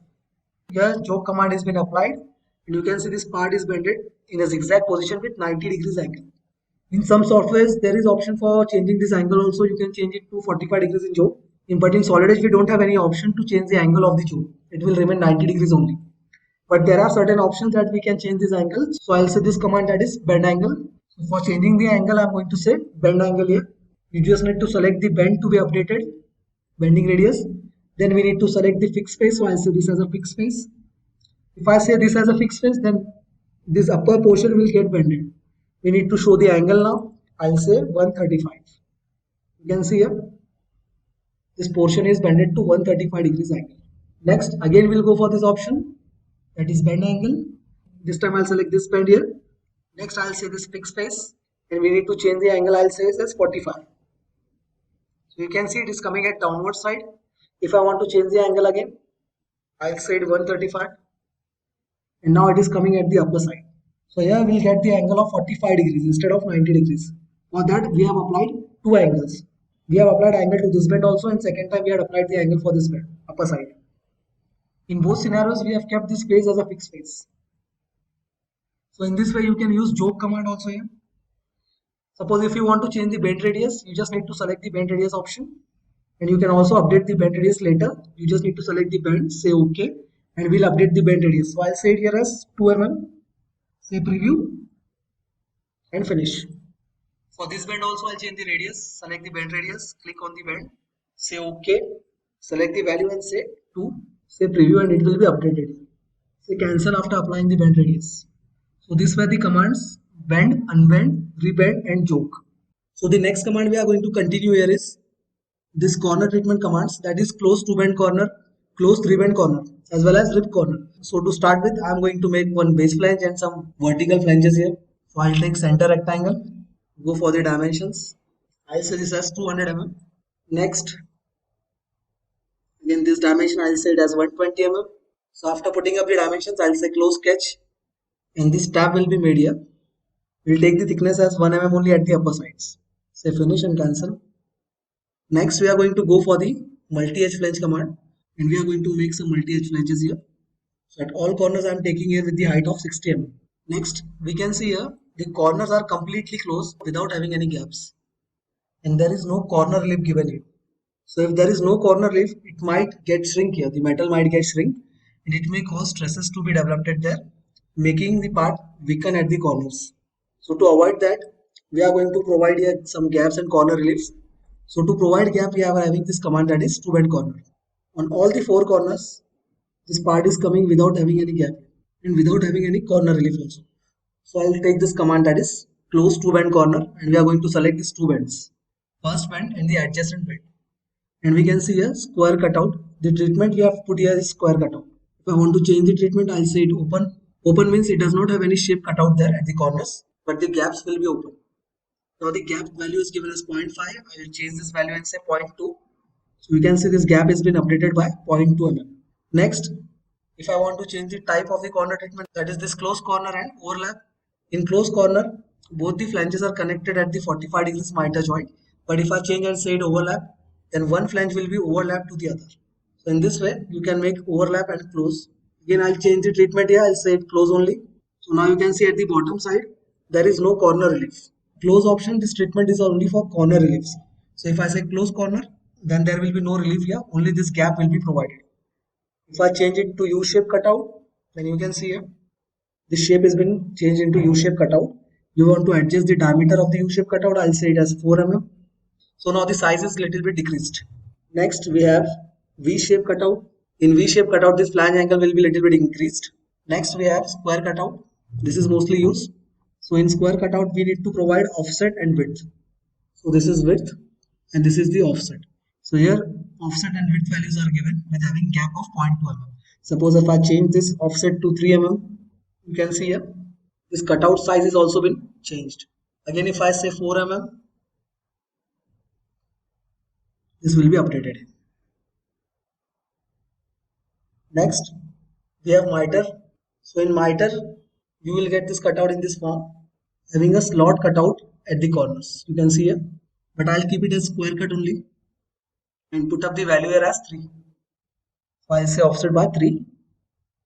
Not only on this corner, I want to continue it on the other corners also. So I'll just click on the other bends also here. First I'll say finish and then we'll continue with the other bends also. With the same values, just need to click on the two bends and it will continue. Lastly, on this corner, so now the corner treatments are provided as well as the bend corner gap is edited by using close bend to corner. So if I want to flatten this part and show this corner bends, we can flatten it. I'll show it in tools. Say flatten, you need to click on the face and the edge reference referring to X direction. And now we can see here the corner treatment. Square cutout is being shown. If I want to unflatten it again, I'll say ordered and it is unflattened again. So this was corner treatment by two bend corners. I'll delete this one now. We'll do one thing, we'll apply one treatment at each corner now. Again, go to corners, select close two bend corner, select both the two bends, and here we'll keep it as square cutout. Say finish. And at this side, I'll apply U type. Say close two bend corner again, select both the bends, and here we'll take U shape cutout. Say OK. On the other side, we'll take a little bit different cutout here. I'll select both the sides here. And at this corner, we'll take circular cutout, having offset as 2. Say finish and cancel. Lastly, we'll keep here the corner treatment as open only We'll not apply the corner relief there. We'll just keep it open with some gap here. So for that again close two bend corner, select the two bends and you will take close bend only having simple gap. The gap I'll take here as 0.5. Say finish. Now different treatments are been applied on different corners. Again we'll go for flatten command here. Go on tools, say flatten. As we have made flatten earlier, this time it will not take much time for flattening. We don't need to show face and edge at second time of the flatten. So here you can see square cutout is coming at this corner right side below corner. The upper corner right side is coming U type. This type is coming as circular and we have not applied the treatment here. So it is not having any corner treatment at the lower left side. So in this way you can apply the corner relief and corner treatments. Corner relief are very important. It is because at the time of bending you can see at these corners stresses get developed and due to this stress development the metal may get shrink and it may cause problems while bending. So to avoid that problems, these cutout are very useful. For that reason only we are providing these corner reliefs here. We need to keep only one type of relief at all the corners, but for the study purpose we have made this different kinds of corner reliefs here. Again we want to unflatten, so I'll say it ordered on the upper left side, say finish. Next command we are going to see here in corners is three bend corner. These are not much used. Only in some special scenarios only we can use this close three bend corner. So to go through this command we are going to make one part here. I'll say new part, say OK. So here we are going to make counter flange directly. I'll say this top plane, hide the reference planes here, go for these two lines now. So I am taking it to adjacent corners, put up the dimensions here, say here as 100 and this one as 150. We need to put up the relation as vertical here, that's why it is not showing fully defined. Next, say close sketch. We need to show the direction of thickness. I'll keep it outside only. And here you can see this flange is coming. So I'll take this flange as height of 60 mm. Next, we are going to make some horizontal flanges also and we are going to give the angle there. So for using this command, you can see one note is coming. It is telling us that when closing a three bend corner, you use two outer bends and one as an input bend. These bends must have the same bend angle. Means it is compulsory that we should keep one angle there. The center lines must intersect in 3D space and there must be connect through a common joining bend. So this is the common joining bend here. You can see here. This is the common joining bend. We need to make two more flanges here with having compulsory an angle. So for that I'm going to say again multi-edge flange and going to click on these two flanges. Say OK and we can see here both the flanges are intersecting to each other. So I'll take this distance as 18 mm here and we need to compulsorily change the angle. So I'll say this angle, it should be below 90 degree or above 90 degrees. So I'll say it as 135 degrees. So you can see here, these corners are coming at 135 degrees now. As they are coming at 135 degrees, they both are getting self-intersected. So to avoid that, I'm going to say close three bend corner. And I'll click on these two bends, lastly on this third bend. So here you can see this corner treatment has been provided on this corner with having removed the intersecting edges. Next, the treatment you can say as closed one. So if I say this treatment as closed, you can see this area will be closed here. So this area is completely closed here now. If I again say open, this will come as open bend. So if I say close, it will be packed here. So this was closed corner by three bends. Next we are going to see here is rib corner. I'll make one different part here. I'll take isometric part. Select the extrude boss command. Say top plane. Select the rectangle command here. Center rectangle. Having some dimensions also here. So I'll take this as 150. Say auto scale and say OK. Next, I'll say this one as 90 mm and we'll take this as horizontal orientation and this one as vertical orientation. Say close sketch and we'll go for this extrude now. We'll make this part hollow by using thin wall. So I'll take this common thickness as 3 mm and we need to show the open face. But before that, we'll make some fillets also here. For that, I'm going to say round and we'll make this edges round at the bottom sides, all the edges. And then we'll go for the thin feature. Say finish. And now I'll say thin wall having common thickness as 3 mm. Say removing face. So I'll select this upper face as an open face. Say OK. Say preview. And you can see here, this complete part has been now hollow. Say finish. Now I'll switch the interface here. I'll say tools. We are going to switch to sheet metal. So I'll say switch to. And next we are going to select this command, that is rib corner. So in rib corner, we just need to select the corner edges. First, second, third, and this one is the last one. Say OK and say preview. So you can see here, these corners are ripped now. Say finish and cancel. So in this way you can apply this rip command here. So this were all the corner treatments given, that is close to bend corner, close rebend corner and rip corner. We'll stop this lecture here and we are going to continue with some sheet metal parts in next lecture. Till then, thank you. Please do like, share and subscribe the channel 4 Dimensions Infotech. So hello everyone, today we are going to start with session number 27, in which we are going to see all the forming tool operations such as dimple, lower, drawn cutout and all. We are also going to see our gussets and we are going to see how to make vents on the parts. So to start with, I am going to make first tab here. Tab means we are going to make a base flange first. So I'll take center rectangle. Here we need to put the dimensions. So I'll take this value as 200. I'll increase it a little bit. I'll say it as 300 here. Next we are going to go for this width 150 mm. Say close sketch. Now we need to apply the thickness. So I'll take this thickness as 1 mm only. Say finish and cancel. Next we are going to apply the appearance. So I'll select this feature and I'll say this body. I want this complete body which is going to be made. I want to make it by steel appearance. So I'll say it's steel, select the part and say close. So here we have applied steel as an appearance. Next, say home. Now we are going to select counter flange. We have already seen counter flange in last lectures. So anyone, if you want to completely learn the sheet metal, you can follow the last lectures in the playlist. There you can see all the previous commands of sheet metal. So here I'm going to make counter flange. We need to select the edge and the reference plane should be added at one end. So I'll take the front end here.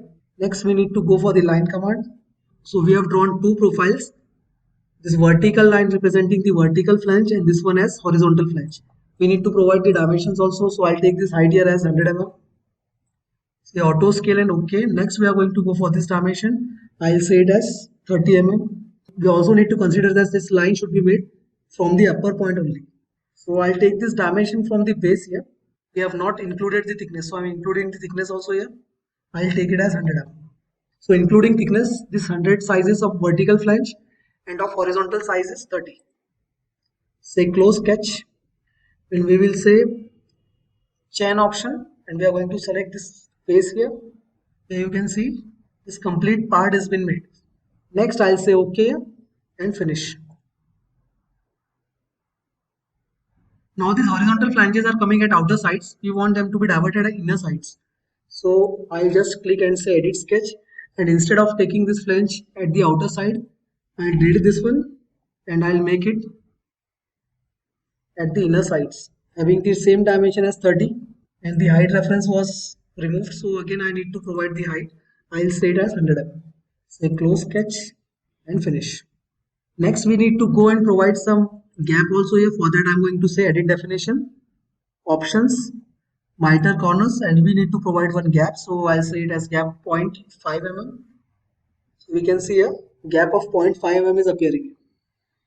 We also need to provide corner treatments for this. So I'll say finish. Next we are going to go for corner treatments. So for that I'm going to go on this option, that is two bend corner. We need to select the two bends of each side and we need to provide the type of corner treatment. So I'll select here as square cutout so as to give corner relief. I'll take this value as 4x4.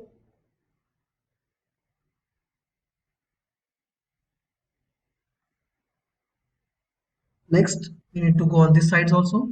Say finish and then select the sides. Say OK. Again select the other two sides after saying finish.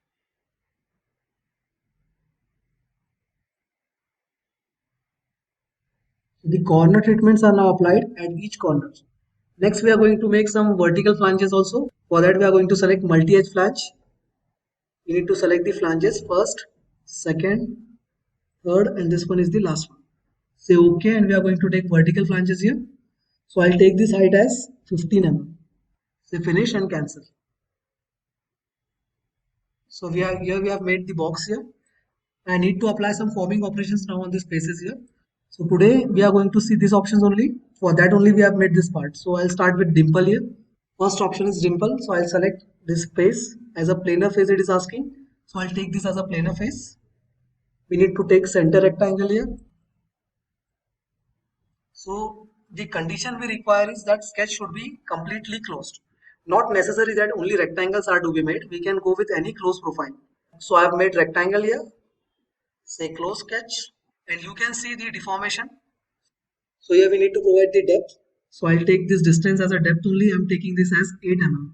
Here you can see. Next, whether you want this profile represents a die or represents a punch. If you show that the profile represents as a die, then this profile will completely come within the sketch, including the thickness. You can see here the symbol. But if I say that profile represents the punch, then the thickness will be excluded from the overall profile dimensions. So here you can see here this rectangle. Now this thickness is coming outside of this sketch. Suppose if I go for the first option again, then the thickness side has been flipped at the inner sides. So whether you want to represent this as a die or whether you want to represent this as a punch. Both the options are given here. I'll take it as a punch only this time. Next, for editing the corners, we need to go on these options. So if I want to make this punch as tapered one, so I'll provide the degree here. I'll set 5 degrees. Next, I need to provide roundings. So this is taking here as punch radius. So punch radius will come at the bottom side at these corners. So I'll take this punch radius as 1 mm. And we need to provide the die radius also. So again, I'll go for the options. And here I'll take 1 mm as a die radius. Next, this includes side corner radius is also given. So this side corner radius for the punch stands for this one, this vertical corner. So I'll provide or include this one also here. Say OK now. And now this complete round is coming at the vertical sides also, having radius of 1 mm and the punch radius also of 1 mm. Next, whether you want to see it is inclined or not, then you can see here. We just need to orient the part and we will change the visualization mode. You can see here, these faces are coming inclined. They are not coming straight here with the punch. They are coming as inclined faces with the angle of 5 degrees. So from vertical, this angle is diverged at the outer sides with 5 degrees. This inclination or draft angle is taken just to withdraw the punch easily. It will not stuck in the part. That's why this taperedness is being provided. Again, we will change the visualization mode. So this was the first option, that was dimple. You can take it circular profile also or any closed profile required. Next, we are going to go for this drawn cutout. We are going to see this lower option later. Before that, we are going to see this drawn cutout. It is similar to dimple. The requirement is same, that we should have close sketch, but it will not have any bottom face there. Means the punch will cross the material through and through. So here for drawn cutout, I am going to select the option. Select the planar face or a reference face to draw the sketch. Next, we need to go and say any close profile again. So I am going to take this close profile here as a rectangle only this time also. Say close sketch. Instead of taking at the inner sides, I am going to go and take it as the upper sides. Here also you will get the two options, that is profile represents die or profile represents punch. If the profile represents die, then these walls will come within the sketch, and if the profile represents punch, then the thickness will be excluded from the sketch. That's why you can see here this sketch is coming within the walls. If I say first option, this sketch will come outside and the thickness will come within the sketch. So you can see the difference here. I'll keep it a little bit inclined here before seeing the options. Then select the options command. Here we'll see provide taper angle as 4 degree. Now punch radius will not be included here. It is because the material is going through and through. This material is going as through all. So here we don't have punch radius as we are not having material at the base side. So die radius will represent these borders here, you can see here. This is given for die radius. I'll say it OK here. I'll zoom out and you can see there is no radius been given at the corners. So to include radius at the vertical corners also, we are going to go in options and we'll say include punch side radius. So for that I'm going to say 2 as a radius. You can see here. Say finish and cancel. Again I'll make it normal in position and you can see these flanges are not coming straight. Instead they are having angle of 4 degrees as we have taken draft angle in the options. Next we are going to go here on this face and we are going to see the next option, that is bead. Bead means you can go for the open profile here and the condition is that each corner must have 2D fillet so as to make this operation work. So I'll select this option bead here and we'll select this bottom face. And now we'll make one sketch. So I'll take this line command.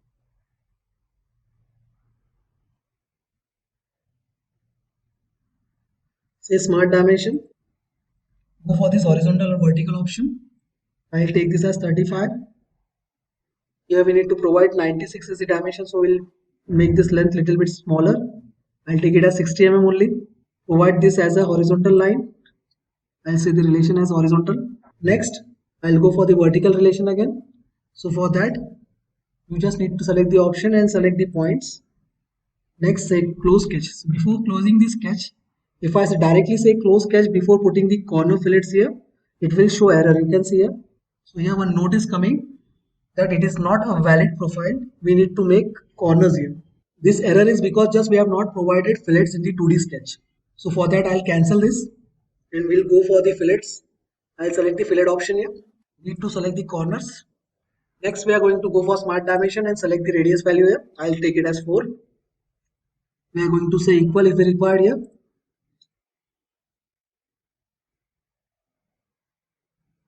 I'll change this value instead of 4, I'll say it as 10 mm.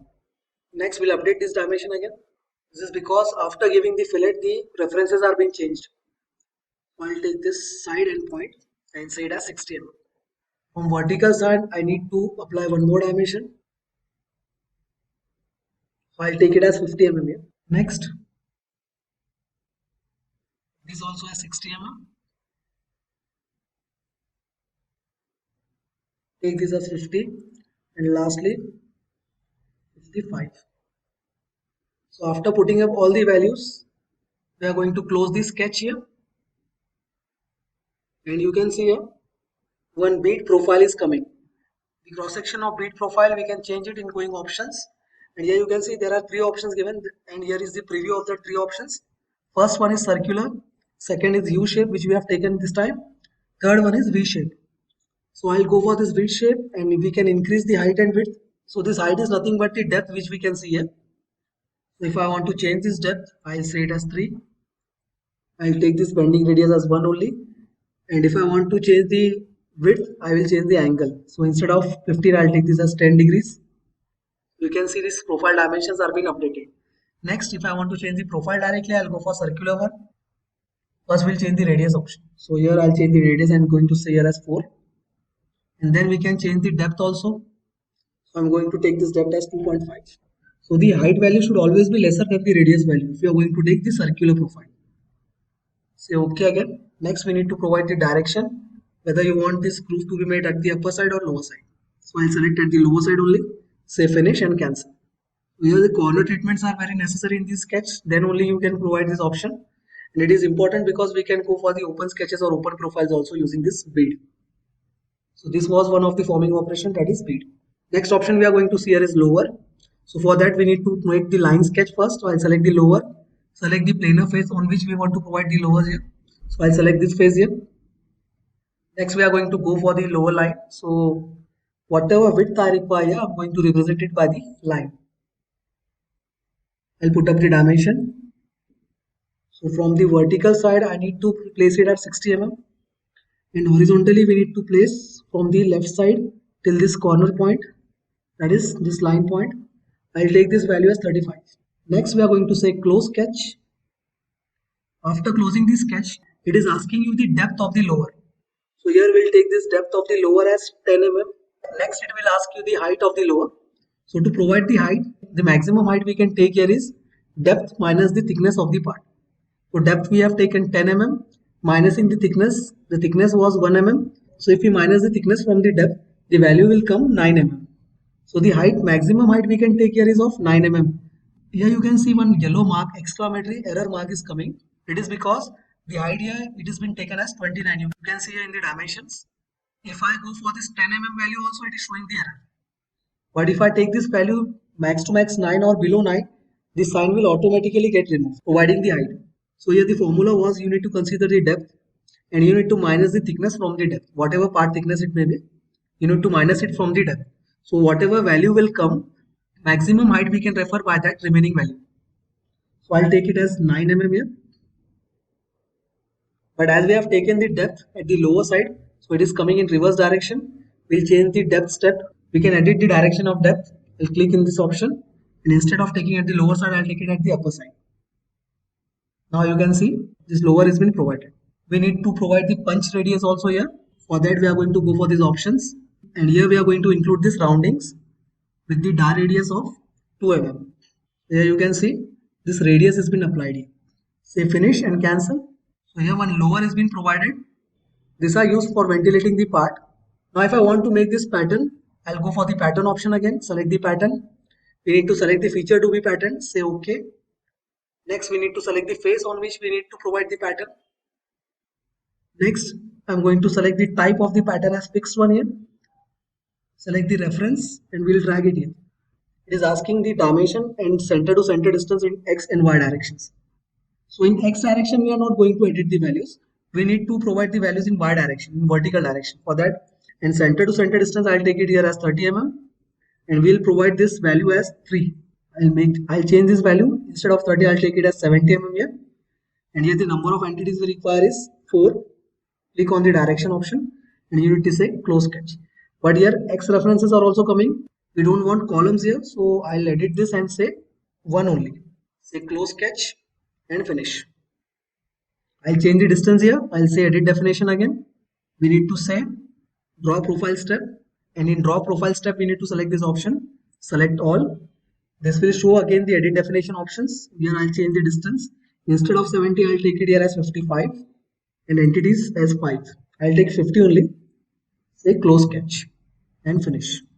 I'll change the appearance here. It is not properly visible, all the features, so I'll select this view, part painter, and instead of steel, I'll select here as silver and click on the part. Now the features are more properly visible. You can see here. Say close and finish. If you want to hide this base axis, just hide the base axis. So here we have seen the forming operations which were dimple, lower, drawn cutout and bead. We need to see this option, that is gussets. Before gussets, we'll make it flatten here. Go on tools option. Select flatten. We need to select the bottom face, reference face and edge reference also. This part is showing a flattened view of this particular entity. So you can see lowers at one end. This was the bead profile. This was dimple and this was drawn cutout. So here the flattened view is being shown.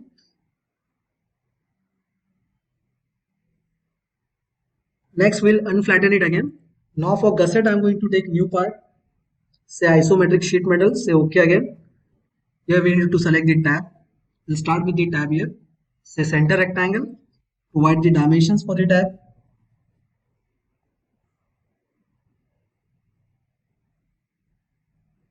I'll say it as 90 mm. Say close sketch. Say finish. Next we are going to go for bend. I'll make one line here.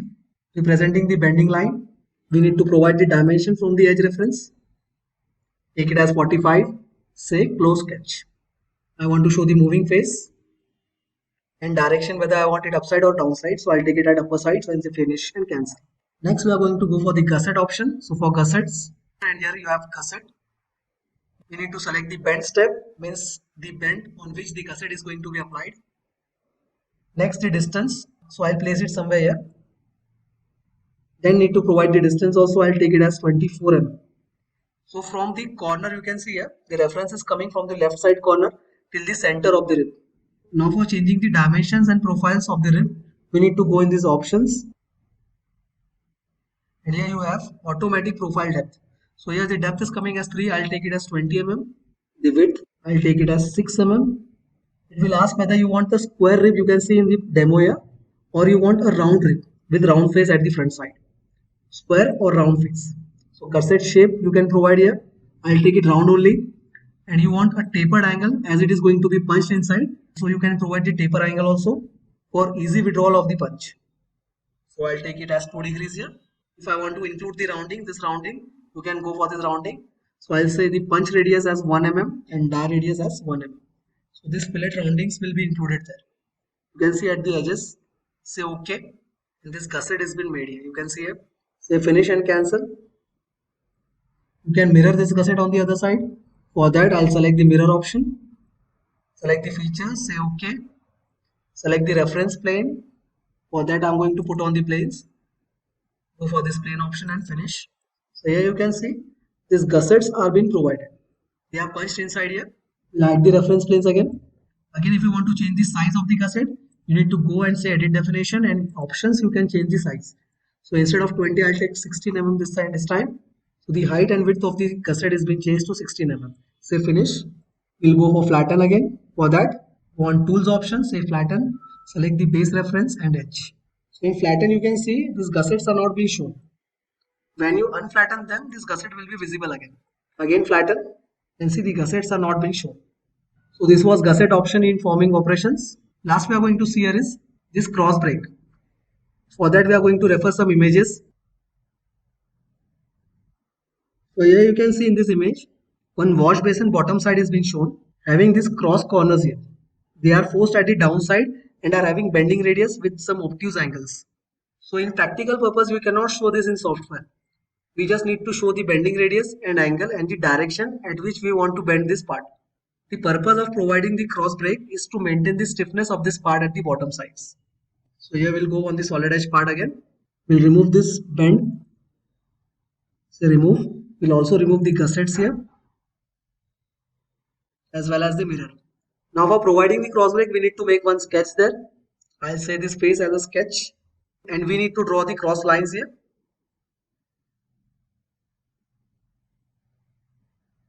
The second line. Then say close sketch and finish. Next we are going to go for the option that is cross break. Select the face. Then we need to select the sketches also. Say OK after selection of face and then go for the sketch selection. Say OK. Here we need to provide the angle. So I'll take this as 3 degrees bend from the bottom side. So it is asking you whether you want this bend to be made upper side or at the lower side. Usually these are made at the lower sides only. So I'll flip the dimension of the arrows at the bottom side and click here. Say finish and cancel.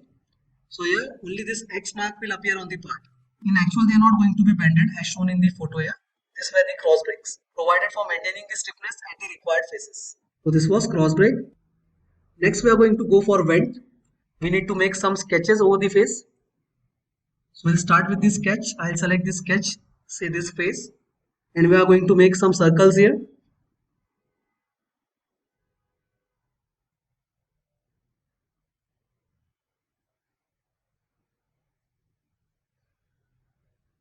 For the larger diameter, we'll drag them a little bit more.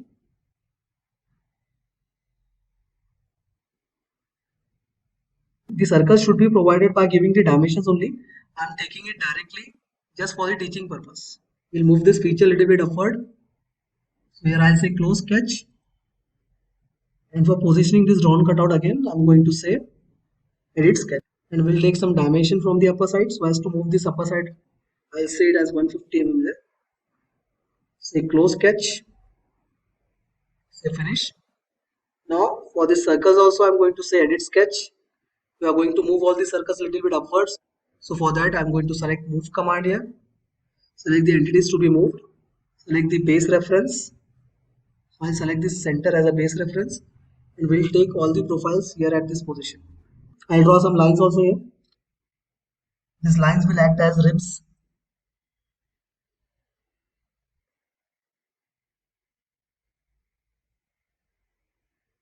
We'll make 2 more lines with angle of 45 degrees.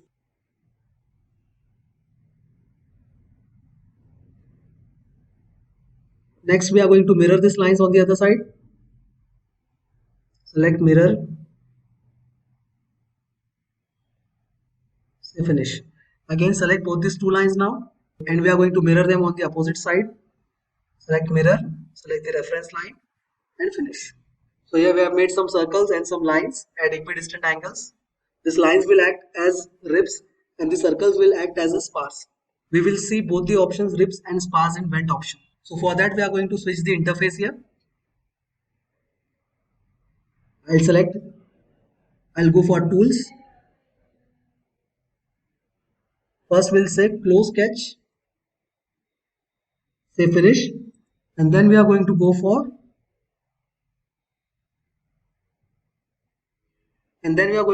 tools so as to switch the interface. As this vent command is not given in the sheet metal interface, you can see here, there is no option for the vent being given here. So that vent option is given in part modeling tab. So for that I'm going to switch this, say tools and switch the interface.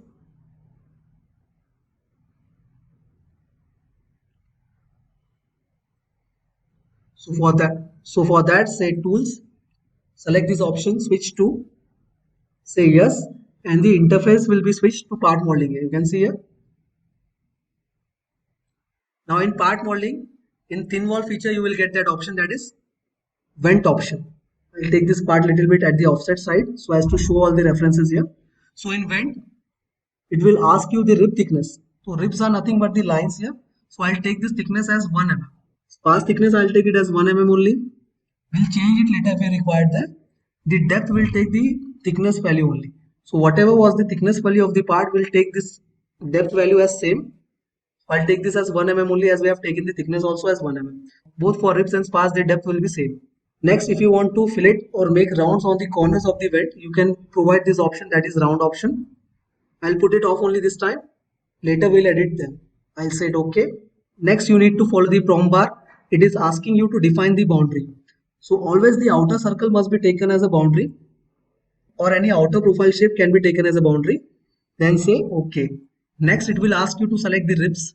So for ribs, I'm going to select the lines, as we have discussed earlier only, that these lines will act as a rib. Say okay again. Next, it will ask you for spars. So for spars, I'm going to select these circles here. Again, say okay. Next, it will ask you the cut direction. So we have made this sketch on the upper face here. So it will not cut at the front. So it will cut on the other side only. At the left side, I'll click here. Next, I'll say finish and cancel. So you can see one grid is provided here. It will act as a vent. We'll see it through section view. I'll go on PMI option. We'll select the section plane as Y. I'll select the section plane on the keyboard.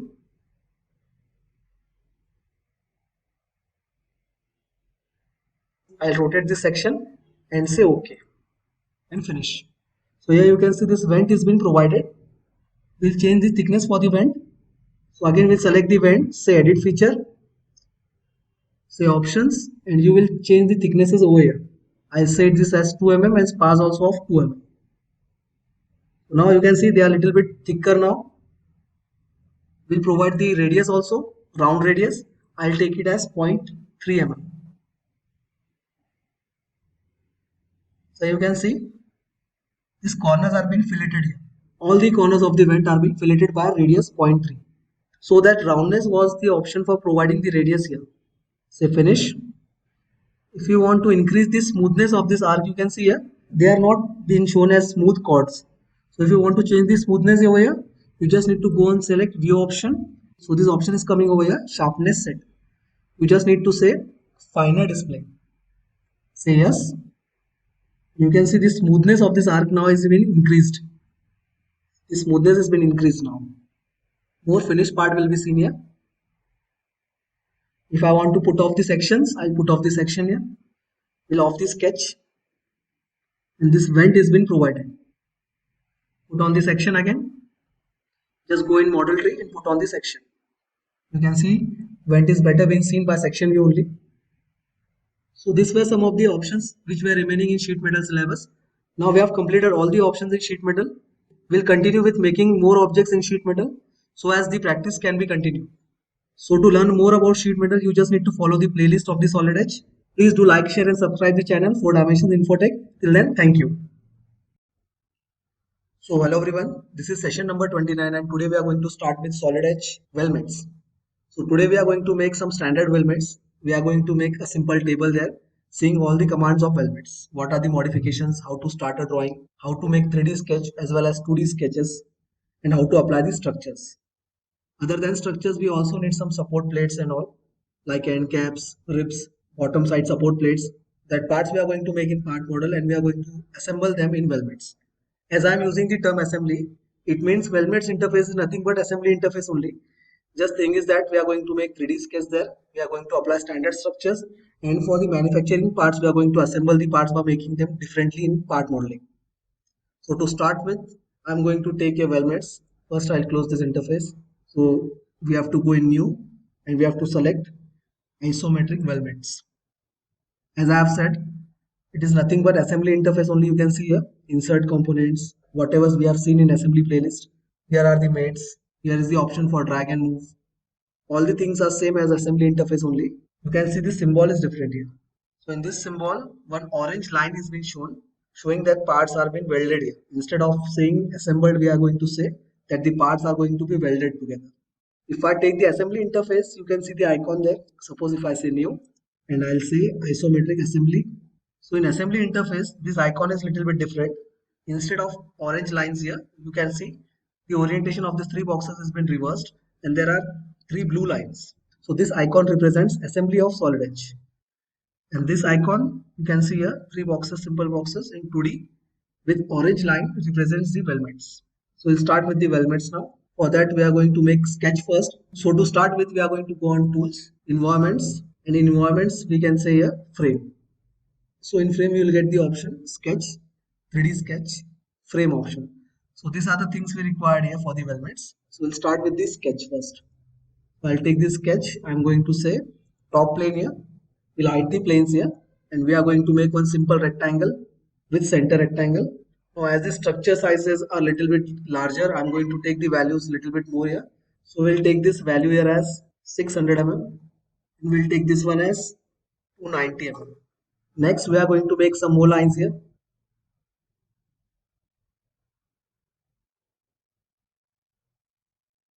We need to have equidistant this line. So for that I'm going to say symmetric. I use this as a symmetric axis. Select both these two lines here. We'll take this distance as 250. We'll modify it. I'll say 200 only. Say close sketch. Next we need to make the table legs. So for that I'm going to use 3D sketch instead of 2D. So I'll take this 3D sketch here. We are going to select the line. Start with the line. And now as I click on the line command, you can see one small axis system is being shown. We'll hide the reference planes. You can see this axis system here. But when I click on the line, one more axis system will appear here with larger size. You just need to select the axis on that particular axis system so as to define the directions of the sketch.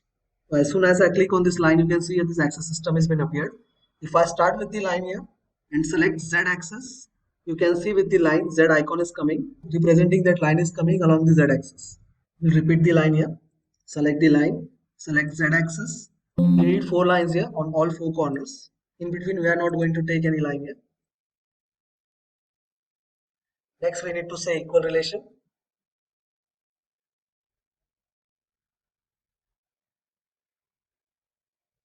And we need to apply the distances also.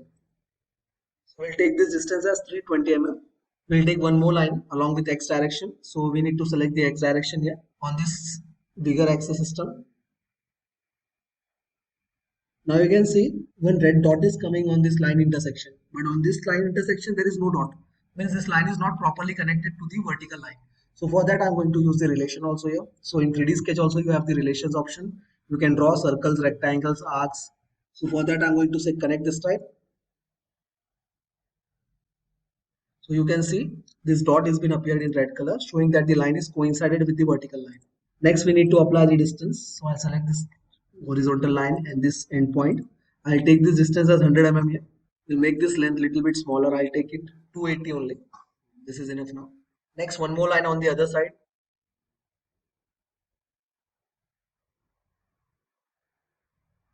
We'll take the same distance as 100 mm. But you can see this line is not defined. It is because it has not been taken along the x-axis. It is little bit inclined. So I'll delete this line again and repeat the line command. Just click on this x-axis and you can make sure this line is coming at along x-axis. So here we need to make them coincide.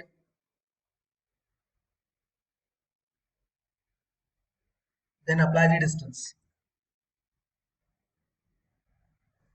You can see it is completely defined now. Same way I'm going to make lines at y direction. So I'll take the line command again. We need to select y axis and then select the position for the lines. Provide the relation here. Say coincide. We'll also provide the dimension again. So this dimension I'm going to take as 80 mm.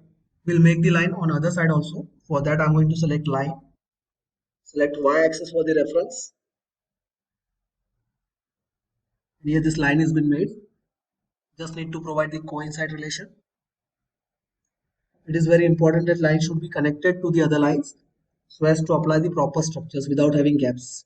We need to provide the dimension next. So at this side also I'll take 80 mm.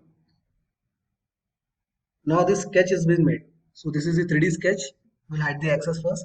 We'll also hide the coordinate system. So now you can see here, in this case we have made this upper side, that this rectangle can be seen in top plane, and these two lines are made in 2D sketch, and all the remaining lines are made in 3D sketches.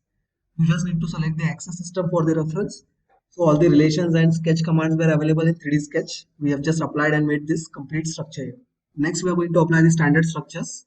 For that we need to close the 3D sketch, and here we have this option frame. So in frame we'll get all the standard structure shapes such as square tube, rectangular tube, circular tube, C-channel frame, I-section beams, and much more. These frames will have some standards also, we'll see them together. So to start with, I'm going to select this option. So in Weldments there are total 3 options. If we go through depth of this all 3 options, we'll almost understand all the Weldments. So that options are select path step. This is the first option. With the icon here, you can see this line icon with zigzag lines. Second option is edit cross sections, in which we are going to edit the cross sections. Third is the end condition, in which we are going to apply the end treatments. If we go through all these options, we are almost done with the Weldments. So first we'll start with the select path step, in which we are going to apply the standard structures on the sketch. We need to browse the components there. For that we are going to select this icon, yellow colored icon, showing that select cross section component. Click on this icon. You will get 3 standards here: NC, DIN and extrusions. So we are going to start with DIN here. We don't have ISO standard system in this. That's why most of the companies don't work with the standard structures. They just make the parts. Standard structures also they are going to make in part model only, and they are going to assemble them directly. They are not going to apply the standard structures. But as we have the standard structures option, we are going through that. So to start with, I'm going to select C channel here. So in C channel, we are going to select the size 40 by 20. Say open. After selecting the size, you can see this channel is been displayed in this frame here. Now we need to select the lines on which we want to apply the C channels. So I select these lines here. First, you can select the lines in chain option also, but I am taking single here. First, second, third, and this is the last one. Say OK. So you can see here, C channel has been applied. It is oriented at the downward side with the opening side. That's why we cannot see it properly. So we'll take this orientation with 90 degrees angle. For that we need to go for the second option. We are going to say edit cross sections. So in edit cross section, you just need to select the option, say OK, and here you will get 3 most important commands. First one will be the orientation. If you want to make this C channel orient at some particular angles, you can go for this orientation option by giving the angle. Second option, the most important option, is define handle points. We will see that also. And third one is this flip cross section. So if I want to flip the cross section, I can flip the cross section after providing the angles. So we will see the first option, that is orientation angle. We'll provide this angle is 90 degrees here. So you can see this frame has been now oriented with 90 degrees angle. As it was horizontal first, now it is showing vertical. It is because we have provided the angle as 90 degrees here. In corners also you can see the C channel profile now. This makes us understand the shape of the channel we are using. At downside we are going to say flip cross section. So now the C channels are coming at the outer sides. You can see here, this opening is coming at the outer sides with the wall at the inner sides. So we have provided the angle here as 90 degrees. We have also flipped the cross section so as to understand the channel shape. Next we are going to go for the handle points. Just select the handle points and you need to go and zoom it here. So at each corner you will get this handle points. Total 9 points are there in red color. So at whatever point I'm going to click, that point will be grabbed by the sketch. And all these C channel sections will move along the point. So if I say this bottom point, it will get stuck on the sketch, and this complete C channel will move at the upward direction. So I'll select this corner bottom side red dot to move the profile. So you can see all these structures are now coming at that particular point, and this complete profile has been moved at the upper side as we have selected the bottom node. If I want to take this profile at the lower side, completely at the downside, then we are going to select again the define handle points. And now this time I'm going to select this point, that is the upper side. If I select the upper side, this complete profile with all 4 structures will move at the downside. You can see here. If I want this structure to be positioned at downside only, but at the inner sides of this sketch with reference of this line, this 2D sketch we have made, then again we'll say define handle point, and we are going to select this outer point so as to make them move in inner sides. You can see now all the complete structure is coming at the inner sides of the 2D sketch. If I want this structure to be divided on both the sides equally, this upper width of the C channel, again we'll say define handle point, and for that we are going to select this midpoint. So this midpoint will get stuck at this corner. So I'll select this midpoint now. So you can see this C channel is coming equally divided on both the sides of the line or corner.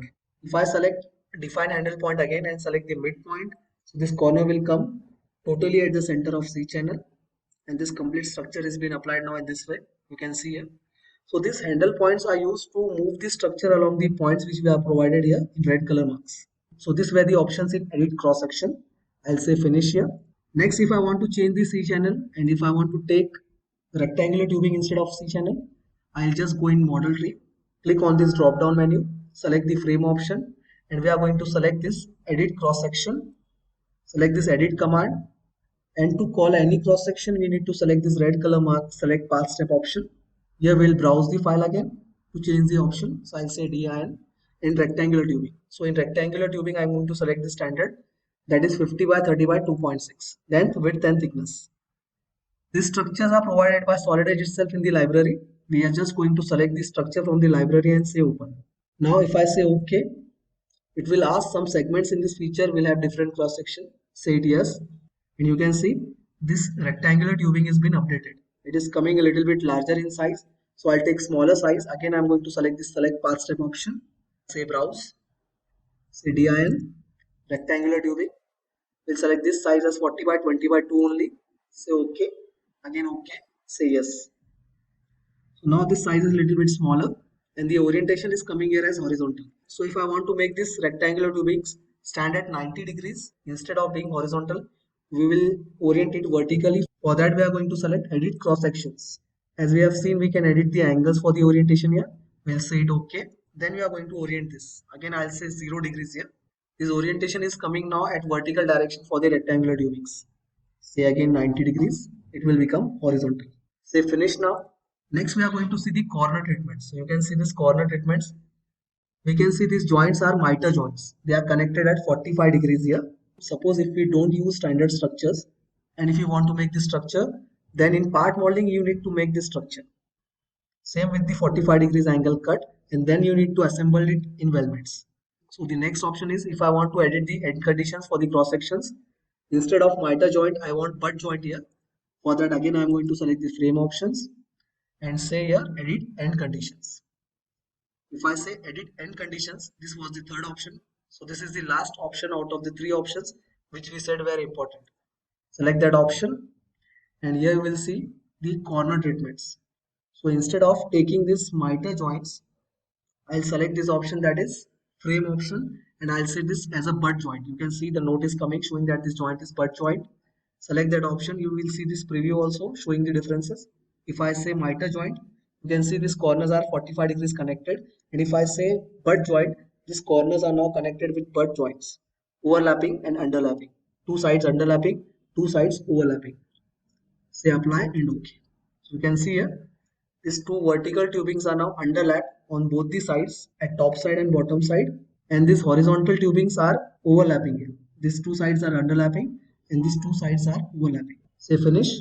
If I want to change the end condition and reverse the conditions here, I want to make this vertical tubings overlapped and this horizontal tubings underlap. We'll go for the option and select again the end conditions option. As soon as this frames option appear here, we are going to change the axis system. At present, this axis system has been activated. You can see this blue colored icon. I'll click on this option. After clicking, you can see here the orientations are being changed. Again, if I say the first one, observe this preview. These green colored lines are overlapping and these white colored tubings are underlapping. If I say the second option, it will reverse the condition. These green colored lines will overlap and these white color lines will underlap. So here are the different end conditions in the axis systems. I'll change this and say apply and OK. You can see the change now. These vertical tubings are overlapping and the horizontal tubings are underlapping. Say finish and cancel. Now we need to see one more difference. Suppose if I select this frame option and go on this option for the end conditions and select this option, then this will select all the corners. But if I want to edit individual corners, I'll select this option and just say OK without making any changes. And if I want to go for individual edits of the corners, then after saying OK, these frame options will again appear for the second time. You can see this chart. And here I'll select the end condition. Instead of selecting the end condition from the frame directly, I'll say OK, and then here I'll select the edit conditions. You can see this red colored dot will appear here at all the four corners, representing each corners individually. So now if I want to edit only this right side two corners, I'll select both the corners. This color of the dots will change in green color.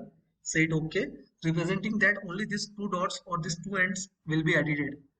This will remain by default setting only as we have applied earlier. So I'll say OK, and we are going to edit only these two end conditions. So for that, I'll say miter joint. So you can see here, this miter joint end condition is applied only on those two corners, but not on these default corners as we have selected only these two dots here. If I say but again, it will take but. If I want to change the preferred condition of the axis, you will get that option. You will get that axis option here also. So I want x-axis or else I want y-axis. As soon as I click on this y-axis, you just need to observe here. This tubing will overlap and the horizontal tubings will get underlapped. So I'll select this y-axis. You can see that this is overlapped and these two are underlapped. Again, if I want to change the axis preference, I again go for x-axis. It will go as it was earlier.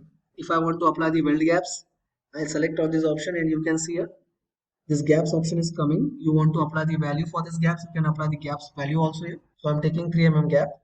If I want to put off the condition, I'll again select this but and put off this option. I'll say 0 without any gap. We'll see these options also later. We just say finish. So now these two end corners are individually customized.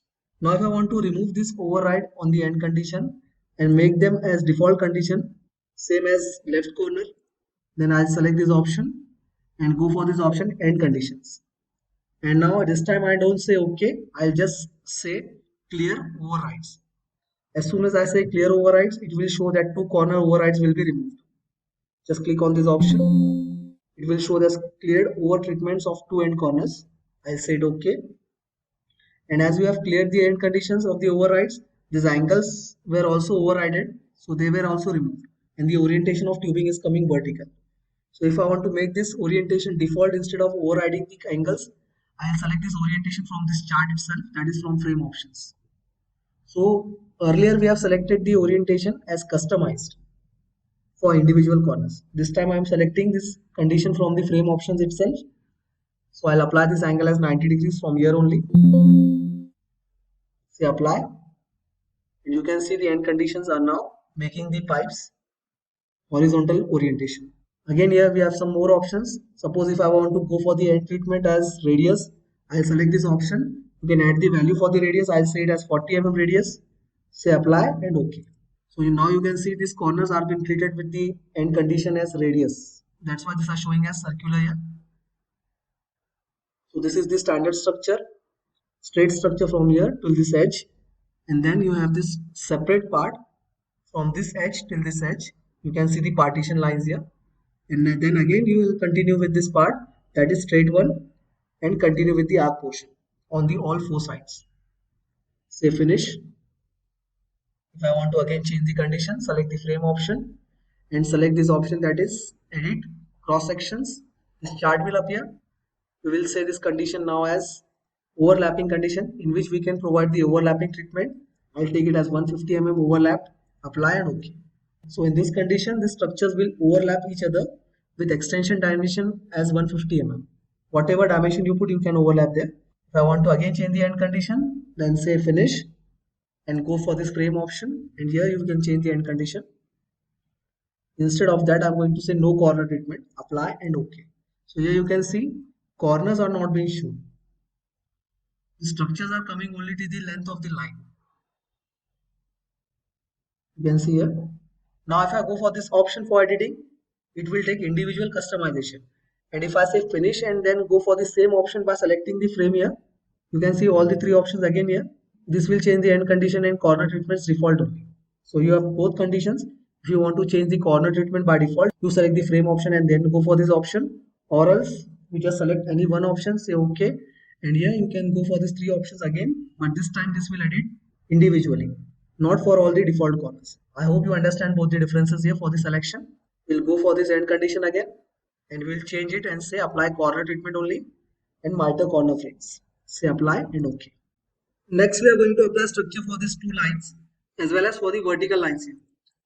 So to start with, again I'm going to select frame option. Say square tubing 30 by 30 by 2.6.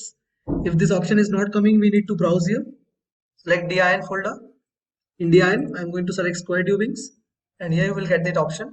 So I'll take this size here as 20 by 20 only now. Say open. Thickness is 1.6. We just need to click on the sketches where we want to apply these tubings. Say OK. You can see the square tubes are being applied at the corners. Now, even if this sketch was connected from end to end, the square tubes are being getting by default trimmed and they are being adjusted within the gap of this structure according to the size of the gap. But if we observe from the top side, I'll orient it a little bit and I'll make this part transparent. These square tubings are not coming at the corner point of the sketch. Earlier rectangular sketch, this corner point you can see here. These tubings are not mounted according to the reference of this point. They are at the extreme corners. So I want them to be placed at this mid corners here. For that, again I'm going to say display style changed and say finish first. Select the required frame to be edited. Go for this option, that is edit cross sections. We will edit the handle points. So as soon as you click on the handle points, these handle points will be displayed at each corner. So these locating points can be edited by clicking on any corner. So I'll select this point here. You can see these are oriented now with the center reference of this rectangular tubings. All the four sides are being positioned by using defined handle points. Say finish. Next, I want to apply the tubings on this side also. So I'll select circular tubings for these two sides, the upper two sides. Select frame option again. Go for the browse option again.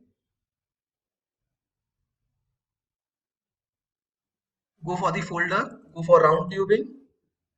Select the size required and say open. So I've taken the smallest size here. Just click on the lines where you want to apply the structure and say OK. So you can see these tubings are coming. So these are circular tubings. You can see them.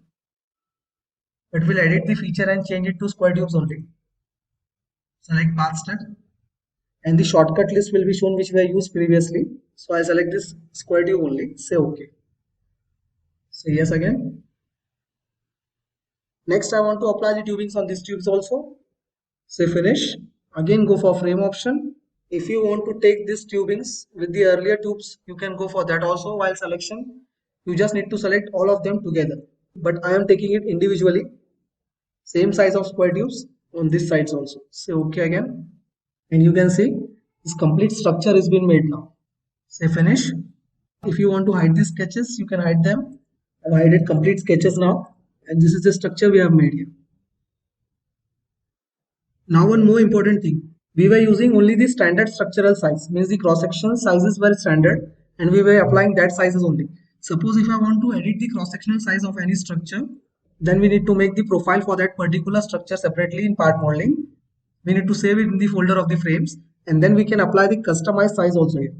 So if I want to change this rectangular tubing cross-sectional size, I can change them. I'll make it a little bit different size now. So this size first second was off. We can expand this model tree here and you can see the size. This rectangular tubing size was 40 by 20 by 2 as a thickness. Length, width and thickness. So I'll edit these sizes and implement it on this structure now. So I'll make it in part modeling separately and going to save it in frames. Then we are going to apply it on the structure. So this is the process for customizing the cross-sectional sizes of these structures. And we are going to move in part modeling now. Select ISO part, say OK. So I'll put on the reference planes here. Select the reference plane required, say sketch. Hide the planes again. So you just need to keep this note in mind. Whatever corner treatments are going to be there, that should be applied in 2D itself. We are not going to use 3D fillets and all. It is compulsory that radius should be applied in 2D sketches only. All the corner radius. So we'll take these dimensions as 38 by 32 by 2. So it is 38. This I'm going to take as 32. Or else I'll take 30 only. Next we are going to go for thickness. Before applying thickness, we need to apply the radius at the corners. Select this option fillet. Make sure you have given this dimension between two sides instead of giving to line. So the corner dimension will not break there. Apply the radius size. I'll take this radius as, give the relation as equal on all the sides.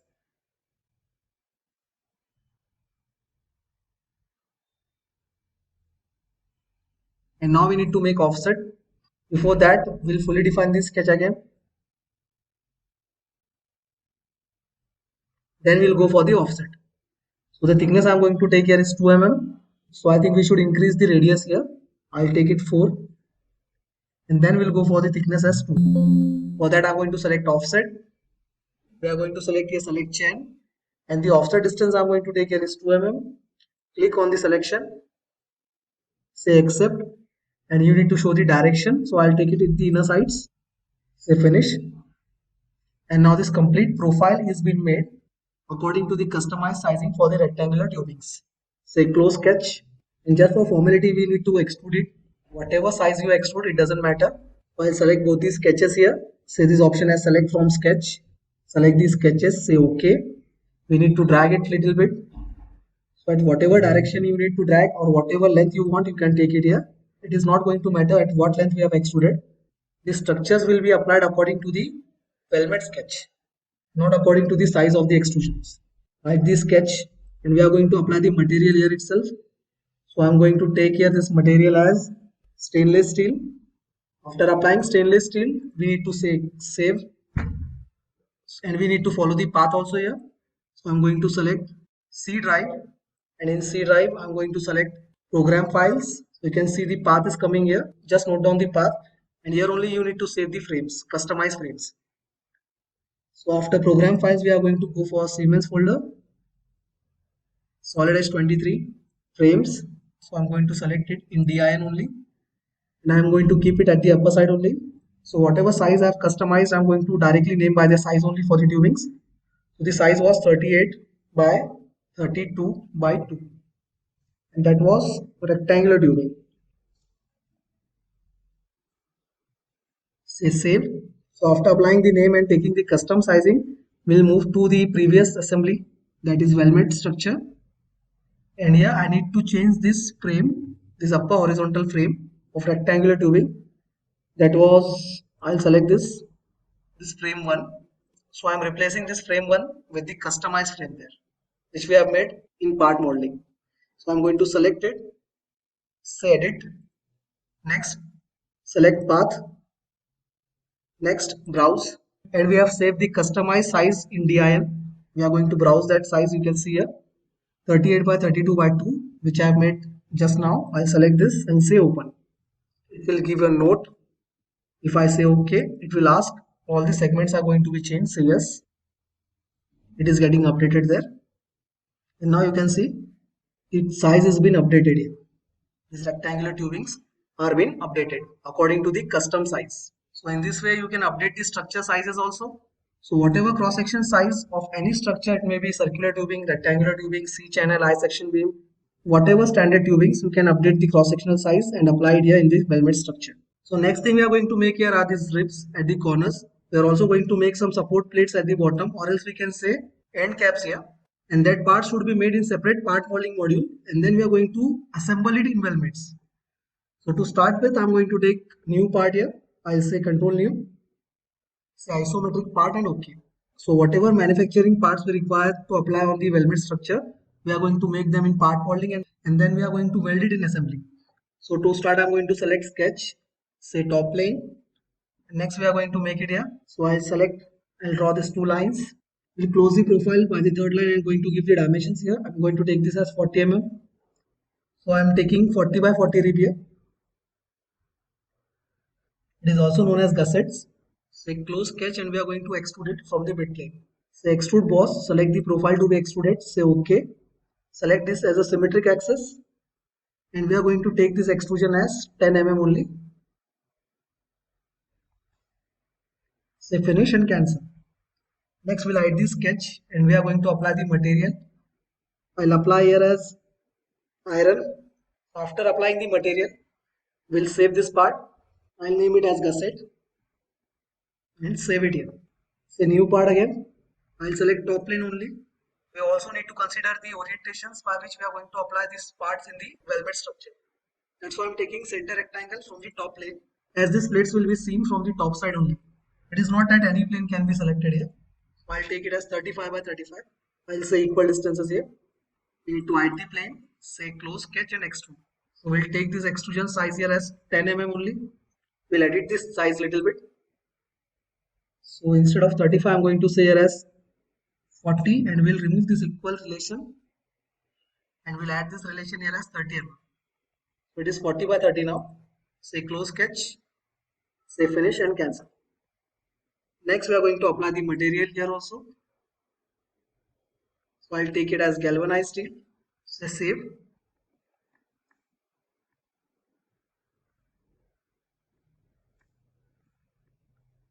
We'll add the name here as bottom support plate. So after making this gusset at bottom support plates, we are going to go in weldments and we are going to call these parts here for assembly. So before assembly, we need to close the frame as we were in close frame tab. So I'll select this option, close frame here, and we'll come out of this close frame tab and we are going to go for the home option. Here you will see the assembly options. I'll say insert components here and we'll call that part. I'll first call the gussets. We need to apply these gussets on these four corners. So for that, I'm going to select coincide mate first. This same, the mates we are going to apply are similar like assembly only, but the term we are going to use there is welding. So at present, we are welding this part on that particular position. After saying coincide, I'll say coincide from this side also. Next, we are going to say center plane mate. I'll keep the selection here as double only. You can see here, the selection mode I have kept here is double. You just need to select two faces of the part to be mounted and two faces of the reference part along the center which we want to mount. For the center alignment, this gusset has been placed here. We'll see if we can mirror it or not. For that, I'm going to put on the assembly planes. I'm going to select the mirror option. Select the components to mirror, say OK. Select the reference plane here. And you can see these gussets can be mirrored here. Say finish and cancel. We cannot pattern the gussets here. It is because the solid edge interface supports pattern only when the condition is that the patterns are made in part modeling also. That patterns can be reused here. So if we have made pattern in part modeling only, then we can pattern here. But we have made this assembly structure in weldments itself. So we have not earlier made any patterns in part modeling. That's why we cannot use pattern command here. We'll mirror these two gussets on these two other sides also. Again, we'll select the mirror command. Just need to select the gussets and say OK. Select the reference plane and say OK again. Say finish and cancel. So you can see here, this support gussets are being added here. Now after adding these gussets, we can do one more thing. We also need to provide supports here also. So for that, I'm not going to add any gusset. We are going to make a structure only here for the support. So for adding this structure, we'll edit the 3D sketch again. We'll make one line here. Before line, I'm going to hide these frames. I hide these frame components. We'll hide the reference planes also here. And here I'm going to add one line here. So I'm going to add this line between these two vertical and horizontal lines. We'll start with this line and keep it placed here. Provide the dimensions. So I'll take this as 70 mm. The other dimension also, I'll take it 70 only. It is completely constrained now, this sketch. Next, we are going to mirror this line on the other side also. For that, I'm going to select this 3D mirror. Select the option here, line, which we need to mirror. Select this option. Click on the reference plane, and you can see this line has been mirrored on the other side also. Select both the lines here. Again, select the mirror option, 3D mirror. Select the reference plane, and you can see these lines are made on the other sides also. So after adding this line on all four sides, we'll say close 3D sketch. So for adding the structure, we are going to go in tools, select the environment option. In environment, we are going to say frame, and in frame, we are going to add the frame. Select the frame option, and we are going to add the same size tubing, that is 20 by 20 by 1.6. It is shown in the shortcut menu.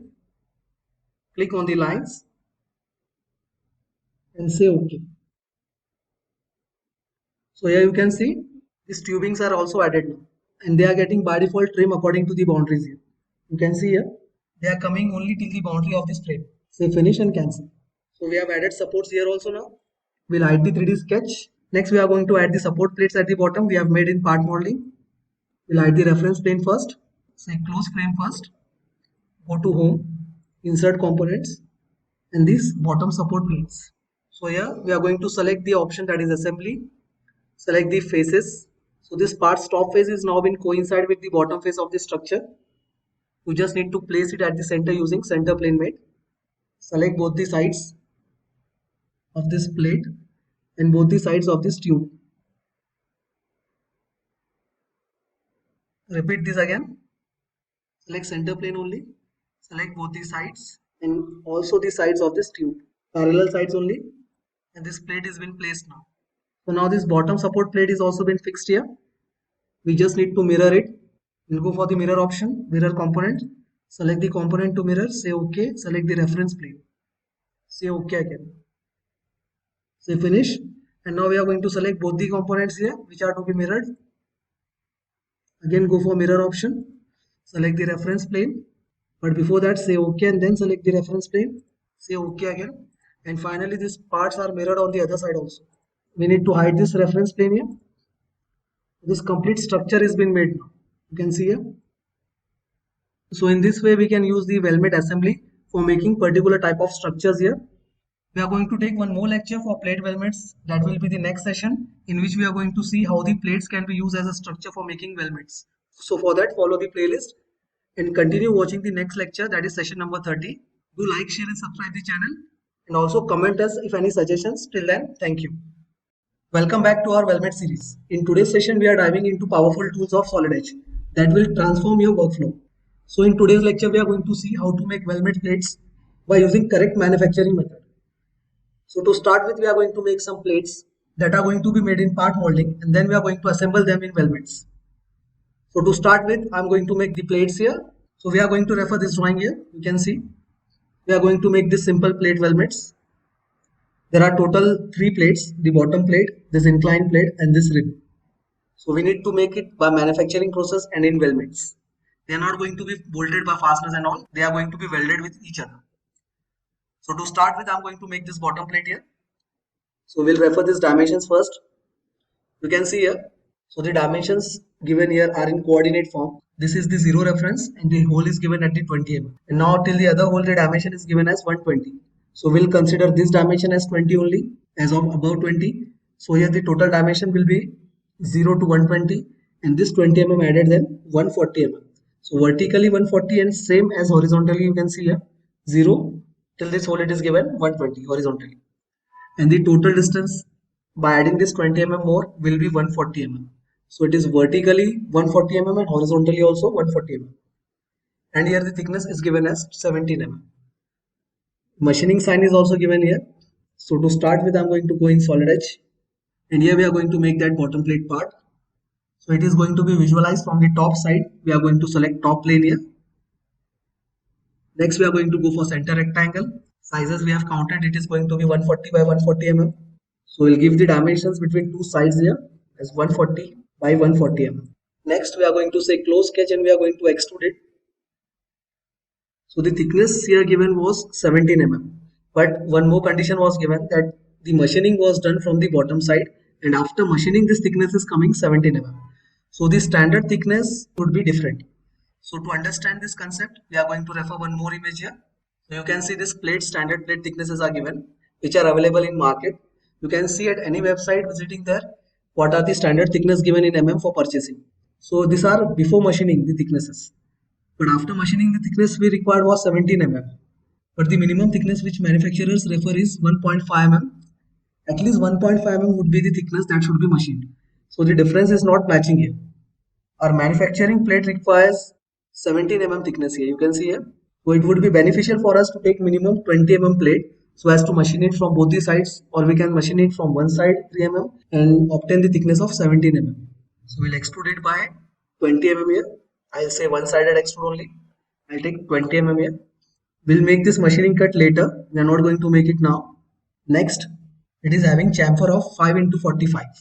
It is given typical TYP means whatever number of chamfers here given are can be taken as 5 into 45 only with the size. So we are going to go here and make some chamfers. For that I'm going to select this chamfer command. Here we need to select the face. So I'm going to select this face. Say OK. You need to select the edge reference and I'll take it as 5 into 45. I'll change the suggestions as angle and setback. And then we are going to go for the face selection again. Say OK and then go for the edge selection. Say 5 and angle as 45. So we require it on the all sides. First say finish and then select the next edge also. Select the face, say OK, select next edge. Say OK again and finish. Two more chamfers required here. Select the face, say OK, edge reference and say OK again. This is the last chamfer here. So now we are finished with chamfers also. Say cancel and finish. This bottom plate is been made here in part modeling. We have not taken thickness as 17 mm. This is after machining thickness. We have taken the original thickness as 20 mm referring this chart here. And 20 mm because the minimum thickness should be 1.5. So the plate available before 20 was 18 mm, which was making difference of only 1 mm. That was not enough thickness for machining. That's why we have taken 20. Next we are going to make this plate here, this upper plate. So whatever steps you are going to take in actual manufacturing, that should be highlighted here in model tree. That is the correct way of making the plate weldments. So this is the key for this lecture, that we are going to see all the manufacturing process step by step, and then we are going to make or assemble these plates for making a weldments plates. So I'll save this part here.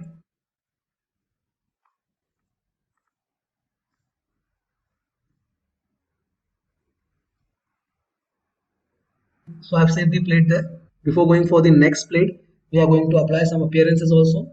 I'll say view, say part painter, and we are going to select a body here. We need to give one appearance, so I'm going to give here as weld bit appearance. Say close and save. We are going to go for the next plate now. Say isometric part and OK. So the next plate reference you can see here. It can be seen from the front view, this orientation. This vertical orientation can be seen in front view. So this is the plate we are going to make the next plate. For that we are going to start with the length.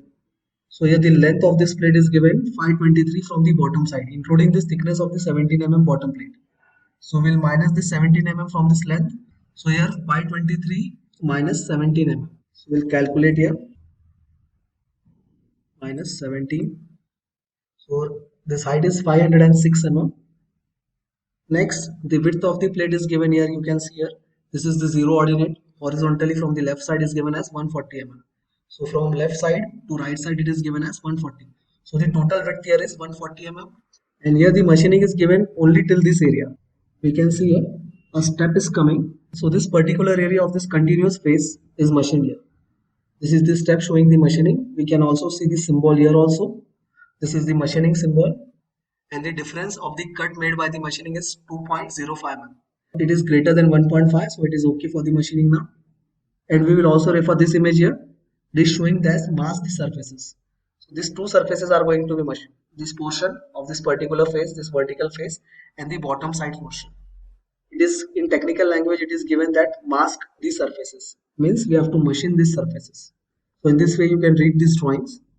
So we are going to make the plate first. We have calculated the value. It is 506 mm by 140 mm. So the total thickness given here is 19.1 mm. You can see here this line, the arrow has been referred on the other side also. So the total thickness from this back face till the front face is given as 19.1 mm. It is shown in bracket as it is a reference dimension. We are going to make that plate, say home, say extrude. We are going to refer the front plane as the orientation of this plate is from the front side. Say hide the planes, and then we'll go for the rectangle that is by 2 points. I'm going to refer here as 2-point rectangle. The height we calculated here was 506 mm and the width was 140 mm. I'm going to take this height from face to face. This dimension should always be taken from face to face only. So it is 506 mm. Say over to scale, and the next dimension was 140 mm. This is 140 mm. Next thing we are going to do here is say close sketch, and then we are going to make extrude boss here. So extrude boss we are going to take here is of 19.1 mm. We can see here this total thickness was given 19.1. We are making this plate. This cutout we are going to make it later. So this is 19.1. Next, now for this cutout, this width you can refer this dimension, that is 120.6 mm. So this dimension, this reference line is going to this cut. So the difference here is between 140 to 120.6. From left side we can see this dimension is coming 120.6. So we need to minus 120.6 from 140. We'll make this calculation also here. 140 minus 120.6. 19.4 mm. So this is the cut of 19.4 mm. Later we are going to go for radius and chamfers also. Returning to software, say sketch on this face, and we are going to make a rectangle there by using 2 points, and we are going to refer the dimensions. So this dimension is of 19.1. We have calculated it here, 19.4 actually. Correct it, 19.4 mm. In the machining cut portion from the upper side till this edge, we can see from this face till this step face, this total height here it is given as from the zero reference. The zero reference is taken from the bottom side. Here you can see it is ordinate dimensioning. So this cut is coming at 323 from the bottom side, including the plate. So here the 17 mm to be subtracted from this 323. So I'll calculate here 323 minus 17 mm plate thickness of the bottom plate. So this height is coming from the bottom is 306 mm. You can see this ordinate given 0 till 323. So we'll return to part from this face till this face it is 306, and we are going to make it extrude cut. We would have directly made the profile in this way, including the cut, but that is not the correct way of making the part in manufacturing. So we need to make this cut separately only. Say extrude, say add cut, say select from sketch, select this sketch and say OK, and here cut has been made. Say finish and cancel, hide this sketch here. Now we need to go for fillets and chamfer.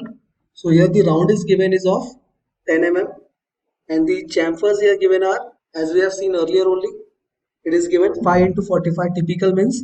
So we can refer that chamfer value on this plate corners also. So here the round radius is of 10. Say round.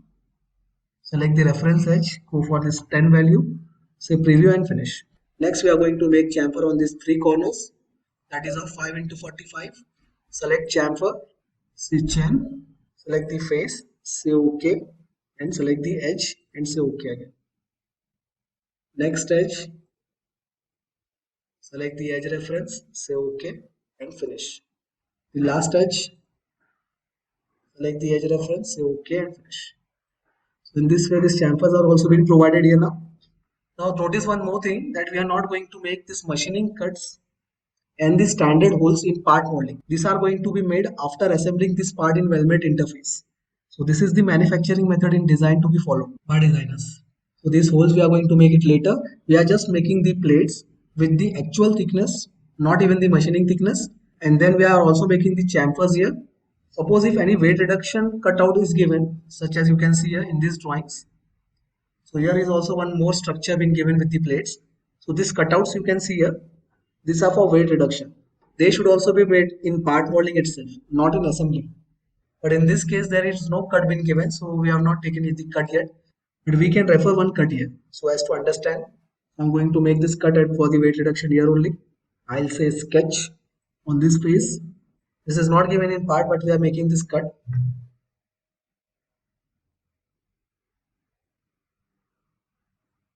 So I'll make this cut over here. I'll take center rectangle, make this rectangle here. We'll take this dimension from this side as 35 mm. Here I'm going to say the cut is of 40 by 30. We'll change this value as 50 mm. And now horizontal dimension, so as to define the position of this cut, I'll take it as 60 mm. We'll change this value, I'll take it as 40 mm only. Say close, and now we need to go for extrude cut. Select this sketch, say OK, and this cut I have given here is for weight reduction. Say cancel and finish. You want to hide this sketch, we'll hide this sketch here. We'll fake fillets also here.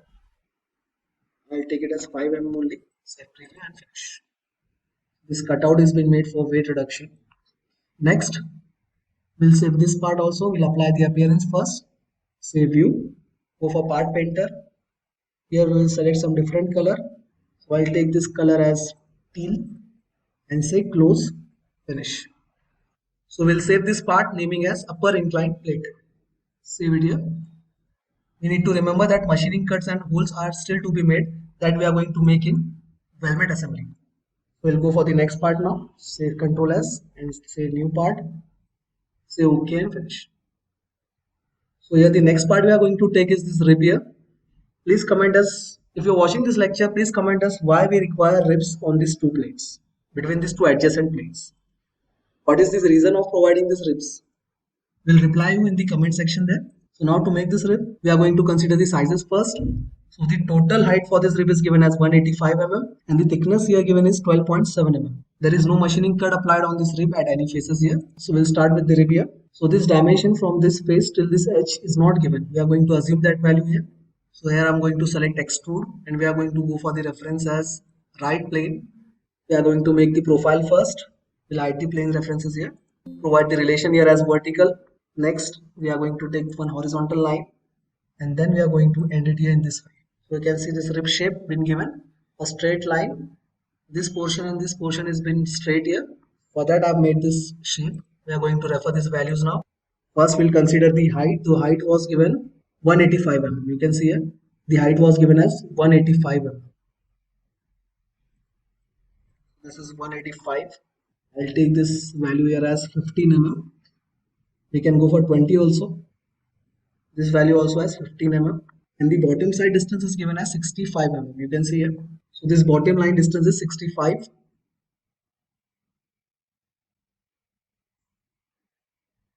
Say close sketch, mid plane, symmetric extent. The thickness for the rib is given 12.7. We can see here.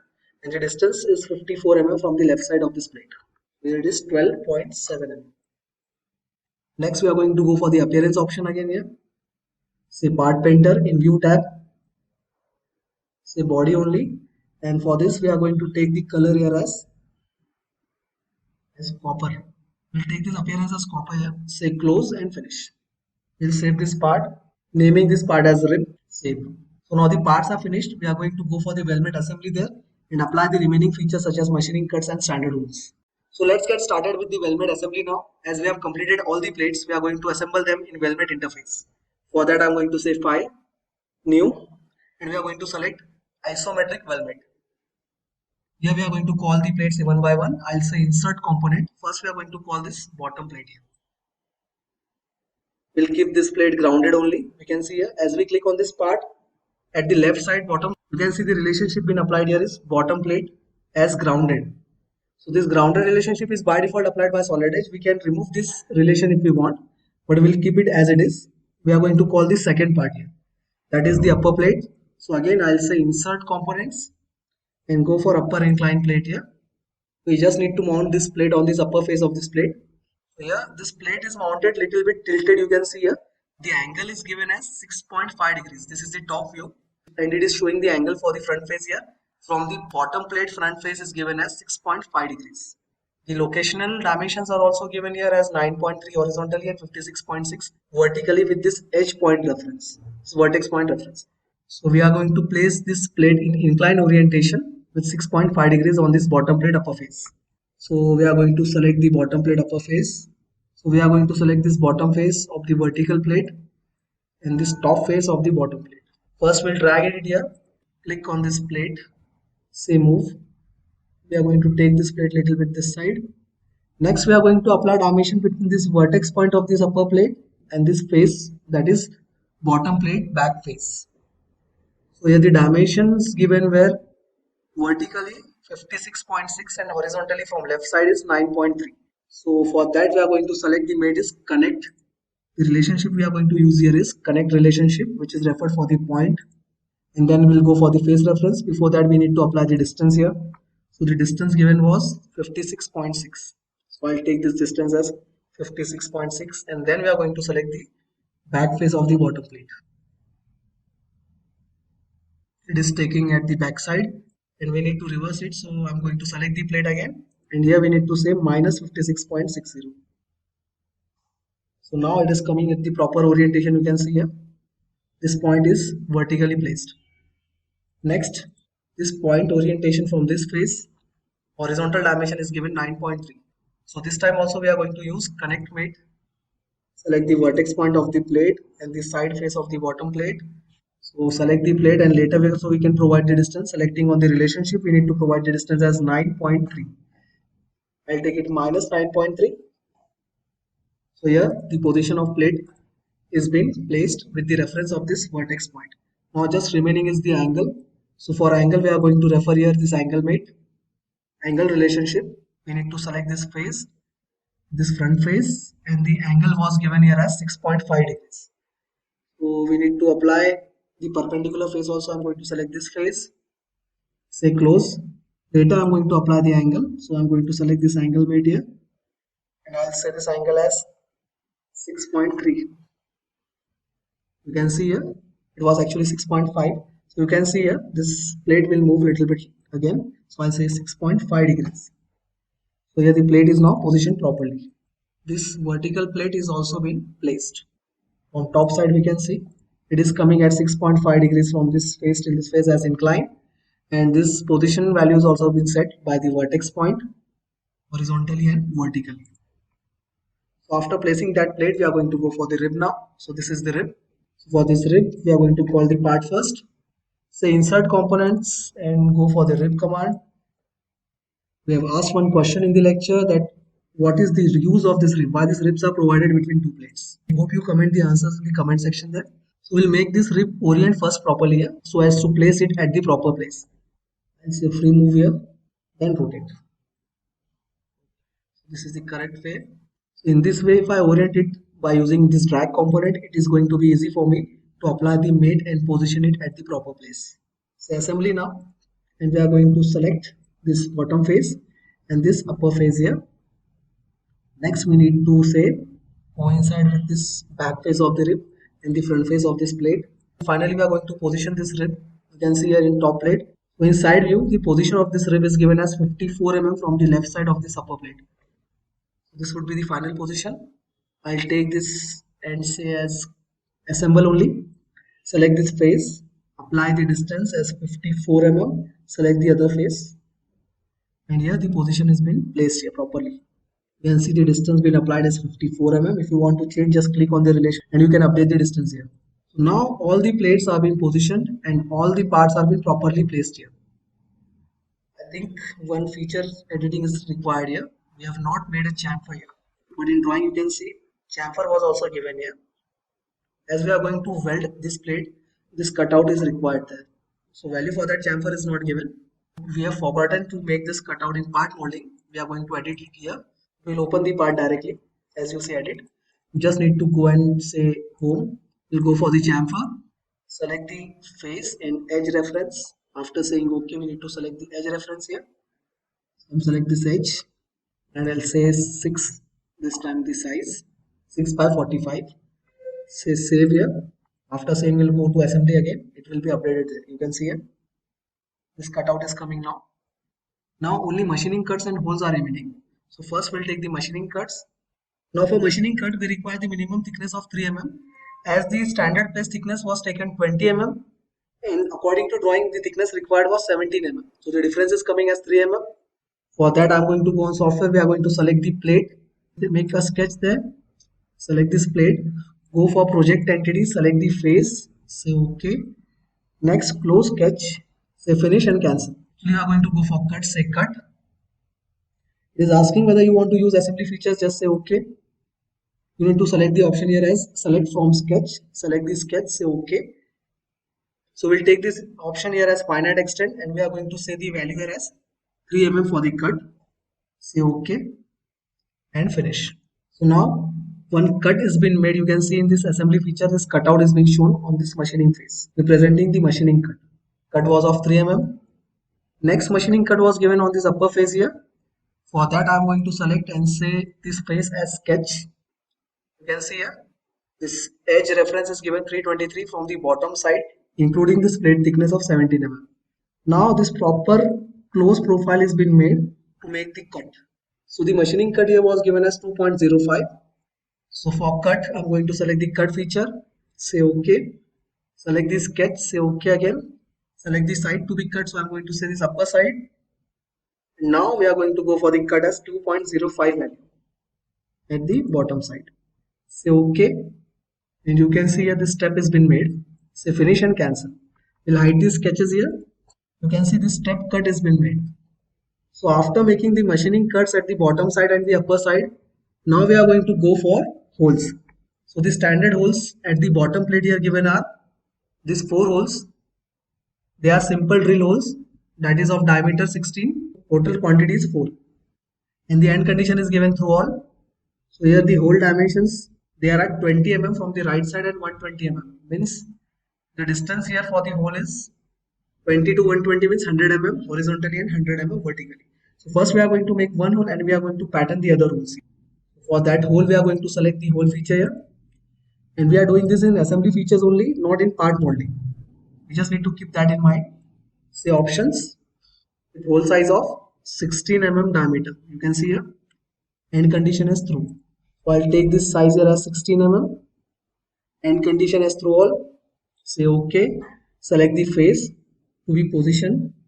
Here the dimension horizontally and vertically is given as 20 mm. So after placing this hole, say close sketch and finish. You need to show the direction of cut, say bottom side, then say OK and finish. Now we need to go for pattern. So in assembly features, we are going to pattern it here.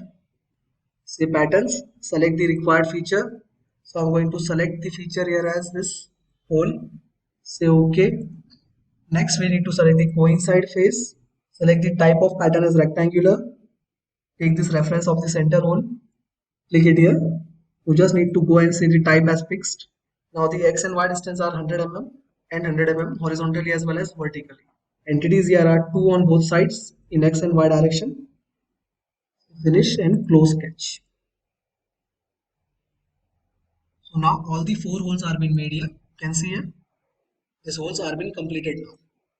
So the next type of hole we are going to make on this upper machining cut are tap holes. The size for the tap hole here given is M8 1.25. There are total 6 number of tap holes having end condition as through hole. So to make this tap holes, we are going to start with the hole command. We'll select the hole command here. And we just need to say OK. Go for the type of hole. I'm going to select here threaded. I'm going to take standard thread. The size here given is M8 into 1.25. So for that size, I'm going to select M8 here.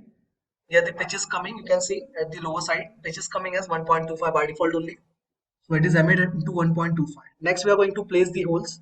Say OK. Before that, say tab drill and then say OK. The end condition of hole, it was finite extent. We are going to say to hole extent. And the end condition here as through hole. After putting up all the things here, say OK. Next we need to go and select the face on which you want to apply the hole. And we need to place the holes here. So these 4 holes are been placed.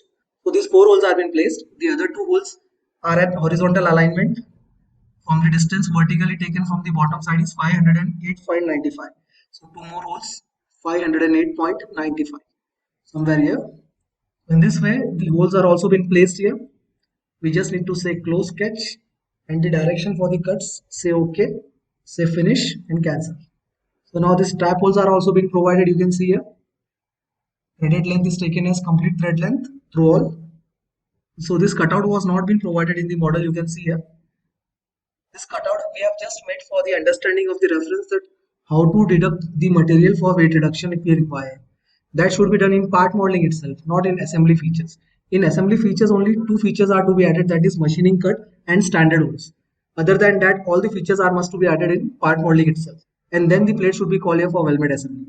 So in this way, we have learned how to make plate weldments by applying and following the manufacturing method in the making of the structure. This was the lecture today. We have completed with the weldments now. Next, continuing the sessions of solid edge, we are going to go for drafting. Please like, share and follow the channel 4 Dimensions Infotech. For learning solid edge, follow the playlist. Please comment us if you want some more videos or if you want a specific video on any particular commands. Till then, thank you. Hey everyone, so welcome back to our solid edge series. Ever wondered how to make your CAD design stand out? Let's dive into the essential views you need to know. So today we are going to see solid edge essential views in drafting. In the next few minutes, you will learn the key views that can transform your drafting skills forever. By the end of this video, you will be able to choose the perfect view for any drafting project. So let's get started. We are going to start with one part. I'll open one part here. You can see this part. We are going to take this part for drafting. I'll say file, say new, and here you have the option drawing of active model. This option will directly take your part for drafting. So just click on this option here. So if you have any standard template of the company, you can use that or browse that, or else we can use this isometric template of solid edge itself. So I'll say OK here. We are using solid edge template now. Now we are in drafting mode. You can see the template here. Now this view wizard is asking you to place the views.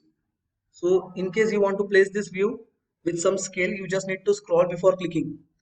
So if you want to place this view in a proper scale, you just need to scroll here, and this scrolling should be done before clicking. If I click first and then scroll, then it will not scale the part. I'm just rotating the scroll of the mouse, and you can see the scale has been changing here. You can see the values also been changing here. As I scroll the mouse, these values are changing. So I'll keep this scale as 1:1. You can see here. You just need to click here and place the view. After placing the view, it will take the child views. As it was a parent view, it will take the child views here. So it is showing the top view and side view. The angle method here it has been used is first angle method by default. So if you want to change the method of angle, projecting it in third angle method, you need to go in settings and update there before placing the views. Suppose if I place the views directly and then go for changing the angle method, it will not update the views according to the current angle method. That's why first change the angle method and then place the views. So I want these views to be placed in third angle method. For that I'll say escape. I've just placed the front view here with 1:1 scale, and now I'm going to go in file, settings, and in settings we are going to say options. In options we have the option that is drawing standards. Click on this option, and here you will get this option that is projection angle. I'll say third angle, say apply and OK. And now we need to project the other views. For that we have this option that is principal views. So this option projects the different views other than the parent view. So I'll click on this view, just click on the parent view, and you can see it is projecting the views in third angle method. Now how to judge whether this part is projecting the views in third angle method or not? We are just going to click again the principal view, and we are going to project one more view at the downside. So if I take this isometric view also, I'll just click on the part and take the isometric view also here for the reference. Here you can see these holes are provided at the top of the face. So according to the third angle projection, they should be highlighted on the top only, and we can see them. They are highlighted here on the top view only. If I go at the bottom side, they are shown in this view also, but they are shown in hidden lines, highlighting that they are at the opposite side. In third angle methods, at whatever side we see the view, whatever the features are at that side will be projected in a solid state at that side only. But in first angle method, the views we observe are projected on the opposite side, not on the side from where we are observing. So this is the main difference. In third angle method, the views are presented in the same direction from where we are observing, and in first angle method, views are presented in the opposite direction from where we are observing. So we'll delete this view now. Now I want to highlight this isometric view in solid state. So I'll click on this view, say shading options, and here I'll say gray shaded with edges. Now this rectangle is appearing here. You can see this rectangle. So whenever this rectangle appears at any view, on any view, you just need to say update views. This rectangle means Solid Edge is asking update in drafting. So I'll click on this option, and you can see here, as I clicked on update, this view has been highlighted in solid state. Next, if I don't want this hidden line to be shown, I just need to click on this view, say right click, and we are going to go on properties. And in properties, there is option if you want to show or hide the hidden lines. So I'll hide the hidden lines here. You can see this option here. There are different options. If I want to show the edges in hidden or in phantom or a visible state, whatever option I want, I can choose here from this visible edge style. So now I have kept the hidden option off. I'll say apply and OK. So you can see here, if this hidden option is off, that particular view will not show the hidden lines. This view is having hidden lines here, as we have projected this view from the parent view before hiding the hidden lines. That's why it is showing the hidden lines here. Suppose if I delete this view now, if this time I show the principal view from the parent view, it will not show hidden lines. As the parent view also doesn't contain any hidden lines, this time it will project the view without hidden lines. Same goes with this view also. I'll click and delete this view. Again go for principal view, and now I'll show the side view here. It is showing without hidden lines. It is because first only we have kept off the hidden lines here in parent view. That's why the child views are also not containing any hidden lines here. Now if I want to call any other part, keeping the view aside and drafting it together with this part, so I just need to click on this view wizard to call the new part. I'll just click on the view wizard, and you will get this option that is browse. So if I want to browse another file, I'll just go back here and I'll browse the file required. So we'll take this part here, say open. Views for that particular parts are also been available now. So it is taking a front view now. If I want to change the orientation and call the top view first, you just need to go and click this option that is drawing view layout. Click on this option, and here you will get the primary view option. So in this primary view, whatever type I click here, the part will be entered in that particular view orientation. So I'll click on this top view now for this time and say OK. So you can see here, Now it is showing a top view for that particular part as the primary view. If I can change the drawing layout and go and say front view, say OK, it will show the front view now. Again, if I scroll the mouse, you can see this scale is been changing. I will call this view in another sheet only. So instead of sheet 1, I'll click on this option, that is inserting sheet 2 at the lower left side. I'm going to click on this option here, and here I'll call that particular part. So I'll say view wizard again, go for browse option and say this part to open. It is opening with the front view with the scale of 2:1. I'll just directly click to place this view without changing the scale by scrolling. Now if I want to change the scale, I'll click on this view. Even if I scroll, this view scale is not changing. The scale by scrolling is only changed when you call the part first time. That time only you can scroll and change the scale. If I click the part inside and place it once, the scale is to be changed by clicking on this value directly, not by scrolling. So here I'll say 1:1 now. You can see here this option 1:1, and this were the drawing view layout for the primary views. We have seen it earlier also. If I want to arrange this part in isometric, I can click directly on this ISO and say OK. So here this part has been oriented in isometric now. I'll change the scale again. I'll say 2:1. If I again click this part and go on this option, drawing view layout, and say trimetric, it will be arranged in a different mode of isometric only. You can see here in a 3D form only.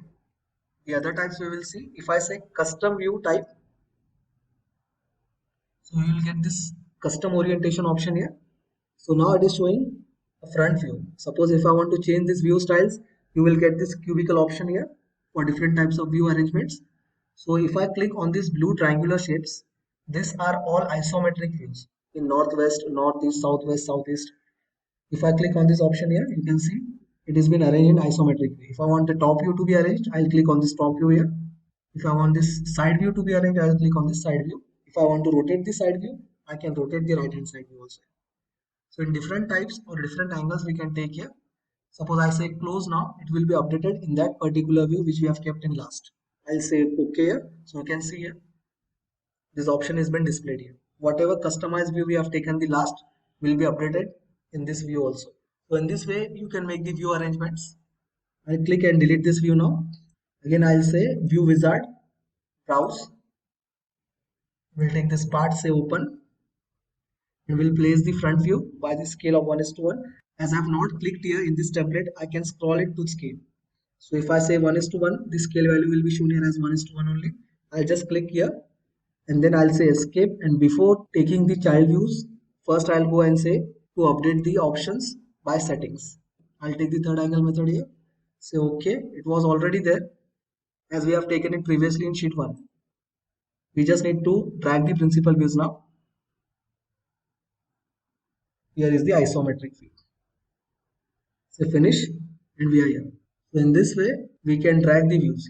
So till now we have seen view wizard as well as principal views and update views option. Whenever any rectangle appear around the view, you just need to say update views. Next we are going to go for auxiliary view. For that I am going to continue with sheet 1. Now in sheet 1 auxiliary view, I'll just click and drag this view, isometric view, a little bit aside so as to take the auxiliary view of this front view. So now auxiliary view importance is just that if you are having any incline cut, you can see here this incline cut and one feature has been cut out there. So to highlight this feature in proper position so as to take the dimensions for this particular feature, we need auxiliary view. But for that I am going to click here on this front view, say right click properties, and we are going to say hidden lines visible here. As soon as I put on the hidden lines here, you can see this incline cut here with the hidden line reference. So we'll use this incline hidden line so as to project the auxiliary view. You just need to click on the auxiliary view and we are going to click on this hidden line here, and you can see this auxiliary view is generated, highlighting that particular rectangular cutout to take the dimensions in a proper way now. Suppose you have not taken this auxiliary view, this particular feature is not properly visible either in top view or in side view. That's why we need to take this auxiliary view for this inclined cutouts so as to place the feature and make the dimensions properly there. This was auxiliary view, but if I drag this view, you can see all the other views are also been dragged. It is because this auxiliary view is aligned with the front view. So if I want to break this alignment, I just need to right click here and go on this option, say delete alignment. So I'll say delete alignment and click on this dotted line which is highlighting the alignment. Then only this alignment will be deleted. Now I can place this view anywhere I want. Here I can move the reference of this view A direction. We can also move the text here. In this way, you can take the auxiliary view. I delete this. I'll show you one more time. You just need to say auxiliary view. In whatever inclined edge you need to show in hidden lines, or if it is visible directly, you can just click on this particular inclined line and it will show the perpendicular view from that position for that particular feature on that inclined face. Delete the alignment, click on this dotted line and delete. And if I want to create a new alignment with the side view here, I just click on this view, say right click, say create alignment, and I'm going to click on this view here, this top view, and this top view will be aligned with the auxiliary view. You can see here. So in this way you can break or create the alignments here. Just properly arrange the view, take this text at the side. So next, after auxiliary view, we are going to go for this detail view option.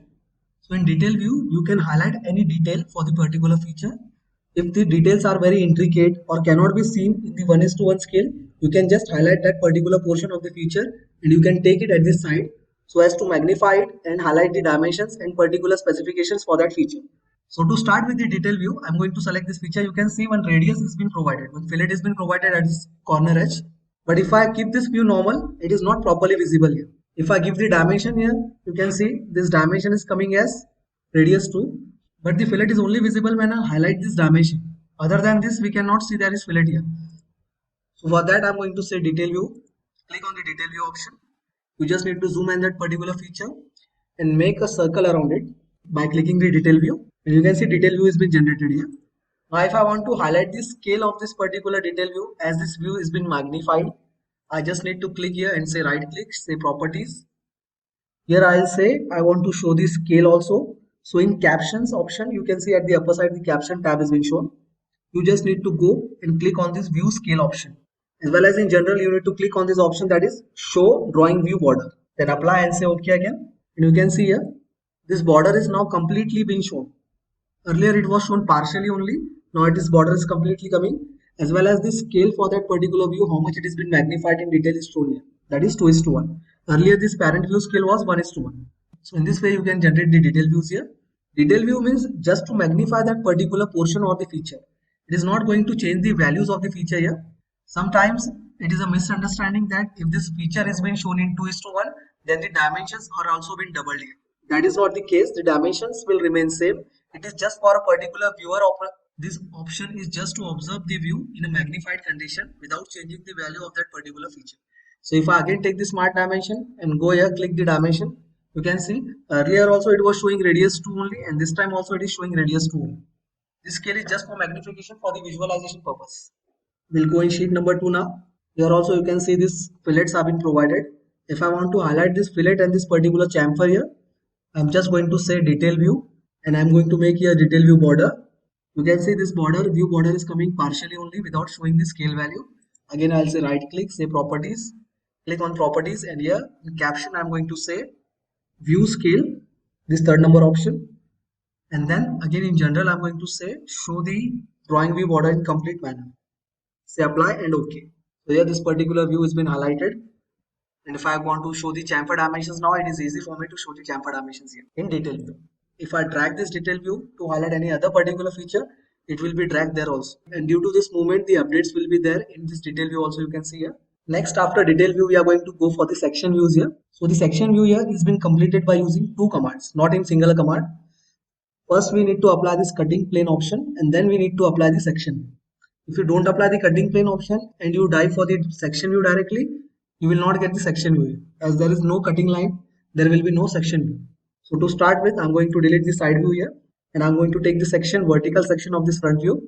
So as to highlight this particular chamfers here, say cutting plane, and you just need to click on the view which you want to take for the section.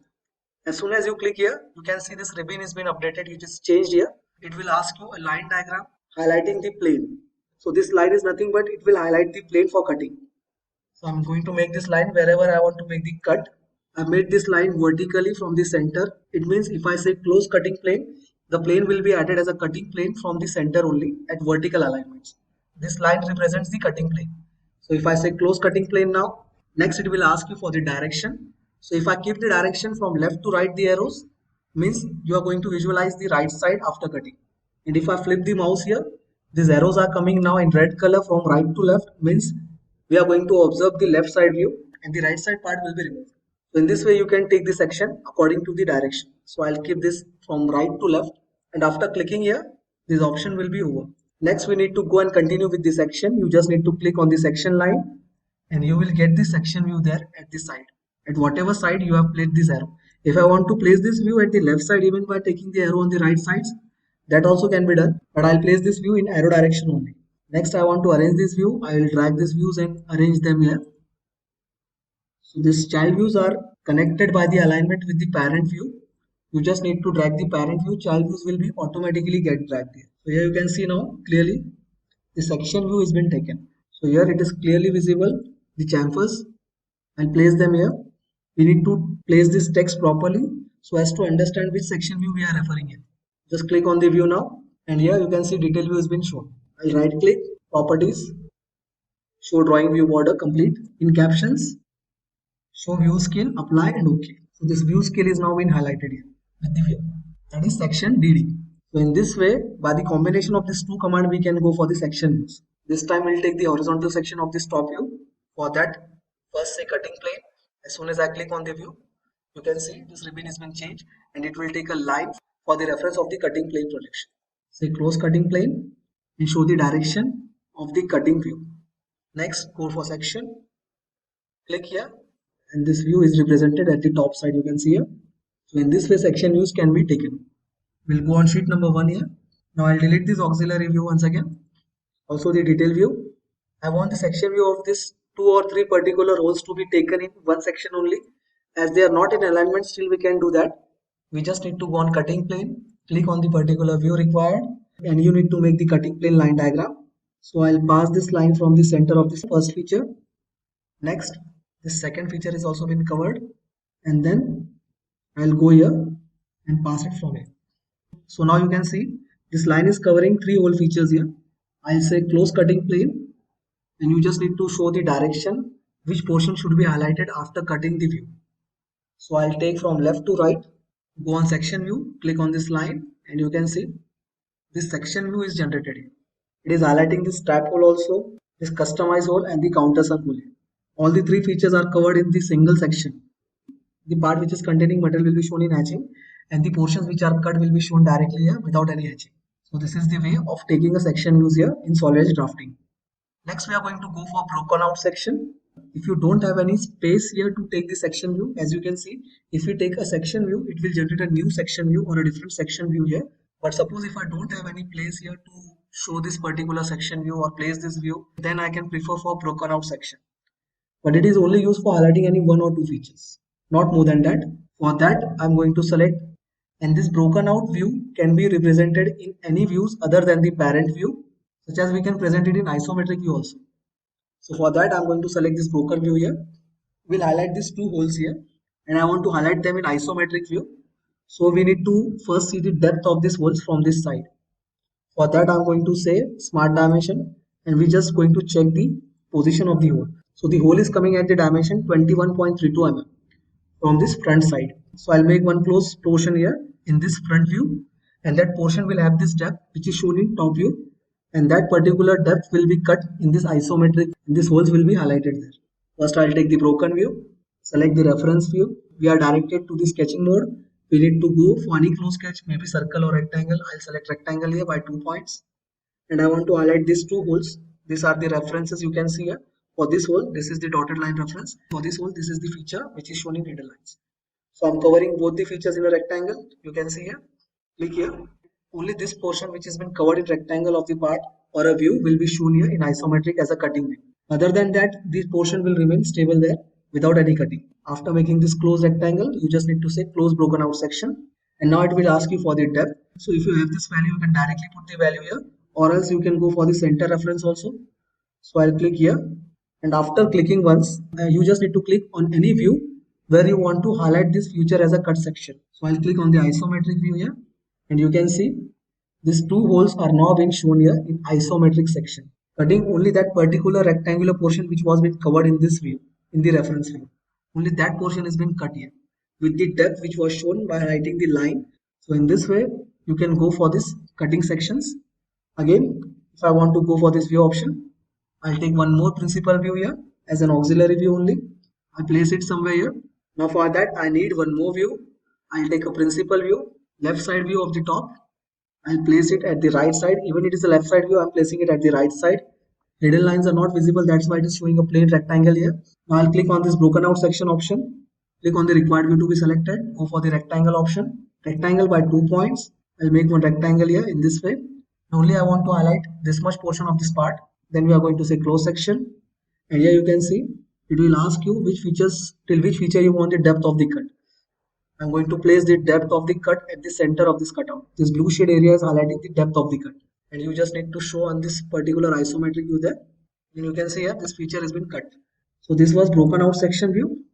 If I want to place it here somewhere here, I can place it here also. So in this way, broken out sections can be shown. Continue on this option also, broken out section. For that, you just need to select broken out section. Select the reference view. Click here and cover the section to be cut by a closed rectangle. I'll use 2-point rectangle and cover whole view, complete view here. Say close broken out section, and you need to show the section to be cut in that particular view. Say click. I'll click on the isometric view again, and you can see now this part, isometric part, is being shown in cut section here, half cut section. So in this way, broken out sections can be used. You can highlight this broken out section not only in isometric but in other views also. This was broken out section. Next and the last view type we are going to see here is broken view. For that, we are going to take one reference part here. Now for broken section, we have this part here. You can see it is having a U-type cross section. This part is completely one single structure which is having the length of 1400 mm. If you want to see and inspect it, you just need to go and inspect. Say smart measure, and you can see this length is coming here as 1400 mm. Now if I want to call this part in template, I'll shift to drafting here. And in drafting, I'll browse this part. I'll say view wizard, say browse. And here I'll click this part, say open. Now as you can see, this scale is coming 10:1. I will take this scale as 1:1 only. You can see here as I scroll the mouse, the scale is becoming smaller. So I'm going to take this scale as 1:1 only. I'll keep this view here. And when I drag this side view here, you can see the part length which is not suitable for fitting it in a template. So you can see in lengthwise it is going outside the template. We cannot place it here in a proper position. For that, I'm going to use broken view. So for broken view, as this view option is showing freezed here, you just need to click on the view first to be broken. Then this option will be unfreezed and highlighted there. You just click on the option. It will ask you for the type of broken to be selected. I'll say break line type here. I want the break line to be taken as short break, zigzag, and it will ask you for the gap to be made for the broken. So I'll take this gap as 10 mm. Here it is asking for the pitch and height for the zigzag portion. It doesn't matter whatever you take. You just need to click 2 cuts. So I'll click the first cut here. At the left side, you can see there at the cursor. In the second click, I'm going to click here at this end, right hand side end, and say finish. And you can see this particular view is been broken now. You just need to place it here. I'll take both the views in drawing sheet here. So now they are adjustable and can be placed in a particular view position here without occupying much space in templates. But it doesn't mean this length is being changed. If I again go for smart dimension and click on the sides, you can see still it is showing the length as 1400 mm only. It is just for the adjustment in a template that view can be arranged. But the broken views can only be applied for the feature or parts where there are not much features being shown in mid portions. Only a simple part can be used for this broken out section. This way, this broken out section can be used. So these are the different views in Solid Edge drafting. You can select the suitable view according to your need so as to start with a perfect drafting view layout. So we'll stop here now and continue with the dimensioning and different types of dimensioning method as well as how to apply tolerances and other things in next lecture. Till then, thank you. Do like, share and subscribe the channel and follow the playlist to learn more about the drafting in Solid Edge. Hello everyone. Are you tired of struggling with dimensions in Solid Edge projects?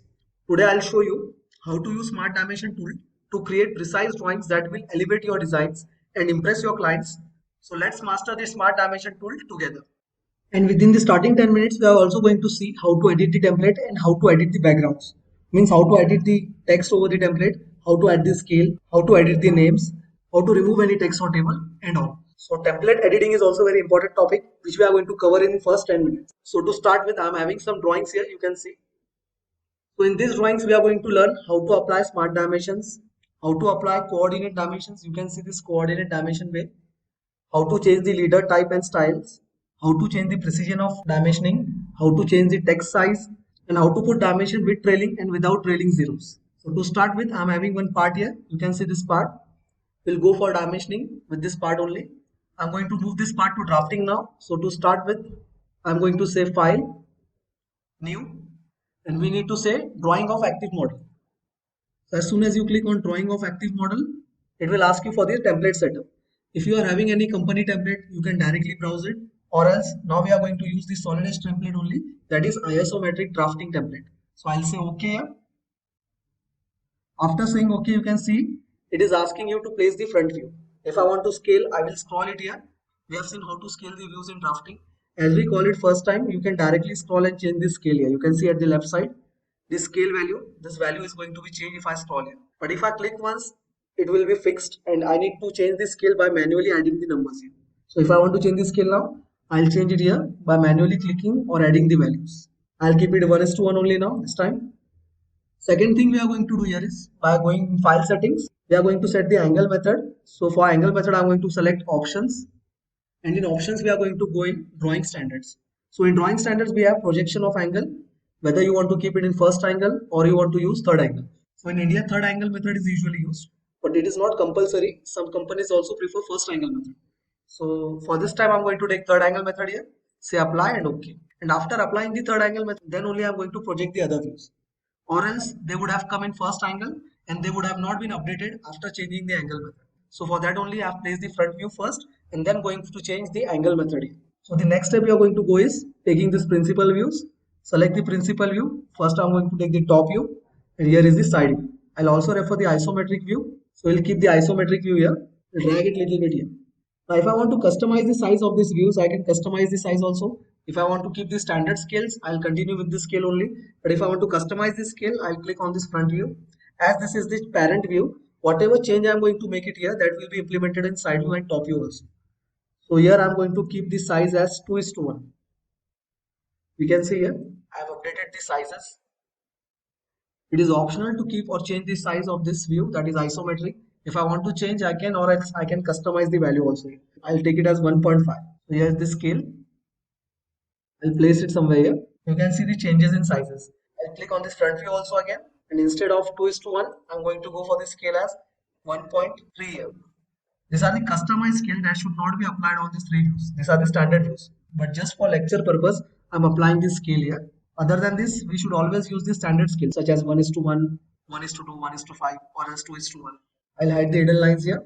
Say right click, go to properties, and then hide the hidden lines. Just put off the hidden lines, say apply and OK. Same way for the other two views also. Go on properties, say hide the hidden lines, say apply and OK. For this one also, so the internal features are not visible now. You can see here. If we require, again we'll put on the hidden lines after that. Next thing we are going to learn is to adjust the template size here. So for adjusting the template size, we need to click on the sheet at the lower left side. You can see here at the lower left side. You just need to right click it here and go on this sheet setup option. So in sheet setup, the size we are referring here is A2. If I want to change it to A3, I'm just clicking on A3. Here also I'll confirm that the size is A3. If I want to change the name of that particular sheet, I can change the name or rename it also. I'll say it OK now. So after taking A3 size, as A3 is smaller than A2, you can see these views are looking that they are outside the sheet, but they are at their original positions only. Only the sheet size is updated. That's why they are looking outside the sheet. So if I again want to update the sheet size, again say right click, go on sheet setup, and here you need to change and say A2 size. Here also will confirm that it is A2 size only, and it is showing the sizes also here for A2. That is 594 horizontally and vertical it is 420. So it is in a landscape mode. You can see here. Say OK again, and you can see that all the views again are now inside the sheet. So for now we are going to take A3 size only.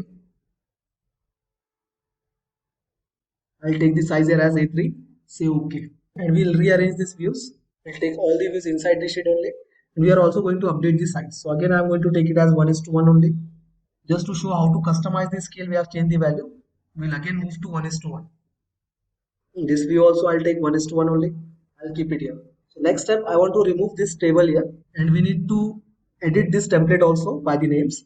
So I want to add some names here, the title, as well as I want to add the scale and all. So for template editing, you need to go on sheet again, say right click and go on this background option. After clicking on background, you can see at the lower left side, It is asking which size of sheet are you using for editing. So I'll say here I'm using as A3 size. So I'm going to click on this A3 sheet.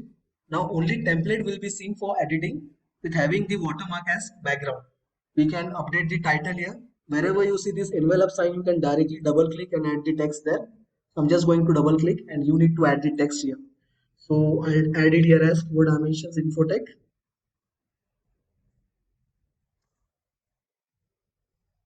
Say OK. You can see here. We'll add the date also first. This is a new year date now today. So in that case, happy new year to all. Say OK now. We'll add the name also here. I'm going to add my name as Sagar. Say OK. We can also add the name here, who has checked the drawing, who has given the engineering approval. We can add the scale also here. So now for adding the scale, I'm just going to give this space bar here and I'll say scale is 1:1.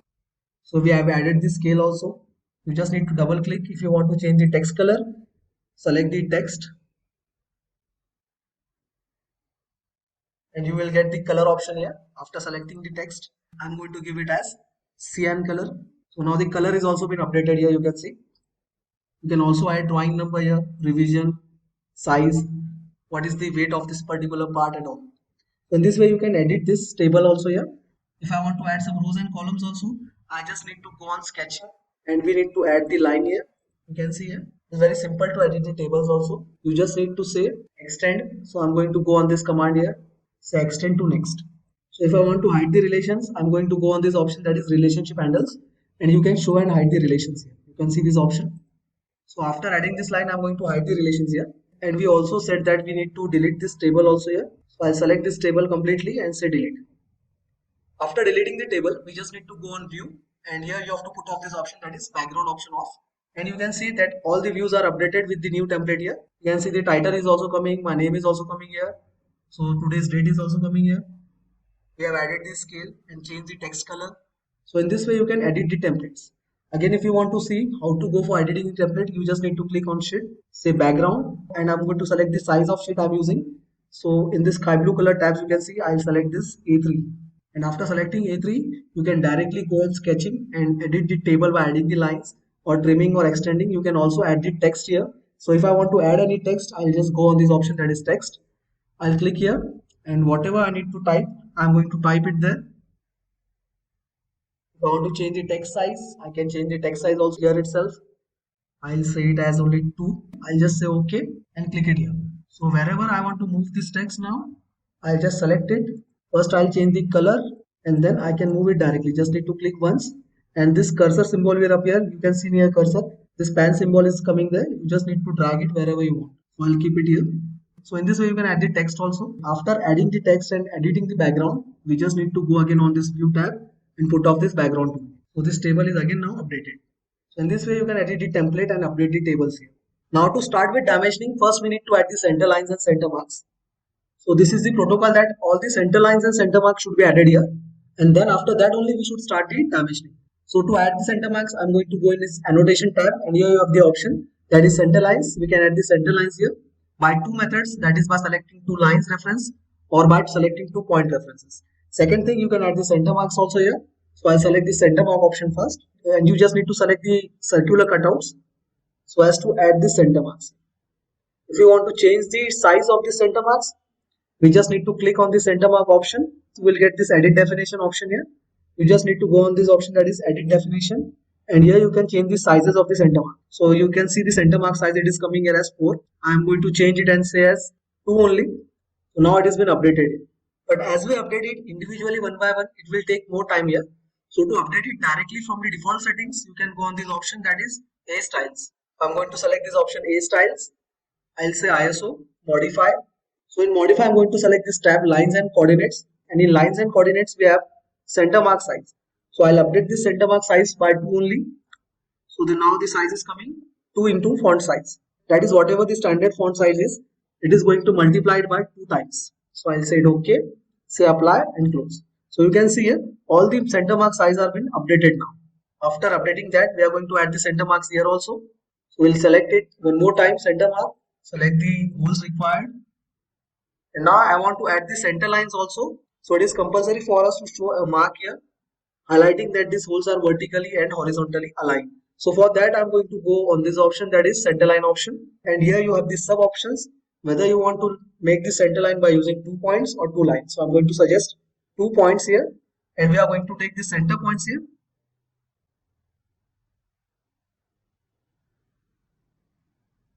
You can see I'm just clicking on the center marks and these lines are appearing, highlighting that vertically and horizontally all 4 holes are perfectly aligned. We are also going to add the alignment line here also.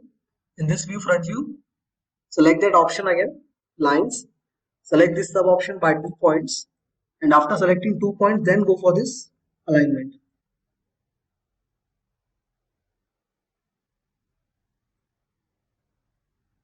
So we have aligned them together now.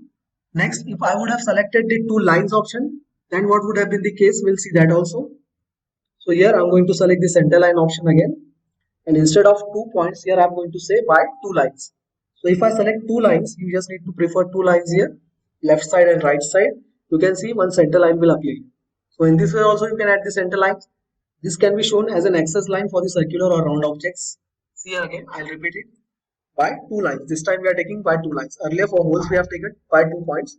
For the axis we are going to refer by 2 lines. Select the 2 lines and you will get this axis here.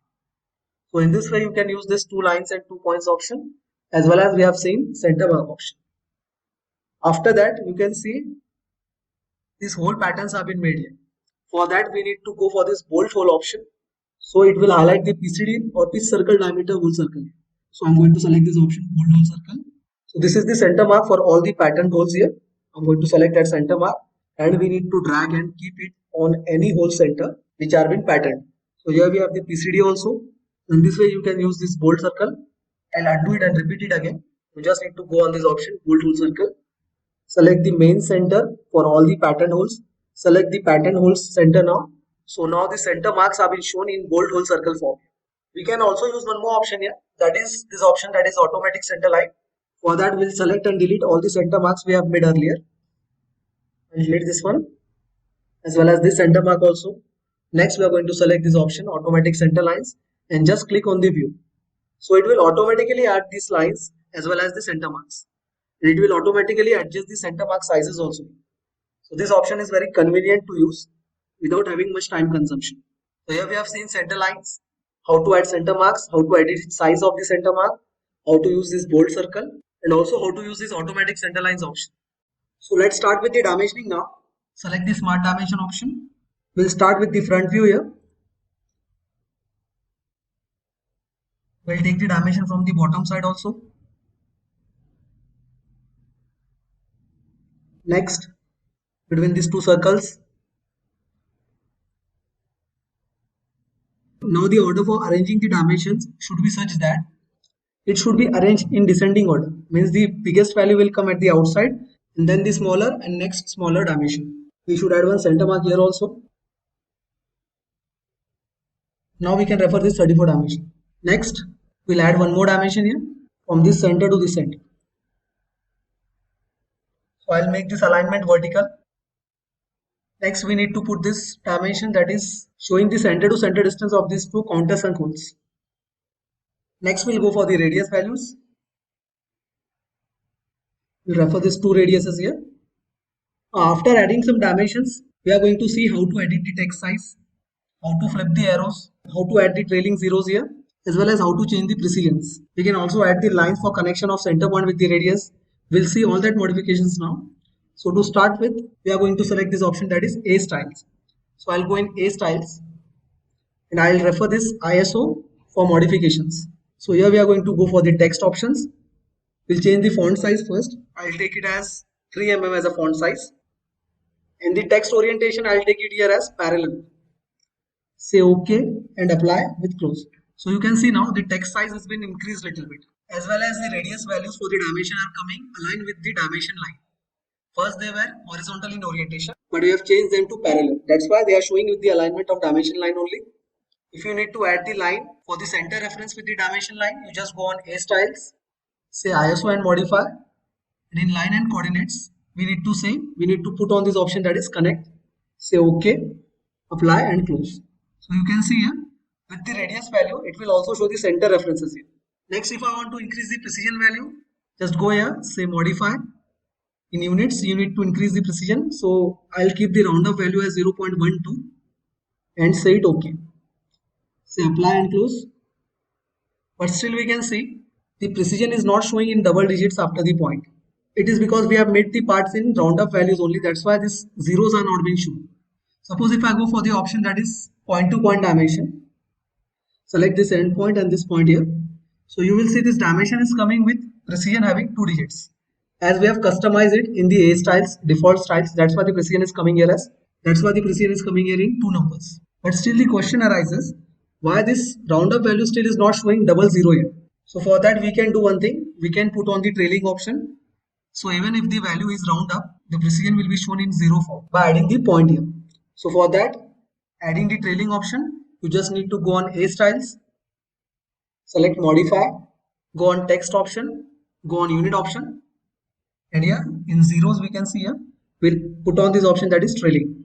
Say OK, say apply and close. So now even if the feature is having roundup value, still the zeros are being shown because we have put on the trailing option. As the precision was in double zeros, that's why these are showing double zeros. Now one more thing, you can see here, after adding precision values and showing the trailing, the separator is being shown as a point here. So instead of that, if we want comma to be shown as a separator, decimal separator or delimiter, we can go for A styles again, say modify, and in modify, go to units, and here you have the option delimiter. I'll say comma, say OK, apply and close. So now instead of points, this decimal separator will be shown as a comma here. We can see here also. So these were the options to edit the text size, precision, to change the delimiter, as well as to put on or off the trailing option. So now again to remove the center reference for the dimension line, we go to A styles, say modify, go to line and coordinates and put off the connect option. We'll also change the text size. We'll go on the text tab. We'll say as 1.9, and for this radius orientation to be taken as horizontal, we're going to say orientation as horizontal. Next we are going to go for units and put off the trailing option. Here I'll say the roundup unit as 0.1 only. Some more options like terminator and symbol. If you want to change the arrow type and size, you can change the arrow type and size here also. If I want to change the arrow type, I'll say dot here and say OK and apply. The changes you can see here. I've changed only one side arrow type. If I again want to modify, go to A styles, say ISO modify, terminator and symbol. I will change the other terminator symbol also as dot only. After changing, say OK, apply and close. So now every dimension is being shown with the dots here. Go to A styles, modify, terminator and symbols. And here again we'll go for the arrow as filled for all the types. Say OK, apply and close. So whatever default settings you want to change in the dimensioning, you just need to go on this option that is A styles and you can update them. Now what if I want to change this value, only the text size of this particular value? So for that we need to select on the dimension, and here also we'll get the properties. So you want to change the text size or thing, you just need to go here and say 2 times. So here you can see the text size has been updated here. We have scaled the text size. So in this way you can individually also edit the text sizes here, but the size will be changed here only for that particular single dimension, not for all the dimensions. Again, if you go for new dimension, it will show the default sizes only. So it is better to change the sizes from the default settings only instead of selecting and changing it from here.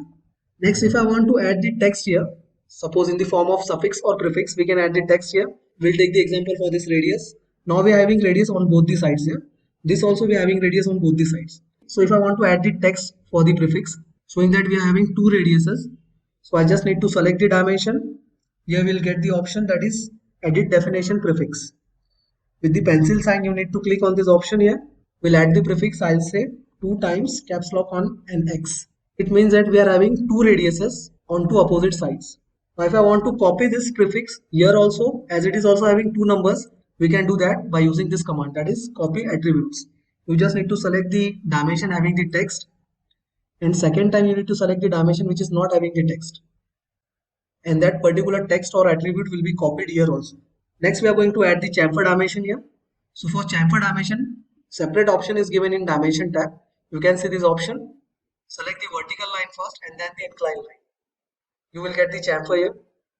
I'll place it somewhere here. Now I want to add the prefix also, showing it as a chamfer on both the sides. So I'll click on the dimension and go on this option that is adding prefix or suffix. Here I'll say 2 into CHA standing for chamfer. Say apply and OK. So here 2x means we are having two chamfers with the size of 3 into 45. Distance and angle. We'll edit this one also. We have added customized value. We'll change it and say 1 only as the scale. Now it is matching with the other values. Next we are going to add the dimension for this view also here. So for that, smart dimension again. We'll add this dimension here. Then we need to add the center to center distance. Horizontally also, we need to add the position for this hole. Now if this dimension get misaligned here, suppose the dimension come in this way, you can orient the alignments again. For that, one separate option is given in this dimension tab. That option is line up text. So for lining up the text, you need to select the option, and you also need to show the orientation how to line up them, whether you want to line up them vertically or horizontally. So I'm going to say vertically only. Just select each dimension and they will automatically get lined up. So this option is very useful for making the dimensions align either in vertical or in horizontal positions. We'll also provide the dimension here. Now this dimension 12 mm is highlighting this thickness here. You can see here. You can also provide that dimension here also. Now the text are coming very small in size. We'll change it a little bit in size. So I'll go for this option. Say modify. Go for text. Change the text for font size. I'll say 2.2. Say OK. Apply and close. Now the text size are a little bit increased. Now suppose if you want to flip the terminator, that is arrow sides, just click on the arrow. You will get this point. Click on that point and say flip terminator. So the arrows are now flipped. Again, if I click on that option, these arrows will be flipped again. If I want to change the terminator styles, we have already seen in A styles, say modify, and in terminator and symbols, you can change the arrow styles here. But if you want to change the arrow style for particular single dimension, then select on that dimension, click on this point, and the first option will stand for different types of arrow styles. You can change it from here also. I'll say double arrow on both the sides. So in this way, you can add the double arrows also. Now we have already seen smart dimension, point to point dimension, and angle dimension in sketching. We will see one more dimensioning style, that is coordinate dimensioning. So coordinate dimensions are usually used when you are having patterns in the part which are in numbers, which cannot be shown by smart dimension properly, or which cannot be arranged by smart dimensions properly. So to understand coordinate dimensioning, I'll take copy of this view. If I want to copy this view, just select the view, say Control C and Control V. So wherever you want, you can take the copy for that particular view. I'll keep it here only. We'll place this isometric view a little bit aside, and we will delete the smart dimensions here. We'll keep it a little bit aside here. And now we are going to add ordinate dimensioning. So in ordinate dimensioning, just click on the option, go for this option, coordinate dimensions. I'll take this as a 0 reference. Second, next we need to go for this center for the circle third. So you can see all the ordinate dimensions are coming, having the common base as a 0 reference, and the vertical dimensions are added with the reference of this 0 as a base value. Now for horizontal values, again I'll go for these ordinate dimensions. Click this as 0 reference. Select this one, this line, same here, center reference also, and the last value. For alignments, we'll go for this option again. So I'll go for this option, center line. Here I'll select the option by 2 points, take the center points here. Now this 43 stands for both the holes. This line is showing the alignment between the holes. So this is the way to add the ordinate dimension. Suppose if I want to change the ordinate, I don't want the 0 reference from this base. Instead, I want the 0 reference from the upper side. I can change the ordinate also here, base ordinate. You just need to go on the option again and say change ordinate origin. Click on this ordinate, click on this value, and you can see this is replaced by the other value. And here the 0 reference is added at the upper face now. So this will show the ordinate dimension on both sides now. The distance from this side to bottom is taking 10. And the above dimensions are also changed, taking the distance from the reference of above face. So by this way, we can change the ordinates also here. We'll see it one more time. Say change ordinate. Click on any value that should be replaced with the 0 reference. And here you can see this 35 value, the center reference has been changed and it is taken as 0 reference now. So here ordinate dimensions are coming on both the sides. So this is another way of showing the dimensions. Now suppose if I have forgotten to add the ordinate for any one feature, then we can add it later also. You just need to go on this option again on coordinate dimension and select the feature which was remaining. Here you can see this ordinate chain is continuing with the two features also by adding the dimensions. We'll see it one more time. I will delete the dimension for this feature. And if I want to add the ordinate dimension in this chain only, again go for ordinate dimensions. Select the dimension, any dimension you can select, and then select the remaining feature. This value is added again. So in ordinate dimension chain, we can later also add the feature dimension for the ordinates. So this type of dimensioning was for ordinates. Similar option is this angular ordinates. Select this angular ordinates. Go for this as a 0 reference. Click here and you need to select the other features. This angle dimensions will come in ordinates now. You can see them. You just need to select the proper points. Now this feature is remaining still. Again we'll go for this angular ordinate. Select any one dimension and click on the center point of this remaining feature. So this angle is also been added now. So it is showing that this is the 0 reference for this particular feature. The other hole is at 90 degrees. Next hole is at 180 and the last hole is at 270. So we can use angular ordinates also here. We'll move this feature a little bit aside. And now we'll go for the section view here. Select the cutting plane option for the section. Before that, I'll move this dimension a little bit downside as the section line is going to come there. To start with the section view, first select the cutting plane option. Select the reference view. Now we need to make the cutting line here, which will act as a cutting plane. After adding say close cutting plane, and we need to show the direction. So I'll take this direction from right to left. Click here. Next say section view and select this cutting plane line. So the section view has been obtained now. Next we need to go for the dimensioning here. First we'll add the center lines. Now while selecting the center line, I'll change the type. I'll say instead of 2 points, I'm going to go for 2 lines. Select these 2 lines here. You can get the axis line. Same way here also. And for this tab holes also. Go for smart dimension again. We'll add these values here.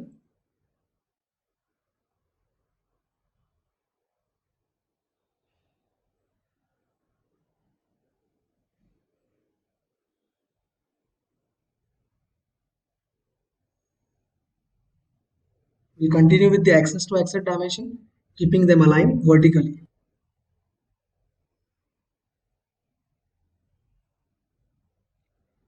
Just make sure that text is coming at the center of the dimension line.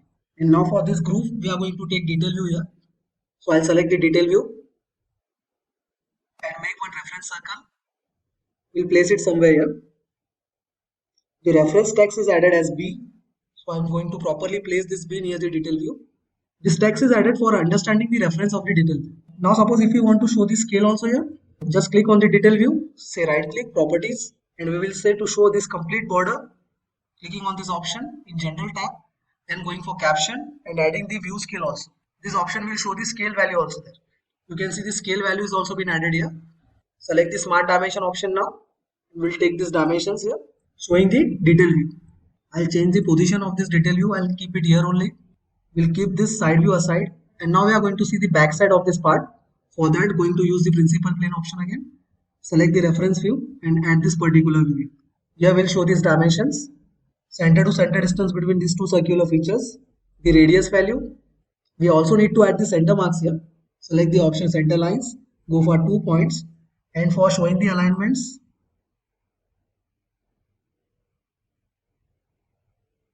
I'm adding these lines here by using references of points here also. So now the center marks are also added here. We'll add one more dimension in this view to show the start of this feature as well as this dimension, showing the difference between these steps. We'll arrange all the views properly again.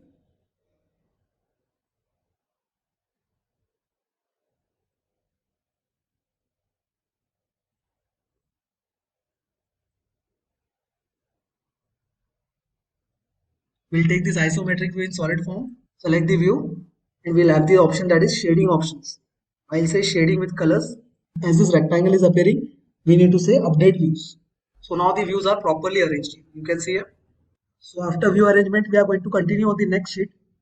I'll select the sheet number 2, and here we are going to call the other part. So to call the part, we are going to use view wizard, say browse, and here we have the second part. So we will use this part for the other options remaining. Say scale as 1:1 and click here for setting the view in template. Next we are going to go and say In settings, options, drawing standard as third angle. Say OK and apply. Next we are going to project the views. So I'm going to take a principal view. We are going to add this side view. Scale we have taken 1:1. Suppose if I want to scale the object, I want the scale to be taken as 1:2, which is acting as a parent view, and I'm going to say 1:2. So you can see here, this view scale is also being changed now. The rectangle is appearing, I'll say update. Now suppose I want the scale to be taken as a customized scale, not the standard value. Then we are going to select again the front view, and in front view, we are going to change the scale value. I'm going to say it as 0.75. So here the scale has been customized. You can see here it is not the standard scale. Next we are going to put off the hidden lines. Say right click on the view, properties, and just put off the hidden lines. Say apply and OK. Next, for better reference, we are going to take the cutting section view so as to understand the internal cuts. We are going to go for cutting plane option here. Select the reference view. Then we'll make one line here which will act as the cutting plane. Next, say close cutting plane. And then say section, select the cutting line. And here we have the cutting section. We'll drag this part a little bit downside here. We'll take the isometric view also. For that, select the principal plane option. Click on the reference view. And here we'll get the isometric view.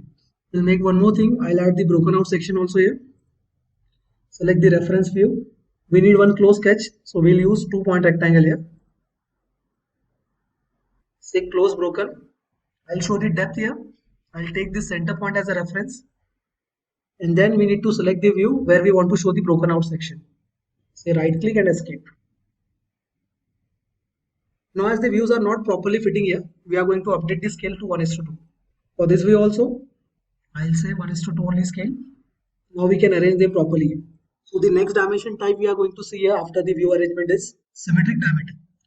But we are not going to select the end-to-end diameter size. We are going to select the axis and one side only, and it will reflect the diameter instead of radius. Before that, we need to add the axis also here.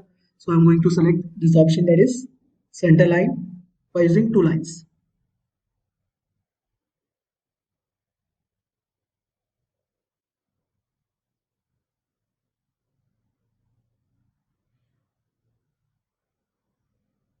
So after axis, we are going to select the symmetric diameter option here. You just need to select the axis and the reference line for the diameter. I select this, the second line. Here the third line. Now one more thing. You can see here the diameter for these two cross sections is equal. So if I click on this line here, it will show me the note dimension cannot be placed. So I'll just say OK, and I'll skip that edge, as already we have shown the reference diameter for this cross section. So both of them are same. So I'll skip this one and directly go for the other remaining diameters. So here we have all the diameters. We need to properly arrange them now. I'll take it a little bit inside only. So in this way you can use this option, that is symmetric diameter. It will not occupy much space. That is the plus point for using this kind of dimension. So after symmetric diameter, we are going to go for this option, that is retrieve dimensions.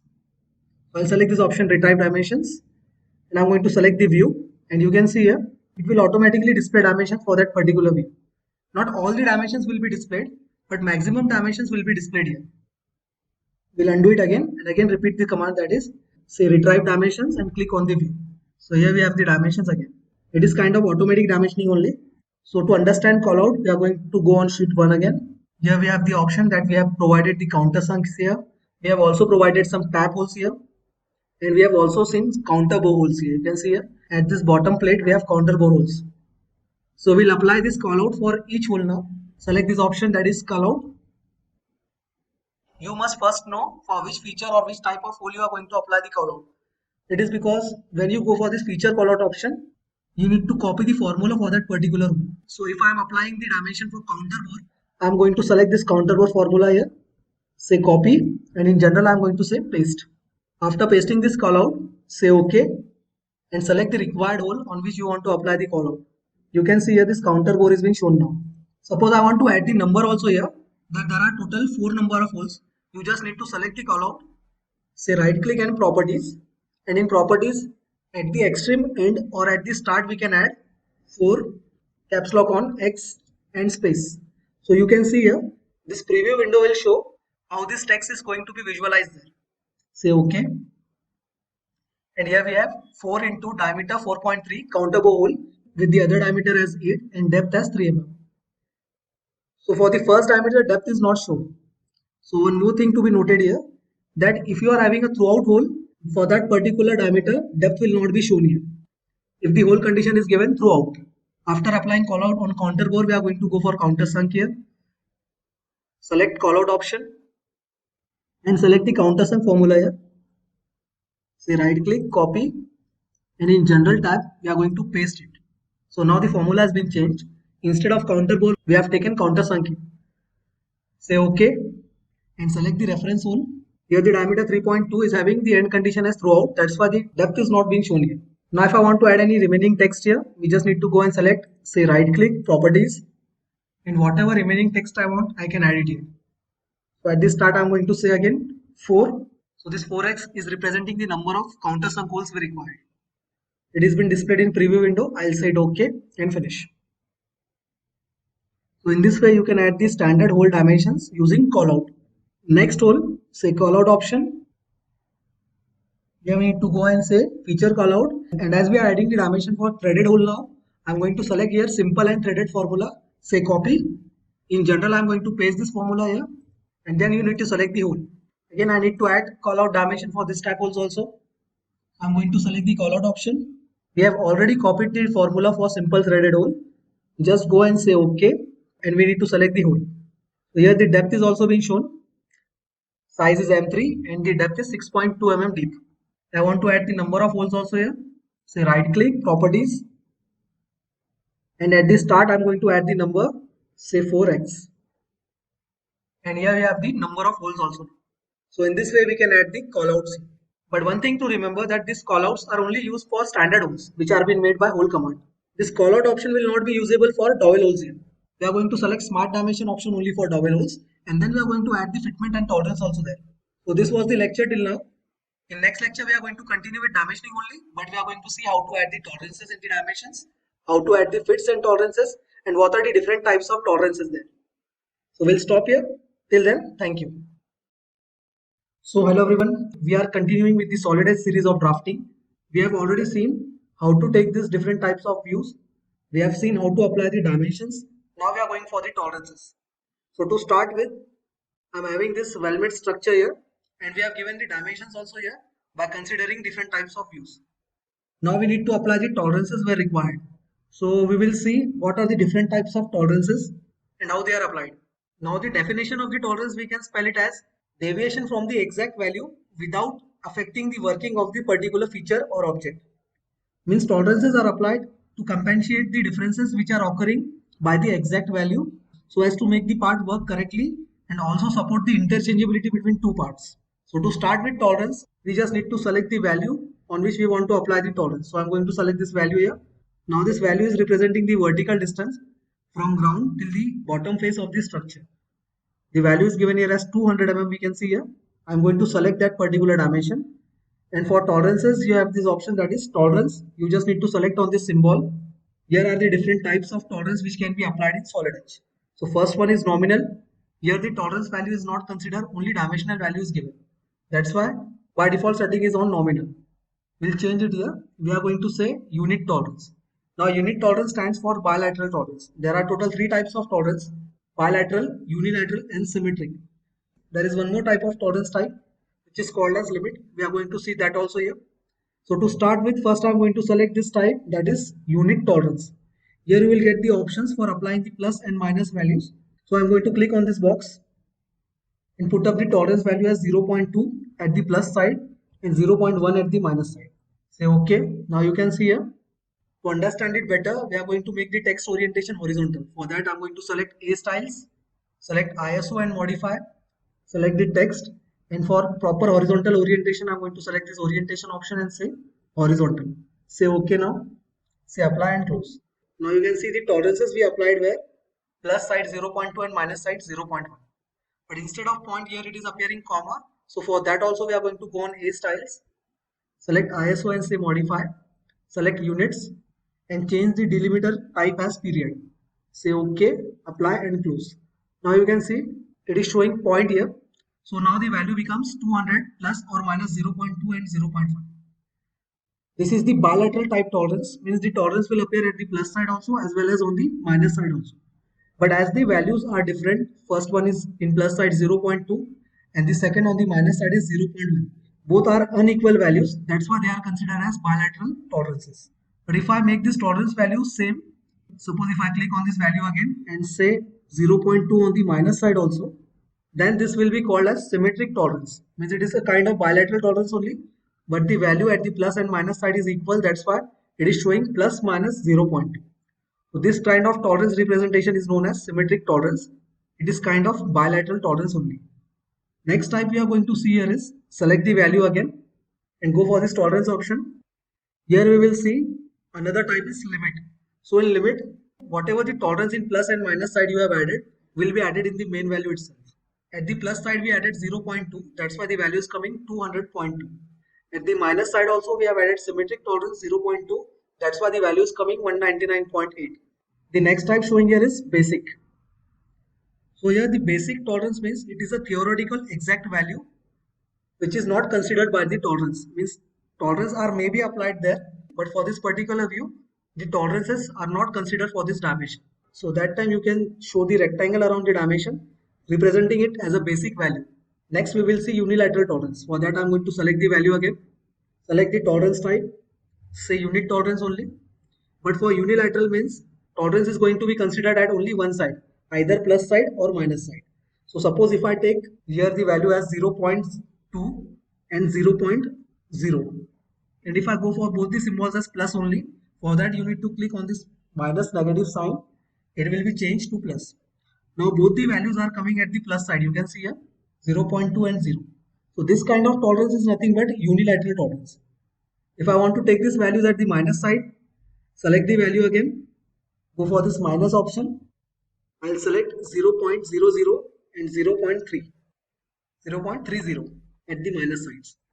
So here you can see, now the tolerance is coming at only one side, that is at the minus side. So this kind of tolerance representation is nothing but unilateral tolerance, only at one side, either minus or plus. Now for changing the symbols, just need to click on this symbol option here.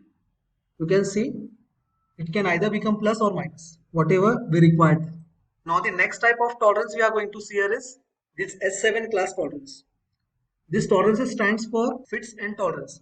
So wherever the dowel holes are applied or whatever hole we required fitment there, we can use this type of tolerance. So to start with, I am having one hole here. You can see on this plate we have taken the detail view. So here the detail view C is been considered for that particular view. So here is the detail view. We are going to go for the smart dimension option, and we have in between this hole that is dowel hole. So I have given the value for the dowel hole by using smart dimension only. We don't use here the hole callout option, because if I select the hole callout option for showing the dimension of this hole, we may not be able to apply the fit tolerance there. That's why we have avoided hole callout, and instead of that we have taken smart dimension. Now to show the fits and tolerance here, we just need to select the value, go on this tolerance type, select H7 class.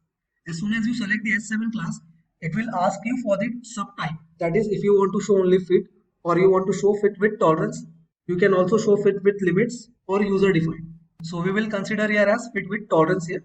After showing fit with tolerance as a type, you just need to select this whole option here. As we are applying tolerance for the whole, you are going to select the whole option, and you can see different types of fits are being shown. Now if I select the shaft option, all the fits alphabetical letters will be shown in small size. And when the whole type fit is selected, all the fit values are being shown in capital letters here. So for shaft, small letters are used, and for hole, all the capital letters are used. So by this way you can distinguish whether the fit is for hole or shaft. I am going to consider the fit here as F6. So as soon as I say F6, you can see here the predefined tolerance will be applied by this F6 fit. So here the tolerances are predefined by the fits. If I change it, suppose if I want to change, I'm going to select the dimension type again, select the type, click on this whole option. Instead of F6, I'm going to apply N7 now. So for N7, I'm going to click here. You can see it is a unilateral type of tolerance being showed here. So in this way, you can apply fit and tolerance. Now suppose if I want to show only fit here without showing the tolerance display, so you just need to select the value again, select the type here as only fit, and you can see diameter 4 with fitment of N7. But as this N7 is predefined fit, manufacturer will by default take the tolerance value which is predefined for this N7 fit. So in this way, you can show the fits with tolerance. Again, if I want to control this position, select the dimension and go for the type of tolerance required. Select on this X mark, I'll say bilateral tolerance. At the plus and minus side, I'll consider as 0.01 and 0.02. You can see here, bilateral tolerance has been applied. The text size of this tolerance is coming smaller than the dimension size. It is because this setting is predefined, but still if you want to change, you can go here in A styles and select the modify option for ISO. Go on the text and here you will get the tolerance text. Now the tolerance text size is showing size equals to 0.5 times the font size. So by going on this A styles options, you can apply the tolerance text size as well as you can change the dimension text size also. So these were the tolerance and types and dimensions of solid edge.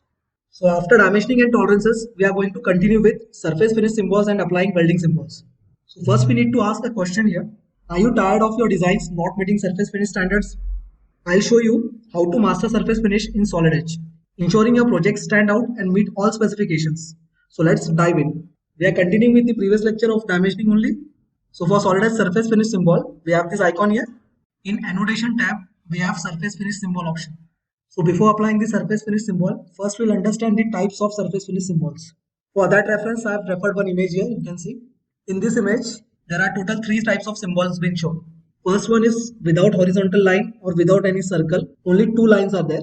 This symbol represents surface may be produced by any method. Means it may be material removal required or it may be material removal prohibited. Second one is material removal required, in which this line will be added, the horizontal line. And the third one will be material removal prohibited, in which the circle is included here. So these are the 3 basic types of symbols which we are going to see while applying the surface finish symbol. Now we will see the initials which are used in surface finish symbols. So at this left side line, at the lower side is machining allowance. You can see here. At the above side, we will show the roughness average values. Here will be the roughness sampling length below this line. And at the above side, if the machining removal is required, then it will show the machining process. Whatever will be the machining process will be highlighted here. This symbol will stand for lay symbol, means direction of lay, how the material is removed and what are the patterns made while removing the material on the surface. That is nothing but showing by the lay symbol. So to start with, we'll go on the software here. We'll select the surface finish symbol. First one is basic, which is shown by horizontal line. So we are going to see all the symbols which are shown by this horizontal term. So we'll start with the basic symbol. If I go for this basic symbol, it means manufacturer will decide which method to be selected will be appropriated. It may be material removal method or it may be non-material removal method. Second symbol we are going to see here is machining horizontal. Here the machining will be compulsory, means material removal will take place. And third one will be no material removal horizontal. In this symbol, compulsory machining will be prohibited. Means whatever the machining process will be, material will not be removed in that process. We will go for this machining horizontal. If I go for machining horizontal, it will ask you whether you want the machining to be done on whole complete surface or partially. If you are going for partial surface, we don't need to click on this icon. But if we hit on this icon, it means all around machining symbol will be added, which specifies that complete surface should be machined. The next thing will be surface finish values. So I'll go for this value as 0.07 maximum and 0.03 minimum. These values will be expressed in microns only. Here we will mention the machining process. So if you want to go for the machining processes, we'll refer one chart here. So here we have one chart. In machining process, for material removal, there are multiple ways of machining. So these are the categories and these are the subcategories we can see here. Traditional machining, in which cutting takes place. So for the circular shape, basic convectional machining processes are turning, boring and drilling. There are various types of different shapes also. For that we have milling, planing, shaping, broaching, sewing, filling, gear forming, gear generating and more options such as milling, grinding, superfine grinding, etc. There are some non-traditional machining processes also such as chemical machining, electrochemical machining, electrochemical grinding, EDM, electrical discharge machining, which is very much used for holes, laser beam machining, abrasive jet machining, water jet machining, plasma beam machining and ultrasonic machining. So these are the machining process in which compulsory material will be removed. There are some processes in which machining is prohibited, still the surface finish can be obtained. We will see that processes also. For that we have one more image here. So in this image we can see here this symbol with 2 lines and circle represents material removal will be prohibited. So for this machining prohibited processes will be such as casting, forging, hot finishing, cold finishing, die casting, powder metallurgy or injection molding without subsequent removal of material. So material will not be removed here, but still surface finish will be maintained. So these are the processes used for surface finish with material removal or without material removal. But if the basic symbol, this symbol is taken, then surface finish may be produced by any method. There is no restriction for material removal or non-material removal. We'll again move to software here. So here we have taken machining horizontal. We have said all around symbol. We have given the roughness values in microns. Now time to show the machining process. I am taking here as turning now. Next, surface lay. So this surface lay direction means how the material will produce the pattern while removing the material. So it may be perpendicular to the workpiece, parallel, cross, circular, multi-directional. So I'll take multi-directional here. Next is the allowance. Now this allowance is compulsory. Only the extra material or allowance is kept, then only machining is possible. So the machining roughness values we required were 70 microns to 30 microns. So for that I'm going to keep the allowance here as 0.2, means 200 microns. So here the allowance is 200 microns. By machining processes, we need to bring the surface roughness between 70 microns to 30 microns. Now if you are using machining process, you can also show the number of triangles.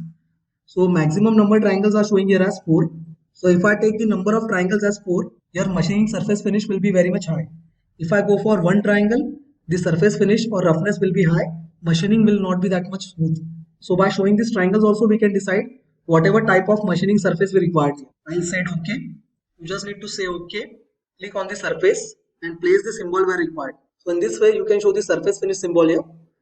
This is the allowance value. This is maximum and minimum roughness value.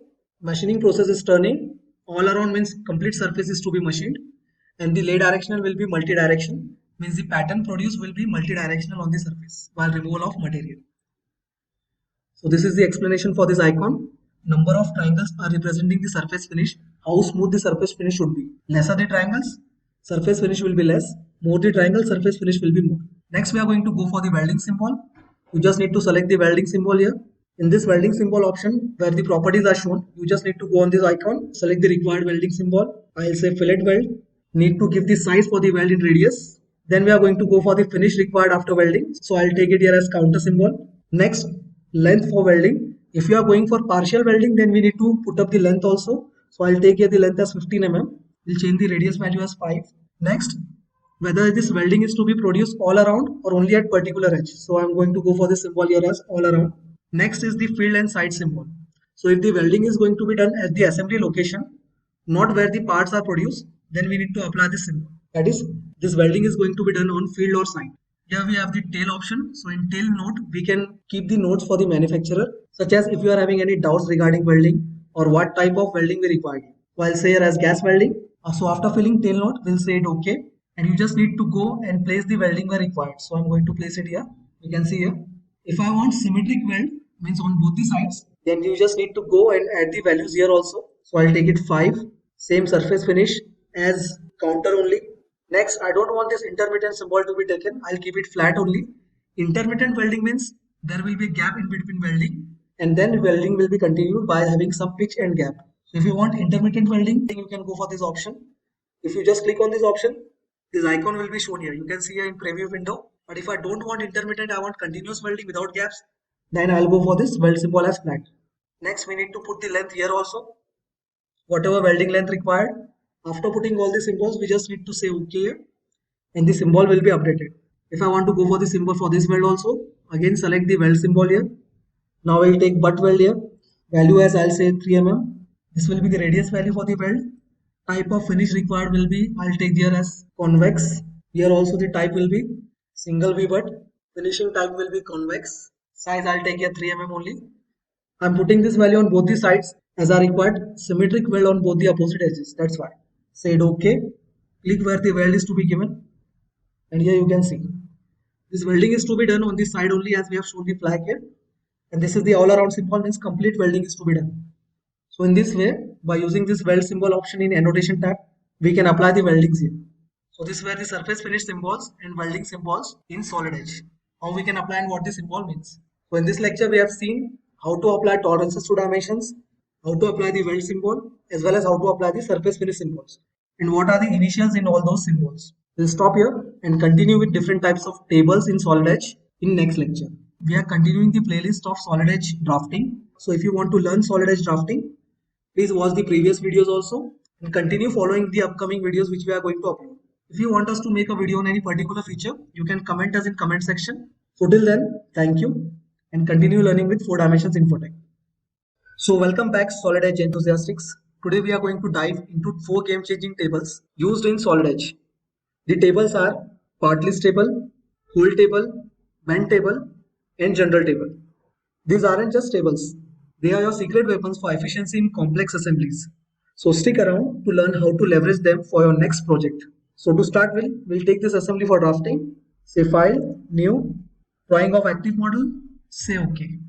I'll keep the view as isometric view only. Just place the view.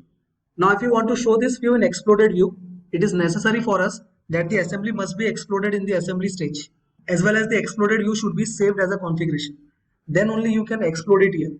So I've already exploded this assembly in assembly interface, and now I'm going to show the view as an exploded view only here also. So for that I'm going to select the assembly, say right click, say properties, and in properties you will get this option, that is model view or zone. Just click on this option and select the required configuration. So I've saved the configuration by the name of DCF, so I'm selecting that and just say apply and OK. Now you can see around this view one rectangle is appearing. It is just asking you to update the views. So whenever this rectangle is appearing, we are going to update the views. You can see after updating the view, the assembly is coming in the exploded form. So after exploding this assembly, we are going to go for part list table, also known as bill of material, BOM. So here we are taking BOM only, but the name is changed in Solid Edge. So here it is showing the name as part list. Select the part list table, click on the required view and you will get the table here. Now table is showing 4 columns, item number, file name, author and quantity. We'll see this later, and how to edit the table and go in properties. We'll see that later. First we'll go on the balloon options as well as how to arrange the balloons. Now if I drag any one balloon, it is not going to be dragged side by side. It is going to follow this line, the reference line for the balloons. So if I want to move it independently, you must delete this balloon line. So I'm going to delete the balloon line. Now the balloons can be dragged independently as required. Wherever you want to place them, you can place them. But still you can see in each balloon, there are 2 numbers being shown. The bottom side number is showing the quantity of the part and the upper number is showing the part number. Means when the part was made, which was the first part, which was the second part, and that series. So we can directly go for the table in this form of the balloon only. But suppose if we want to remove the quantity number and just want to keep the item number here, then you just need to select this option, that is Smart Select. We are going to say Smart Select and select any one balloon. Say OK. After selecting one balloon and saying Smart Select, all the balloons present in this view will be selected. Just put off this option, that is item count. Now only item numbers are being shown. Suppose if I want to increase the height also, so I'll change the value of text scale as, instead of 1 I'm going to take it as 2 and say OK. So after saying OK, you can see here the balloon size text has been increased. After balloons, we are going to move towards table. Just right click on the table, go for properties option, and in properties we'll see this tab, that is columns. So in columns you can see here all these 4 titles are nothing but the headers which we are used in table. If I want to remove any column related to any header here, I'm going to select that header here and just say delete column. After deleting that column, if I say apply OK, then only 3 headers are remaining now. But now we want to add some extra headers here, such as what was the material, what is the mass according to quantity also, and some user defined columns also we can add here. Again for that we are going to select the tables, say properties, and in properties go to columns tab again. So these were the 3 columns which are shown here. We are going to add another columns here. So here are some properties given by Solid Edge default only.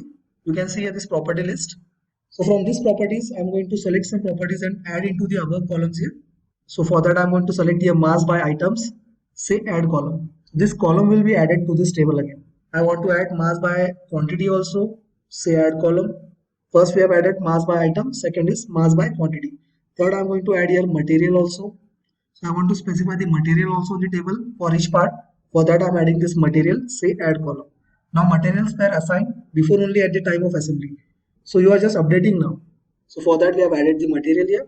After material, I want to add company name also. So I'm going to add this title as a column here, say add column, and the company name also will appear here.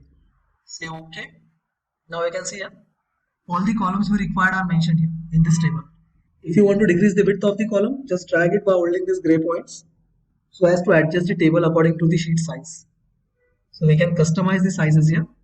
Now everything was predefined, means name was predefined, quantity was given by the system, mass by item, mass by quantity, and material is also predefined, and system has reflected here in this table.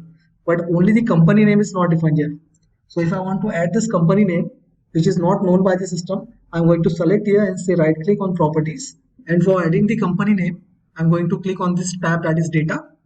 And in data, here I'm going to click on this column, that is company.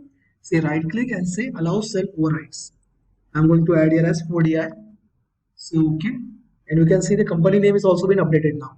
So in this way, you can update the columns manually also if the related property is not coming in the table. Again, say right click, say properties, cell overrides. We are just going to copy and paste it here.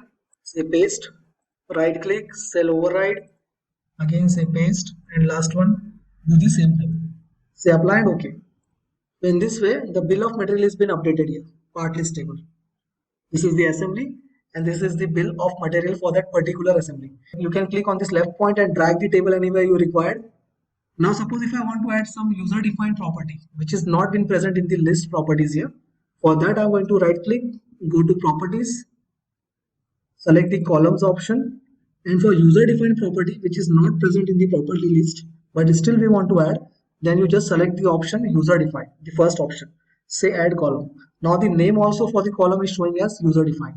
So if I want to change and assign particular name for that process, you just need to select here in this tab, and instead of user defined name, I'm going to backspace it and going to add the required name for that particular property. Suppose I'm going to say hardening process. After adding the title name for this property, again just go on this columns option and click on this title user defined so that this name will be updated on this property. I'm going to click on this here and the property name has been updated. So I have added one user defined property also here which was not present in this list. Say apply and OK. You can see here the table has been updated with the user defined property. Now to add the data for that particular column, I'm going to click on properties, right click and say properties, go to data, and here in data I'm going to drag here, just right click and type whatever you want, directly double click it. So hardening process I'm going to say here as tempering. I'm going to copy that process and just paste it wherever you require. So in this way you can add the data which is not been linked by the part, but still you can add it as a user defined property. Say apply and OK. So in this way you can make the tables for assemblies, that is part list table, also known as bill of material. Next table we are going to see here is whole table. For that I'm going to open one specific part. Say file, open. Now we are going to take this part for drafting. At the top face I have given different types of holes here. We'll delete this feature first. This is not required there. And we are going to add one more circle here and make one simple hole without using hole wizard. Say finish, say extrude, select the sketch, say OK, and we are going to cut it here. Say finish and cancel. Hide the sketch, saved it. Now we are going to take this part for drafting. So for that say new, drawing of active model. Say OK. And we are just going to see the table. So for that I'm just going to take the primary view as top view only. We are not going to call all the type of views. We'll scale it as 1:1 and keep it here. Now at the top face only we are having this standard holes and one extrude cut also. So after that we are going to call the whole table. For that select the whole table, click this point and give this as an X direction and this line as a Y direction, and just select the face which contains the hole. After that say accept and the table will automatically appear. So these are all the standard holes which are being shown in the whole table. But in the whole table, we also need to add some more properties highlighting which type of hole is this, what are the callouts for the holes, and what is the count of each hole. Means how many numbers of holes similar are present there. For that, I'm going to select the table here, say right click and properties. In properties, again go to columns. Whatever the columns which were shown in the table at the outside, we can see here hole, X, Y, and size. These columns are also been highlighted here also. If you want to remove any column, just select the column and say delete column. But if you want to add the column, directly go to add columns. We are going to select this whole callout option, say add. We are also going to select the type It will show the type of hole, whether it is counter bore, counter sunk, tapped hole, or dowel hole. So all the type of holes will be shown by using this type column here. Say add column. And then lastly, we are going to add the count also here. So I'm going to add this count property, say add column. So all the columns are added here, but we don't want this user defined column. So I'm going to select that and say delete column. Now these are the columns which we want to reflect it in the table. So just say apply and OK. We can see here, these are the hole numbers, X and Y references for the positioning of the hole. These are the sizes of the hole, and this is the callout. So this 1.1 hole is nothing but a simple hole having diameter 6 and depth as 35 mm. The second hole here, 1.2 number, it is showing as counter sunk hole having smaller diameter as 9 and larger diameter as 18.25 with the sunk angle as 90 degrees. Quantity is of 1. Its item count is 1. Similar way, the other holes are also being shown. So this is the way you can show the hole table also here. We'll adjust it the column sizes. Just click and drag this gray point so as to adjust the width of the column. Next, we are going to take bend table. For that, we are going to call one sheet metal part. So I'm going to select and say open. We are going to browse the part. So in the recent list, it is showing here. So I'm going to select that.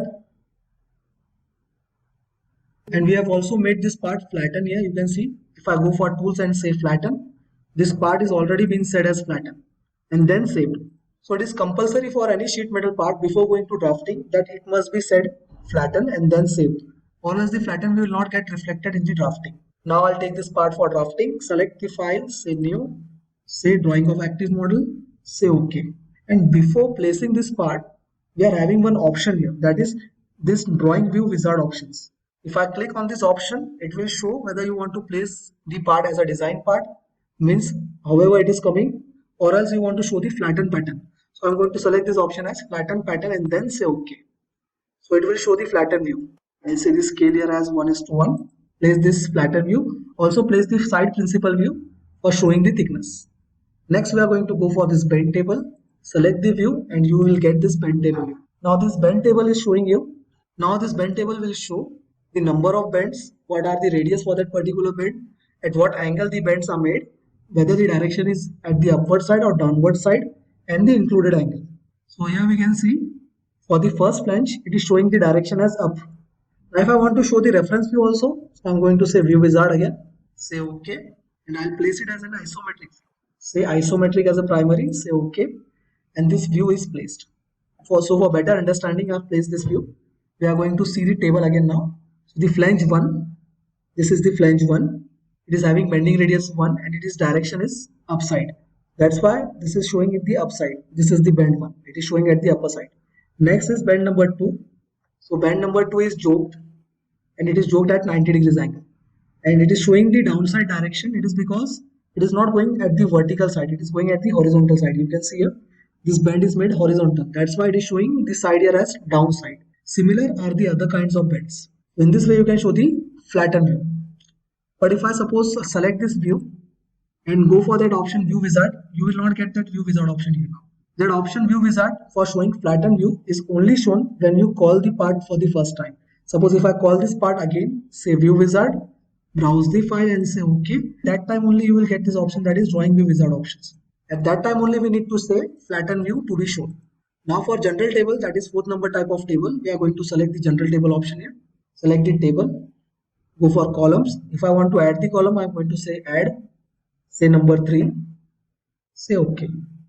Now there are 3 columns. I'll place the table somewhere here. This is simple general table.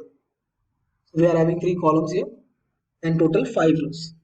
So in this way you can place the general tables also. You just need to mention the number of rows and columns in properties. Go in properties, say columns as 3. If I want to increase the number of rows also, we can increase the number of rows here. If you want to fix the row data height, you can adjust the height. If you want to adjust the column width, you can adjust the column width also here. Say OK. And if I want to fill the data here, so right click, go to properties again, select the data option and you can fill the data here. Just you need to click and type it here, say apply and OK. So in this way you can take the general table also. So these are the 4 types of table. Now suppose if I open any well-made part, say open, and I'm going to take this table again here. And we'll take this table to drafting.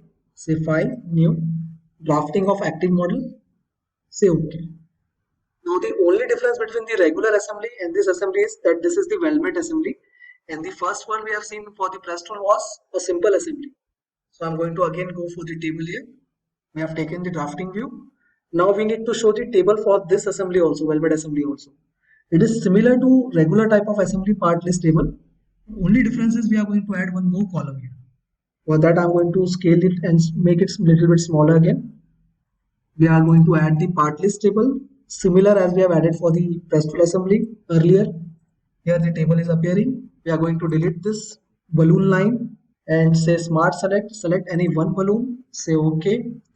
You can see all the balloons are selected now using smart select. We are just going to put off the item count option and only item numbers are being shown. We are going to change the size for the balloon. I'm going to say as 2. The numbers are now properly been highlighted.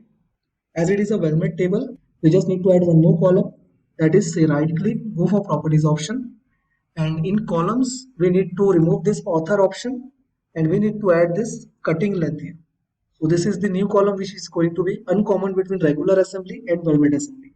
Then other properties or columns which we are going to add, such as mass by item, mass by quantity, then material. These were added in the earlier assembly also in press tool. The new thing is this cut length. This cut length is compulsory to be added in the columns as a property. Then only the weldment parts, individual structures will be shown by the sizes. Say apply and OK. You can see here. So this is the table for weldment assembly. Item number is coming, file name with the sizes only I have saved. That's why the sizes are also being shown here. Quantity is being shown. The total cut length, this is very important. So this column only will distinguish it from the regular assembly, that is cut length. It is very necessary to be shown so as to cut each length of the pipe. Now the first pipe is showing here this rectangular tubing, this vertical rectangular tubing. The size here for the cut length is showing 638 mm. Means manufacturer needs to cut this structure at 638 mm. The mass according to the quantity is shown here as 2.285 kg. But according to single item is shown as 1.143 kg. Material was already applied during making of the structure in part molding itself. So material was stainless steel. So this is the part list table for weldment structure. Only change is adding this column, that is cut length. Now one more thing, this gusset was not a standard part or a tubing here. So that's why the cut length for this gusset, bottom support plate and top plate is not being shown. So if you want to add the sizes as the cut length for this also, select the table, say right click, properties, go to data, and in data you need to add this by right click on the column, empty column, and say allow cell overrides. Double click here and add the sizes. I'll say it was 40 by 40 by 10 length, width and thickness. For this also I'm going to say allow cell overrides, and here we are going to say 25 by 25 by 6 mm was the bottom support plate. The top plate I'm going to select again, say allow cell overrides, double click, and this size was 60 by 60 by 12. Say apply and OK. So now all the columns are fulfilled now with the cut length sizes, mass by item, material. Still you want to add some property, just right click, go to properties, go to this option, that is columns, and select the property you want and just say add column. That property will be added in the list and will be reflected in the table. Now one more important thing. Now if I don't want to display the first tube in the table, this tube will be present, but I don't want it to be displayed in the table here. So I can do one thing, that is go to this list control option. We'll minimize the columns first. I'll just say bottom support plate part, or else the frame 1, I want to remove the frame 1. Select the frame 1 option and say selected item as excluded. As you say excluded and say apply and OK, that particular set for the tubings is not being shown in the table now. The numbers are directly starting from 3, 4, 5, 6. 1, 2, 3 set has been gone now. You can see here the tables, it is showing here as NA instead of 1. Here also NA, as these 4 tubes were of same type and size, that's why. If I want to include them again, just click on the table, say right click, go properties, go on this list control, and you can see here this blue colored mark is showing that all these things are shown in table. But this frame option, it is appearing here in white color as it was highlighted. So again I'll click on that particular option and say include the item into the table, say apply and OK. Same goes for the regular assembly part list also. So if I don't want to show this top plate here in this table, that is of item number 4, I'll click on this table, go to properties, say list control and say top plate. I want to exclude it. Say apply and OK. Now this top plate is not been shown and the balloon instead of 1 it is showing NA as it is not present in the table. Say right click to include it again, go to properties, go to list control, select this icon. You can see all the icons are coming in yellow but this is showing in white color. It is because it was extruded, so I'm going to select it and say include, say apply and OK. Now that particular plate is again included in the table. So if you want to include or exclude any part from the table, you can do it from the part list control. So these were the different types of table to be shown in Solid Edge. The next thing we are going to see here is how to add the GD&T frame and symbols. So for that, we also need to add the references. So we are also going to see how to add the datum references here. So to start with, I'm having one PDF here. We are just going to go through the symbols and then we are going to see how to add the symbols and datum references. So to start with, we are going to refer this particular PDF. It is showing GD&T. So what is GD&T? GD&T, the full form is Geometrical Dimensioning and Tolerances. It is an international language used to describe the part accurately. It comprises of 14 symbols. Earlier it was 14 symbols actually, but now according to new standards, symmetricity is excluded from this list. So now there are only 13 symbols, but still we are going to see the symmetricity also here. So these are the symbols, that is straightness. We can see a single horizontal line is being shown. Second one is flatness, a rectangle is shown. Third is circularity, a circle is shown. And fourth one is cylindricity. So these 4 characters come under form category. So according to categories, there are total 5 categories that are form, profile, orientation, location and runout. So in form, straightness, flatness, circularity and cylindricity lies. In profile, there are total 2 characters, that is profile of line and profile of surface. These are the symbols you can see here. The third category is orientation, under which comes angularity, perpendicularity and parallelism. Fourth one is position, concentricity and symmetricity. And the last one is runout, that is circular runout and total runout. So these are the 14 symbols and 5 categories which comes under GD&T.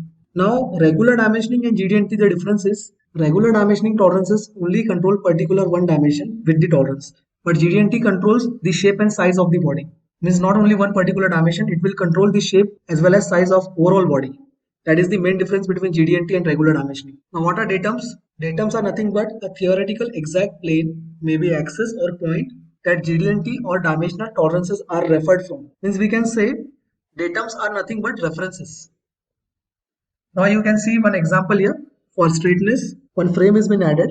Always in this frame, the first thing will come is the GD&T symbol. The second thing will be the tolerance value. Whatever will be the GD&T tolerance value will come at the second box. And suppose there are modifiers, then that modifiers will be added with the tolerance value we can see here. Now if we talk about references or datums, we can see here this example. Now if I have this capital letter as A here in this frame, it means the reference has been added as an angularity. This base is coming as a reference A and the angle for this particular face is taken from that base. So in this frame, first we'll have the GD&T symbol, then we have the tolerance and then we are going to add the reference here, means datum. So from which datum or reference we are going to apply the GD&T here. Now we will see how to apply GD&T with datums in Solid Edge. We'll move to software here. We have one part and we need to apply concentricity for this inner side one with reference to the outer one. So for that, first I'm going to add datum here. So I'm going to say the outer circle as a datum. We'll take this datum as datum A. If you want to make this datum with horizontal ladder, just click on that datum ladder and select this option, that is break line. So now this outer circle is being shown as a datum here. We'll keep it somewhere here. And now I want to apply the datum feature control frame on this inner circle showing concentricity. For that, just go on this option, select the concentricity symbol first. As soon as you select the symbol, the preview of the upcoming frame is being shown here. Then we need to add the divider symbol. After adding the dividers, we need to add the tolerance value. So this is the tolerance we required. If I want to add the modifiers here, you can add the modifiers by going on this option, that is diameter. If I want to add the material condition, here it comes the material condition.